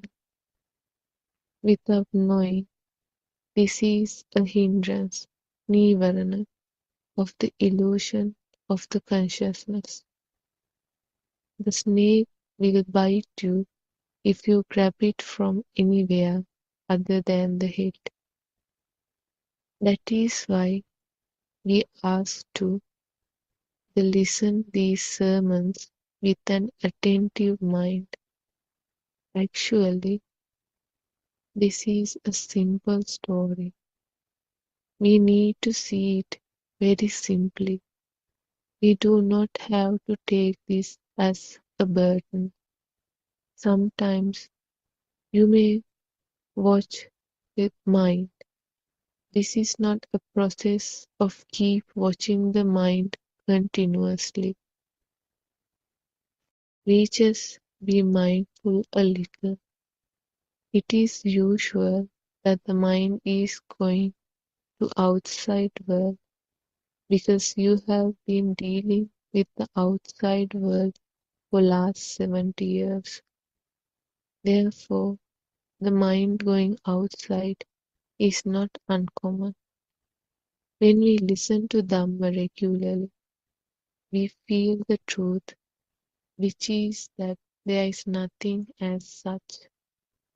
When we hear the truth frequently, the mind is getting purified. The ignorance is diminishing slowly. Then we realize slowly there is no thing in outside as we think. As a result, the mind is getting purified.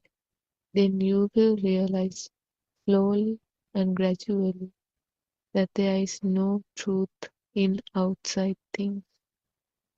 Theron everybody.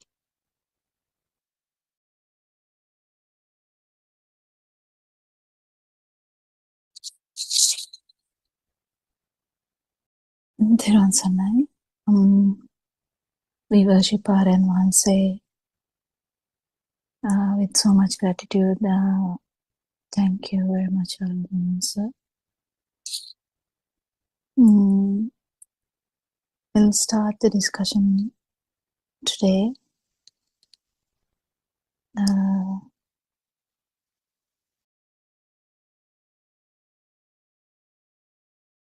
We have discussed about getting this no self angle properly, otherwise Dhamma can actually take you elsewhere, where like really get you distracted to think so many other stuff. Here, what we actually understand is whatever we think or whatever this system brings out as thinking or vibration, it's actually not true. So any kind of thinking, at the last bit, even Dhamma, even this truth, we understand that it's just another another thought, but whatever the thinking is part of the mirage, and whatever the system feels actually is the speed of any sensory function or sensory organ. Doesn't matter which one. So that's the basic. So if you don't get it properly, you might try to think differently, and that thinking can actually increase your vibration, increase your burning, increase your suffering. But so this is not about thinking differently. This is actually understanding that thinking is just a manifestation. It's not true. None of these things are true anyway. So anyone can bring up a question.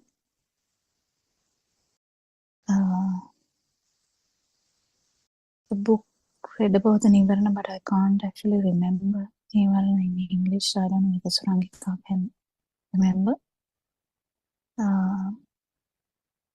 Do you, Surangika?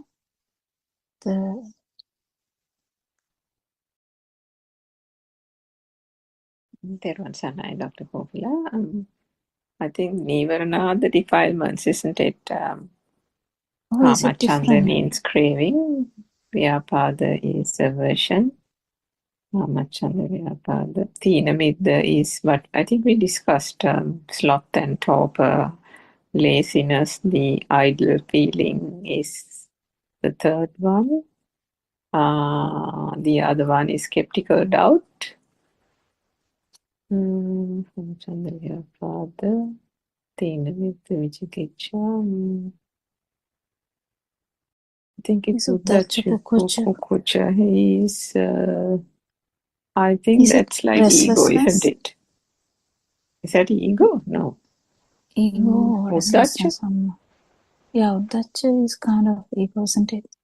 Yeah. Maybe, what do you call it? Heenamania? That is No. like both sides, no? Extreme ego Yeah, and... both sides.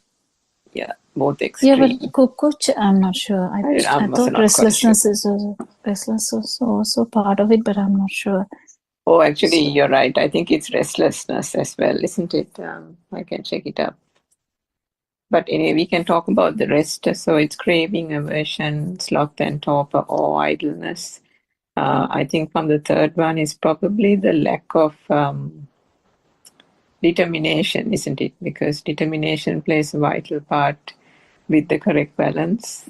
So that's the sloth if you're feeling sleepy, if you're not applying yourself to the Dhamma and doing the proper reflection and so on. So those were the four. We can talk about the the fourth one being the skeptical doubt.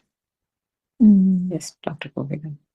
Yeah, thank you. And actually, we all understand like basically how they are going to be affecting the path anyway. I think that's very obvious.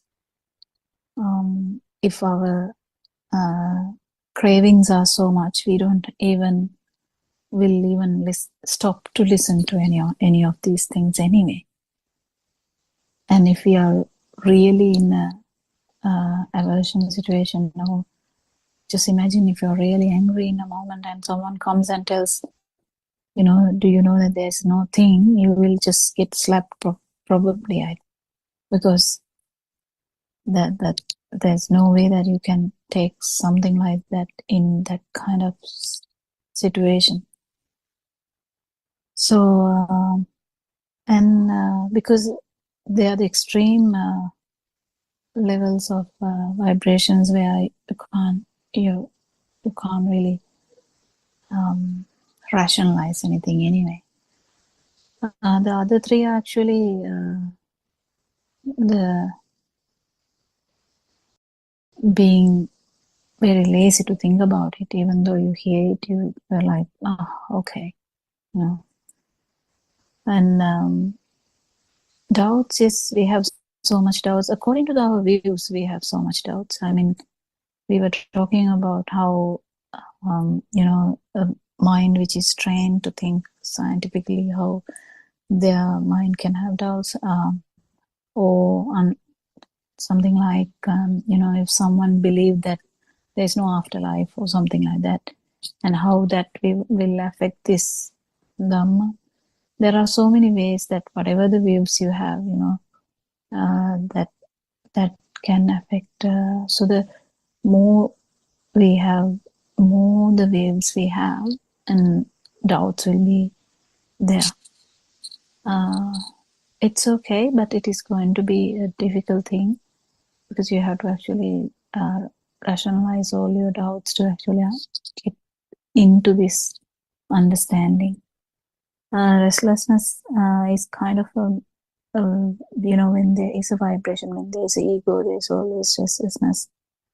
So it is difficult for you to actually calm down. That's why sometimes people talk about concentration meditation being helpful, but actually that's all just to calm down a little bit. But all the value of this Dhamma is actually insight meditation, that is understanding the mind, understanding the stimuli, understanding what is life, understanding the consciousness, understanding the life field, basically.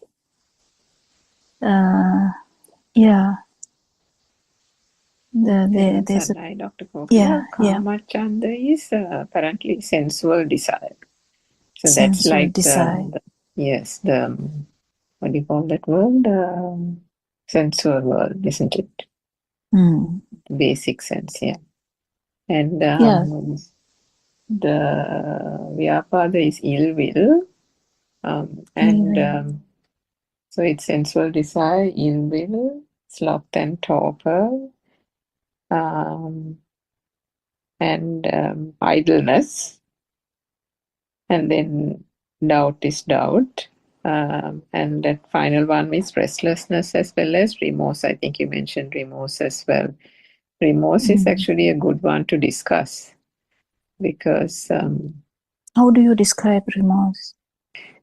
I would have thought remorse is like, how some people get so caught up in their experiences, lived experiences, that they can't get away from it. They think, remember, I think R.N. Vanse has said things about, how if they accidentally have killed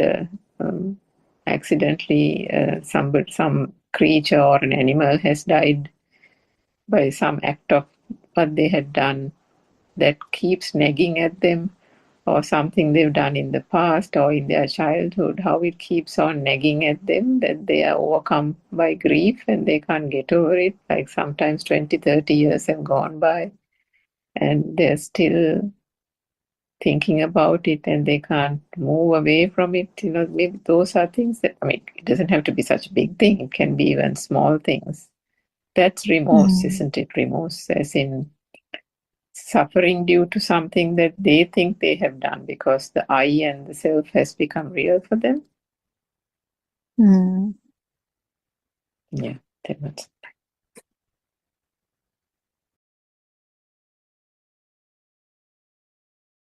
Yeah. So the main thing is,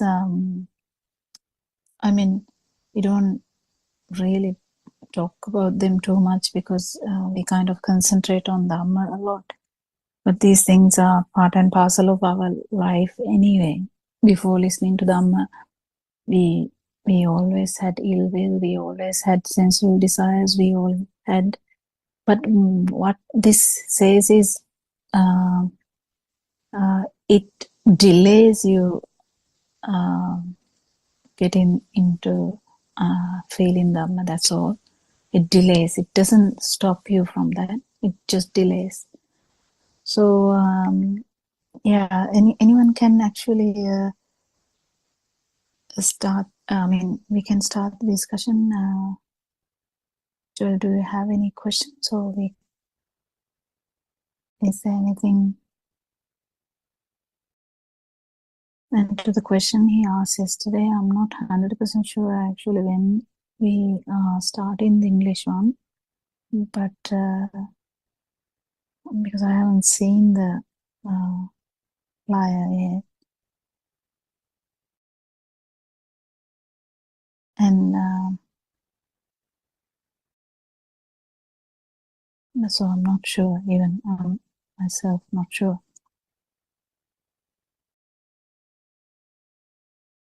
But I heard Aaron once saying in a single Zoom discussion that he's thinking that it might start even kind of tomorrow or day after. I'm not 100% sure. Anyway, we will have a time for the discussion in that 24-hour thing. Anything else?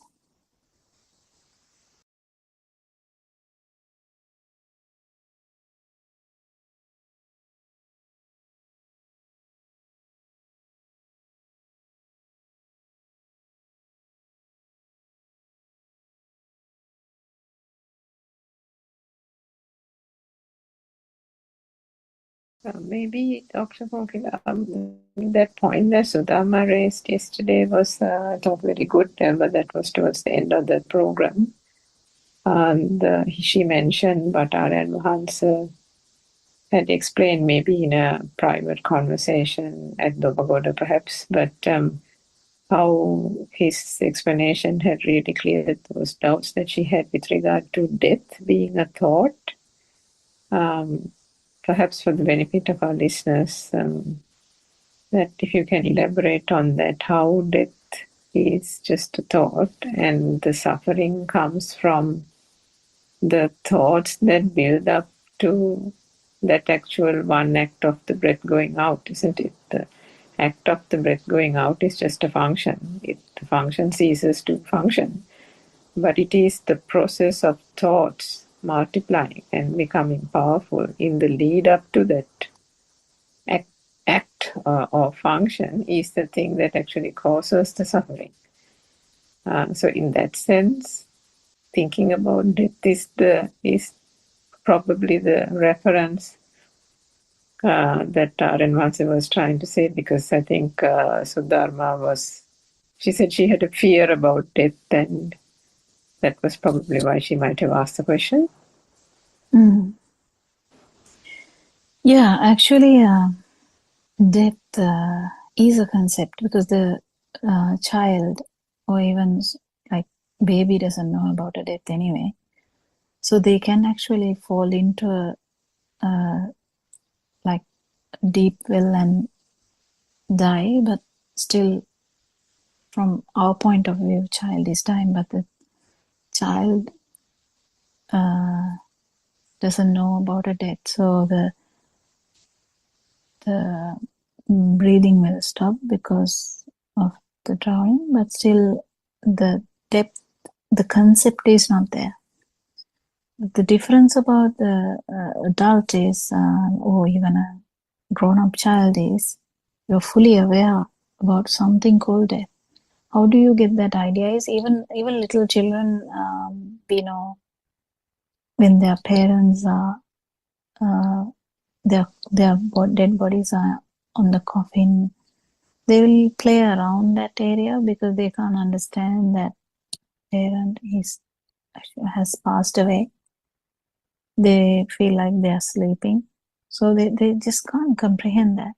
But an adult will comprehend that something about the death. So even that, it's really very very how do I say, the information is very variable because now in these countries death is kind of hidden from kids. They don't really understand much about the death. They know that there is someone dying, but they might go for the ceremony. So they actually form it as a ceremony, and they might go for that. But actual suffering part is actually hidden from kids. So kids are not really aware about any of these things. But in like our countries, they kind of open about that. They keep the coffin for about few days at home, so they are fully aware. So whatever the views they get about death is from the culture, from the environment, from the friends, when the family. If your loved ones pass away, then you get an idea about that. So there are so many ways that you get the idea of death. An idea of death varies from person to person. So as a medical person, the way we look at it might be different to someone non-medical looking at it, and like someone in the village, they might actually think, okay, I would like to die inside my home. That's their wish. And but there are the different ways that they think they should die. And even they might think about, okay, I don't want a death with suffering, like prolonged death. I want a short death. I want to die quickly within seconds. So they have like so many. If you talk to someone, people usually don't like to talk about death because they think it's a bad omen, kind of a bad thing to talk about. So they avoid talking about death. So the counseling about death is really difficult. But it all depends on how they look at the life. But the main thing here is, as I said that day, I don't know whether I said it in here or the Sinhala one. It's why people feel, especially elderly, why they feel so upset about death is they completely feel that they have failed. So they are kind of surrendering. So they are kind of losing the plot. They are kind of leaving everyone here, and they are like going away, but others are living. And also there are like very simple ideas that people have. This death itself is suffering. They have idea that death itself is painful. So these are the tricky areas that we have so much ideas about these things. So the ideas depend on the knowledge that they have about it. So in the Western world, they kind of believe the pain. If there is any pain related to death, it should be managed with the painkillers. So they kind of give medications to do that, so that the patient is kind of drowsy actually. But there are some people who will face the death like no other problem. So from point of Dhamma view, actually it's much more open than that. Actual death is a thought. 100% death is a thought. This thought that I was trying to say, which is affected culturally, environmentally, socially, it is kind of a concept we have. So with time, you might have a plan for your death also, like I want to die like this way, and I want to be cremated, I want to be whatever. Doesn't matter, whatever there are wishes. And so this whole thing has a mental picture. If you can feel this, it is so good to feel it. As you have a mental picture about the birth, you have a mental picture. As you have the mental picture about chair, as you have the mental picture of your school, as you have the mental picture of an elephant, you have a mental picture about death. And that one is actually an experience which hasn't happened before and is anticipation, anticipating something that may be like this, or may be painful, or may be prolonged, or may be whatever. But actually what happens is the last thought. So this we know now, after discussing Dhamma for some time, we know thinking, or this living. What is living? Stimuli, stimuli, stimuli, stimuli. That is living. What does that mean? It is just a flow of stimuli, flow of thoughts. It can be action, it can be talking, it can be thinking, it can be seeing, it can be hearing, it can be the other three organs like touch, temperature, smell, and taste. So these are the only ways that the thought can happen. So this is what is living. We have to understand that first. If we understand that, that means just like a cutoff mark there. But we know already that this living, as we said, stimuli, stimuli, stimuli, stimuli, that's the living. And when there is no stimuli happening in this system, that's the so-called death. So there's no thoughts arising in that system anymore. So we throw away the body. Body becomes like a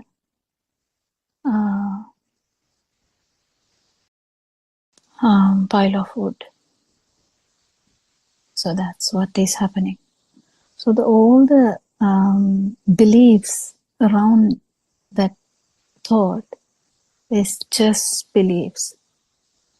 What really happened was that the thinking happening in that system just stopped.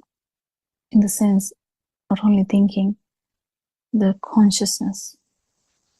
Because for a consciousness to happen, there's always a thing, the stimuli, stimuli, stimuli, stimuli. That's the consciousness. So it can be ear consciousness, it can be eye consciousness, it can be tongue consciousness, it can be nasal consciousness, it can be the bodily skin consciousness, or it can be mind consciousness. There's nothing more than that.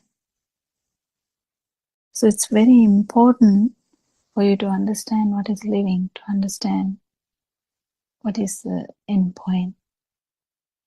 So all the other assumptions about the death is wrong. What about if you actually liberate from mind for a bit? That's actually experiencing it at least once, so that you know that because this dream, I have talked about this dream a lot. So this dream that our 40-year-old, 50-year-old, 60-year-old, 70-year-old dream, apart from about 1 year, the first 1 year where we can't talk about anything about that, there's a gap always because it's only the field time. There's no mental constructs.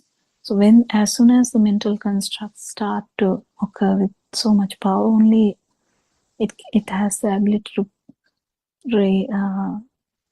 telepathy again and again, or synchronize again and again. So that synchronicity itself is the living, actually speaking. But that is the dream. That's the part of this human dream, I would say. And that human dream is the one which is going to kind of stop. That's where people struggle, because they believe that this dream is real. When you hold on to that dream so hard, you can't liberate from that dream. To liberate from the dream, you have to understand that it's not real. You can actually liberate from the mind and understand what really happens. So it's kind of really interesting and important if you can understand that.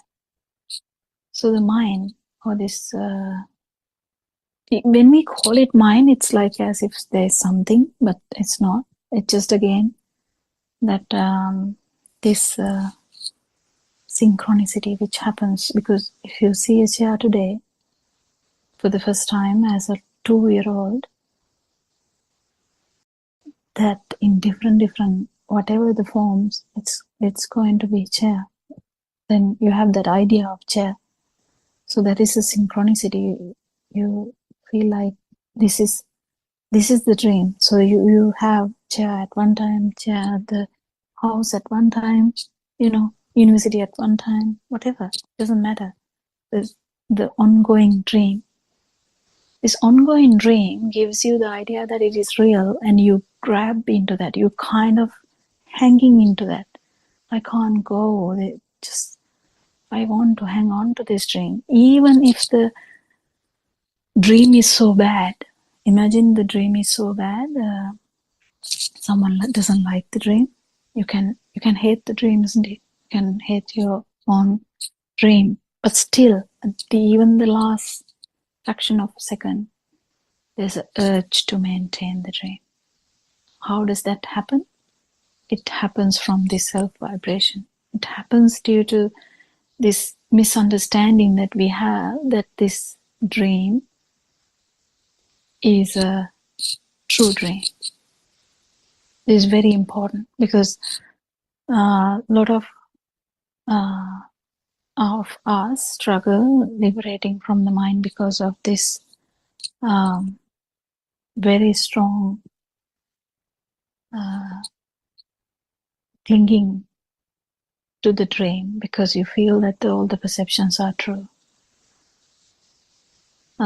So all the ideas about death is actually in that in those perceptions. So the dream looks like a dream because of the fast occurrence of the speed of the mind. That's why it feels as real. When you, I have told this multiple times, when you wake up in the morning and you look around, you get an idea within fraction of a second where you are. You are in the room. If someone has taken you in the middle of the night, if your child slept in the settee and you carried the child to the bed, the child slept on the settee, and in the morning he gets up and realizes, I slept in the settee, now I'm in the bedroom. So how do we know that we are in the living room? We are in the bedroom, not in the living room settee. So that's kind of the fast realization that, everything, and the mind works so fast that this dream is connected and feels like real. That's why we cling on to that. So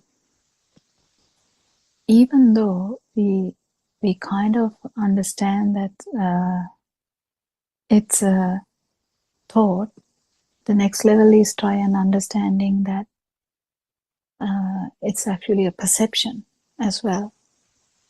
So any perception in that sense, like any perception, that none of these perceptions are true. So the chair, it's a view. We have that chair is there, but then we understand that it's a perception. We feel like the perception is true, and then that is how you feel that you are alive, because you feel that the chair is actually there. Likewise, you feel that the death is like a concept we have, and we have a fixed idea about that. But when we come to understand, it's just the stopping of the flow of these thoughts. Everything gets so much clearer. Yes, Joel. Doctor, that day once Aryan once told about this work meditation and silence meditation.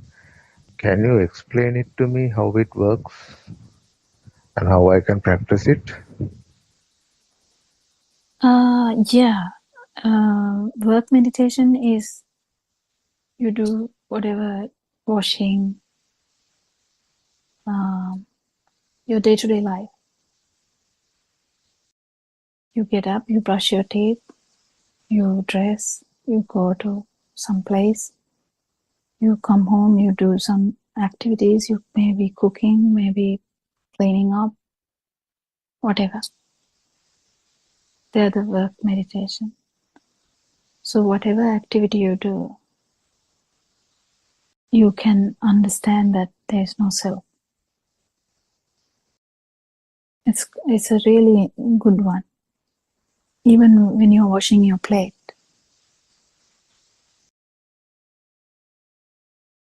if you're not washing your plate, you might pack into your dishwasher. Still, doesn't matter. Whatever the actions, is there self doing that action? No. So the working itself is, when you say working meditation, is whatever the actions you do. So whether the actions have a self, that's the working meditation. Silent meditation is you kind of indulge in silence, but you might hear things randomly, doesn't matter. And you can understand that there is no self. There's no self when it is silent, and also there's no, because your mind is silent. Your mind has to be silent because you can't be like, your internal radio can't be working. So when your mind is silent too, then you can actually feel that the hearing, or even if you're hearing something, if you are hearing something like a what is it called, there are sounds in temples like that, or a small we use it in the churches also. There's a small thing that they use it to make sounds, like a bell, sorry. Yeah, anything like that. If your internal radio is silent, you can easily get into the field and just realize there's no self. This is something you have to feel. In the working also, there's something you have to feel, that there's no one actually doing that function. It is not that easy with talking, but yeah, it's easy with the working. It's working. You can even get the walking also. Walking, we usually discuss walking separately because walking is like a very well known practice in the world. Working meditation. Walking meditation. Working meditation is usually done in monasteries a lot, but anyone can do it at home. We encourage it to everyone because this Dhamma can be practiced in any posture, whether you're standing, whether you're walking, whether you are lying down, or whether you are sitting, it doesn't matter. So any action, whether there's no self, it's just feeling that. And silent, when everything is silent, how there's no self in that. Surangika, can you add something to that bit? Actually, it's a really good one. The Joel is asking. Yes, Dr. I think Dr. Sakuntala is Candy Dr. Sakuntala. She usually holds this. Oh, yes, that's true. I think Yes, it might be her. Surangika, I can add something, then I can talk at the end. Yes, please. Yeah. Yeah, okay. Yeah. Okay, Dr. Sakuntala. Yeah. So on the working meditation, as Dr. Kokila said, it's a common practice in monasteries, but as she said, you can do it at home as well. One of the things that helps reinforce is the fact that R.N. Mahansa has explained this. Joel, you must have also heard it from him as well as Dr. Kokila, that a mental picture forms. A mental picture means a thought. A thought arises, and if you, for example, take an act of going and sweeping the garden, even that is a good example of observing the mind and observing the functionality of these bodily movements and the sense faculties. So what happens is a thought can arise that the garden must be swept or garden should be swept. Even before the thought could, vanish, there is an automatic walking towards the garden. Now you are not commanding your legs to move, no, but automatically the experience is that there is a walking towards the garden. Then the eye, something is encountered, an image or a shape is encountered to the eye. The mind then identifies it as that you have stepped into the garden. And then again there might be a walking towards the e-curb room. And so again, without any volition, the hand is reaching out for the e-curb room. Now, in these little acts, this is all happening silently. Nobody's talking, but the thoughts are still arising. But so the thoughts arise that the garden has to be swept, and so obviously it's with the e-curb room. But even the e-curb room, the eye encounters an image, the mind identifies it as the e-curb room. But this is only all the theoretical way this whole mind function works. But as you go along, these functions, these activity just happens. Nobody names the e-curb room in the head all the time. Nobody names it in the mind as the garden, that you have stepped into the garden. The only thing that arises is that the thought that the garden must be swept. The automatic walking happens, the stepping into the garden happens, the reaching out for the e-curb room happens, the reaching out to the bucket that you collect the leaves happens. So one can, then another thought can come saying, there are some branches or some big twigs that have fallen on the ground. And then another thought arises, so then automatically almost the e-curb room is left on the side, and then there'll be some movement, bodily movement to bend down and pick the twigs. All these things, the quiet observer then understands that these are just happening.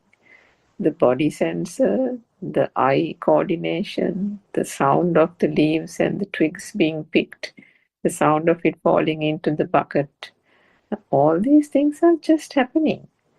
There's a thought that arises, a mental picture, and the mental picture is the collection of leaves. The mental picture is the sweeping of the garden, the flow, the dragging of the e-curb room across, up and down, back and forth, and the movement of the feet towards the front, towards the back, whatever way that needs to be done.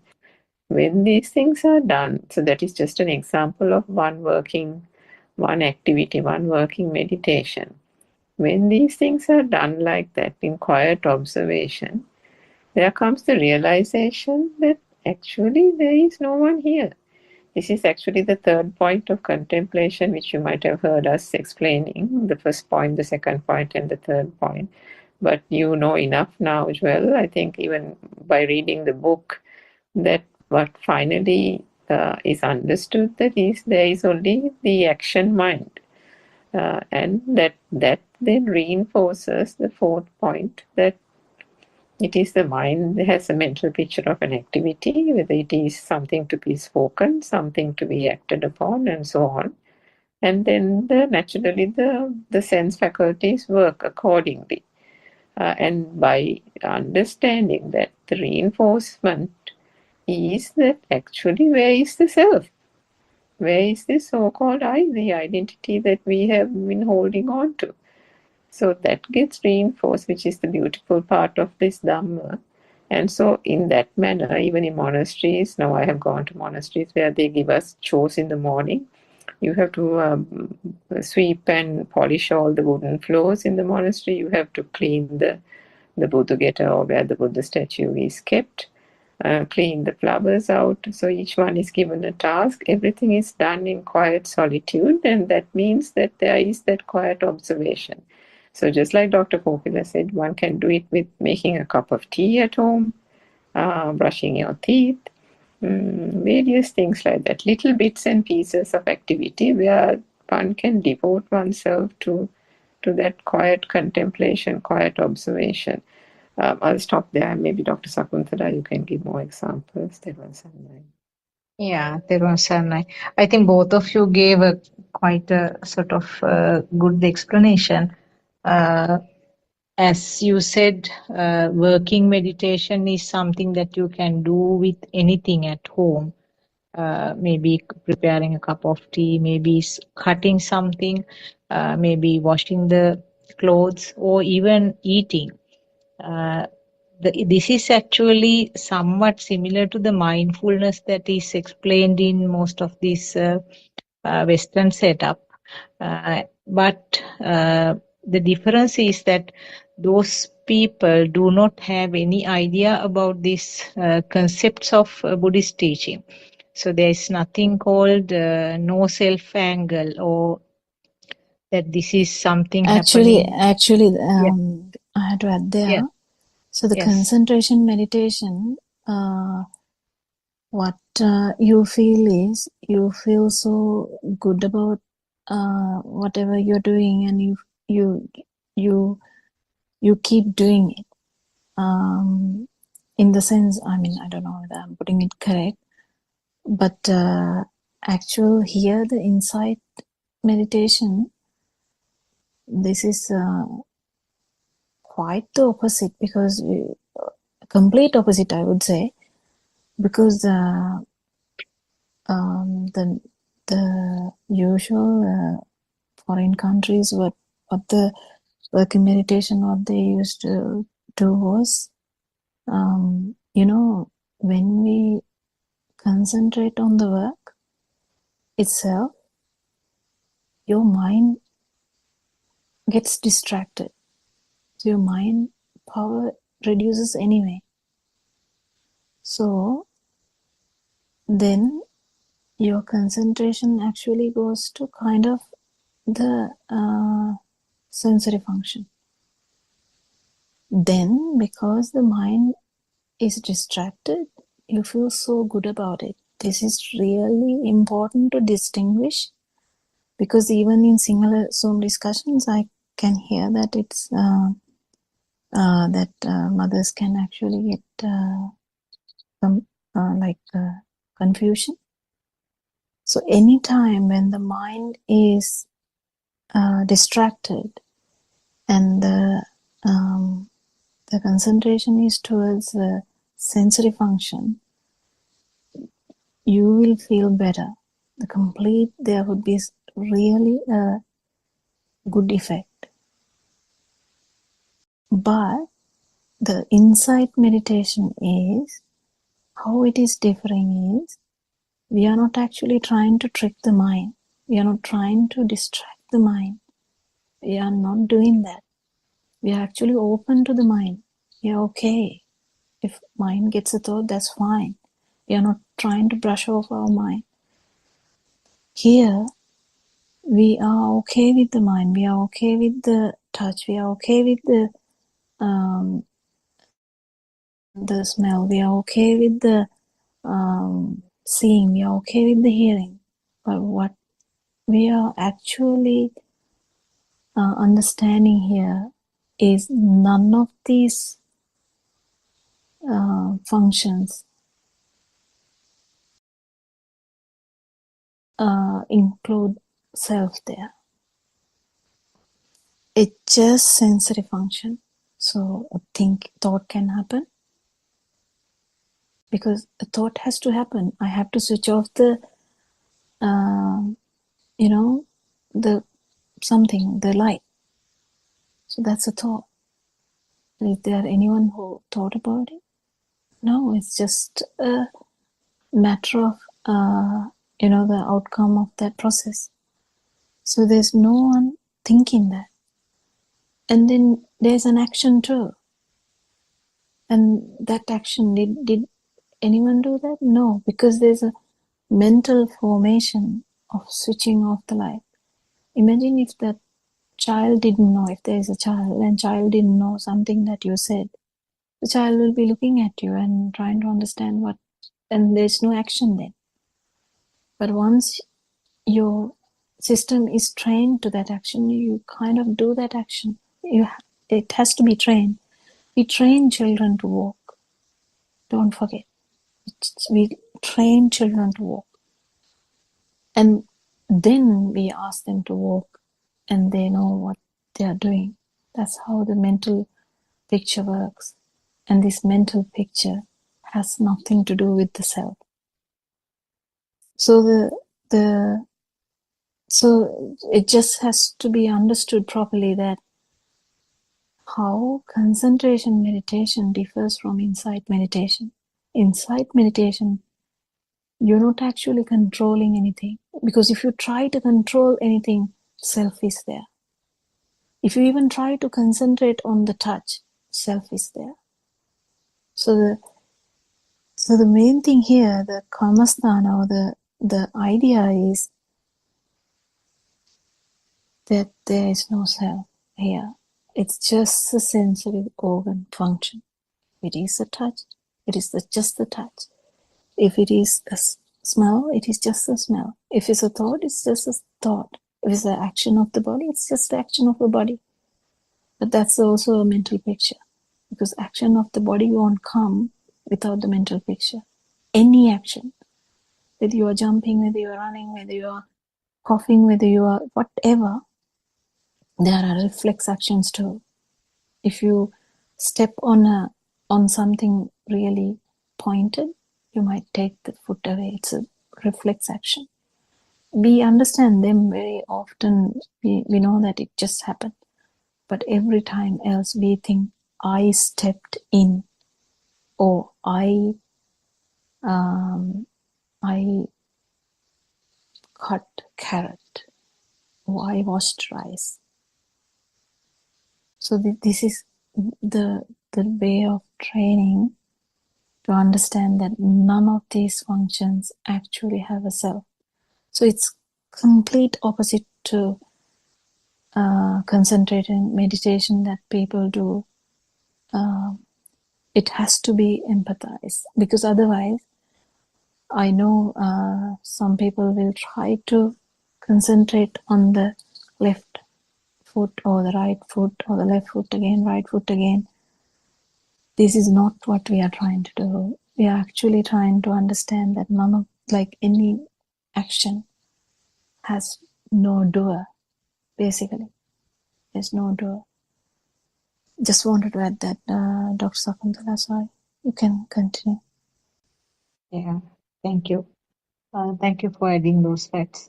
Actually, what I wanted to say was this working meditation is a vidarshana meditation, where with a no self angle, you try to, that means it's felt that it is just the sense of activities one after the other. It's something like, if I give an example, You allow toddler to a curious toddler who is sort of running to different directions and finding new things. So, but you are observing the toddler without interfering, without trying to sort of bring him to one place and keeping him still. You allow the mind to experience these sense of faculties. So even the sounds, the loud noises, or any kind of disturbances will not really have an effect on this type of meditation. So when you are practicing, so those are the five senses are the main five, and then sometimes the thoughts can come, so that also can be recognized.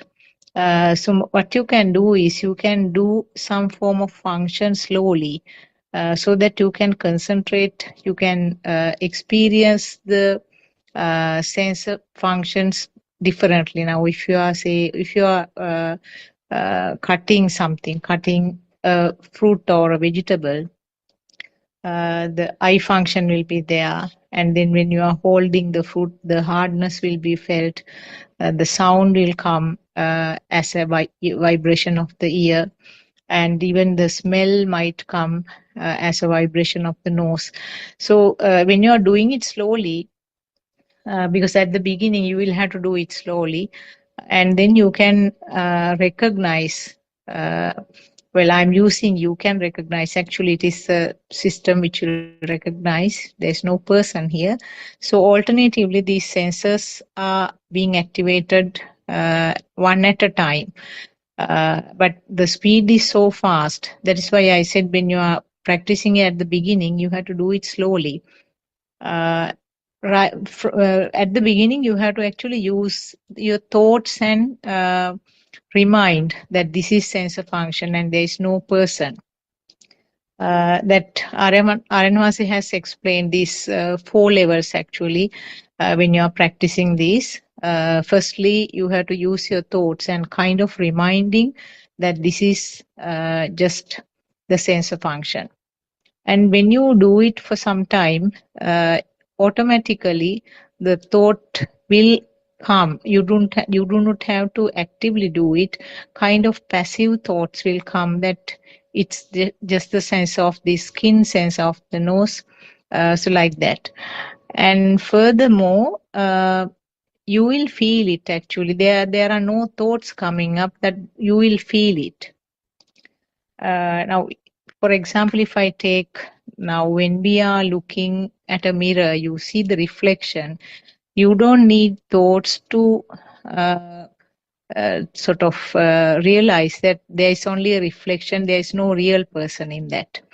Similarly, mirage. Now, when you see a mirage, you do not need to think about it, but you know, as a feel, you know that there is no water. So like that, at the beginning, use your thoughts and then sort of actively do it. And then automatically a thought will come to say that this is the sensor function. There is no person here. And then further, it comes as a feel. So that is how we generally advise about this, even the walking meditation. And generally the outside disturbances are not taken into account, because that also is another sensor function. If there is a sound from the environment, that is just your ear vibration. So the word silent meditation, I'm not sure whether it is meant for the concentration meditation where silent environment is expected. That I am not sure. Please correct me if I am not correct in that way. But working meditation is something that you can practice, like little things. As Surangika and Dr. Kokila both explained, with time you will feel that sort of mechanical activity is taking place, some form of robotic action when you are doing something. So that self feeling that I am doing it, that stress will not be there. You will feel light and the function also will be happening. I think, please correct me if there are any mistakes in what I have explained. Okay, Actually, I don't know whether Shani can add something about the silent meditation, because I'm also not Oh sure yes, how they are they doing it there, do it no? in Yeah. Dombagoda, Mm. because today the Sudharma is not there to ask. Don't know whether Shani can answer that question, because I'm not 100% sure how is it happening in Dombagoda. There was only Dr. Kokila, there was only Dr. Nandini. Yes. Actually, during silent meditations, we don't do anything. We just stay there, like stop every work, and just try to like relax and do nothing and just listen the sound of the nature. That's it. Thank you.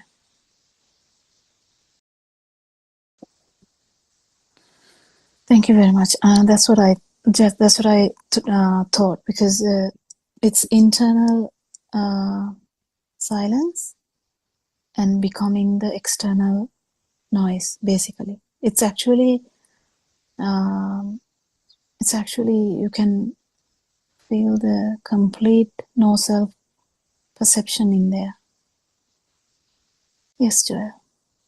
No, Dr. Light. Thank you all for explaining about this work meditation and silent meditation. Uh, and I mean, I want to practice this. I like to do it. It's interesting. Thank you. Yeah. So one thing I have to add here is, for both of those activities,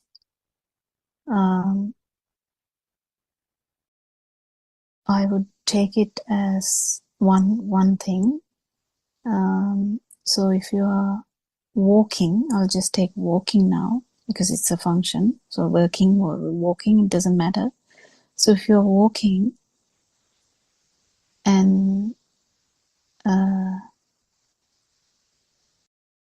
it can be any sensor function which can catch this moment. It doesn't matter which function. So if it is the touch of the skin which is there, it can be a different experience. If it's a sound, it's a different experience. If it's a view, it's the eye, that's a different experience. If it's a smell, that's a different experience. So, but we have only 5 senses. It's easy. I mean, imagine we have about 30 senses, we'll never be able to do this, but we have only 5 senses. So that those 5 senses we have, on top of that we have the mind sensor, where we have all the ideas about these things. So if you start doing the walking and whatever the sensory stimuli, if the perception is not true, just this has to be felt. But if the perception is not true and you feel it beyond that, that's the liberation from mind. Kind of, you feel beyond the mind, then you feel the direct sensory function. Could be touch, it could be smell, as I said, it can be anything. But that sensory function itself is when there's no, when you have gone through the perception part also, it's directly felt as a vibration, and that is the self vibration. That's the tense. That's the vibration that even given the possibility for suffering forever. So in that particular moment, it's really important for you to know that that is the speed of the sensory organ. That is very important. Very important to catch it, because here we can assess this while being inside the mind. Kind of, we can also have a liberation from mind. Also, that's an experience that can happen. So the liberation of the mind doesn't happen usually because we cling on to the perception level. We cling on to the dream a lot. But if you understand that this, whatever the dream part, the perception part is not true, you might directly pierce it and you might directly feel the vibration. And that feel is actually, if you have done the enough thinking or the enough insight meditation, you will understand it's just the vibration of the sensory function. That's all. That's the speed of the sensory function. And that's where you might be able to feel the non-self perception. It's very important to pick this moment. Yes. Anything else? Yeah, most important thing underneath these meditations are that the knowledge that you have about this true Dhamma facts. That means there is no self here who is doing the meditation. So that knowledge and clear sort of view on that is necessary, isn't it? Because now what these in these different classes where they are practicing this something called mindfulness, they have no idea about this no self view, isn't it? They are doing it. The person is there and person is trying to pay attention to the work that is done. Yeah. And that is really calming too, because the mind is silent. Oh yes. Yeah, that's what I was trying to say. This is not trying to get the mind out of the way. This is actually piercing one sense, one stimuli. This is the most important moment, that you fully understand that there was never a self. That's the point of contemplation.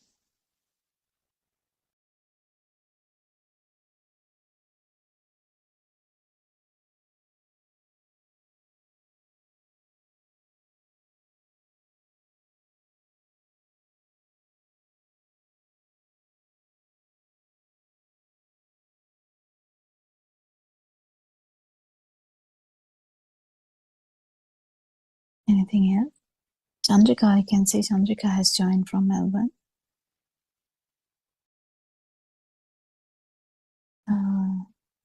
I think Aryan Hansi asked her to join, I think. I heard that little bit of that part of the discussion in the 9:30 Zoom. I think Dr. Sakunthala was also there. Don't know. Yes. Yeah. When Aryan was talking about that, was he talking that he is thinking about starting the English Zoom tomorrow or day after? Actually, I missed that discussion because there was a group call day before yesterday. I couldn't join that. But thereafter he didn't call me, or so I thought there will be another group call to finalize it. That group call was taken while he was talking to us. While this Zoom was going on. I see. So that's on Sunday then. Oh, was Sunday? it Sunday? Yes, Sunday because. Yeah, no, I can't remember. Sunday. No, it was on Sunday because Sunday I was away. I was asked to join, but I couldn't talk at that time. thereafter, I didn't hear anything from them. So I suppose we will continue like this until we hear from our advance, isn't it? Yeah. Joel asked Mm. specifically to inform, but I think we will get some kind Yeah. of idea and then you can inform Joel, isn't it? Yeah. Yes. Yeah. Yes. Yeah. Because he planned anyway to have a discussion time as well in that 24 thing. Mm-hmm. Yeah. Yeah.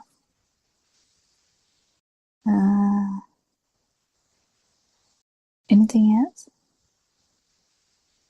If Joel wants to practice this working meditation, some form of regular activity to start with will be easier, is it? I mean, something like sweeping or some form of regular activity, will it be Whatever convenient? he does. So if he does a walk every day, then it is the best time. Yes. Yeah. And walking through a nature would be so beautiful because then anyway the nature has the ability to calm down the mind naturally, so that the feel is more. So it's important that the feel is more because this Dhamma is not through mind anyway, because this is about piercing the mind. So if that is actually coming to the feel, direct feel, not feeling the sensory functions. Actually, it's much more than that. It's actually feeling the self vibration kind of thing. So It's it's like, very sorry, it's like, doctor, like you're walking and you are aware of your sensory functions. That is kind of working meditation. Any activity. you are kind of aware about your sensory function. Then there is a self being aware about the sensory function kind of thing. What you can do it because you have all the Dhamma points now, Joel. I think you have to just take it easy, like a child. I would say my advice is, if you can become the child, you will be the best meditator ever, because this is kind of very difficult when you try to become an adult and try to do it as we say, kind of go by your own feel. Go by your own feel. That's my advice, because you know now. You know the steps, 4 steps. What are the 4 steps? Outside, whatever you have outside is just a perception in the mind. The perception in the mind, whether it's walking, whether it's cutting, whether it's whatever, perception in the mind is not true. It's not actually existing. Then automatically feel will arise, and the feel is just the fast vibration of the sensory organ. That's all. And if you feel what I say now, if you can feel this message, just take that message only, and then because all the 4 things are there. Again, whatever the outside is just a perception in the mind. Perceptions are not existing. That's the second. And the whatever, then if you liberate from mind the whether you liberate or not, if whatever you feel, just take it easy.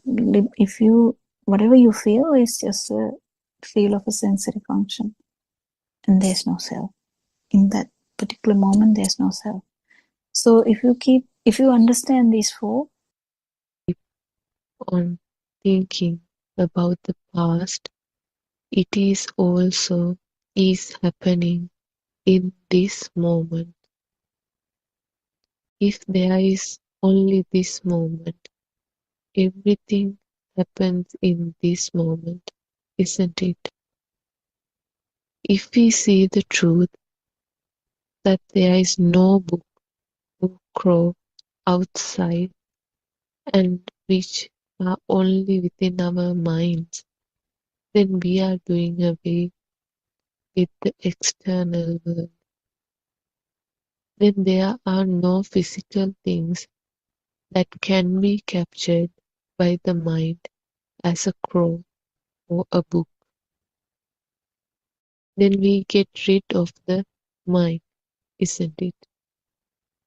Then one is free from the external world as well as the mind, internal world. It is the emptiness, no attributes, invisible, no ground, animittai, shunyai, anidassanai, appatittai. The mind which gets these experiences is there is no disappearing, animitta, shunya, appatita, no attributes, no form, empty, non-self. If there is an object, there is I too. If there is no book, I am also not there. Then I do lose myself in this moment, which is an emptiness. It is the liberation from mind. This is the nature of Buddha in this moment. The birth of the Buddha is taking place in this moment. Passing away of Buddha is also happening in the same moment. That is where the view of self disappears and passing away while discharging all clinging. The birth, enlightenment, liberation, and passing away, the great three occasions, are taking place at the same instant. Therefore, we have Vesak every day. So, for the one who realizes this truth, every moment is an auspicious moment. The great occasion is the realizing this truth in mind. The physical birth, enlightenment, and passing away exhibits the nature itself. In convention, the Vesak can be celebrated considering these three occasions took place on that day. The one who does not realize the truth can celebrate the Vesak by reserving a special day. But in reality, these three occasions are taking place in the momentary mind. If one realizes the truth, then it is the moment he experiences these three great occasions: the birth, enlightenment, and passing away. The moment of realization of this truth is the great celebration of the universe. This is the moment of awakening to Buddha nature. This is the moment of realization that all the defilements, keles, are disappearing within this realization. This is the firm, certain path to nirvana. Even if we offer alms and do meritorious deeds, there is no guarantee one would not fall into sufferings, hell. It would not happen according to the doctrine of the Buddha. The reason is that there is no right view, samadhi, in the ground of ignorance. Everything is done within the ambit of wrong view, micchaditti. It is seen in Mahaditti, Samyutta, where it has been divided into wrong living, mithya ajiva, and correct living, samma ajiva. The wrong livelihood is in the worldly, prutakjana ground, mithya ajiva. The correct livelihood is in the noble ground. The noble ground is the place where realization is taking place. The noble eightfold path, Arya Ashtangika Marga, is the correct view, Samma Ditti, correct thoughts, Samma Sankappa, correct speech, Samma Vacha, correct livelihood, Samma Ajiva, correct action, Samma Kamma, correct effort, Samma Vayam, correct action, correct mindfulness, Samma Sati, correct concentration, Samma Samadhi. You understand, everybody? Terasana Shani, thank you for reading the 2 pages for us from the True Dhamma Has Awakened Volume 3 book. Terasana Yaren Mahansa, I pay my homage at your feet.